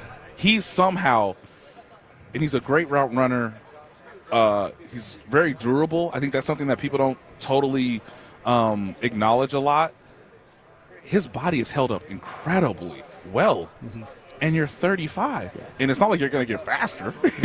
So he's maximizing what he has right now with the brilliance in his mind of like, hey, I know exactly what the quarterback wants, based on this coverage, based on this scramble drill, based on what we're supposed to do in the red zone.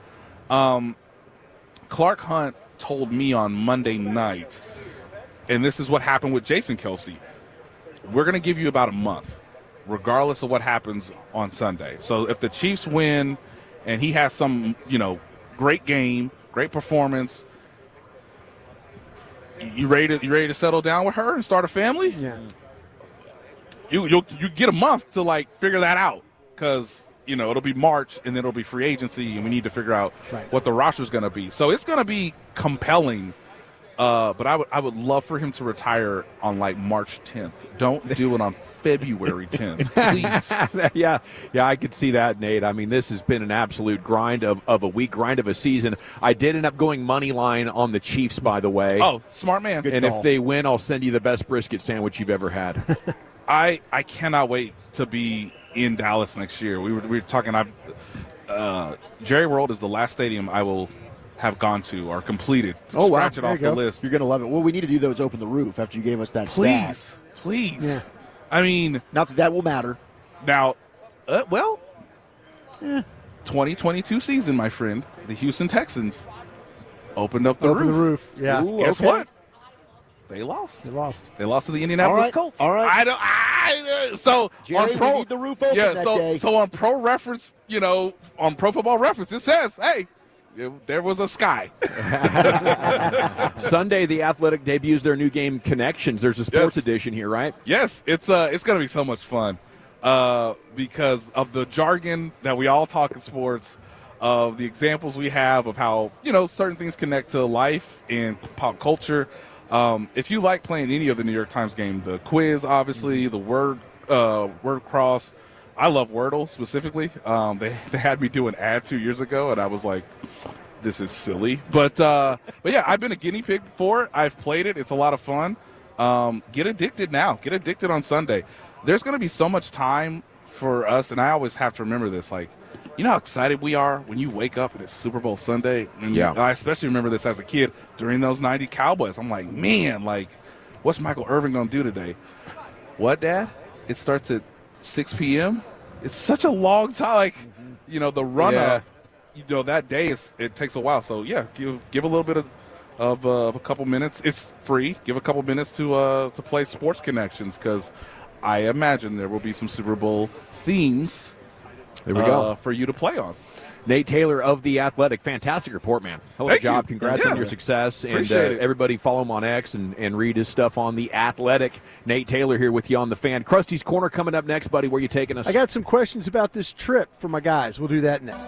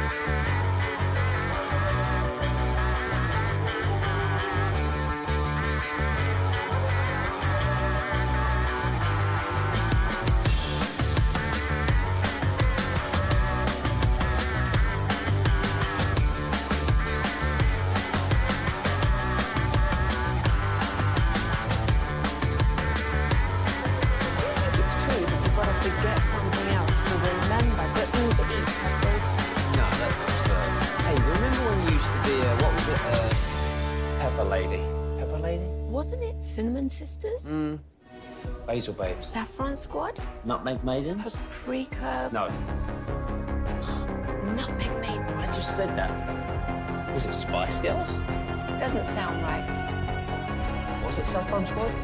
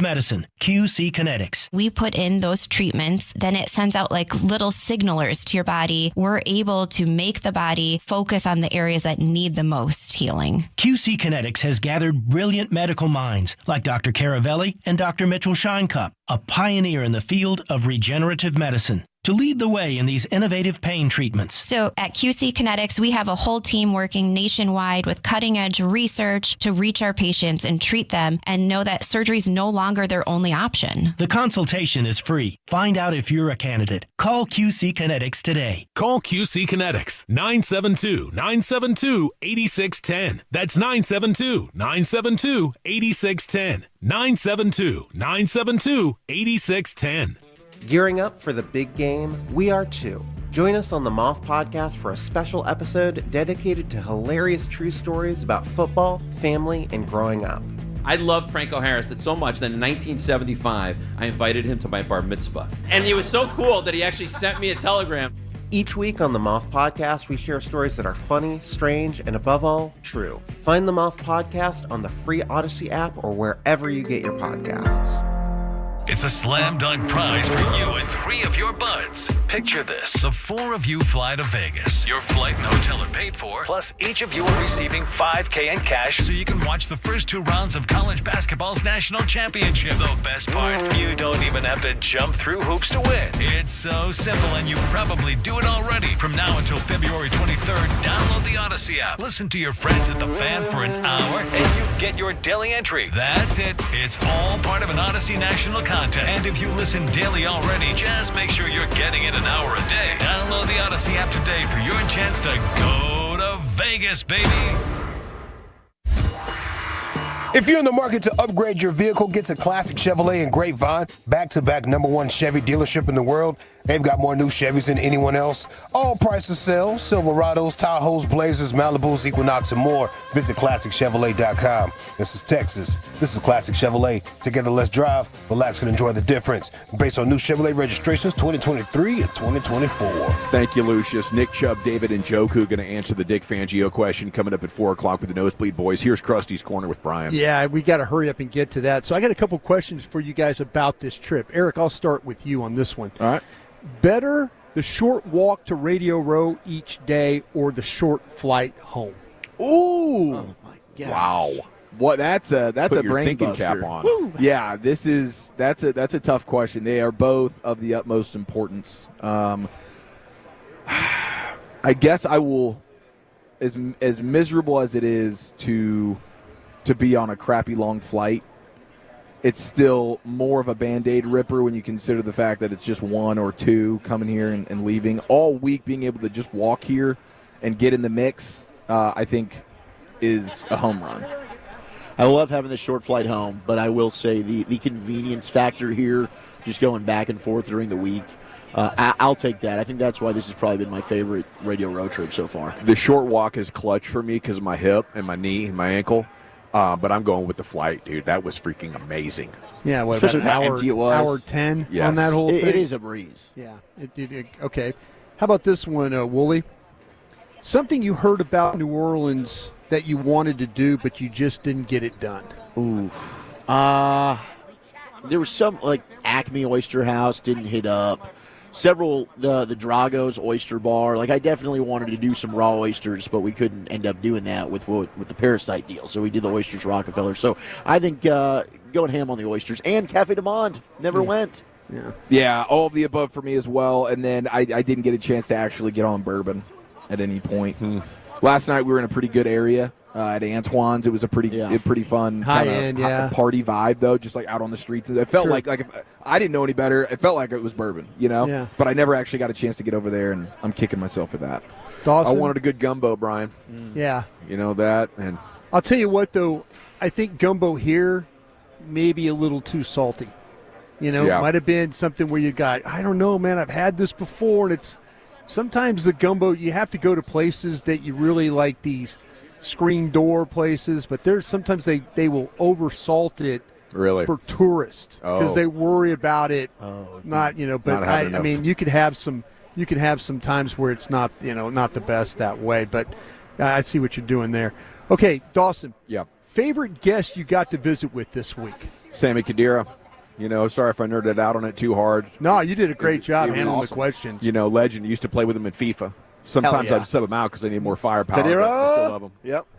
Yeah, my soccer cousin was just like blowing me up. Like, are you freaking kidding me? Right? He was there. Like, he was not expecting that being at the Super Bowl or whatever. But yeah, he was super fired up about that. Best guest of the give me Lorenzo Neal. Oh yeah, Lorenzo Neal was my favorite. I feel like we all became pretty good friends right there, and I was not expecting all of that personality. A lot and of personality. energy. Yeah, he was fired up. Started doing push-ups. It was definitely epic. And Kyle, the Kyles both, but Kyle Van Noy yesterday. Van Noy's got a good personality. That's a guy who does podcasts and stuff, and he was a lot of fun. Called you out on the Fangio. The only one to really acknowledge it. Everybody just wants to just throw in Vic a million times into their response. What'd you say? But he was the only one to call me out for it. So shout out to Van Noy. Vic Fangio. Thank you, Brian. Thank you. We'll see how Nick Chubb and David Njoku handle that question and others with the Nosebleed Boys up on that bounty stage next to the nation.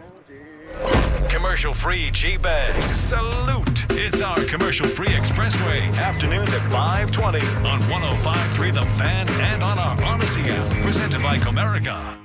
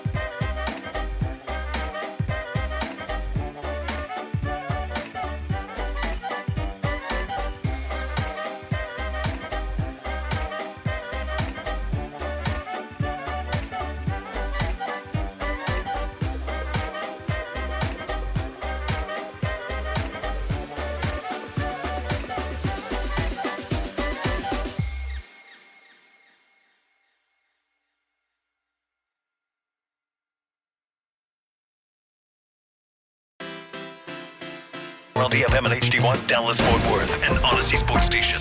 Driven by our D&M Leasing Studios. Live from Radio Row in New Orleans. You're rolling with the G-Bag Nation on 105.3 The Fan.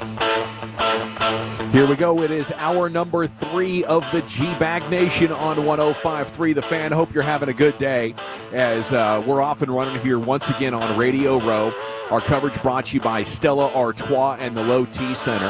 And about 100 yards in front of me are Wolchuk and Chiafalo. They're poised on this broadcast perch provided by Bounty. And what Bounty has done here this week is they secured A-list guests like Nick Chubb and David Njoku, and they put them in these green Bounty like Letterman's jackets, and give you the opportunity to go up on this stage and interview the A-list guest of the day or whatever it is. It's been a rotating cast of guys, and they did a tremendous job yesterday with Kyle Van Noy and Kyle Hamilton. Yeah, it was hilarious, and they're about to get Njoku and Chubb up there. There you go on the Bounty stage as well.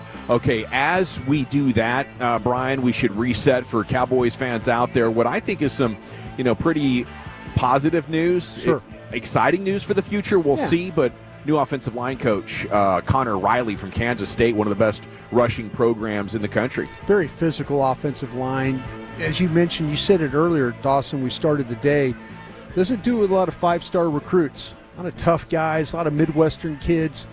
A little bit different recruiting going on in Manhattan, Kansas. It probably don't have the huge NIL money and all that, but maybe they take those kids that are 2-3-star kids, and then they coach them up, they get them going, and Riley. Everything that I've heard about him, and sometimes you'll hear some negative stuff. But with these coaches, I haven't really heard a lot of it. Scouts that go through, not just Cowboy scouts, but scout buddies I have from other teams that go through Kansas State are like, listen, you go through there, man. You can watch the practices; they're tough. The kids are tough.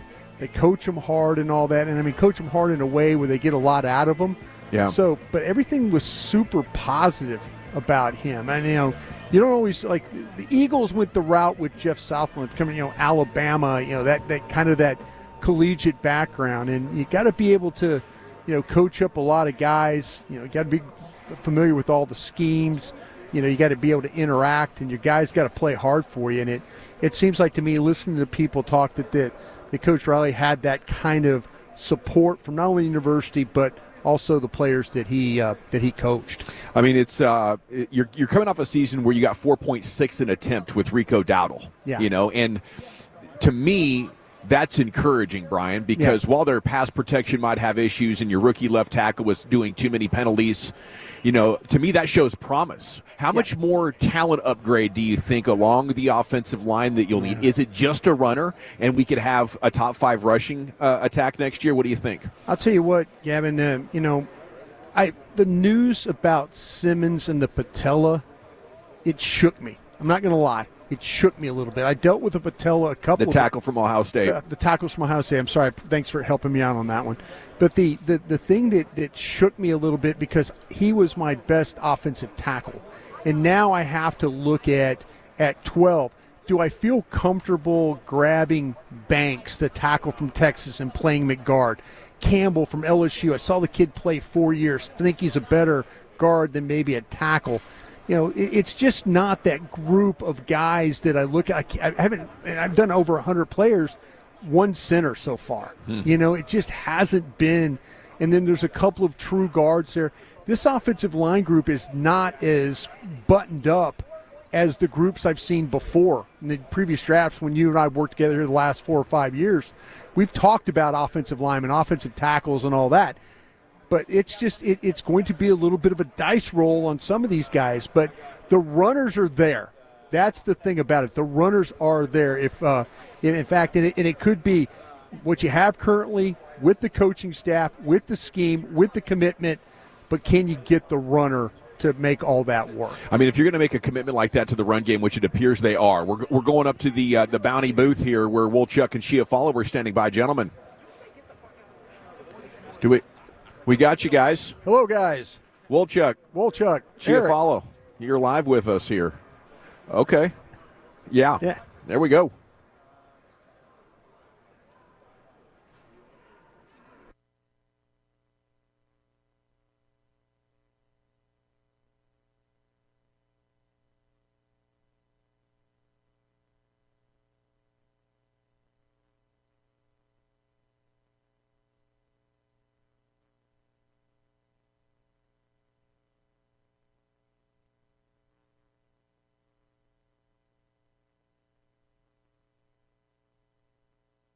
Fellowship at its finest. You're rolling with the G-Bag Nation on 105.3 The Fan and our Odyssey app, presented by Comerica. Are you tired of falling short on your health and fitness goals? It may be your hormones. Optimizing hormones can have a dramatic impact, both physically and mentally. BioT is the world's leader in training healthcare providers on bioidentical hormone optimization. BioT's providers treat low T, low energy, muscle loss, low sex drive, and performance. Get your edge back in 2025 by visiting myhormonelevels.com to see if you qualify for a reduced cost program offered by a BioT certified provider. That's myhormonelevels.com. Hi there, it's Pete Thompson from the Consumer Team. You know, the dreaded February freeze is coming, and with it, the coldest temps of the year. Don't get caught with a dangerous heater breakdown. Call the On-Time experts right now and schedule a winter tune-up, a total disassembly and cleaning of your system, and a stay warm guarantee. Normally $199. For new customers that call right now, you'll pay just $59. Go to theontimeexperts.com. That's theontimeexperts.com. Celebrate Valentine's at Whole Foods Market. Prime members get 20% off no antibiotics ever New York strip steak and sustainable wild-caught lobster tails through February 14th. Cook a romantic surf and turf dinner for your special date. While supplies last, shop in-store or online. Terms apply. According to the National Highway Traffic Administration, a car or truck accident occurs every minute of the day. The law office of Bailey & Gallion, official law firm sponsor of the Texas Rangers, has been representing injured clients for over 40 years. They can help you get medical treatment with no upfront cost to you. Accidents happen, but when they do, you have the right to seek full and fair compensation for your losses. You want aggressive and experienced personal injury attorneys from Bailey & Gallion. If you've been injured in an accident, call Bailey & Gallion at 800-LAW-OFFICE, 800-LAW-OFFICE, or thetexasattorney.com. Bailey & Gallion has offices in the DFW Metroplex and offices throughout the state of Texas, and now has offices in Arkansas and New Mexico. They also provide phone and Zoom consultations for your convenience. Again, if you've been injured in an accident, call 800-LAW-OFFICE, 800-LAW-OFFICE, and work with official law firm sponsor of the Texas Rangers, Bailey & Gallion, thetexasattorney.com. Alrighty, and welcome back, G-Bag Nation. We're live on Radio Row. Our coverage brought to you by Stella Artois and the Low T Center. Brian, you having a good time this week? I know this is one of your towns. Yeah, it is. And you know what? It's the great thing about it is, seeing some of the old faces and seeing guys and gals that I've worked with in the media before and have known. Ran into Steve Weiss from the NFL Network, an old friend of mine, and it's good to see him and just to say hello. Walk by Kevin Harlan. Yeah, and thank. He's right behind you, actually. There he is, right here. Yeah, walk by Kevin Harlan. Talking with BetMGM guys, and so and say, hey, thanks for always coming on. Oh, my pleasure. And all that kind of stuff. So it's really this is a unique experience that you get to have every year to be a part of this. I would say for a football fan, just coming, even if you're not going to go to the game, coming for the week and like hanging out and doing some of the parties, especially in a town like this. Yeah. But just the ability to walk around and see former players. Like, I was noticing some fans the other day just beside themselves with excitement, calling their grandmas to tell them they had just seen Cam Newton. Yeah. And it's Cam like just walked by. I mean, it is so neat what you're talking about. I did read something that was concerning to me, Dawson, about New Orleans' future hosting of Super Bowls. Really? And it's the fact that, yes, the walking distance and everything, how you navigate all that, the lack of hotels here now. Really? Yeah, and so you have some of these, the Atlantas, the Los Angeles, the various other Super Bowl host sites. Yeah. More hotel space. Vegas. New hotels. And so what happens is here with such small space or much the hotel sizes, the price for the rooms goes way up. Yeah. And so what they're trying to think about, how we want to have the experience where our fans can come and be a part. Well, we're in the warehouse district right now next to the conference center. Isn't some of this land capable of being turned into? I mean, they look like a lot of empty buildings. Yeah, the thing about this city, it's kind of a poor state. We always talk about, heck, we could come up with some NIL money for that football team down there in Baton Rouge, but here overall, though, the way the city is and stuff, with Katrina, I know it's been a while ago for all that. The city rebuilt in a lot of ways, but this is a big concern to the NFL. They look at the new stadiums, they look at the hotel space. Yeah. And so, don't be surprised if Vegas replaces New Orleans on the rotation now. It's been a long time. I know it's a pain for the media a little bit because of the cabs and the 45-minute wait sometimes to get rides and stuff like that. So hopefully we can just be close to Radio Row. I think that's that. But Vegas is a great town for other reasons, and I think for those reasons it makes a lot of sense. I mean, it's a great place for your fans to gather. Well, absolutely, and now you got with Santa Clara being in the rotation now. That stadium out there, Levi Stadium, hosted 50, and now it's hosting Super Bowl 60. So you're going to. Does Jerry not want it? I don't know. I mean, I think that Jerry would always want the Super Bowl, and you were working in the market at the time when the Super Bowl was here. Yeah, it was a disaster.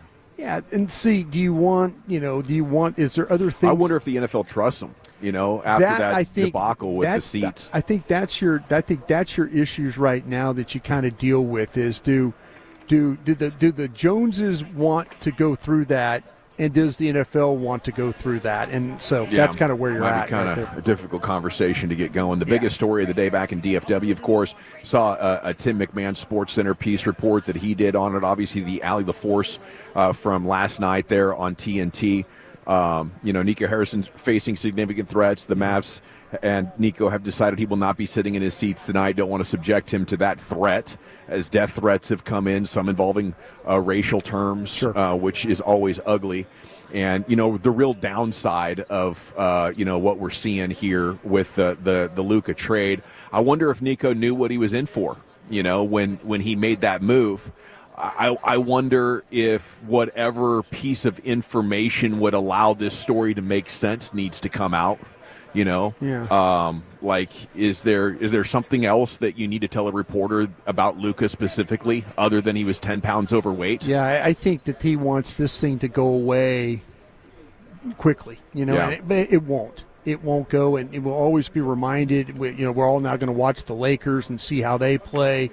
Listen to Charles Barkley. Charles Barkley says the Lakers aren't that good. This could be a long, tough remaining season for Luka with all that he has to deal with there. The fans they're very, it's a very unforgiving group. I think we live in an era now where maybe 20 years ago, when I was first starting in professional sports, or 30 years ago in professional sports, we didn't have all the social media. We didn't have the interaction. We didn't have it didn't seem like we had the hatred. We had passionate fans, big time fans, but now it's taken to a different level of where there's access to be able to just say what we, hey, we're coming after you, with no repercussions. I mean, back then it was a little bit more, oh wait, you don't want to be, that's a legitimate threat. Nowadays, it's just people just. I mean, back then you'd have to be like a rogue actor who hatched this plan and did it all on your own. Now people get together on the internet and share ideas, and people are like, "Well, I'm going to one up you," or "That sounds amazing, I'm going to do that too." Yep. And that just sucks. It's a bad reflection. You guys want to keep it above board. I love the protests. I love whatever in arena things you want to do to voice your displeasure with what Nico did, but taking it to that level it makes you more of the bad guy. Absolutely. If you are responsible for that kind of stuff. And I know it does represent a small percentage, but how it's reported across the country is just going to be Mavs fans are so mad that Nico's getting death threats. Yeah. So I don't know. Well, this is a worldwide superstar too. Yeah. If you think about where his reach is around the world. So yeah. So I think the way that it could go away, or we could get healing, is Anthony Davis does average 26 points a game. Yeah. Luka gave you 30. Yeah. How seamless is the offense going to be getting the ball in Anthony Davis's hands in a position where he can get high efficient looks? Man, he's more of a finisher. Yeah. He's great mid-range jumpers. He can put it on the floor. The guy can absolutely score. It's the playmaking and setting up the offense that I'm just curious about. No, they did a great job last night in the game against Boston, with Dinwiddie, and Klay Thompson. They got some really cool bounces. They get a block at one end. You're thinking, oh, wow, they get a block. And then they get transition basket, from Kyrie coming the other way. So maybe that's how they're going to have to play. They're going to, play that great defense on their end and then get those transition baskets. They really beat the Lakers up last night with that type of play. All right, Wolchuk and Chiafalo are back. Gentlemen, it's time for the top 10 at 420. Where are you taking us, buddy? Wonderful. It's the Super Bowl. We've got Super Bowl foods. Top 10 Super Bowl foods. What are you having at your party? That's next in the next.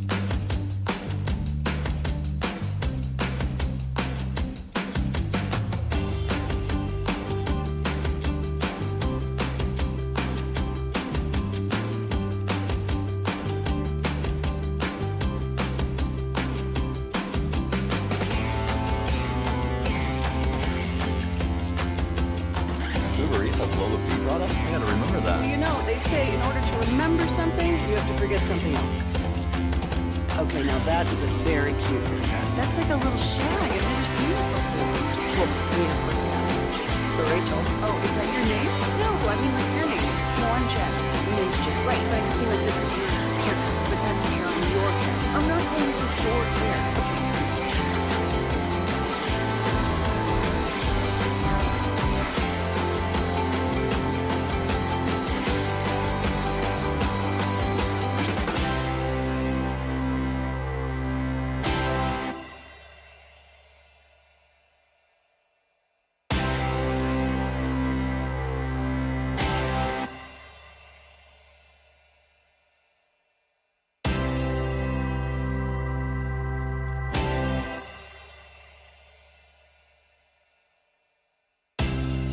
you think it's true that you've got to forget something else to remember that Uber Eats has groceries? No, that's absurd. Hey, remember when you used to be a, what was it, Pepper Lady?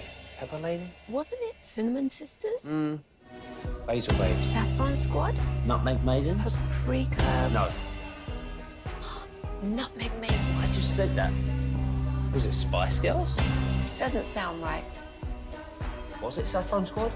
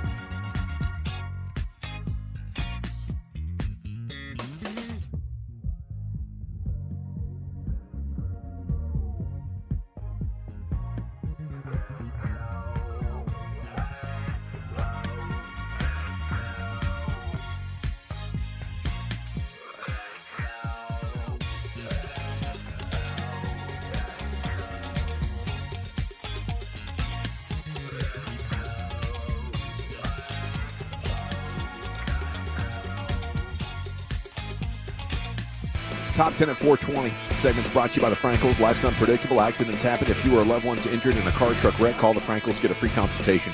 214 or 817-333-3333. At frankelfirm.com. Here's Wolchuk. Thank you very much. Top 10 best Super Bowl foods for your Super Bowl party. 877-881-1053. It's a tradition unlike any other. Every Friday here at Radio Row, we will do the top 10 Super Bowl foods. Now, this list is ever evolving. This year, it's courtesy of Fox Sports. Now, Fox Sports is actually just to the left of us. They've got their radio set up. I am amazed at how quickly NBC just tore down their set with Pro Football Talk. Yeah. I mean, what these guys do, putting up these and taking them down. It is amazing. It's crazy. They could have gone around the world with their two sets they just had probably an hour and a half ago that were ready to roll with cameras and everything, and now you would never know that they had TV going on those two sets. It's amazing how these people work. You imagine the backstage things people like this have seen.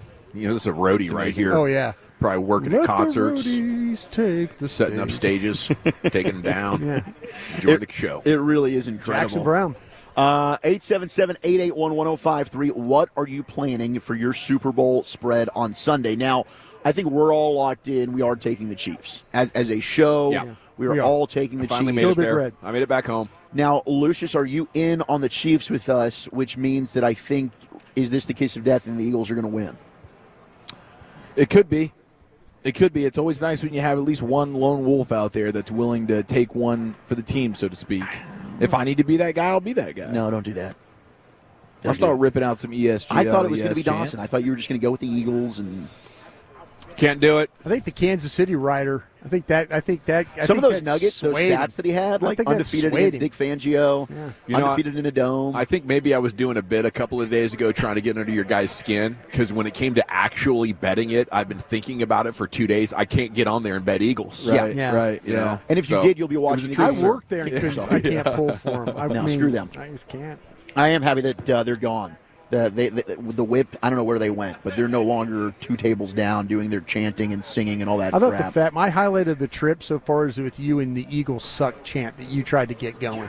I thought that was classic. Thank you. I kind of regret not doing more Eagles suck chants over the course of this week. All right, let's get to Super Bowl foods. Now, Brian, it's kind of disappointing because you don't care about the Super Bowl because your team's not in it. But I care about the Super Bowl, but my interest level is not like you're not going to plan a party and hardcore sit down and watch it. But if I get invited to stuff and things, I'm one of these guys that believes in not showing up empty-handed. Yeah, I'm not just going to bring a bag of ice or a 6-pack of beer.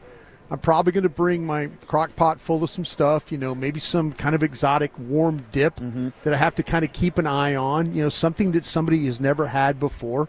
So, yeah, if you're going to invite me to something, I'm going to give it my all for Probably it. show up with a dip, is that what you're saying? Yeah. That would be probably the go-to. But an exotic warm something dip. something that, I'm not just interested in going to get Velveeta and nothing wrong with it, that in a can or hotel and just kind of whip it up and think you're going to, I'm going to try and do something creative that maybe something that people haven't had before. You want to make an impression. I want to. But I want people to be able to, nothing worse than bringing an item to a party and having people not eat it. That's right. That's there might be some finger sandwiches or whatever, all kinds of, maybe wrapped up jalapenos with the bacon and stuff like that, all gone.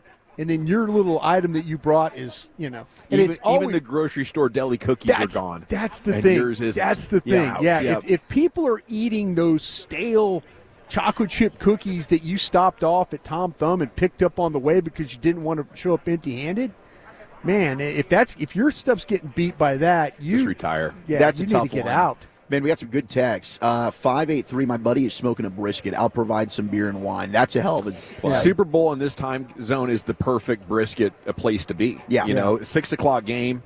You could probably wake up at 5 o'clock, start the fire, and you'll be guaranteed a done brisket unless it's a monster. I kind of feel like that and Chief and I, and Chief is great at when we do the pregame show together for the Cowboys, he always asks the fans what you're cooking.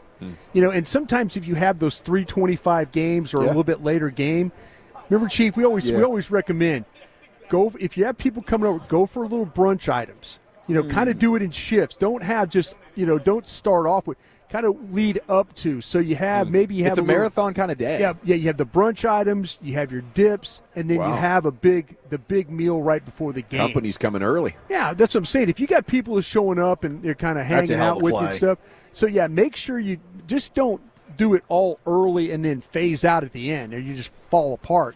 Make sure you kind of have it maintaining the whole day, and don't just stay with the same dips.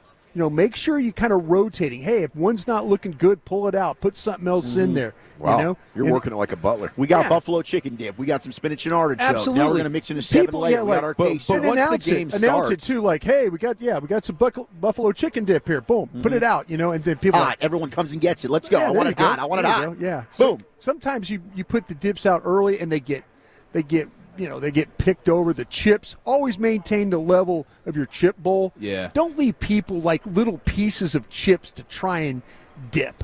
Make sure they have legitimate, or even take your own flour tortillas. Simple to do. I talked about it with you, Dawson, how you make those tacos. Get them through the oil and then, fry them up, boom, cut them up. Those are good chips. Put some salt on them. Make some homemade chips. I do love Not what the hard to do. 972 is said. They're going Philly cheesesteak egg rolls, pretzels, seafood fondue, baked beans, ribs, fried rice, pulled pork, sopapilla cheesecake, peach cobbler, sliders, and some fajitas. Goodness gracious, man. Where are you? That guy's I'm coming impressive. over. I love that, dude. That's amazing. Brisket, you get the Texas Twinkies going on, the elote dip coming in strong. How about a 214? Got to go with the sun-dried tomato and bacon Gouda dip. That's awesome. I'm in on that. Korean short ribs making an appearance here. Chicken ribs, waffle minis with a syrup waterfall that's left. Wow, that's the dessert. Party sometimes, right there. Sometimes I've been to plenty of parties where there's a blind spot when it comes to the desserts. So number 10 on the list here, top 10 Super Bowl foods for your Super Bowl party this Sunday, cupcakes and cookies. Easy, right? Just a little quick finger foods. You get your little sweet treat. Boom, we're moving on here. Yeah, I appreciate a dessert spread. You got to have something. Yeah. Dawson, would you prefer a brownie over a cookie? 9 times out of 10, no, but sometimes people can ace the brownie. I think so too. Yeah. I think so too. Is a little chocolate square when you've done eating, the that corner little piece. chocolate square can just set the whole meal And off. honestly, brownies are kind of rare. Like, how often do you have brownies? I really don't. I would Every make time I'm at my brownies mom's. every time. Yeah. Oh, your mom. Yeah, your mom. Yeah. Well, she's an excellent baker. Yeah. So look, number 9, meatballs. Yeah. Your little Swedish I meatballs. like that. Little you can do whatever kind of meatballs you want. It's just toothpick and boom, just go. It's easy. It's a great snack Poppable. item, because you have you have your main plate, of course, but then throughout the game, you want to grazing. Yeah, exactly. The graze factor, the meatballs are perfect for that. I will say, if you're going just meatball, I don't think you can just put them in the oven and put marinara on them. Nope. I might need to grill them or smoke them. Smoke 'em. I might need just get the that spicy Thai chili sauce for them. There you go. There you go. Sounds fantastic. And even when he's got the Thai chili sauce, you can put a little, because of the stickiness of it. Take a little toasted sesame seed and put them on that too. Oh my goodness! Yeah, make a How little about crunch. the 817? We have a taco truck coming. So got a whenever and straight- whatever someone wants, tacos. it's made Hey, to order. What do you guys think about making your own food? Like, you got the buffet style, but you kind of make it yourself. Yeah.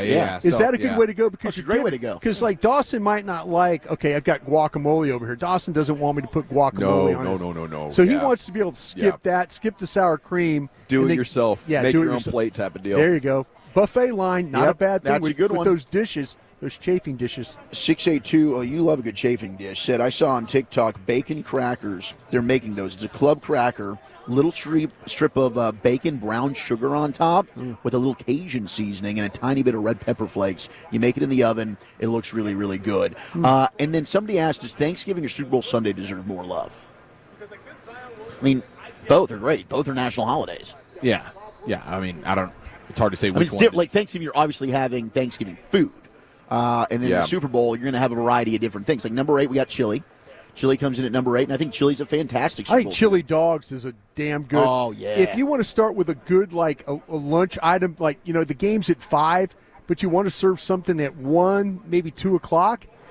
Break out a chili dog on somebody. That's Chili kind dog. of a game thing. Let them doll them up with Yeah. the onions and the cheese and all that, and then boom, have a couple of those, and then later in the day maybe throw some the brisket stuff you're talking about. A little out as Frito well. pie action, maybe. Yeah. Pigs in a blanket comes in at number 7. That's also delicious for a That's a Super Bowl brunch party. kind of item. How about loaded potato skins at number 6? That's a good potato. Loaded I'll potato tell skins you a little what. underrated. Yeah. I'll tell you what, those things get a little too mushy when they sit out talk on to the. me, Brian. I love what you're doing over there. See, if you They leave them, age poorly? Yeah. You got to they get them age immediately. very poorly. You gotta get the Yeah. crisp and the factor. the skin turns into almost like paper. Yeah. I would say pre-bake the skin to get it extra crispy, then Boom. drop the potato and butter. That's in. smart. Yeah. 'Cause as soon as you get the 'Cause see, sour cream liquid, or- the liquid on there kind of messes with the skin. and get a little Yeah. mush. Yeah, a little mush. Fiber sliders. Sliders are A lot delicious. of potential in those skins, though, I think. Yeah, still. you could do just some good with the unrefined. skins, What yeah. was the next one? Sliders. Oh, yeah. Coming in number 5. And that can be like, hey, burger sliders. That can be a pulled pork slider. You can do like a buffalo chicken slider. We did that one year. That was Yeah. delicious. Pizza sliders. Pizza sliders. Love that idea. Number 4 is nachos. I think nachos are fire. We got that text in a That's- couple of times. That's hard to do. Nachos are hard to do because you don't get the coverage. There's always That's when when you you have have to a put station. massive amount of chips Yeah. on a sheet and you don't get the coverage. Yeah. So now you're just eating straight. See, chips. that's almost better for a party to just go with a bowl of queso. Yes, Or do you do and a then- make it yourself Yeah, nacho? Exactly. Nachos are great, but you don't get the complete coverage, and somebody's always getting chips that don't have If any you had coverage. a proper nacho station, though, where you had like a little cookie sheet and you could And put little your own bowls, chips and down, yeah, do yeah, your and cheddar there cheese you and your go. beans or whatever, There that you might go. be fun. There you go. You know, you slide it in the oven. But the minute Yeah. you make a big batch of nachos, poor coverage. Yeah, you don't want a lot of height. Bingo. Oh, like the tower. Yeah, Just yeah, yeah. surface yeah, area. you got the Absolutely. level. Yeah. You want to make sure you That's got good. levels taken care I mean, of. I'm a big fan of the individual like nachos that you can get, say, at Katy Trail, where I mean, literally every single one has the meat on it, the cheese is melted, has some beans. Nothing worse than having nachos and you got You nothing know on it's the covered. chip. Yeah. Crawfish boil 817. That's always going to be fun. There you go. We've got Cajun ceviche from the 817. That's interesting. 214 wants to know, do I pass if I make the little barbecue weenies in the crock pot and queso? Going to my brother's and want to make sure I pass inspection. I'll tell you what, instead of the little weenie things, go with some Big chorizo. weenies. Like the Mexican, go make Mexican, like the little the sausage, make meatballs out of that. Put that in with the queso and stuff like that. Okay. The little weenies are kind of it doesn't do the queso justice, but kind of put it with a little bit Mexican flair with that sausage. Make little meatballs out of that, and then boom, put it in your queso, and people will love you. Yeah, those are the little smokies, right? Those little smokies. Smokies work better with barbecue sauce than they work with cheese. I agree with that.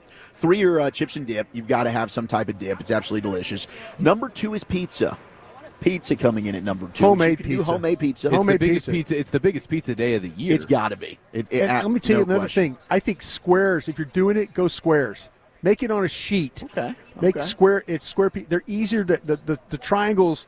Not so good to handle. The squares are easy to handle. You can put them on plates. It's hard to put get it stuff right around it. Yeah, it's hard to get pizza right at home. You'd rather just go ahead and get from the HUD or order from your favorite. No one out salon. pizza. I'll tell you, man, I mean, the crust is a major obstacle. I enjoy rolling out. square. Squares pizza, like to me, if you make it square, it fits on a plate better, and you can put stuff around it. Yeah.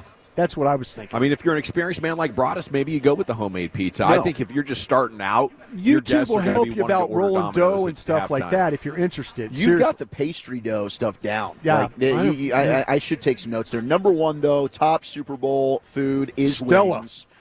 Wings, of course. And while you're eating your wings, Yes, make have a sure to Stella, wash it down. a bunch It's a of them. delicious Stella Artois. We love you, Stella. But number 1 is wings, whatever flavor you like. But some of these texts that are coming in, you guys are doing Super Bowl Sunday right. This is incredible. You guys are making me hungry. Going to Chipotle from the 972. No. As Brian would say, just make Chipotle at home. Yeah. Thank you. Dawson, you got a Orange Magic strategy for the weekend, or?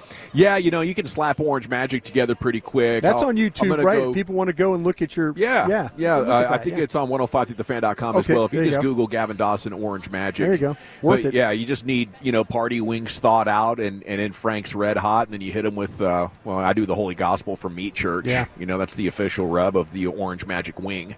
But there's a number of different rubs that can create magic there. $250 for like 2.5 hours. Let those things sit in there, and you'll thank me. Seriously, dude, 10 out of 10. I'll never forget that experience. I definitely do them every Super Bowl. Okay, it is the G-Bag Nation here on 105 to the Fan, live on Radio Row, and it is time for Chiafalo's Biggest L, Biggest Up. Yes, 877-881-1053. Where have you taken some L's this week? More importantly, where have you gotten those personal victories? That's next right here in the nation. I'll tell you a personal victory you could get right now called D&M Leasing as you head into the weekend. If you want or need a new vehicle, summer's right around the corner. What's going to make you happy? What's going to make you, make you look sexy, in the summer cruising around? Maybe a new sports car, maybe a brand new truck, something like that. D&M Leasing can put any make, any model in your driveway. All you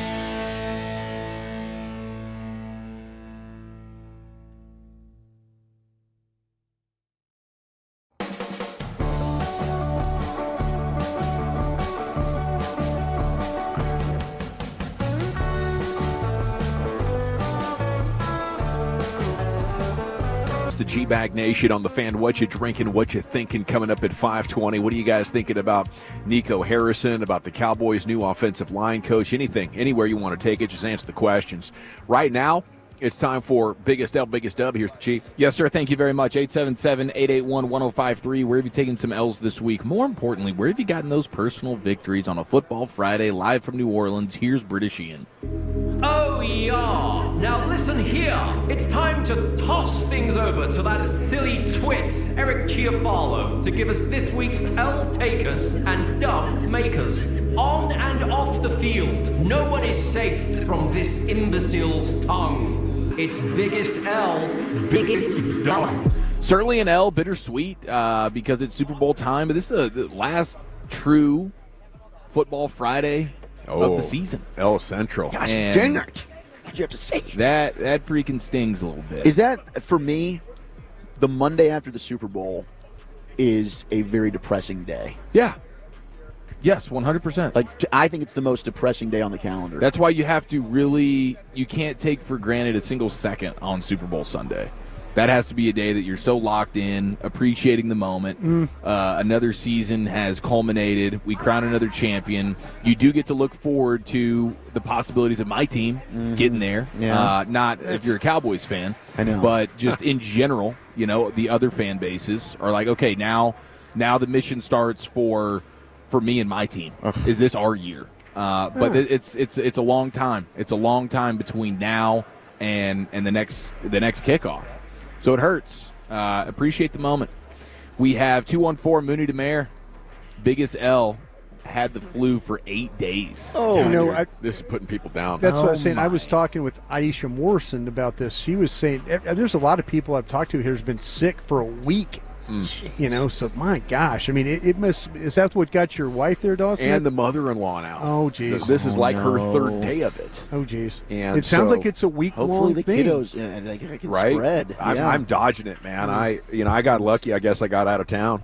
Yeah. But the kids haven't had it yet, so we're counting Fingers blessings. crossed. Yeah, see, I'm going back to a sick house. I got sick kids all over the place. Are all of them sick and all now? that stuff. The oldest, I think, has been able to stave it off a little bit, but my middle and my youngest are going through it right now. The 817L coworker got arrested at work, so we're short-staffed, and now I'm having to work more. Wow. Sorry about that, 817. That must have been quite a scene. Dawson, has that ever happened in any of your radio gigs? Did anybody ever pop in and arrest one of your guys while you were on air or something like that? No, this reporter that I worked with at Alpha Broadcasting in Portland did get arrested one weekend. Apparently, he was like imprisoning his wife. It was insane. Yeah. Oh, like my hostage. God. He was like super stalker style as the husband, locked her down, and it was this big deal with it. That's a tough one. And then there was the time that the car drove through the front lobby because the guy had paranoid schizophrenia and thought messages were coming through the radio signal to him. That is wild. So he tried to stop you guys from being on air? He peeled out and was arrested later that day. Yeah. No, And then bailed. Yeah. I saw Jane Slater taking an L. Did she her tweet about there was a delivery driver of sorts at her place, backed into a tree and knocked it over and messed up all sorts of lines and stuff and just drove off? Oh, yes. It was a Best Buy. I think it was a Best Buy thing. Okay, so I posted something about my Home Depot situation and said, I think you should get your appliances at Best Buy and Costco because I think they have the best warranties that I've heard of. So somebody tagged me in that and said, well, actually, Jane Slater has something to show you about Best Buy. Poor delivery driver. You're like, crap, what do I do here? You gotta He go. just bailed, dude. He ran just all through her bailed. stuff, Can't ruined do her that. house. You got to go knock on that door. Got to knock on the door. Take some ownership. 940 took an L yesterday. Listen, oh, wow, that was the mean one. Yeah, that was a mean one. I'm glad that you proofread it, though. I stopped myself. You did. Biggest win for me of the week, the Sami Khedira interview, Real Madrid, Germany. And then, obviously, the biggest L is the Luka trade. Yeah. The Luka trade is the biggest L. Big time. I will say big dub had to have been yesterday with Emmett. The fact that we got to have a drink with him. Yeah. Well, no, we weren't the only ones. I think he was probably taking shots How with many everybody. how many shots you think you did during the day? I mean, he was deep when he sat down with us. But it made for a great interview, and he was He fired just up. had to pour a shot. He did the right amount. I loved He was it. in the sweet spot, Yeah. where it's giving you some life and some excitement, without dragging you down. Now, I've kept the empty bottle of the tequila. Mm-hmm. I'm good to go through security at the airport. You should, right? Okay. Well, maybe no. with glass. No. You only can take like 4 fluid ounces. No, there's nothing. It's out. There's nothing. It's empty. It's empty. It's the empty polished bottle. that thing off last night. There you we go. crushed it yesterday. Tear it up. was good. Our buddy.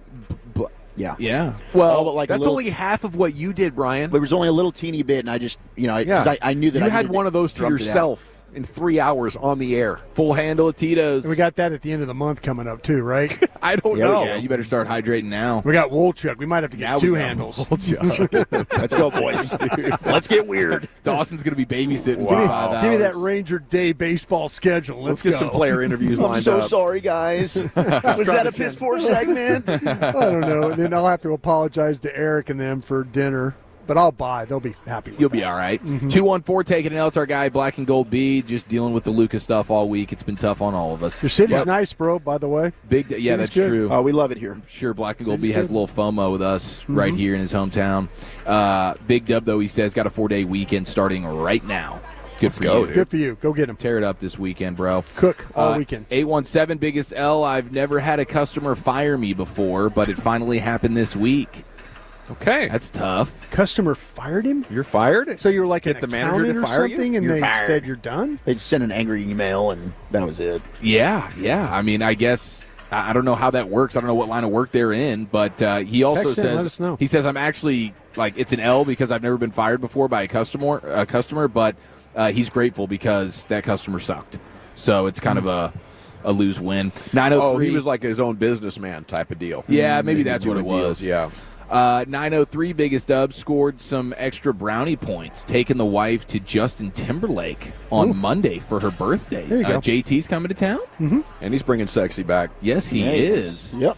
972 Biggest L lost my dog of 17 years this week. What a run, dude. 17 years. More than just a dog, though. He was family. Feeling for you, 972. That is always tough. Old Spud made it to 17. That was my childhood dog. That feels like some level of a record there. Spud is such a great name for a dog. I had a dog. too. Yeah, he was my cool. dog. I love the name Spud. I got one for my first birthday. It died one day after my 16th. Oh, run. wow. Yeah, good run. That's a Basset Hound? impressive. Basset Hound. Fanny. You never had another one? Never had another one. Fanny, one and only. One and only. Take a load off. Well, maybe 972 could go. Where can they go to get the Woolly Bully dog? 1053thefan.com, and we've got several partnering with Dallas Animal Services. You can adopt Woolly Bully if you'd like. I'd love for you to do that. Is Woolly Bully a bulldog? Woolly Bully's actually a female. Oh. And I don't know exactly what type of dog she is. I think she looks like a crossbreed. Okay. What's crazy, even though it's a female, she's still a motorboat and son of a gun. She sure is. Yeah. The old sailor. That's why they named her that. She always has been. You have an L for Ippei Mizuhara, the former interpreter for Otani, of course. He's going to get prison for 57 months. 50,000 on the Dodgers. And then he's going to get...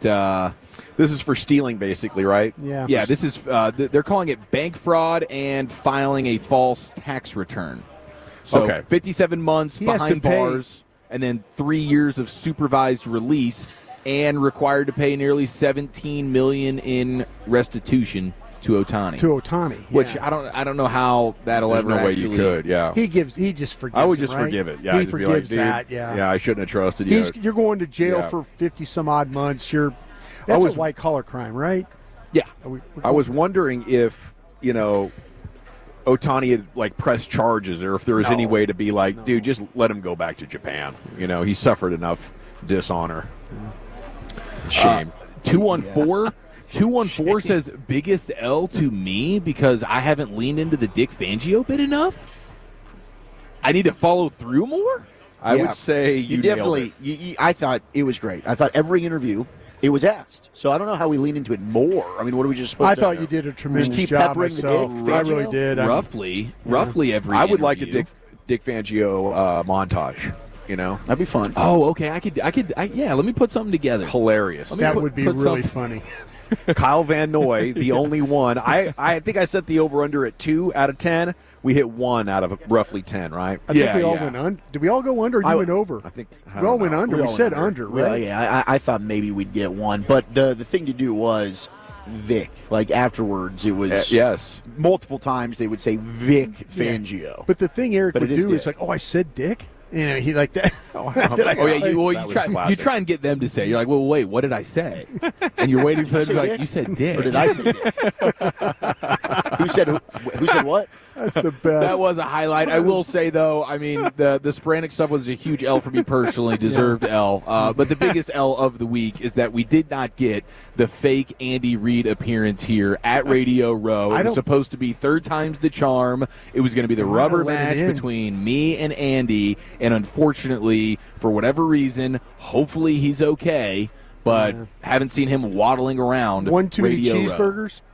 I mean, we knew that was sort of a ticking time possibility. bomb situation there. So he had a great run, but the Chiefs outlived fake Andy Reid. And Eagles fans have way out participated Chiefs fans at this point. Absolutely. From my experience. I've seen way more Eagle gear here than Chief gear. Yes, I mean, everybody you talk to, like media or just locals or randos or whatever, everybody is pulling for the Eagles. It's making me sick. I actually saw, big up to the Eagles fans that are here right now, because I saw, did you guys see our buddy, Bradley Cooper? Oh, I did not. He's got a Philly cheese truck, and he's just slinging cheesesteaks here somewhere in our vicinity. Damn, those are supposed to be incredible. He's dealing out. He's got good ones to Eagles fans there, some free cheesesteaks. So that's exciting. And I would say he's taking it as an L, but I'm going big dub to Jake Paul, who apparently is now not going to be fighting Canelo. Yeah, Canelo back down. That is good for you, Jake. That is good for you. And now he gets to have the thing where, hey, I tried to fight the best. And he's ducking. It got pulled up. Yeah, Canelo's ducking me. He doesn't want to fight. Huge win for Jake Paul on that one. Absolutely. Thank you, Chief. It is the G-Back Nation here on the Fan Live on Radio Row, brought to you by Stella Artois and the Low T Center. And it's time now for more football. In addition to the finest, Chief, back to back. What do you got? Yeah, we're gonna get set for kickoff here. We got some props and we got some good football things for you next in the nation. It's afternoons with the G.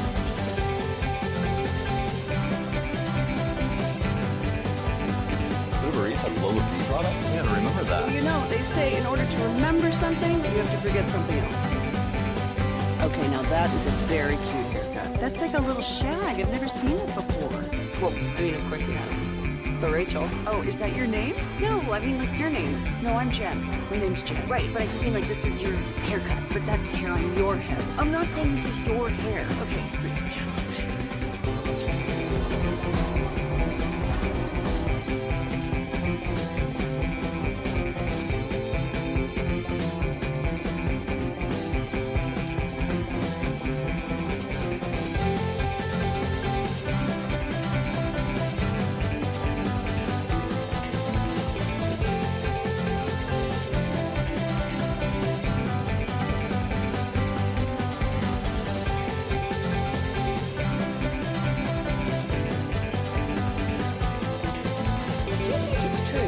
Forget something else to remember that Uber Eats has loads.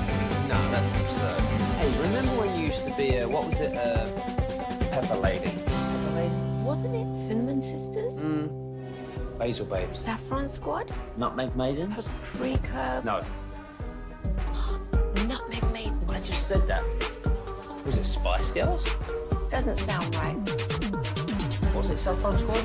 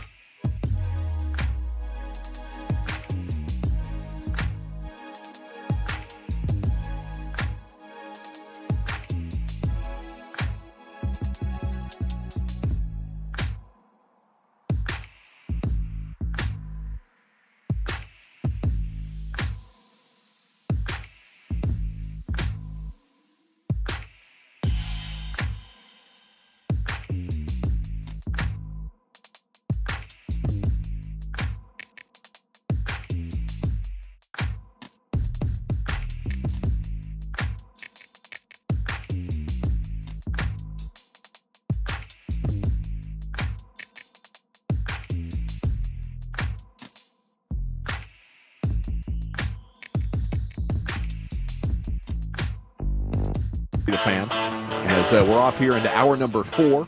It's brought to you by Stella Artois and Low T Center here on Radio Row in New Orleans. It's time for an edition of the finest. Here's Eric Chiafalo. Yes, thank you very much. All right, 877-881-1053, the final finest of the football season. Final Football Friday finest. Gosh, you just keep reiterating it. I know, but stop saying it. Come on. We have to live in reality. You just don't stop. That is what we have to do. I think Cowboys fans are getting a little bit excited that maybe we get a Deuce Vaughn resurgence now that we got the K-State O-line coach. We got some K-State backs. Figure out how to use Deuce. This guy knows how to use them, huh? Deuce. Yeah, it could be a big time for Deuce, but I would wonder if you get some David Giddings action in the middle rounds now. Maybe the third round. Have you seen Giddings? He's in Kansas State. I haven't seen him yet. I think he's great. I mean, I think he's a 3-down back. I think he's one of these, much like Travion Henderson. He's going to be a better pro than what he was at college. He can receive. Pass protection's okay, but he's got some burner ability to him. You remember his size offhand? I think he's 6 foot. Oh, he's right around there. Maybe even he's tall. He's kind of an upright runner. Good deal. Chief, did you see this story on the Super Bowl ticket prices? How they've dropped a bunch? Now they've dropped to their lowest point in 15 years. It's like $2,500 now. They were, when they initially, once we got the matchup, Chiefs-Eagles, it was like $7,000 a ticket. Yeah. And now you said it was under $3,000? Yeah, $2,500. Wow. DJ. Lowest, I guess, it's been since like 2019, 2010, or 2009 or 2010. That's wild. Especially with all the inflation, dude. Yeah. Things have been getting a lot more expensive. I wonder what, I don't know how to explain that. Maybe just you have bucket list trips, and now they're all expired in Kansas City. Chiefs fans have already done the Super Bowl thing. And they're like, wow, that costed a lot of money, honey. It might be a situation we were talking about earlier, Gavin, with the hotel rooms being too expensive. You know, that fact that, affordable rooms at the Super Bowls they've been at before, maybe Spendy not week. today. Yeah, maybe not today. But you could bring your partner, husband, wife, whatever, here for $5,000. Yeah. If you fly in. Yeah.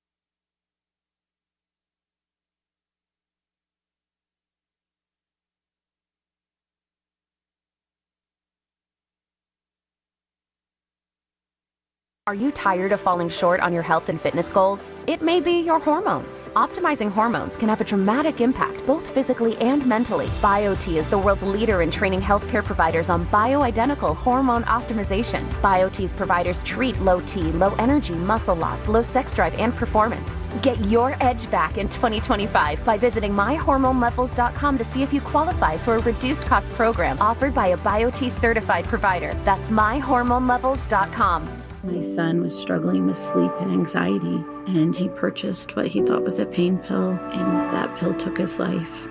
Educate yourself on fentanyl. Visit OnePillKillsTX.com, sponsored by HHSC. You get the most for your lease with an Autoplex lease, yeah. Autoplex lease, you know. Yeah, we got the cars you love to drive.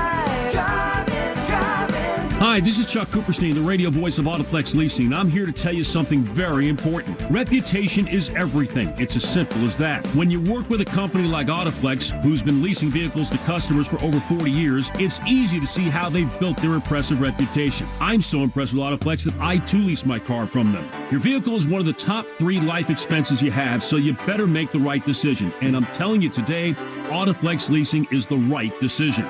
Now, with the rising cost of new and used vehicles, leasing makes total sense. Visit my friends at Autoplex on.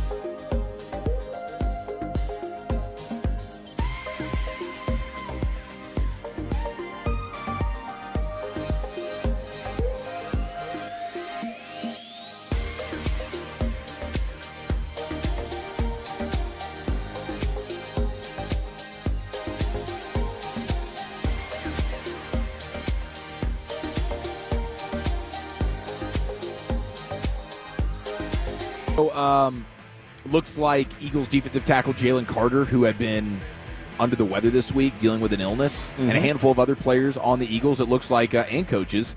It looks like he was back at practice, and he should be good to go, and all the guys that have been dealing with an illness, should be fine. So perhaps a false alarm there. Okay, everything catch should a be break. good. No harm, no foul. Yep. Did you guys see that Marshall Faulk got the running backs Coaching him up. coach job with Dion at Colorado? I did see that. Yeah, it'll be interesting to see what kind of a coach he is. Yeah, Dion loves to bring former players in and, Sure. and get that thing going. I don't know how much coaching experience Faulk has. Faulk done any? I don't think so. I don't think he's ever been on a coaching. Also, staff. was he the guy we interviewed the time when he was eating the steak Yes. on air? Yes, Yeah. that was him. Okay, I just want to make sure that maybe I wonder if he's going to be coaching him up and having bites of steak. He's always kind of been a Cowboy hater. He is a Cowboy hater. Yeah, He is. not a fan. I think he's a NOLA guy. Yep, he is.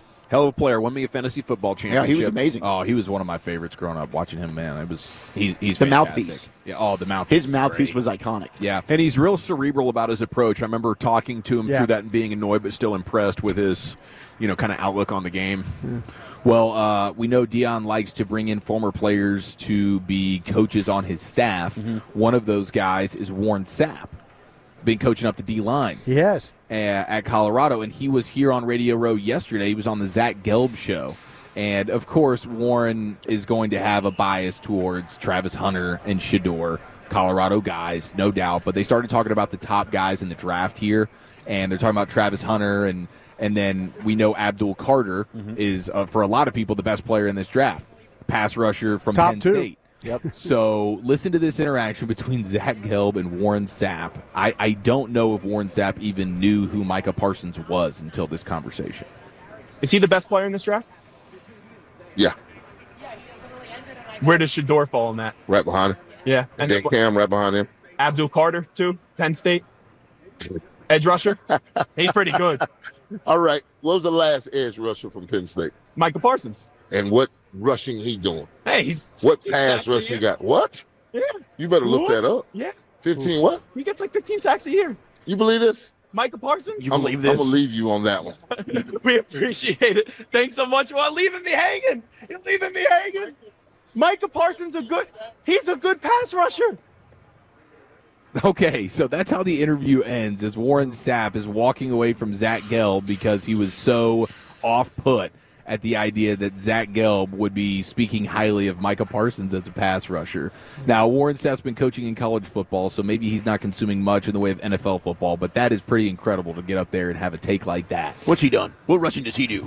Maybe he's being really technical about the difference of 14 to 15 sacks or 13 and a half sacks, which is my that's a dude that doesn't watch the league. No, you're right about Clearly. that.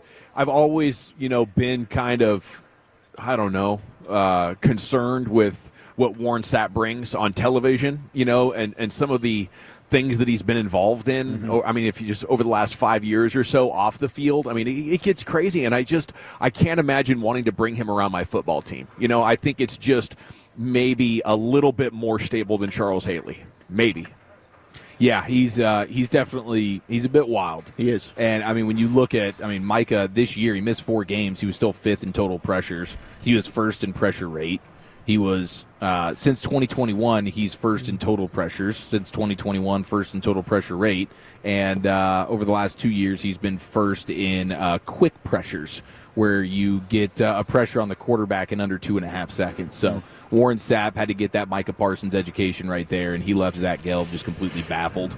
Safe to say he's not going to be making an appearance on the draft show. No. No draft takes for Warren Sapp. Yeah. Goodness gracious. I mean, some guys just don't specialize in the draft, and I get that, but to not know about Micah Parsons is insane. Yeah. What rushing is he doing? That's a pretty amazing blind spot right there that's for, awesome. for Warren Sapp to have. How about this as a stat of the day? Patrick Mahomes could go 0 for 22 with 22 interceptions in the Super Bowl and still have a higher career playoff passer rating than Tom Brady. He could do what? He could go 0 for 22 with all of those being interceptions in the game. Wow. And still have a higher passer rating incredible. than Tom Brady when it comes to postseason passer rating.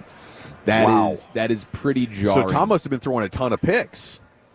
Well, I mean, don't Is get me passer wrong. rating not punitive enough on that? Yeah, I don't know exactly how passer rating incorporates the interceptions, but just in general, passer rating is not like the main one you want to go for. Like QBR. would be QBR something has better. definitely surpassed that. There's a handful of other ones that you would probably want to go to, but still, it's just staggering to see that Mahomes can can have that poor of a game, a historically ridiculous 22 interception game with no completions, and still have a higher playoff passer rating than Tom Brady. Do you guys think at the end of his career he'll end up being your GOAT? Yes, yeah, Yep. he's pretty much right there, unless there ends up being just a total falling off the cliff that is extremely unexpected, or maybe at some point Andy Reid moves on and all of a sudden Pat Mahomes is just clearly not the same dude or something like that. But yeah, he's right there, and especially the mobility factor. Like, I think that's one of the biggest things, and Nate Taylor was talking about it with us earlier, covers the Chiefs for the Athletics, but or the Athletic. I mean, the Mahomes' ability to scramble. And in the postseason, his scrambles in his career, his scrambles are like almost 9 yards per attempt. Wow. He's stealing first downs at a rapid rate, and they can surprise you a little bit. You're not expecting it, and all of a sudden, there he goes, boom, move the chains. And it's sort of death by 1,000 paper cuts right now. Yeah, he adds that, that Brady couldn't. Yeah. Although Brady was really good on the goal line stuff and His sneaks were the snake. Yeah. How about this one from Paul Hembo? Steve Spagnuolo has allowed a 100-yard rusher one time in his playoff career. 24 games. His defenses have gone into a playoff game, and only one of those 24 games has there been a 100-yard rusher. Now, I don't think that's necessarily how it's going to play out for Saquon and the Eagles. I would be pretty surprised if he can't get 100 yards. But especially because he can he's sitting at 40 yards at halftime, and then all it takes is one 40-yard touchdown run to swing things for him that way. But if you guys could guess who that runner was, I think you would definitely get football guy of the week for Super Bowl Radio Row. Marion Barber. Well, damn, Wolchuk. That was 2007 divisional round. Anticlimactic, very impressive. Marion Did you Barber. read that this week? No, you I was just at knew the it? game. Football guy of the year. Marion Barber ran for 129 yards. 21-17 They went on a Giants 20-play, 10-minute drive right before the half ended, and that was pretty much all Marion. Yeah, it must have been. Good call. Wow. And that was his first start of the whole season. Was that when the Cowboys were the number 1 seed, right? Yes. And they had been mixing him and Julius Jones. And for that game, Wade Phillips decided we're going to start Marion Barber. That moment of radio gold almost makes up for you pissing off Emmitt Smith yesterday. Yeah. No, he wasn't mad. I'm just playing. I know, but in the moment, I really did think I pissed him off, and it kind of screwed me. I know. So afterwards, luckily, I kept trying to get you to ask another question. I was like, wow, why is the Wooly Bully holding back here? Yeah, I didn't want to. I thought the question was well phrased. Yeah, it was a good question. Well, I thank you. And afterwards, I got to squash it with him, and he agreed. Yeah, he did. I saw him. Yeah. He wanted to do another shot of tequila with you. Yeah, and we did. Yeah. Yeah, it was cool. The off-air moment between Wolchuk and Emmitt Smith was pretty special. It was awesome. It lived up to the hype. Okay, so the top 5 reported bets, all at BetMGM Nevada, and it's mostly Eagles, man. You got 800,000. Somebody put on the Eagles money line. Another $750,000 bet for the Eagles money line. You do have a $345,000 bet on the Chiefs -1. You got $326K on Chiefs money line, and then a couple of $300K on Eagles. 500 of that's mine. 500 of that is yours? Yeah, I got convinced when we were interviewing Nate Taylor earlier. Went money line. I figured so money line -1 has a -110 on the payout. Yeah, it was -117 for the money line, and I just couldn't stomach the idea of having a push because of a one point game, which I think could happen. I think Chiefs money line is the move here for sure. My older brother's in Denver right now, so it's open season when it comes to the gambling. So he sent me his. It's open season. He sent me his same game Super Bowl parlay. I think he's going to absolutely nail this one. He's got Chiefs money line.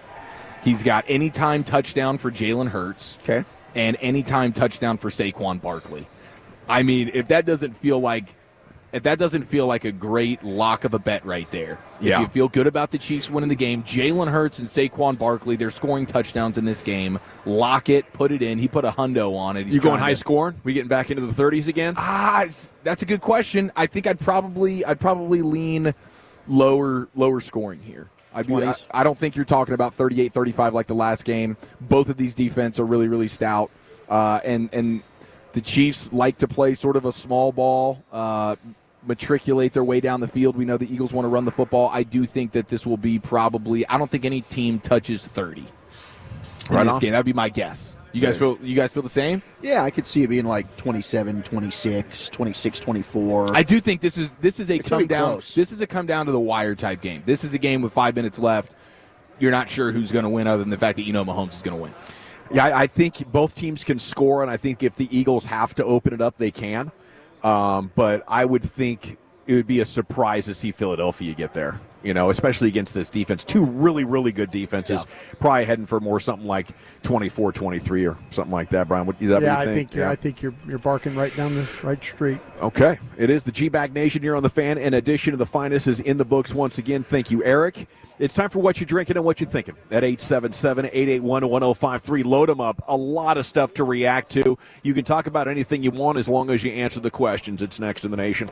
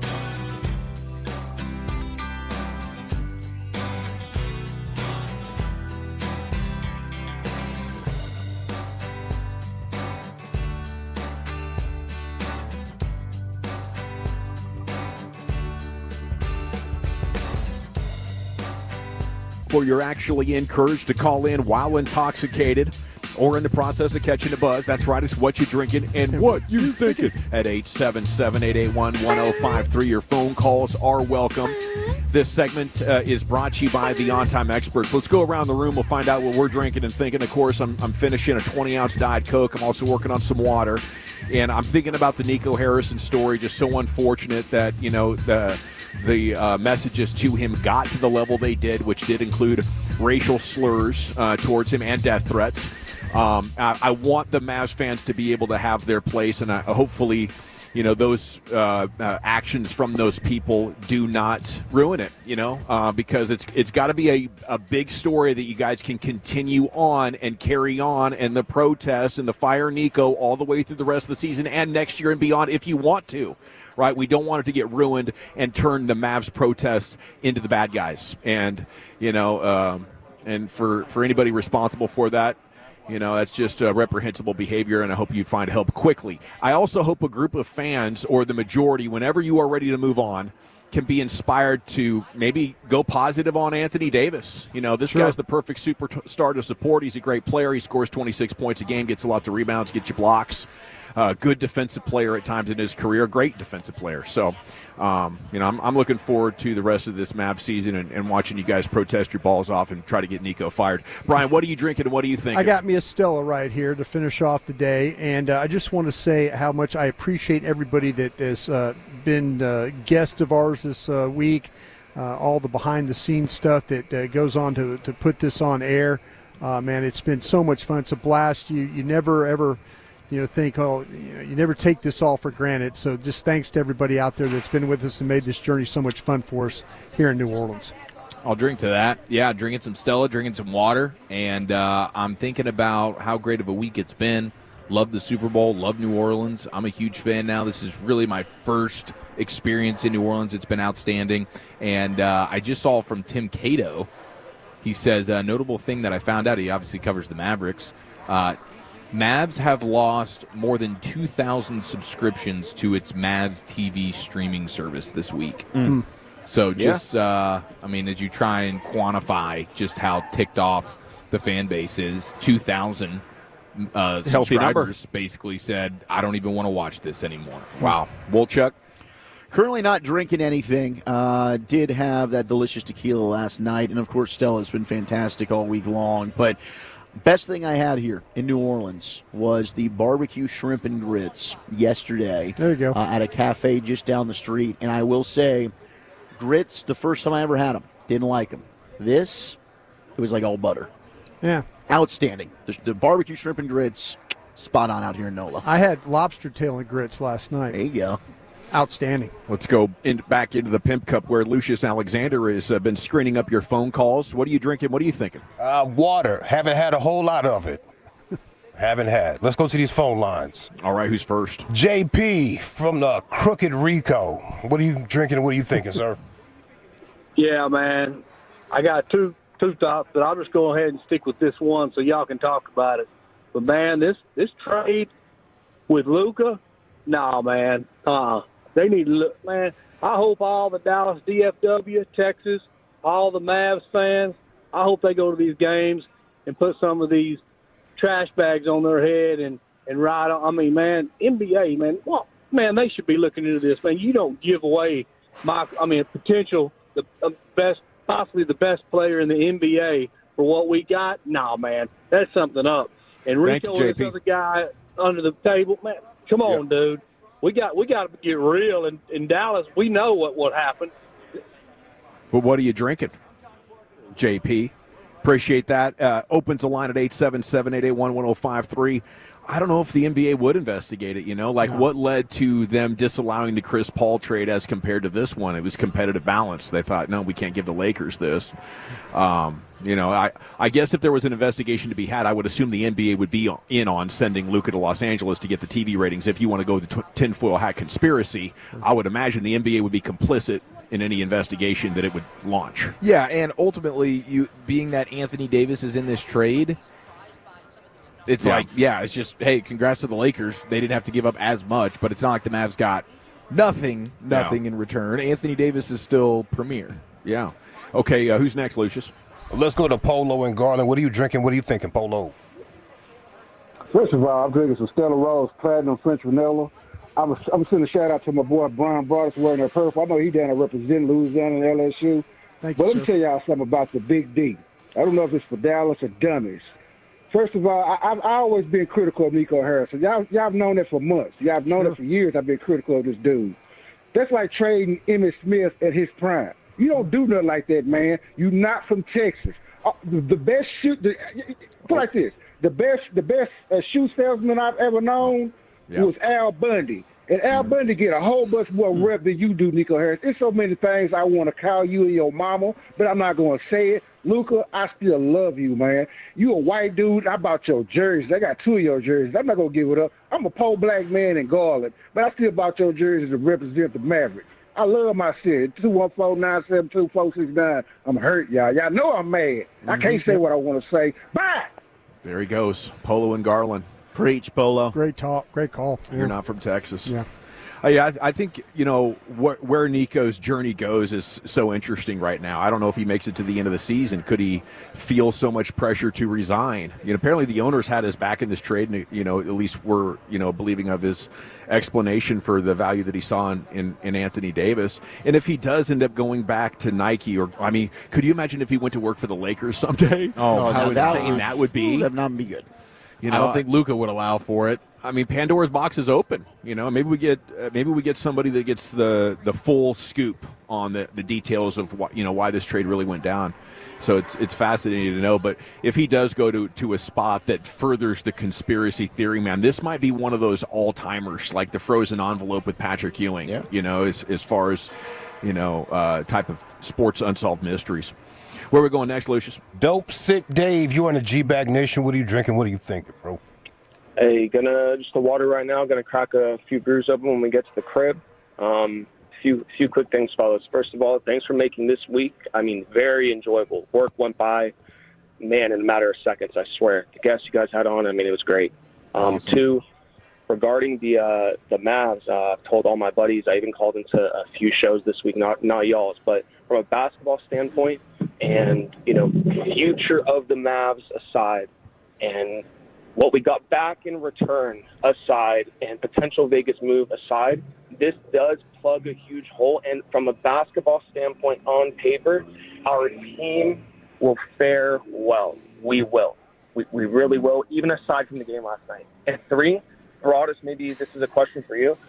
If you're the Titans in the draft, right, are you really saying, man, Cam Ward or Shedeur is my guy for the future? Why, when you have such a bad offensive line, for example, why not build your offensive line, trade back a few spots, get another first-round pick next year, just giving up Shedeur or Cam Ward, and build the offensive line and take, whoever it is next year? I'm just curious if it could ever kind of work like that.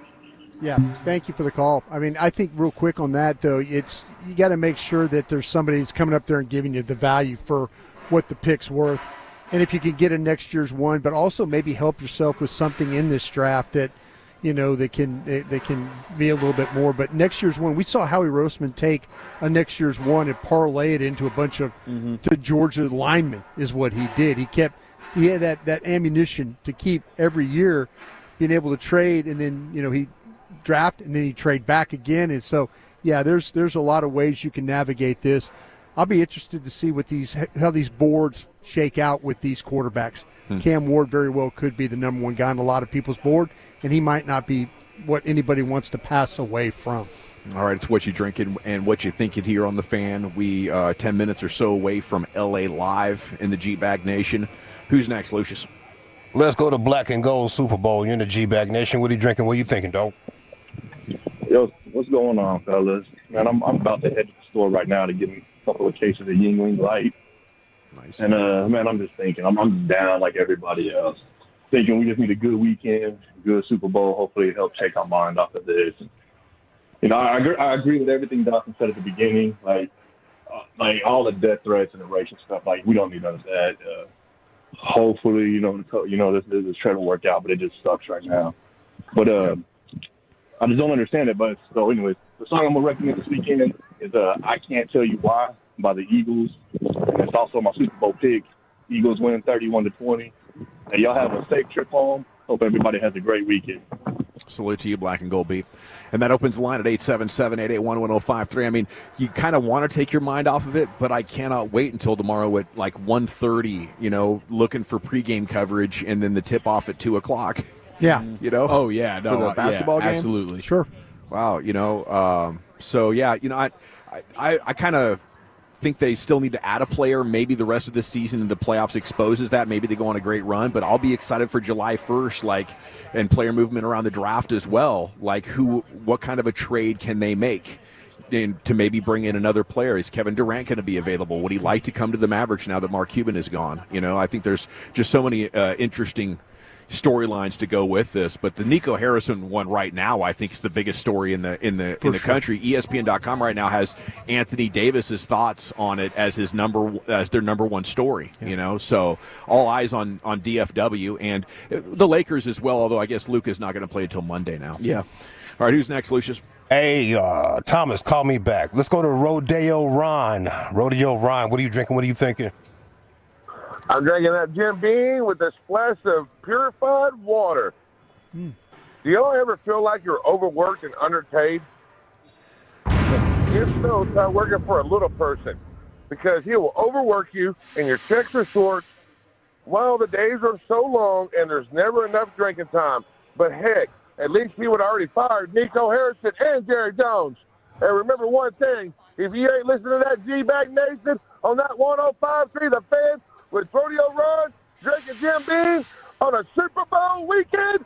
Where the F you at? There he goes. Rodeo Ron. I didn't get that one. I think I need to go back and listen. He does have a little buddy. Did the punchline come? Oh, that was personal. He has. Personal story. Yeah. His boss is a little person. Got to meet him at Draft 101 last year. Yeah, cool. I look forward to meeting him. He likes to come and hang out at the draft parties as well. Pluckers. He was talking about bringing a Velcro kind of wall with him next time. Wolf of Wall Street have style. Some real fun. That would be something. I don't think we've done that since the days of Richard Hunter. Does Ron, is he getting more sober each week? No. Last week he was hammered. No, I think he was trying to dial it back a little bit this week because he's been on a run of pure debauchery, even for Ron's. Last week he sounds like he's more sober. He these was a last little tame today. Yeah. Poor Rodeo Crystal. Yeah. It's a sweet lady. Yeah. I know. Okay, who's next, Lucius? Magic Mike and Hazlitt. You're drinking, thinking. Mike. Come on. Let's go. Well, we drinking a little Monster Beast because it's Friday and it's go time. On the other side, I would like to say that I'm not sure how Lisa Sparks feels about what Nico did to the Mavericks fans. Lisa Sparks be an entertainer from way back in the day, from some adult stuff. But anyway, I think we got to give AD some time, right? Yeah. Obviously, everybody's destroyed. I mean, those people that are protesting tomorrow, you might as well come as the deaf and with a little bit of Civ dressed up because, I mean, this season hurts. There's nothing to do but some crying unless they can pull this out somehow. So anyway, outside of that, giddy up like a dump truck. Y'all take care. Giddy up like a dump truck. That was an incredible, great voice anecdote there. Good Lord, got some chords on Miss him, Sparks, and then he just hit us with it anyways and got into his take. That's a pro. That's a pro. That was a pro, wasn't it? Heck yeah! Is that a radio guy on vacation? That's a guy that's just like he said it's go time. Watch this. I'm going to call it a Dallas radio show. Like that. Hell yeah! Let me show these boys how to do it. Yeah. God, holy crap, dude! That was awesome. Yeah, text in, Magic Mike. What's your story, bro? Wow. Lucius, who's next? The Expressway is brought to you by the on-time experts, by the way. Let's go to Ryan in Richardson. What are you drinking? What are you thinking, Ryan? Well, today I'm only drinking water because I'm all out of Jack. So, yeah, that's sad. Anyways, Anyways, I just wanted to say, when the news first happened, I was shocked. Then I was angry, and now I'm just depressed.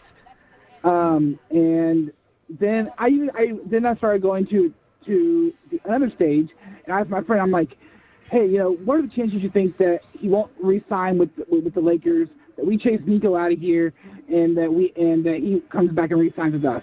He's like, probably one in a million. I'm like, so there is a chance. There's a chance, yeah. But yeah, but last thing I want to say is to all the Tolos, who are hating on Nico right now and hating that Luka's gone. that has nothing to do with the new players we have, AD and the other 2 players we have. So please, if y'all go to the game, if y'all go to the protest tomorrow, please, just like we accepted Luka as a Texan and as a Maverick, let's accept these guys as well. Let's be the better people. That's all I got. Yeah, I love that, man. I mean, boo hard for Nico or whatever you want to do, but cheer just as loudly for the new guys, man. Let's show them what the fan base is multidimensional. I think there's a lot of season ticket holders with the Mavs that, are just going to be an MFFL, not an LFFL, through thick and thin, and I'm sure they'll represent well. I'm hopeful, man. I mean, just be a good person. That's all it is. We can be ticked off. Yeah. But there's a line that you don't want to cross there. Who's next, Lucius? Let's go to Noonie. What are you drinking? What are you thinking, sir? I'm drinking on a great Powerade, and I'm thinking Mavs fans need to get their tampons out their ass and understand Luka can't play defense.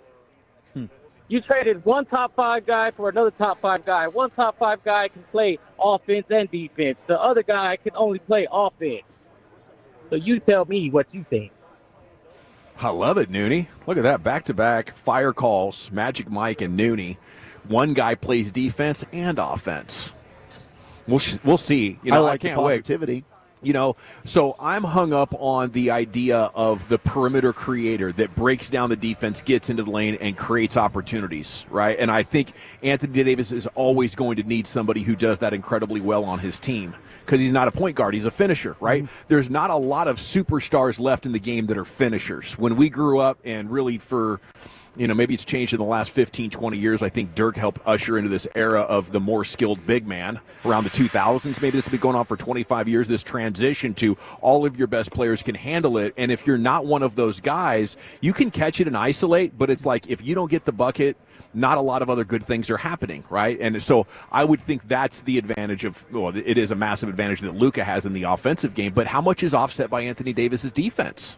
We haven't even talked about that this week. Absolutely. Great call, Noonie. What do you think, Chief? How much is offset the loss of offense, about 4 points per game, and playmaking, point guard, floor general type of stuff, but you get maybe the depoy? Yeah, no, that's it's a great point. I wonder what the Anthony Davis blocks per game is. I know that he's definitely a great rim protector. So I do think there's some level of offset to that for sure. But just like you mentioned, having a guy that can create for you offensively the way Luka was able to do and be that assassin at the end of a game, that's where that's the thing that is one of the biggest frustrations in all of this. Who's next, Lucius? Tolo Manesco. What are you drinking? What are you thinking? Just drank a little Coke, and I'm depressed about Luka. But let's change the subject a little bit. I've been thinking about something for a while. It's about the Rangers, a good organization. I've been thinking that hot dog night and the Friday night, the City Connect night. How about those nights be hip hop night? Like, cause they refuse to make the stadium unique, so we need to have something unique to us. And I was thinking like Busta Rhymes, "Bob Your Head" be the 7th inning stretch song. Everybody bobbing their head. The 9th inning be Chiefs Keep Love Sosa. Like, I want something unique and cool for the stadium. And my second thing is, with Bassick leaving, who's going to be the loose cannon now? Which one of you guys got the clout, to just say whatever? Is it you, Broadus? Who is it? Probably not, man. I'm trying to pay for a lake house, but, man, I appreciate it. Broadus has the clout. It's just about the desire, really. Yeah. I've been trying to pick up Mike Slack for 12 years here on 105 through the Fan. I'll do my best. Yeah. It's hard one to live up to. I don't know that anybody can do it quite like Mike does. No, Mike's that's what's great about working at the Fan. You're just encouraged to be your genuine self. And Mike definitely did that. Okay. Thank you, Tolo Manesco. And I agree with you. That'd be fun if they mixed up the playlist at the Rangers game, depending on what kind of a night it was. Where are we going next, Lucius? Junior in Denton. What are you drinking? What are you thinking, man? Drinking some Heineken, just trying to get over the Luka trade. But the reality is what would you rather have, Luka win an MVP or Dallas win a championship? So yeah. I was here in the 80s with Mark Aguirre and Roy Tarpley and all them. And we got to the finals last year, but we needed some defense to shut them down. We didn't do it. Am I on board with Nico? No, I'm not. Am I pissed off? Yes, I am. But, hey, I'm a Mavs fan for life. You know, I cut off social media. I'm not looking at ESPN anymore. I'm not looking at the talk shows anymore. Listening to you guys, of course, but that's where I'm at. Thank you, Junior. Have a Appreciate great it, man. weekend. Enjoy those Heinekens. Yeah, Stella's a little better, but go ahead. Yeah. I mean, we've lived in a player movement era for 30 years, so I'm well over the fact of being married to a player that has to be on my team. When they go, it's, you know, sometimes it really sucks, you know, and sometimes there's a bad guy that did it to you. But I would never, like, stop rooting for the team. It's all about, like, how the pieces come together to get the championship so we can have a parade, you know. And I think the chances of having those over the next decade are less with Luka here, and that's a very bitter pill to swallow. What do you think, Lucius? More phone calls or LA Live time? Yeah, let's just take more phone calls. Already? Yeah, let's go to Rodney in Frisco. Rodney, what are you drinking? What are you thinking? Hey, fellas, I'm delivering flowers out in Frisco, so I'm only drinking a double dot Sprite on the rock. My opinion is Luka, you know, he's injury prone, seems to be out of shape a lot of the times. So I don't have a big issue with getting someone in that can actually play, that can be there for the number of games he needs to be annually. How do you feel about that? I think I agree with you. It's just like the package that they got back. Yeah. And then that story that they could have had another number one, but Nico wouldn't let him talk to Luka to get an assurance for a contract. So they're like, okay, we got to take away a number one then. I just think a lot of ways that the trade was executed were negligent. It's all about the return. I do think the Mavericks can be a good team. Last night was a really good win. You've got Dante Exum back. I'm hopeful, and a championship I do think is really all that matters. But my gosh, it's doable. You can match up with Cleveland and Boston. Yeah, you absolutely can. Yeah, you absolutely can. We'll see in the West if they're able to make it through. What's next, Lucius? Let's go to Chris in Garland. What are you drinking? What are you thinking, Chris?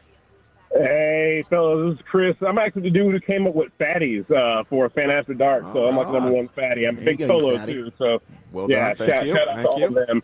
I'm drinking right now just a Gatorade water, but I'm going to pop some NAs when I get to my girl's place out in Point, Texas. And I'm thinking two things. The stories I'm so tired of hearing, I'm glad one of them's gone, is whether Ben Johnson's going to be the coach anywhere else but Chicago, and Luka getting traded to the Lakers. Those are just two things that like drive me crazy every time I hear them now, because they keep going on and on and on, even though we knew where he was going to go with Ben Johnson, and Luka's traded. It's gone. It's over. And my second thing is that it's really telling what type of time we're living in when in the Super Bowl and our president's going to be there, we take off end racism outside of the end zone. So we're living in particular times, fellas. Love y'all. Solo for life. Salute to you. Hello. Appreciate that. Opens the line at 877-881-1053. Where are we going next, Lucius? Let's go to Dominique in Fort Worth. What are you drinking? What are you thinking, Dom? Hey, y'all, I'm drinking actually a bottle of water and some Sonic. I'm drinking some Sonic. I had a strawberry slushy. Nice. What I'm thinking is, I hear I hear everybody talking about how Luka didn't play defense, but mind you, when Dirk first started, Dirk wasn't that good. Dirk developed and got better. And then we didn't even draft Dirk. We traded for Dirk. You see what I'm saying? Yeah. And people don't understand. And if Milwaukee knew what Dirk was going to become, do y'all think Milwaukee would have traded Dirk? No way. Come on now. We drafted Luka. And I feel everybody. And one more thing, fellas. I introduced my mama to y'all radio station. She been listening to y'all since last year. And with y'all permission, I want to deem her a Tolo. Yes, sir. And say hello. Thank you to Dominic in Fort Worth, along with his new Tolo mother. Love that. Love you, Dom. But I would say that the Hawks drafted Luka, he right? Worked out a trade there. Yeah. So I'm sure if the Hawks could go back in hindsight, they would not take Trae Young. They would hold on to Luka Doncic. Very similar deal to how the Mavericks acquired took Trae. Yeah, they agreed and just swapped. Yeah, the swaps, yeah. Yeah, I think it's a mixture of people who are starting to get fatigued by this story. Well, it sucks. I mean, it's really like it stings, and that hurt is not going. Like with the Mavericks, it was different because I grew up and it was Dirk, right? In 20 years, you saw a superstar stay loyal to one team, and we were hopeful that was just going to continue. Now, the passing of the torch to Luka, and it wasn't Luka leaving; it was the Mavericks saying bye-bye and moving him. And so, for the fans, it does feel like betrayal. But I'm not quitting on the Mavericks, and I do think they're still a really good basketball team. No. Where are we going next, Lucius? Big Lou, you're in the G-Bag Nation. What are you drinking? What are you thinking, Big Lou? Man, I'm drinking some 24-ounce Michelob Ultras, and then I'm going to stop by and get me a 12-pack of 16-ounce Michelob Ultras. And this whole Luka thing, man, it's BS. I was born in 76, grew up with the sorry Mavs in the 80s, and then we had Dirk catch our back. And then we let this dude just walk away for nothing. It's like, what the hell you doing, Nico? But you know what? It's like, you can't cry with spilled milk, man. It's got to move on and shit, isn't it? And, man, it's just like, I'm thinking we going to win a championship. And I texted this earlier to Mike Basic. I don't know if he got it or not, but we going to win a championship because we still got Dwight Powell. Peace. That's some expert trolling. I don't know if Mike got that or not. I think you can be optimistic about this situation right now because nobody is that good, right? The Lakers are bad. The Timberwolves are flawed. The Thunder, we know not only do the Mavs have their number, but a one superstar situation, Chet Holmgren injury prone. I think there's – and then you look in the East, Boston's not quite what they were last year. I know Drew Holiday didn't play last night, and that counts. Yeah, that helps.